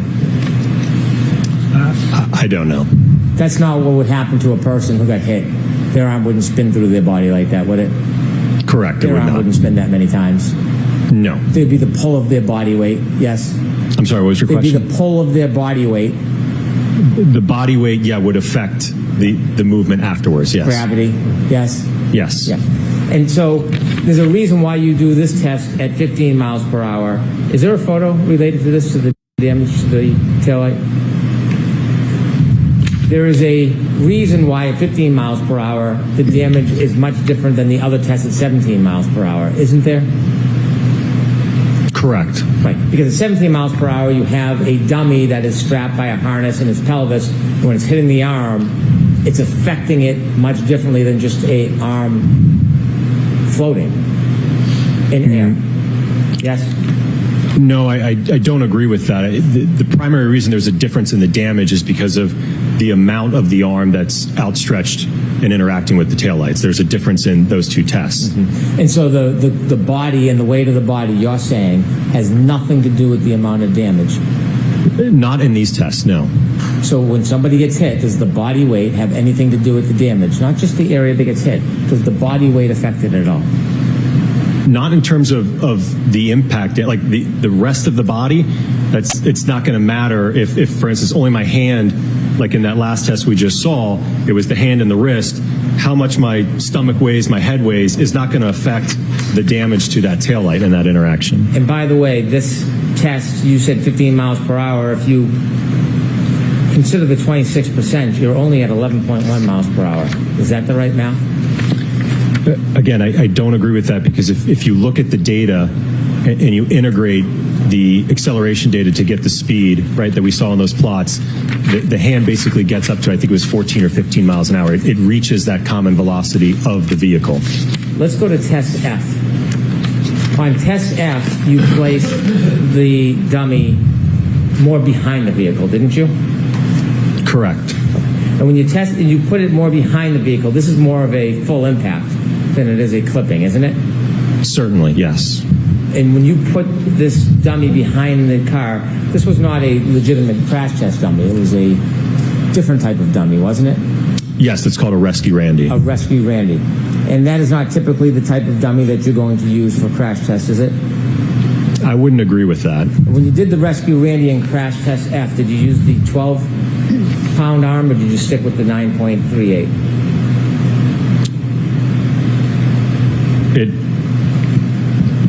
The hybrid arm wasn't attached to the Rescue Randy. The hybrid arm was not. Is that what you said, or it was? It was not. No, not in the full impact test. Okay, so what was the weight of the arm on the Rescue Randy?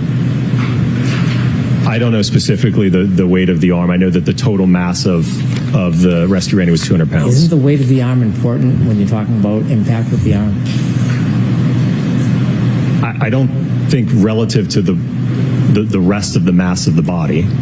So now the mass of the body counts, but before it didn't. Objection. Sustained enough. Okay.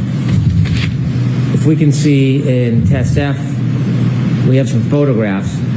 Start with the first one, if you could widen that, please. Now, this is a direct hit?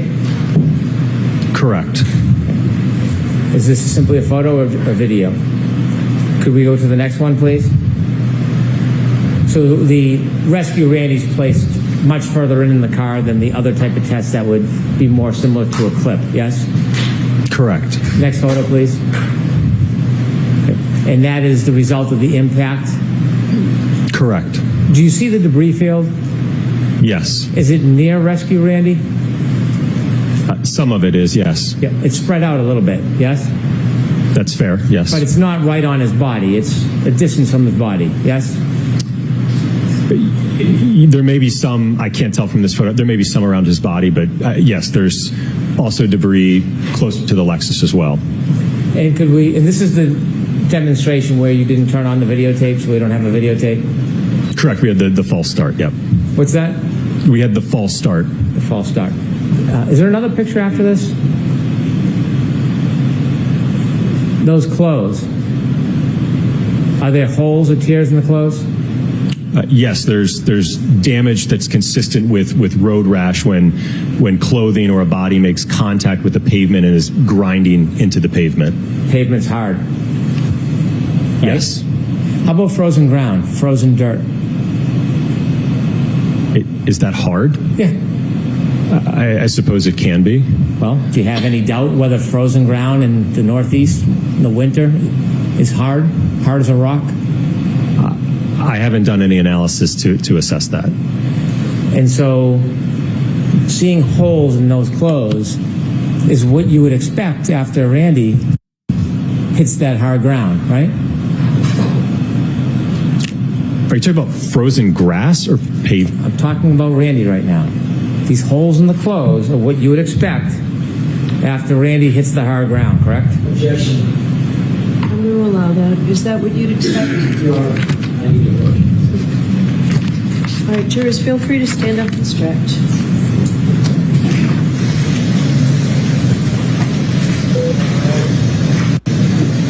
Folks, little towel here. Grant Smith Ellis. Nothing yet. Nothing yet. We're monitoring. We have nothing yet, ladies and gentlemen. I know you saw some initial reports in the comments. It is unconfirmed, just unconfirmed reports, speculation, rumors, perhaps on Twitter, that initial muttering in the courthouse is not good for Karen. But, ladies and gentlemen, remember these are developing This is a developing situation. This could go any which direction at any which time. My name is Grant Smith Ellis. I'm pleased to be with you as we are in intense moments here. We are in, what is it now, ladies and gentlemen? I know you don't want to watch the fan, but we just want to check in. We are now in, I believe, hour 8, ladies and gentlemen, hour 8 of deliberations in the John O'Keefe and Karen Reed retrial. We have been watching the Hank Brennan's Cross of Dr. Wolf from ARCA, which will be resuming in just a minute on Towel Channel. And we are all doing our breathing exercises. I don't know if there will be a verdict. Deb Lou, welcome to the honorary towel fold. I think your vibes are absolutely wonderful.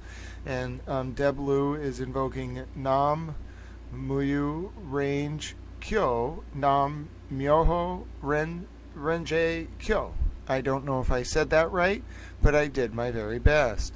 What does court is back for Karen mean? What do you mean? I don't understand.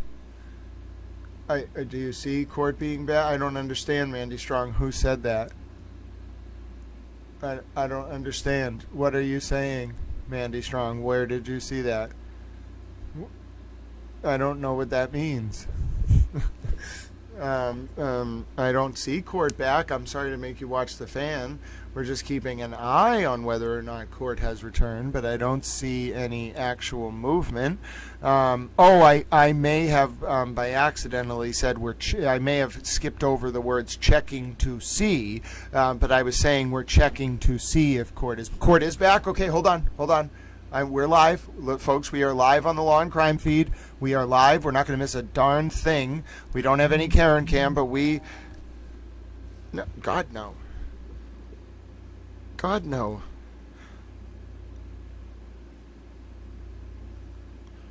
I'm hearing court is back, but I don't, we are on the Law and Crime feed. We are on the Law and Crime feed, little towels. We are on the Law and Crime feed. Hold on. Everybody breathe.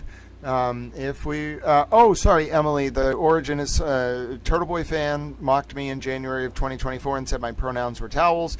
Now it's like kind of a towel identity. There's lots of towels, towelettes, super towels, beach towels, hemp towels, soap dispensers, flannels, electric hand dryers, microfiber towels, etc. Hold on. We have a live view into the court. Everybody breathe. Don't panic. Do your breathing exercises. 5, 4, 3, 2, 1. All right. Hold on. I will go to Court TV, but just remember, both the Court TV feed and the Law and Crime feed have the same exact thing, ladies and gentlemen. I'm going to go to Court TV, but there's no way for Law and Crime to not show what is on Court TV because they have the same camera. Okay, so no matter what happens, ladies and gentlemen, we will immediately be on Court TV or Law and Crime, no matter what. But just remember that the Law and Crime feed is the Court TV feed, but they each pull from the same exact place. I am now bringing up the Court TV feed. We are checking. We're monitoring. Everybody breathe. Everybody breathe. Don't worry. No, I think it was 4:30 that a juror had to go. But count backwards from 5. We have a direct look, ladies and gentlemen, into the courtroom on Law and Crime. There isn't anything that's going to happen that we will not see or hear, ladies and gentlemen. I'm sorry to make you watch the fan, but these are moments that try towels' souls, so that is what we're doing, little towels. Yes, I hate to make you watch the fan, but that is the best way to be able to confirm that we have the direct line, ladies and gentlemen, into the court. Now remember, this is the feed, okay? This is the feed, ladies and gentlemen, into the court, okay? This is the direct feed into the courtroom. There isn't a feed other than this feed. There is other feeds that have the court pool feed, but if something happens on that pool feed, it is going to show up and the fan will stop moving. So that's why, hello, NH Canada patient. That's why we're all just taking a breath. That's why we're all taking a breath.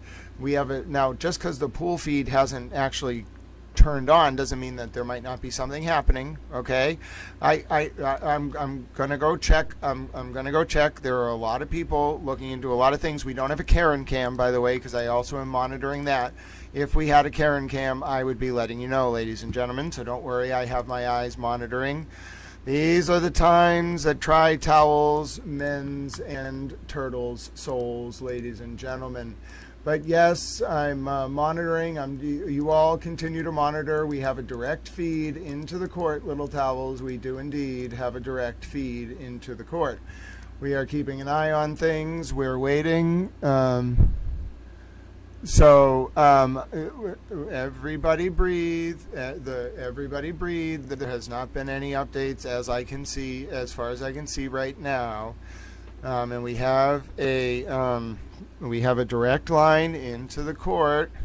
Everybody do their towel breathing exercises. Yes, ladies and gentlemen, the times that try men's souls are here, but we are here together, Little Towels. We are holding strong. We are going to get through this. We are going to figure it out. We are going to be Little Towels together, because that's all you can do in these moments, ladies and gentlemen. Here we go. So, as I can say, we're all breathing. We have a direct, now, just because we're keeping an eye on social media, okay? So we're going to keep an eye on Twitter. We're going to keep an eye on the different reports, but we do have a direct feed, ladies and gentlemen, a direct feed into the courtroom right now. This is a live verdict clock. It is still counting. Everything is live on the Law and Crime feed. Mandy Strong, Christina Towell, that's what I'm saying. It could be that what we're hearing is that the lawyers are walking in. Everybody continue to breathe. They do meet. Everybody breathe. Just because there are reports that they're around the court, as we know, does not mean that there is actually anything happening at the court. However, when we're breathing, when we're thinking about it all, we keep an eye on the courthouse. It is 3:34 p.m. on the Law and Crime feed. You can see we are directly live. We are monitoring. We are being erudite. We're being responsible towels, and we're continuing to see what happens. We have, as I mentioned, we have a direct feed into the courtroom, and there is nothing that is going to happen on that pool feed that Little Towels do not see. I can assure you of that. All right, Little Towels. So continue to do your breathing exercises. Look for your towel buddies if you need them, my dear friends. Look for your towel buddies. There is nothing like having a towel buddy. Yes, ladies and gentlemen, and we do our breaths. We count backwards from 5, and of course, we ready our towels. Yes, ladies and gentlemen, that is what it comes down to from time to time. The days that tries men souls. Yep, no, and that's what I'm saying. We're not seeing anything just yet. No updates about anyone coming into court. We're keeping an eye on it. We're 20 minutes in. All we were doing was watching. There's no Karen Cam Drew drops. I don't see anything yet. All we were doing, Little Towels, was monitoring to see whether we would have updates indeed, and we have not seen anything just yet. We have the Karen Cam, like the feed ready if it were to turn on. But as I mentioned, there is no Karen Cam as of yet, Little Towels. So my name is Grant Smith Ellis. We are monitoring. We're being erudite, cogent Little Towels. We're doing our very, very best, my dear friends, as these moments that do indeed try men's souls unfold before our very eyes. Oh, goodness, Little Towels. Oh, goodness. But yes, obviously, with so much going on, what's a towel buddy? So we identify as towels here and towelettes. And hello, Deb Lou. It's great to have you with us. And various different types of towels. It was because someone once in January of 2024 said my pronouns were towel. And I said, oh, okay, well, if you're going to say my pronouns are towel, then I will just become an anthropomorphic towel. Oh, I have faith, Drew Drops. I'm keeping the faith, my dear friend. I'm keeping the faith. I refuse to give up the faith for the O'Keefe family, for justice. Now, is that what we're hearing, Amber Am? I don't know if that's like if we're speculating, if we're seeing reports, but don't worry, no matter what happens, we're going to have the live feed into the court, Little Towels. Yes, there won't be anything that happens in the court without this feed showing it. So we will have the update. I think we are all a little pensive. It's been a long day of deliberations. But we're not seeing, we haven't seen anything confirmed. We're not seeing anything confirmed. We're watching closely. We're watching both feeds, Little Towels. I'm bringing up the other feed as well. We're monitoring them as they play out in real time. We're seeing what develops together. No, there's no such thing as a schedule for deliberations. They just kind of deliberate, and then once a certain amount of time goes back, or if they say like after a few days they're deadlocked, then Judge Canoni will intervene. But yes, normally the end of the day is between 4 and 4:30. They can go past 4. The court's open until 4:30. But yes, this has been an intense day. Who knows if they have been discussing? Who knows if they are trying to come to a consensus? Oh.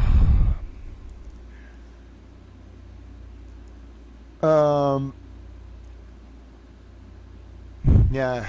What's taking so long? Well, it's a long case. So, first of all, a quick verdict, like a very quick, you only really would get an acquittal very, very quickly. A guilty verdict, like we're in that zone now, I think, until tomorrow, where because with an acquittal, it would be very, very quick and you'd be out of there. We're past acquittal territory. We were past there at like hour 6. Now, oh goodness, now we're in the territory of, I'd say, oh goodness, 8 to 14 hours. 8 to 14 is when you're in. 8 to 16 to 20 is the guilty zone. Yeah, that's what I'm saying. And if you're real, I don't think they're going to be deadlocked. I think it's what do they want to come down on. And so, yeah, they can tell the judge. Yeah, so it can go past 4. It really depends on the feeling of the judge. Remember, it's the judge's courtroom, obviously. It's Judge Canoni's call on all of this. But really what it comes down to is where the jurors are at. If they want to go home, they go home. You know what I'm eating? I got peanut M&Ms to stress eat, Mandy Towel. So you eat your lemon things, and I will eat my peanut M&Ms. I don't eat a lot of food. I had pizza for lunch with very small chicken nuggets that I didn't finish because they make me think of honey mustard, and I love honey mustard. But anyway, and so I didn't get to go to my doctor's today because I had to move it till tomorrow. And it's just been a nerve-wracking day. I'm glad I've got to be with you all. But I definitely... Oh, no, I dropped 3 of my peanut M&Ms. Mandy Towel, this is an absolute catastrophe. I have dropped 3 of my stress towel-eating M&Ms. You don't understand. No, they can go home any time between 4 and 4:30 Eastern. They don't have to go home at a certain time. Sometimes if a juror has to go somewhere, they can request to go early, but they are not obligated or required to go home at any time, other than 4:30. Thai chili peanuts seem delicious. I have peanut M&Ms. They are okay. I give them a 7 out of 10. Tostitos and avocados, Bunny Bryson. Hello, friend. That seems delicious. Good job, Mandy Strong. I do like peanut M&Ms. I do feel sorry for the O'Keefe family. Word of the day says Jack D65 is stress. But yes, we are monitoring, of course, Barbara K. I'll keep an eye on things, and I'll do my best to help y'all as much as possible. I turned into a y'all there for a second. I don't say y'all very often. Maybe I'm just trying to be amicable. But yes, Little Towels, we're keeping an eye on the John O'Keefe and Karen Reed retrial courtroom. As you can see, we're keeping a close eye. We're seeing how things unfold. And we've literally been monitoring all day. Now, we cannot make the jury end deliberations, and we wouldn't do that, ladies and gentlemen. That's not our job. Our job is to be Little Towels. We're friendly, amicable Little Towels, and we monitor. We do our breathing exercises. Yes, they cannot stay past. Well, that's not true. Judge Canoni in the past, on special occasions, has said sometimes she will order court to stay open. Technically, the court can be open whenever. It's her court. it's Superior Court. It can be open. The federal courts are open 24 hours a day, 7 days a week. But she has staff she has to worry about. It's a big operation. So she's going to be thinking about the staff. She won't just let them stay gratuitously. And that's the other thing. Sometimes jurors will say at the beginning of the day, I've heard this during deliberations, I have an appointment I have to get to at a certain time. Okay, so we'll stop deliberations at this time. I have, tomorrow I have something, so we have to stop at this time. That's very common. That doesn't tell you anything either way. But it can indicate a hard cap. Obviously, you need all 12 jurors there to deliberate. But listen, they're close. I mean, yeah. So, yeah, they're close. Who knows? And remember, it's not really a difficult verdict slip. It's just a question of which one, what charges are they going to come down on? And so that's where we're at, Little Towels. We're monitoring with the developments in real time. We got a lot. Hello, Renee. We got a lot going on. I think all of us are in a similar position. And remember, it's not really complicated. It's pretty simple. It was very simple, Troy. We watched my video earlier of the verdict slip. We don't have to do it again. It's very simple. And even we had our mock jurors. We had 24 people who filled them out. No one had questions. Karen had a motion to try to change the what was it called? She had a motion to try to change the verdict slip, and she lost. And I'm sorry for making you watch the fan, but we're keeping an eye on the live court cam because obviously, ladies and gentlemen, these are the moments that try towels, men's, women's, and other fabrics' souls. Yes, ladies and gentlemen, it scares Little Towel. It scares Little Towel to stare down these moments, my dear friends.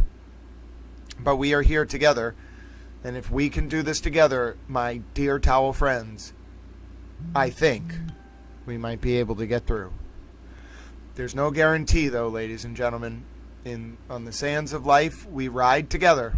We ride together, my dear friends. We ride together, for there is no other option. We simply ride, towels. We ride. And you may say to yourself, well, sir, I don't know how to ride. I'm just a simple towel. Well, that's okay. We'll figure it out together. You don't understand. I don't even know where we're riding to, per se. Probably somewhere in Europe. We'll figure it out. Just go along with the plan. You have to put faith in Super Towel. Now, you are all Super Towels, too. But, some days you just got to be like, I'm a towel, and I'm going to continue to be a towel. Now, I'm thinking about making a Call Me Hank towel. I think it's going to come out pretty good. Kind of excited for it, ladies and gentlemen. It says it wants me to make the DPI a little bit higher. I will try to do that for you. But, ladies and gentlemen, this is kind of wonderful.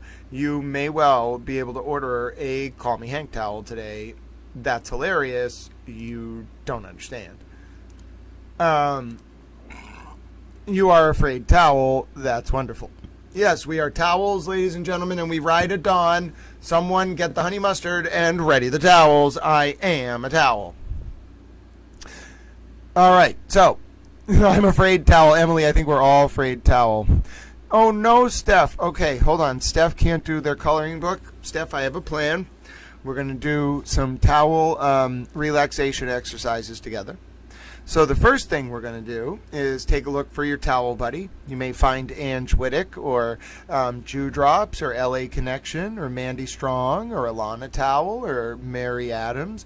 There are so many towels in chat. You go ahead and reach out your towel hand. You find your towel buddy. When you find your towel buddy, you're in the warm, fluffy presence of towel friends. And then we'll do our breathing exercises, right? So we'll start by counting backwards from 5 and being deliberate about how one counts backwards from 5 has a wonderfully rejuvenating effect on one's mental state during these moments of stress, ladies and gentlemen. So let's do that, shall we? So we'll go 5, 4, 3, 2, 1. There we go. All right. Take a deep breath in. All right. And a breath out.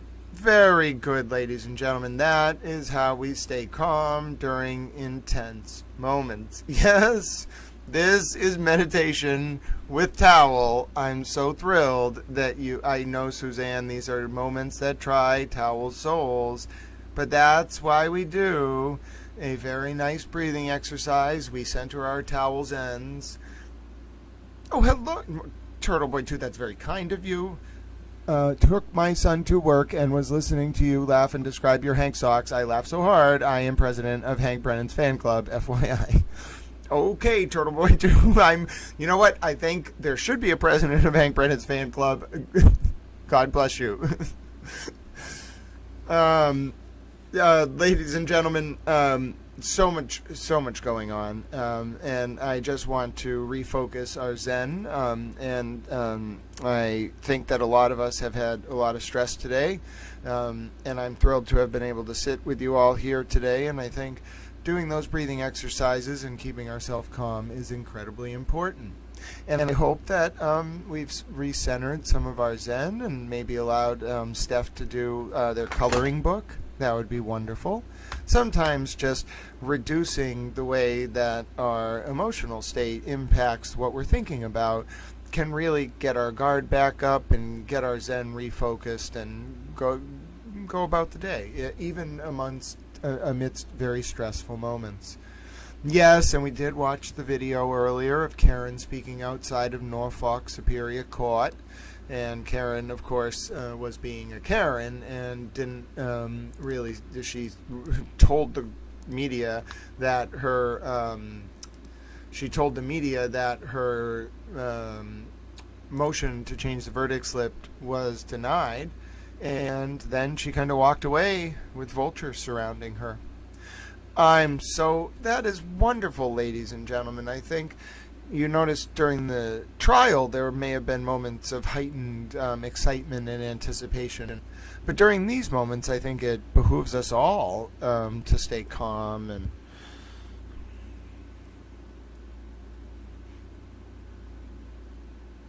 to also remember that part of what makes things so important about what we do together is even in moments where nothing may ostensibly be going on, there can be so much going on for us all. And that's why I enjoyed being able to do that breathing exercise for you, and meant a lot that I got to spend that few minutes with you, and I think we all need it. After so much of our time today was filled with heightened anticipation, we head into the final moments, what could be the final moments of the day.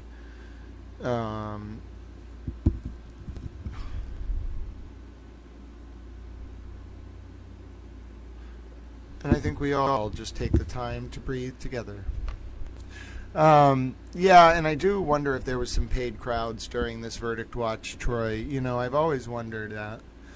Oh, that is a very nice gesture. Whitehaven Sauvignon Blanc. I don't drink personally. I have some wine from time to time. I wouldn't say like religiously, like, you know, not in a religious context, but maybe once every 5 years or once every more like 2.5 years, I will have a glass of wine on Easter or something, and I find it interesting. I don't drink at all, so it's very weird to have alcohol. It's strange for me. So yeah, but it's all, you also couldn't get me to drink if you wanted to. Do you know what I get as a drink when I celebrate special occasions? Shirley Temple. LA Connection reports they are entering court. That's why we are on the live feed. Don't worry, ladies and gentlemen, there's no Karen Cam, I would know, but we are on the live feed.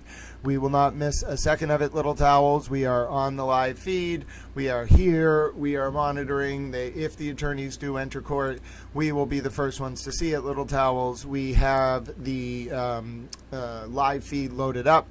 This is very close. Yep. Just being nosy. Thank you. Yep, thank you. We are okay, towel friends. We're getting reports that the attorneys could be entering the court. This could be the end of the day. It's a little bit early for the end of the day. Towel is nervous. There's no Karen cam that's turned on. We're hearing that there's not even 100 Karen Reed supporters out there. We're seeing that the O'Keefes and Brendan are entering the courtroom, ladies and gentlemen. This could be the end of the day. This could be a question. Oh, goodness. Oh, goodness, ladies and gentlemen. Towel now. Towel. I agree, Eva. I feel that. Towel's now taking deep breaths. I think we're all taking deep towel breaths. We're doing our countdowns. We are monitoring. We're hearing from our reporters on the ground, ladies and gentlemen, that there is apparently activity. It's right around 4 o'clock. The lawyers are entering the courthouse, the O'Keefe family. And remember, there won't be any... Hello, Joe O'Keefe, dear friend. Yep, I understand. Yeah, wine definitely, even one glass of wine makes a little towel feel like John Lennon. I don't know what John Lennon felt like, but it just makes me imagine it's what John Lennon felt like. The clock on law and crime is still running. You can see it up on your screen. Towel clock is still running.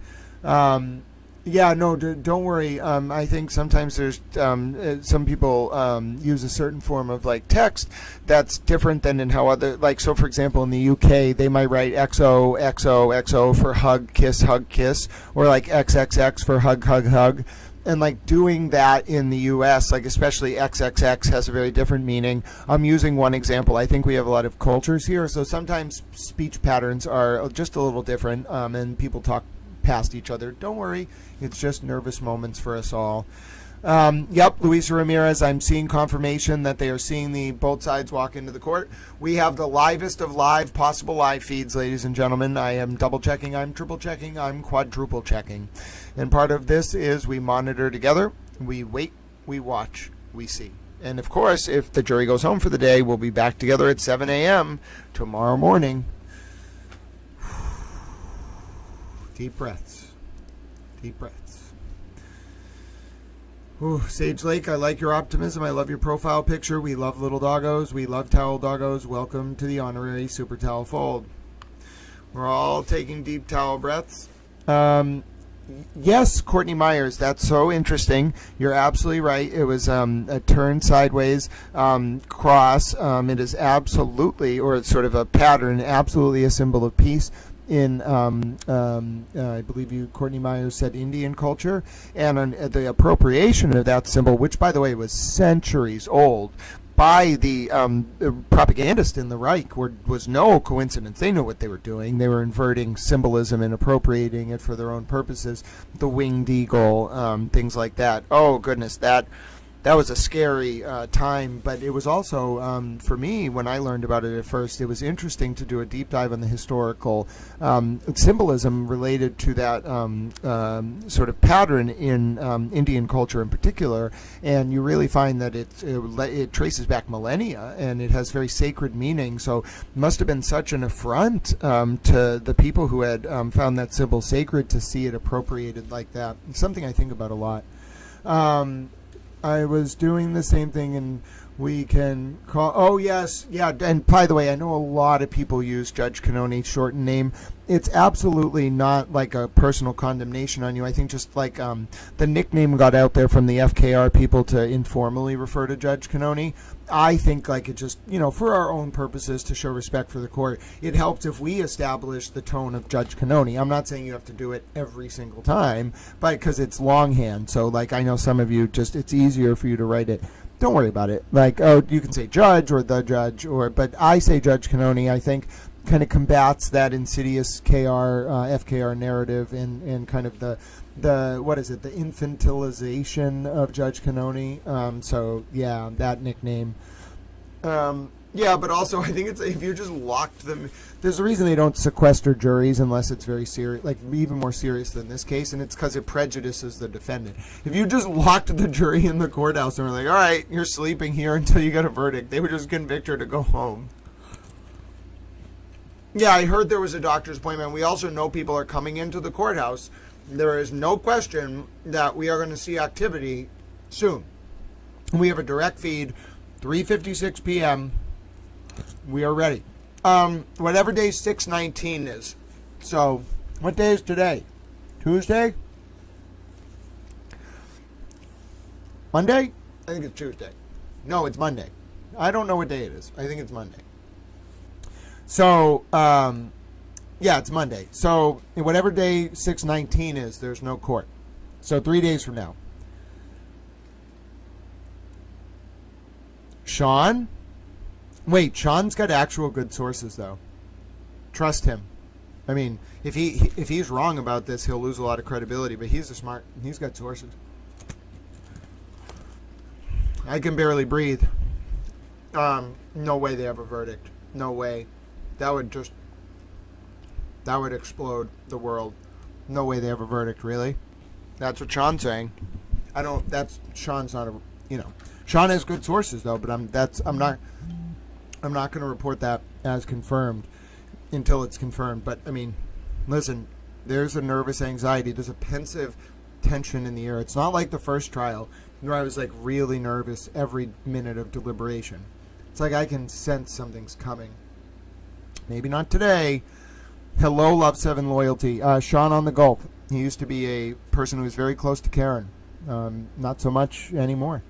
If Sean thinks a verdict is coming, that could be big. That doesn't mean there's a guarantee, but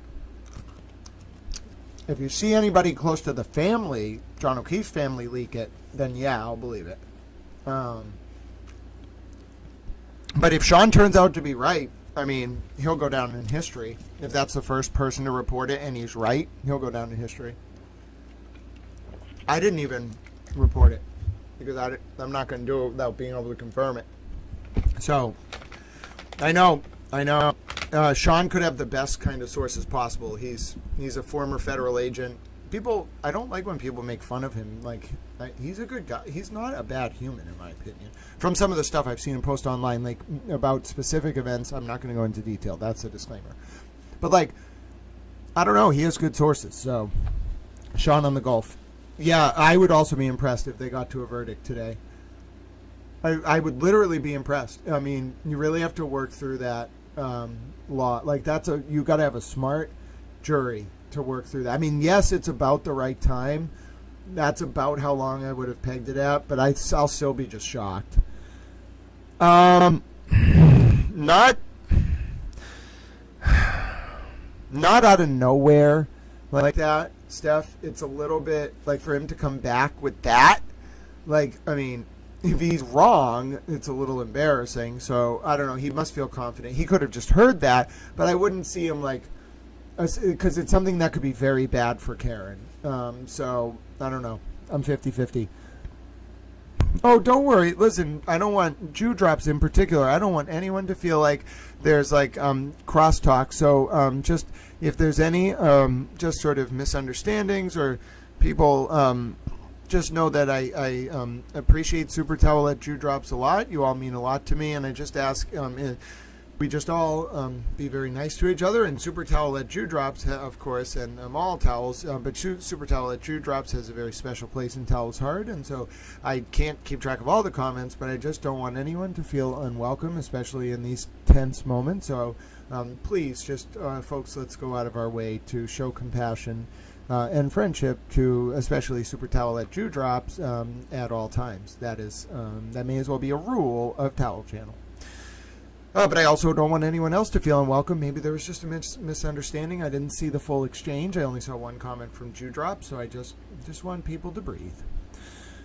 Jew Drops is always supported, as is every other towel. No one is excluded. There's no hierarchies. It's just I only saw a comment from Jew Drops, and I just want Jew Drops to know they're supported.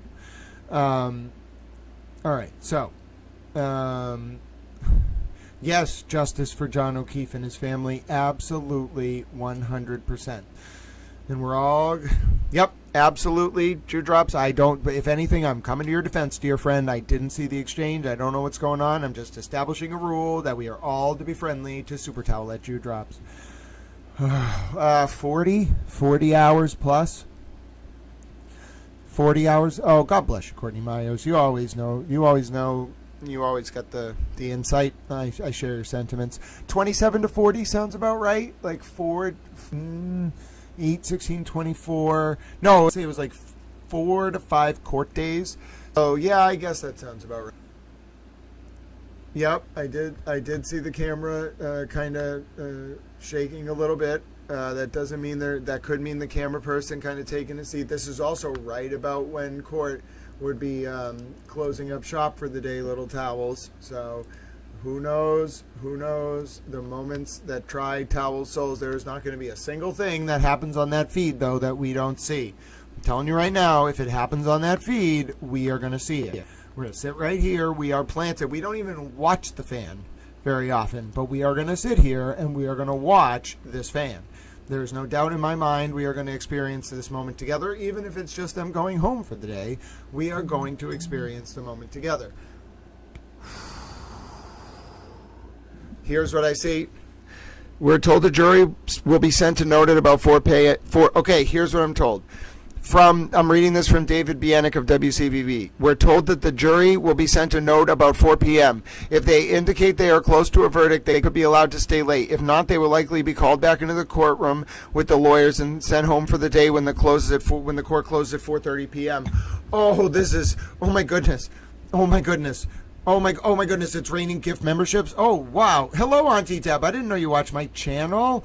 Oh, hello, ladies and gentlemen. Oh, it's raining Super Towel memberships. Thank you for giving so many Super Towel emojis out. You now can use, God bless you, Courtney Myers. Folks, you can now go in the chat, click your little emoji icon, and you can use Super Towel emojis. We even have an emoji of Hank Brennan. We have an emoji of Super Hank. We're soon going to have a Super Hank towel. Oh, ladies and gentlemen, I'm a towel. I'm a little towel. God bless you, Courtney. And then the update now, folks, is these are the moments. These are the moments. The jurors that were sent a note 120 seconds ago at exactly 4 p.m. The note said if they're close to a verdict, they get to stay after 4:30. And if they're not close, we're going to end at 4:30. Oh, my goodness. It means that if they're close to a verdict, the court will keep going past 4:30. If the court convenes before 4:30, they're not close to a verdict. Oh, this is the most terrifying thing. Why? I did so good keeping everyone calm. Oh, my goodness. Oh my goodness, Luisa Ramirez. Oh my goodness. This isn't just a towel membership parade. Ladies and gentlemen, it may as well be a deluge. Someone call Captain None Your Business. I need the towel arc of misfit creatures. Someone get the kangaroos, the pandas. Someone get the koalas, someone get the peacocks and the camels and the penguins, and also Brewski the Irish setter, who is an undercover territorial acquisitionist. Ladies and gentlemen, it is just raining gift memberships. Oh, goodness, ladies and gentlemen, enjoy your new Super Towel emojis. If I could say all your names, I would, but I can't. You just have to look in the chat, and if you now have unlocked Super Towel emojis, well, this was the moment. Now, you might be wondering, so what is happening? Well, I just gave you the update. If court comes back before 4:30 and the jurors go home, they're not close to a verdict. If it stays past 4:30, they're close to a verdict. Oh my goodness, ladies and gentlemen. And then Super Towel Courtney Myers came through, and now so many towel friends have Super Towel emojis. We all are in the moment. 24 minutes. How could it get any more nerve-wracking than this? Judge Cannoni's giving us a barometer. This is absolutely, I agree with you, the MXX, the Mixtress. I think that's a wonderful username. Welcome to the Honorary Towel Fold. We are honored to have you. Ladies and gentlemen, this is incredible. Within the next 25 minutes, if the jury stays, we will then know that they're close to a verdict. Hello, Hood straight from Detrap. I am thrilled to welcome you with us. We are honored to have you. Welcome to the Honorary Fold, my dear Towel Fold, my dear friend. We hope you are fluffy and comfortable here. Ladies and gentlemen, we have just gotten the news in the John O'Keefe and Karen Reed retrial. If the jury comes back in the next 24 minutes, that means that they're not close to a verdict. If they stay past 4:30, they are close to a verdict. I didn't think it could be possible for this to get more intense, and now it has gotten more intense. I can just sense it, ladies and gentlemen. God bless you, Courtney Super Towel Myers. Ladies and gentlemen, I can sense it. Something is going on. This is, even if we don't, all right. If this clock ticks over to 4:31 or 4:40 or whatever without the jury coming back, I might actually get as nervous as some of you were today. I am running. Oh, God bless the O'Keefe family. Listen, folks, I think we also would be remiss. Oh, God bless you, Harvard Yard. Yes, I was seeing it literally as you said that. God bless you, Harvard Yard. God bless the O'Keefe family. God bless you, Super Towel at Jew Drops. Ladies and gentlemen, you can imagine how nerve-wracking this is for the O'Keefe family, and we are monitoring together, ladies and gentlemen. We're watching in real time. I've just found out that if court ends within the next 23 minutes, then the jury is not close to a verdict. If court goes beyond 4:30, they are close to a verdict. So, Super Towel hugs, Harvard Yard, Jew Drops, two of Towel's wonderful friends. It means so much to me that we're here. I'm not going to mince words with you. These are nerve-wracking moments, ladies and gentlemen. I can't believe this is how it has come down, that we will now know if the jury comes back before 4:30, they're not close to a decision. If they stay after 4:30, then they might indeed be close to a decision.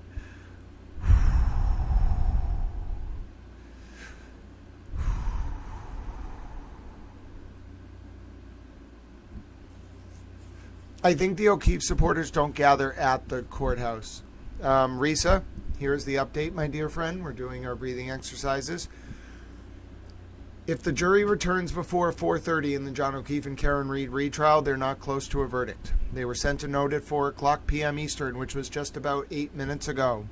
That note said that if they're close to a verdict, they should continue deliberating past 4:30. If they are not close, they should stop before 4:30. They should stop at 4:30. We are 22 minutes away, ladies and gentlemen. We are 22 minutes away. If this clock ticks past for, let's say, 35, okay, without any movement, I may get into the point where I am extremely nervous. And I want all of us... Okay, so if court is coming back at 4:20, then that means that they are not. So we can't confirm this, but hopefully, if it actually comes back at 4:20, they're not close to a verdict. I don't know what that means.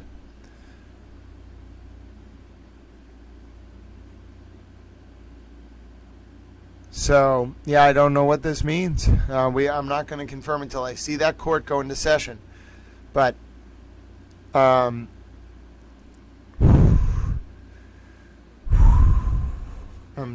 keeping my breathing calm. This is some of the most intense moments of this case. In so many ways, ladies and gentlemen, it is one of the most intense moments of this case, and we are here together. We are here together for it. I'm nervous. I'm pensive. 4:20 is, that could mean that they're not close.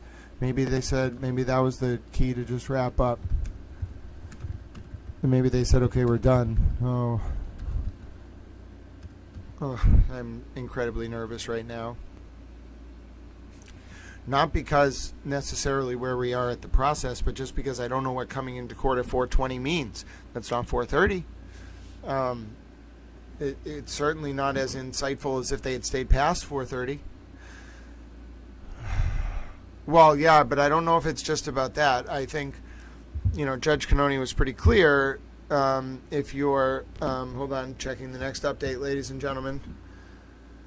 Court is coming back. Okay. So I'm told court is coming back at 4:20. That is the confirmation from Christina Rex Towel inside the courtroom.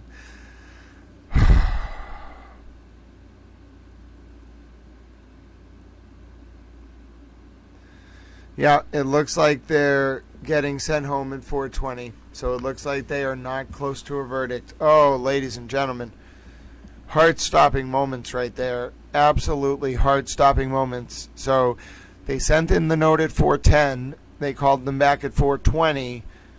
Really tough to get a read on that. It seems, yeah, I think they are just going home for the day. But you have to remember the note at 4 o'clock said, and this was reported by David Bianic in the courtroom, The note at 4 o'clock said to the jurors, if you are close, then you should stay.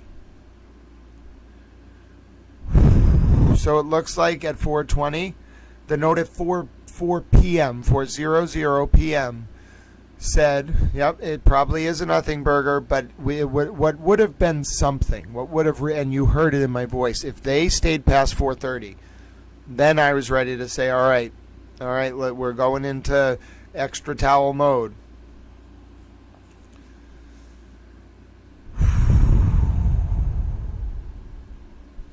Sorry about that.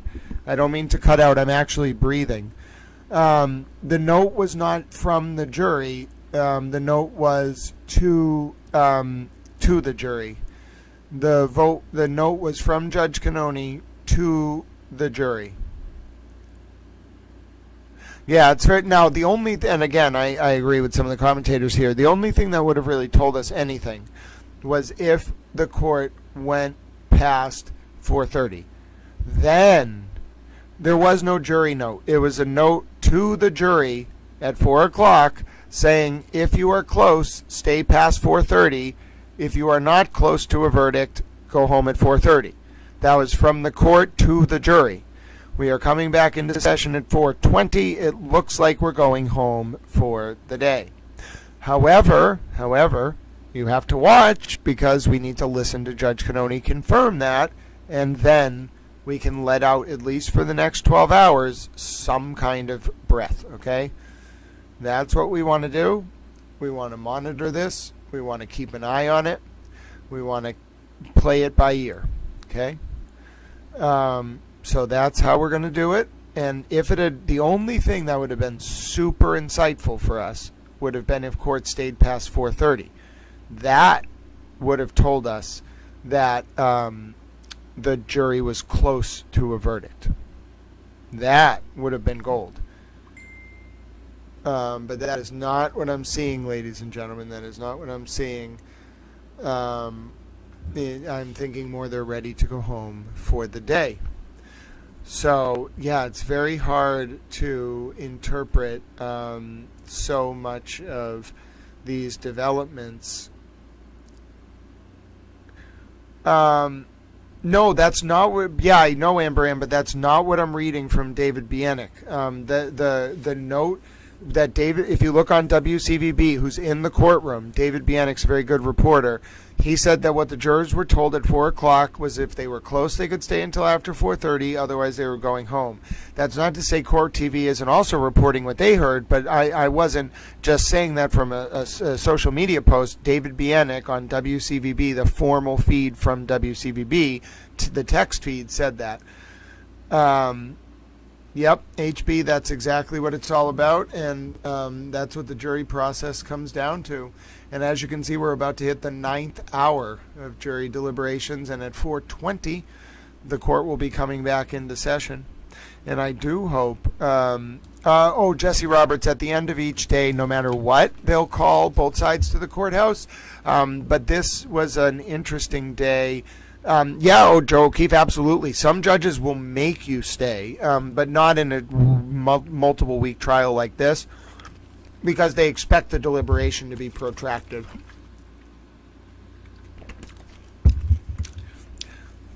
I did see something about that, Gutter, great, but no, the report I saw from David Bienick, I read it from Channel 5 on their text feed, was that at 4 o'clock the jury was sent a note saying they had an option to stay past 4:30, and then if they were close, that again, this is just what WCVB reported, okay? And you can find this on Channel 5's WCVB website. They have a text feed from a reporter inside the courtroom, okay? So let's just keep that in mind. So, ladies and gentlemen, we as Towels are doing our absolute very best as we get ready for, I believe, what should be the 4:20 call time in court. We're going to be ready for that.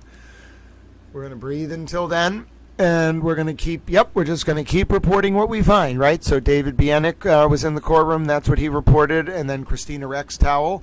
She's an honorary towel. It's not our reporter towel, Christina, but it is the Christina Rex Towel. We're going to give the Christina Rex Towel reported that at 4:20, ladies and gentlemen, we will be coming back into session. So we're going to keep an eye on that right now. We're going to keep our towels at the ready. We're going to continue to monitor little towel friends, and we are going to get through this together, come hell or high water. Yes, that is what being a little towel is all about. And I will say, my friends, no matter what the outcome, whether today, tomorrow, another day, we were here together. We fought together. We stood tall. We were towels. We stood up for justice. Whatever the case may be, I think we're after acquittal territory now. We're heading more towards guilty territory for the next 8 to 10 hours, and then we go in potential compromise or mistrial verdict territory.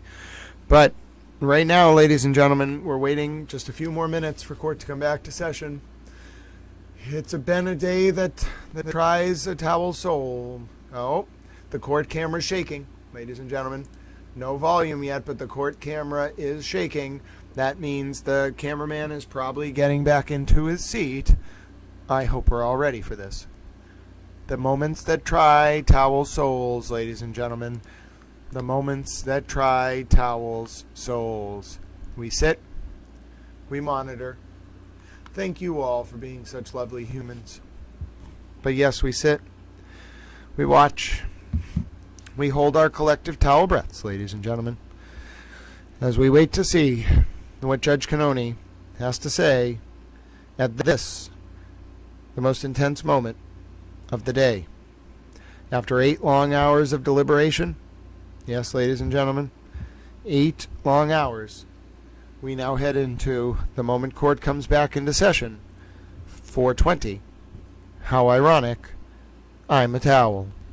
God bless you, Joe O'Keefe.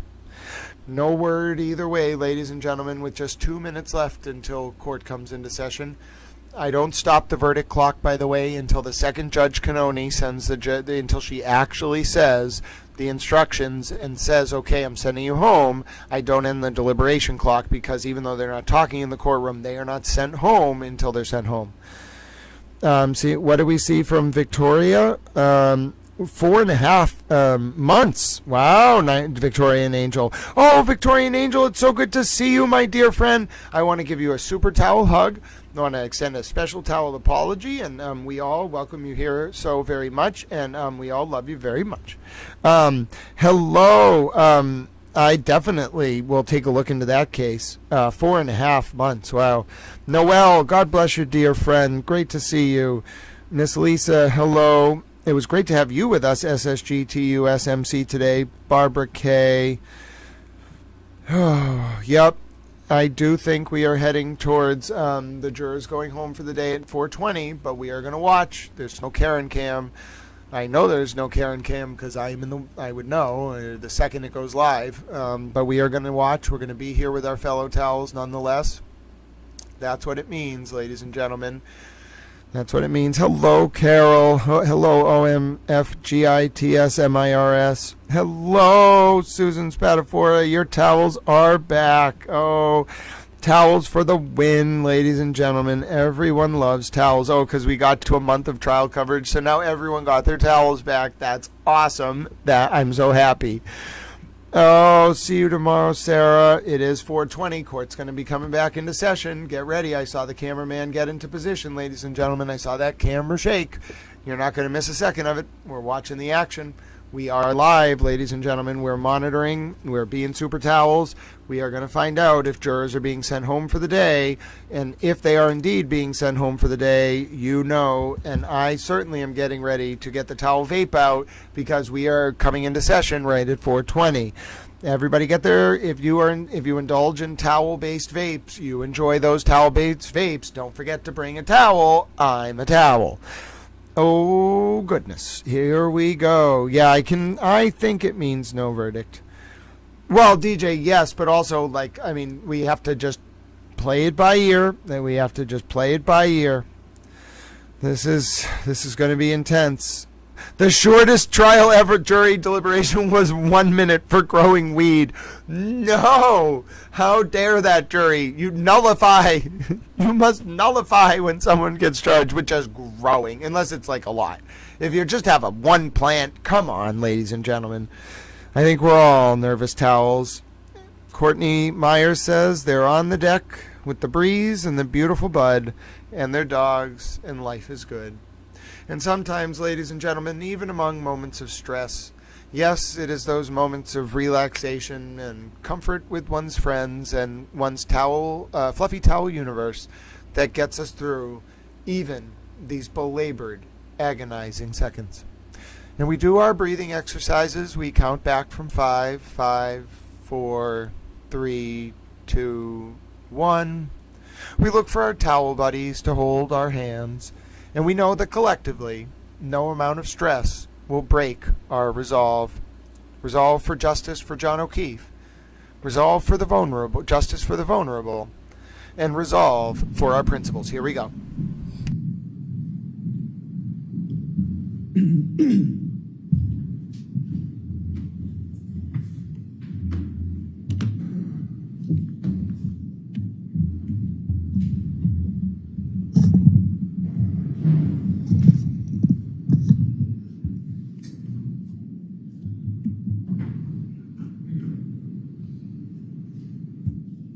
Back in session, you may be seated.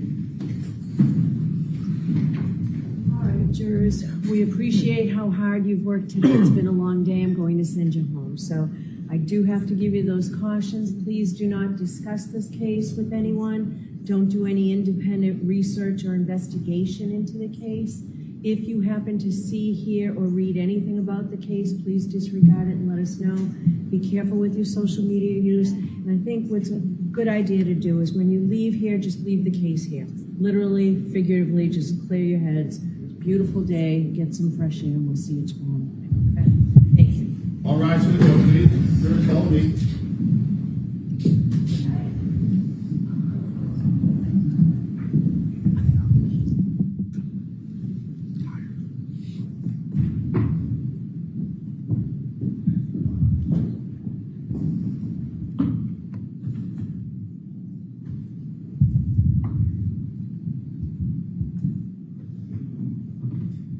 Let's see what happens next.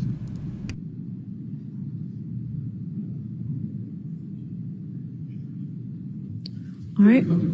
So we'll see everybody tomorrow morning, okay? Thank you. Okay, thank you. All right. Whoa. That was intense. That was intense. That was intense. Little towels. Oh my goodness. Over 400 people watching as we got ready there. That was intense, little towels. That was agonizing. But we got through it. The day ends. Yeah, I don't know, Stephanie. I don't know. That's a good question. It's really a scary sight some days outside that courthouse.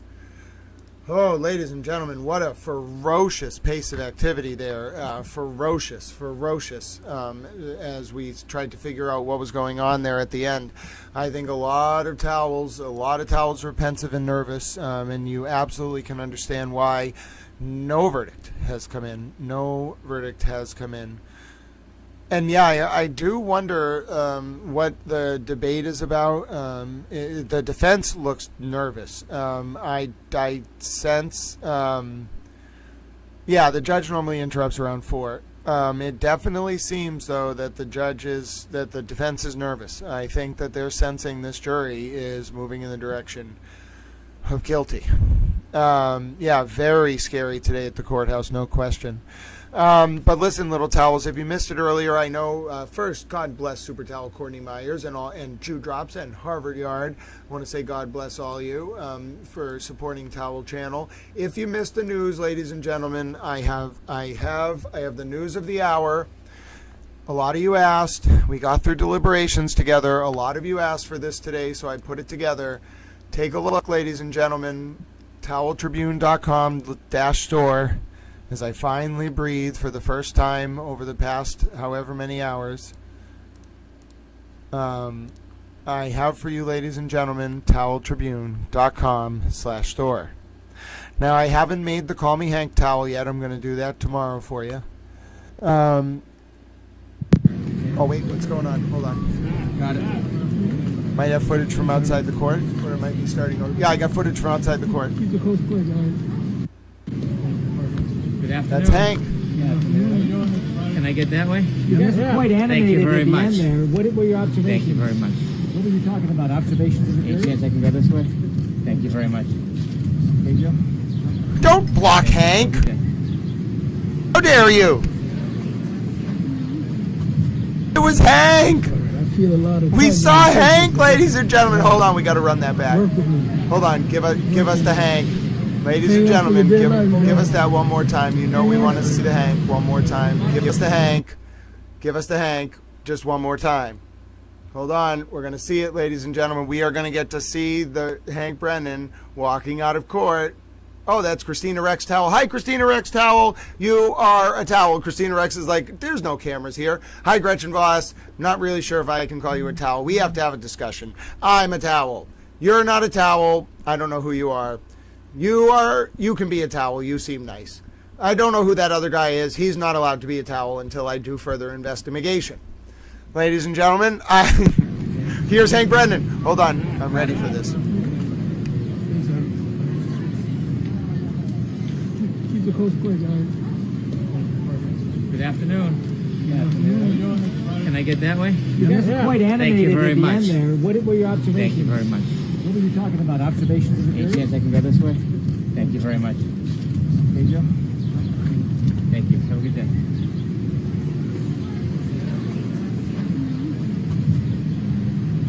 I feel a lot of tugging and pushes. Guys, work with me. How dare you? How dare you impede Hank? Hang on for your dear life. That is illegal, ladies and gentlemen. You may not impede Hank.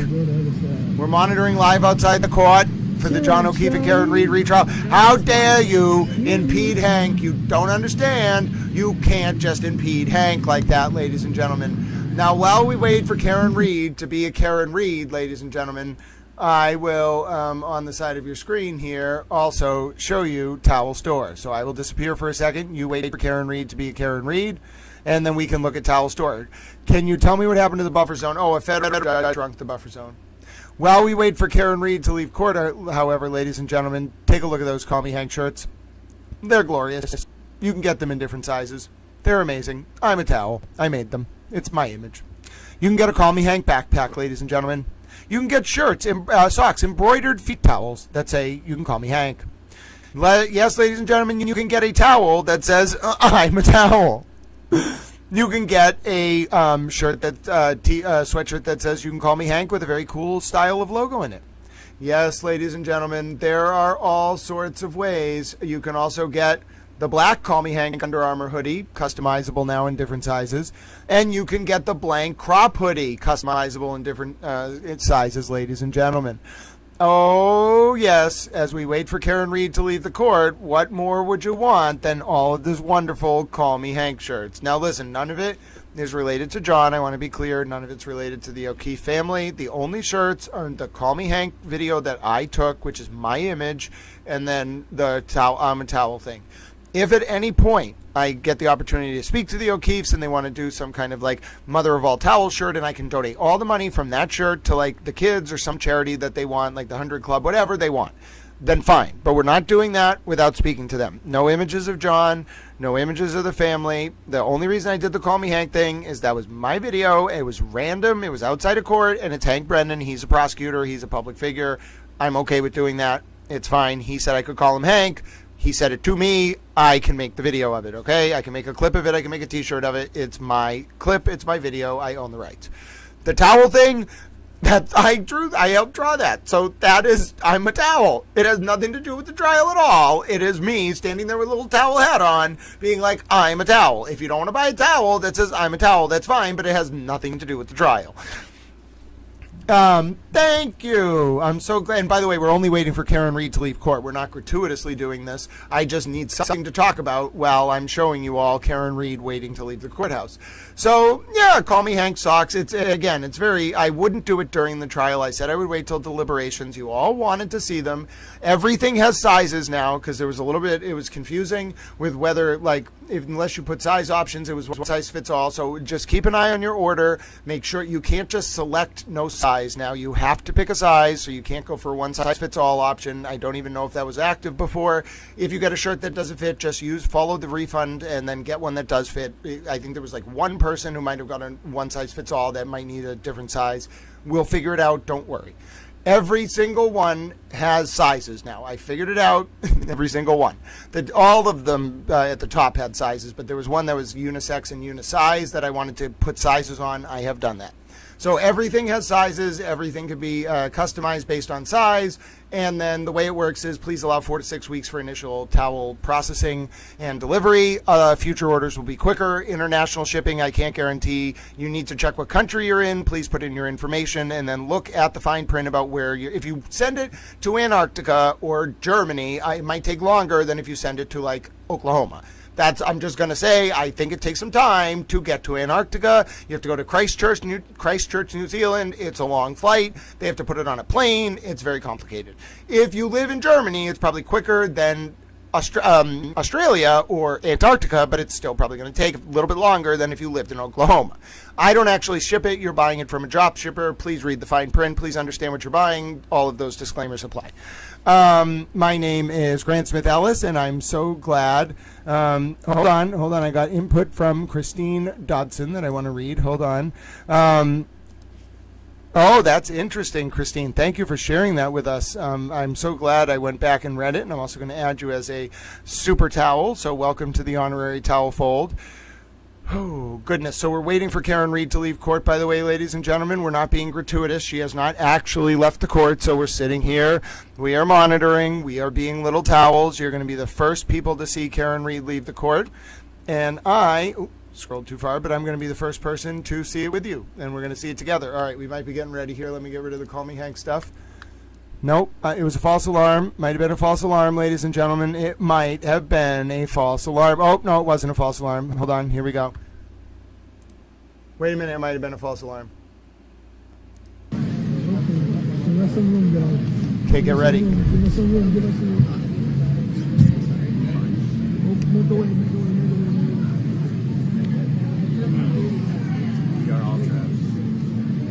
Watch this.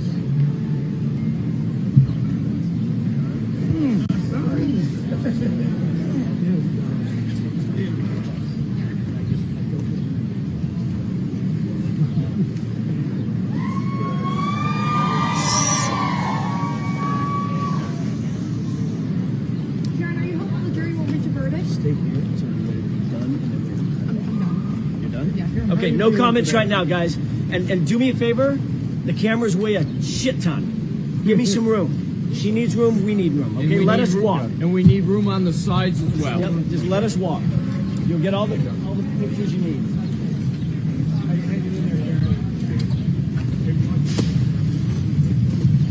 Karen, do you have any comment you want to make to me today? How you're feeling? Any message to the supporters? We don't comment. A little faster, guys. Don't trip.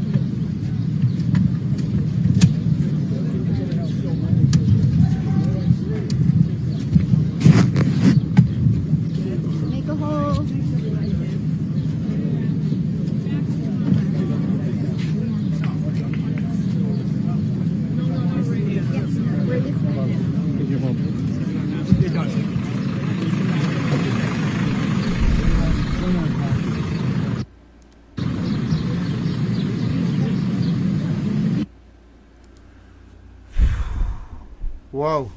Whoa. She's freaked out, ladies and gentlemen. They're all freaked out. They're freaked out. Let's watch that one more. You want to see the replay of that? They are freaked out.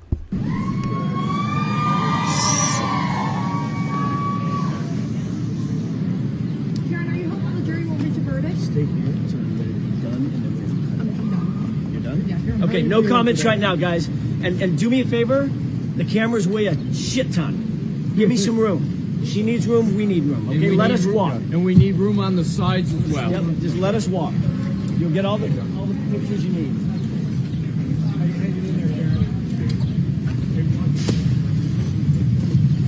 Karen, do you have any comment you want to make to me today? How you're feeling? Any message to the supporters?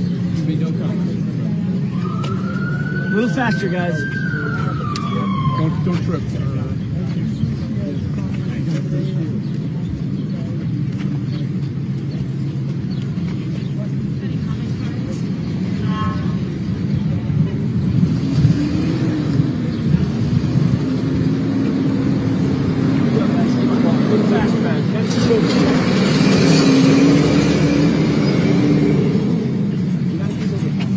No need to put a bike in. There's no comment.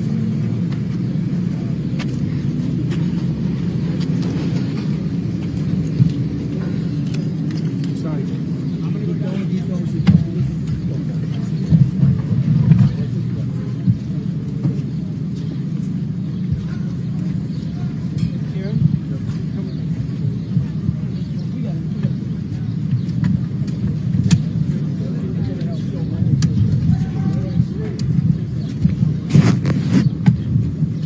Make a hole.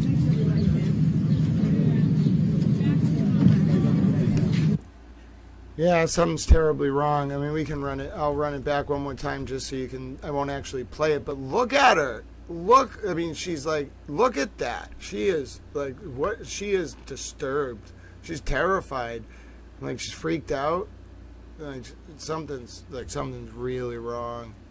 I mean, obviously, but like, that's not a smile. Like, we can mute it, but like, if you watch it without her words, like Alan's like, you sure you want to talk? No.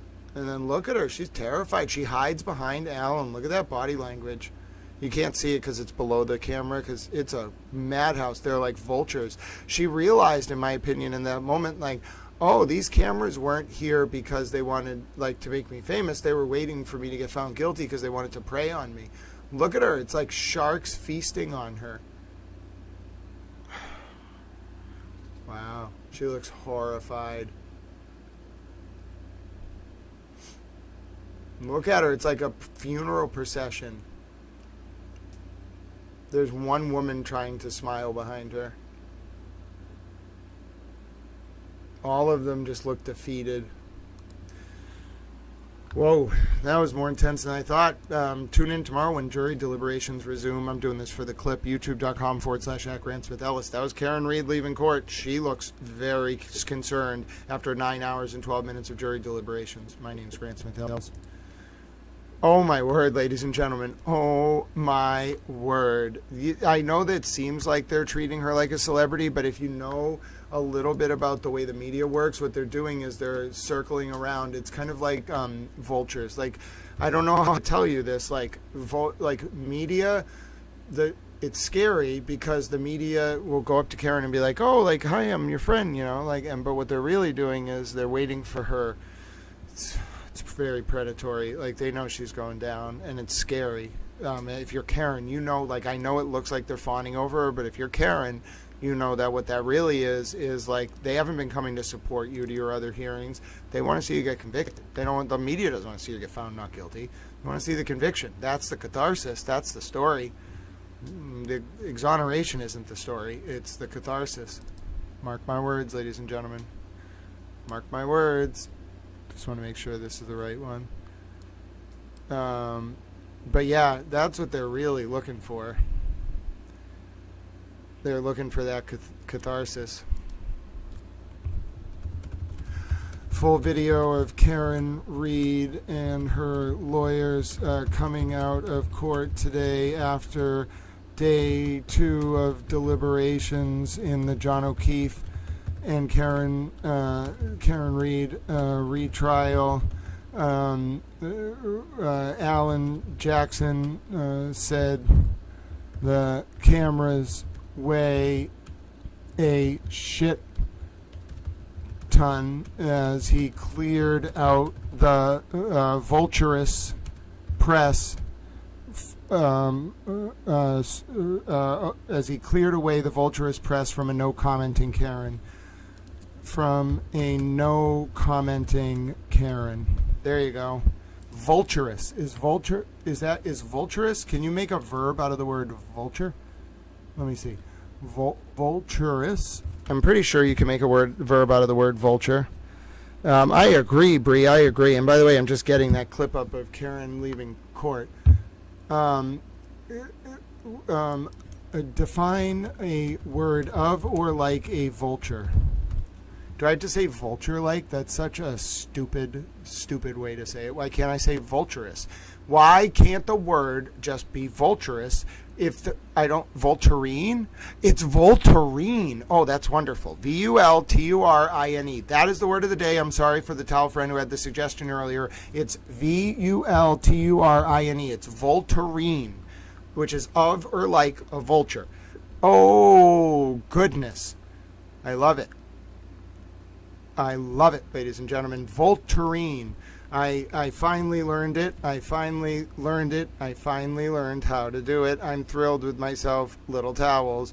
You don't understand. I am thrilled with myself. I learned a new word. It is V-U-L-T-U-R-I-N-E, of or like a vulture. It's a word. Well, apparently vulturous is a word too, but of or like a vulture is vulturine.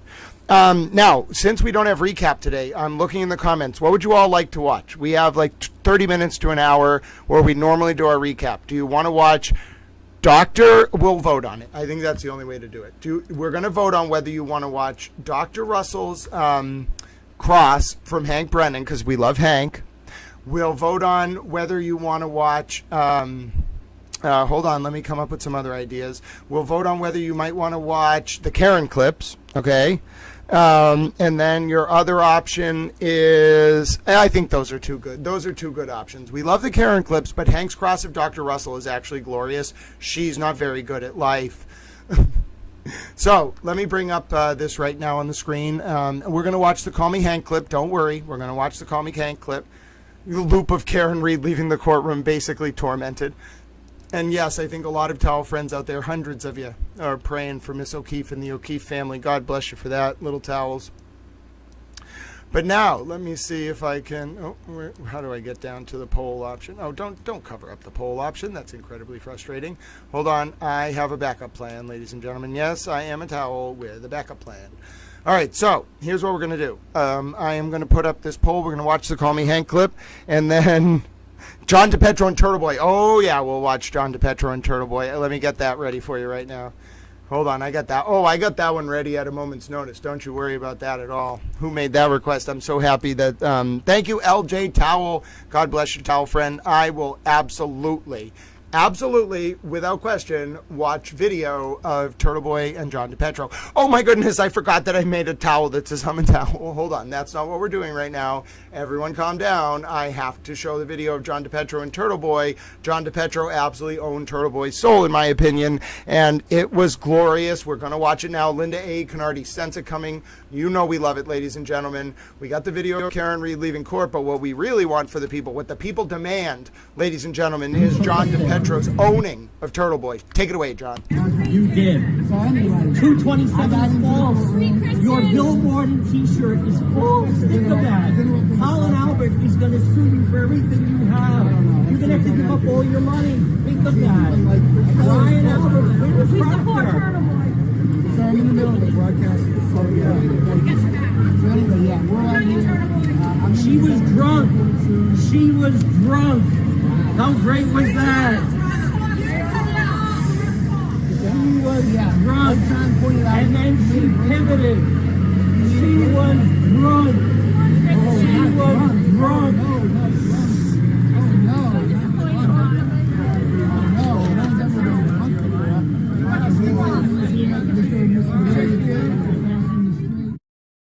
Oh, He dominated her. Good night, Deaf Otter, the commander of the tower. It was today. Good night, Deaf Otter. Oh, yeah, that's right. Let's play the part where he says you took the fifth again. You had a chance to take the stand and you took the fifth.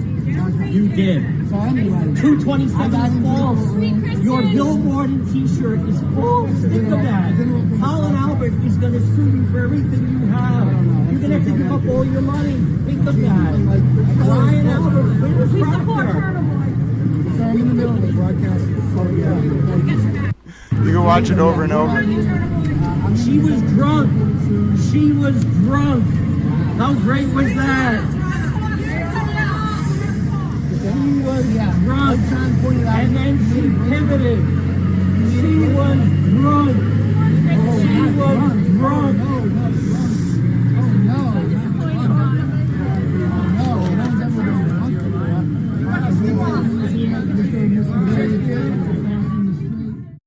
Great job. Excellent job, John. So someone asked if I would take comments, questions from the audience. Of course, the Towel loves taking questions from his Towel friends.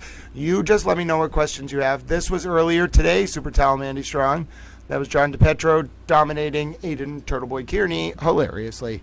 Glorious, glorious, glorious. Now, we are going to watch the Call Me Hank clip because Colleen Henry is here and you don't understand, Little Towels.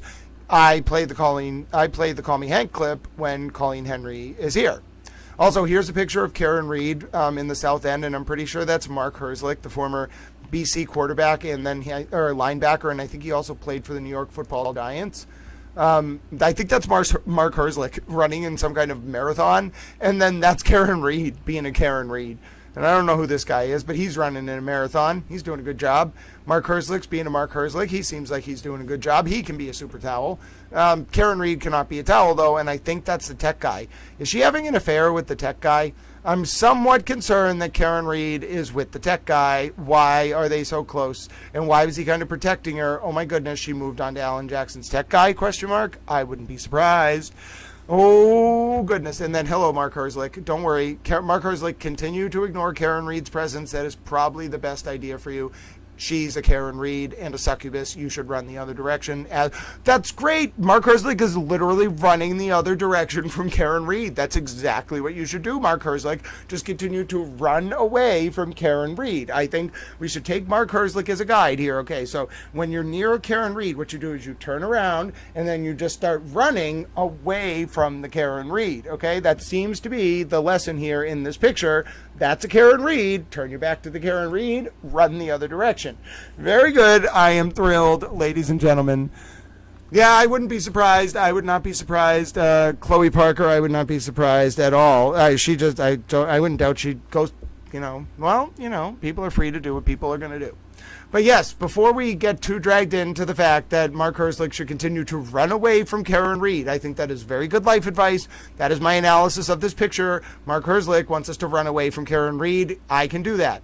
Here's a picture of Hank. You want to see video of Hank Brennan? Oh my goodness. Elevate the process. Listen, I think you need to make a Twitter elevate the process because your video got 50,000 views of Hank Brennan arriving. Now, I did make sure that I credited elevate the process. However, I think you should make a Twitter. A lot of people want to see your videos of Hank Brennan, and I linked to your YouTube, so people are definitely finding you, but I think you should make more videos you don't understand. I think, Tom, yes. I can't tell anymore, but I hope.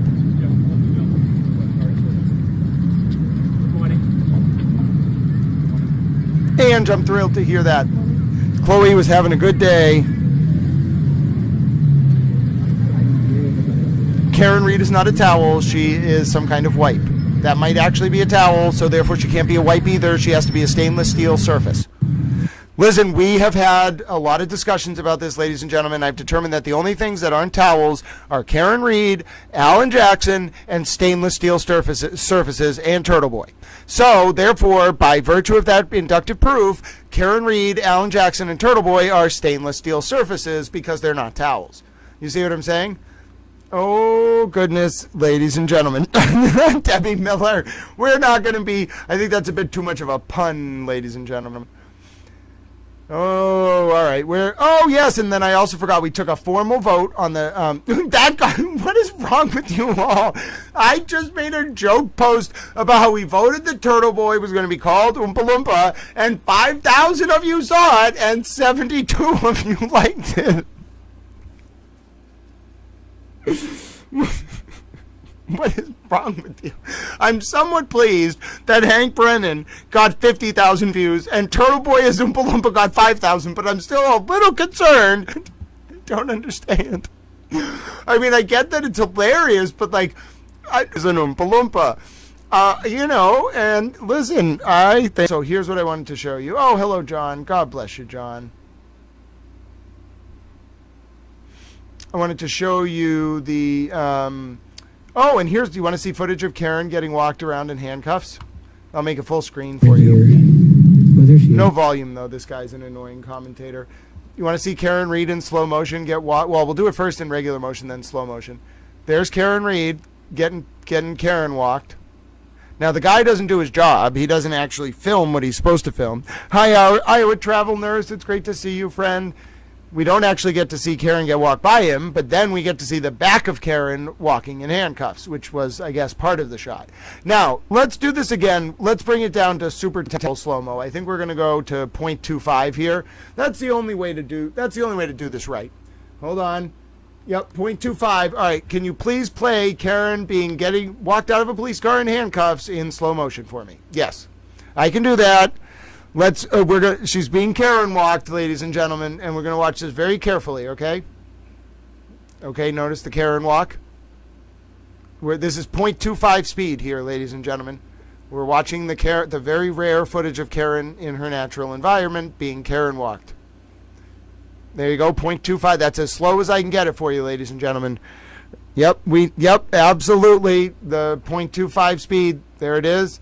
Now, the guy doesn't actually track her, unfortunately, because he's not a very good cameraman. He is not a towel. He is, therefore, a stainless steel surface. But I have a backup plan. Ready for this backup plan? We just jump forward to when he actually films Karen again. Ready? And then we slow-mo the end. Okay, ready? Okay, there's Karen Reed in cuffs. And there's her being Karen walked in cuffs up the stairs of Norfolk Superior Court. Now, this is in 0.25 towel slow-mo mode, ladies and gentlemen. Yeah, no questions is very interesting. Oh, I forgot about that. No questions from the jury. WD-40, did you know that's my mom? Yes, indeed. My mom is Wendy Murphy. Hold on, there you go. One more time in super towel slow-mo. Super towel slow-mo, ladies and gentlemen. Super towel slow-mo. Oh, there it is. That's the shot. Yep, Karen. Yep, you belong on the runway. Yep. There you go, Karen. Sashay, turn. No, that wasn't much of a sashay. That was more you turning your head in shame. You were supposed to sashay. What are you doing, Karen? You love the camera. Karen, come on. You love the camera and the camera loves you. There it is. Well, you're not really sashaying. You seem to be walking in handcuffs up the stairs of Norfolk Superior Court. That's not really a runway, and you aren't a model. You are a stainless steel surface, not a towel. Yes, those are the moments that define a Karen's life, ladies and gentlemen. Yes! Wait a minute. Hold on. Wendy Murphy. First of all, I was born at Newton Wellesley Hospital to Wendy Murphy. We have footage of my birth on May 24th of 1989. I was 7 pounds, 11 ounces. I think I was born sometime around 7 a.m. or p.m. I used to know the exact time. I'm sure my mom still does. Oh, yes, my dad sadly did pass away. I still weighs on towel. But yes, God bless you for bringing up Towel's dad. I appreciate you. He's still on the screen with us. Wendy Murphy is Towel's biological mom. Did you know that Towel mom was the first person in her family to go to BC. She went to BC, Boston College. Then she went to New England School of Law. Then she became a Patriots cheerleader, worked her way through law school. Then she became a Middlesex DA, where she met my dad. Then she went on to a very successful victims advocacy practice. My mom is a super towel, as was my dad. Love you too. Thank you, SSGT. Oh, okay, ladies and gentlemen, hold on one second. Tal's aunt is calling. Let me put this video on for you. We were going to watch the Call Me Hank clip, but I actually have to put on something that's a little bit longer, so I'm going to put on my jury slip form. So give me all, this was the video I did this morning that's going to help you all understand the jury slips, and give me like 17 minutes for us to go over this, because I think this is what the jury's been talking about all day, so let's do that now. First one, let me zoom in on it so you can actually see it. Mandy Tell, I don't think you have any questions about this one. It is not very hard to understand. It simply says, in the above entitled case, we the jury say the defendant is not guilty or guilty of the offense as charged, murder in the second degree. I think we are mostly all on the same page about that one. Now you might be saying to yourself, okay, what about the next one? Well, I have the next one. The next one is read bottom to top. I think that's why there was a lot of confusion on this. You read it bottom to top. Okay, so I want all the mock jurors or just people who want to learn about this, you read this verdict form bottom to top. Okay, does that make sense to everyone? So the first question you ask, okay, now the reason you read it bottom to top is you have to decide, first of all, whether she's guilty of any of the lesser included offenses, okay? You got to go all the way to the bottom, okay? So it's a ladder. You climb up the ladders. You start at 5, 4, 3, 2, and then you get to the top. So because 2 is the offenses charged, we have to go through each lesser included, okay? Tell friends, I'm sorry to do this. I got to go. I got to go. If you can help Towel today, if you're listening to this and you appreciated the stream, thank you for all your support, all the orders. I have a Venmo, I have a Cash App. If you want to support Towel, please consider doing so. Something has happened. I have to go. It is an emergency. Towel's going to need your help. If you're hearing this out there, I just have to go, okay? So I'll be back with you at 7 a.m. tomorrow. But I need your Towel help. So if you appreciated this stream, don't donate if you're already donated. If you think about donating, you can absolutely do that. I'm going to end the stream very shortly, though. If someone could post the links for how to donate to Little Towel. These are the real forms. If someone could post the links for how to donate to Little Towel, that would be really appreciated in the chat right now. Ladies and gentlemen, I need your help. So I have to go. Don't get too worried. I'm okay. I'm personally okay, but I have to go do something, and I need your help. I'm okay. Don't get worried. Check my Twitter. I'm okay. Okay. I'm personally okay, but I need to go. Yes, I need to go help people. So if you could, if you want to help Towel, I just have to go do things. I need to leave, and I will see you all tomorrow at 7 a.m. Okay. God bless you. I'm sorry we have to truncate this. Don't be worried about Towel. I'm personally okay. Okay. We're going to be fine. We're going to see each other at 7 a.m. I know this isn't our normal ending, but sometimes in life you just got to answer the call. Okay, so God bless you, Towel friends on the X. Okay, ladies and gentlemen, I have to get going. It's very important. No, it's not. It's something very serious, and it's very serious. It's not something that I'm doing that's not a pleasure at all. So I have to get going. Towel's going to rise up to... No, I wish, Nunya. Towel's going to rise up to me at the moment. If you can help Towel, please feel free to send a donation. I love each and every single one of you. If this was not an emergency, I would not leave you like this. You know I hate doing this. I will see you at 7 a.m. tomorrow. God bless every one of you. Be well. Rise to meet the occasion. Look for reasons to do acts of service. And when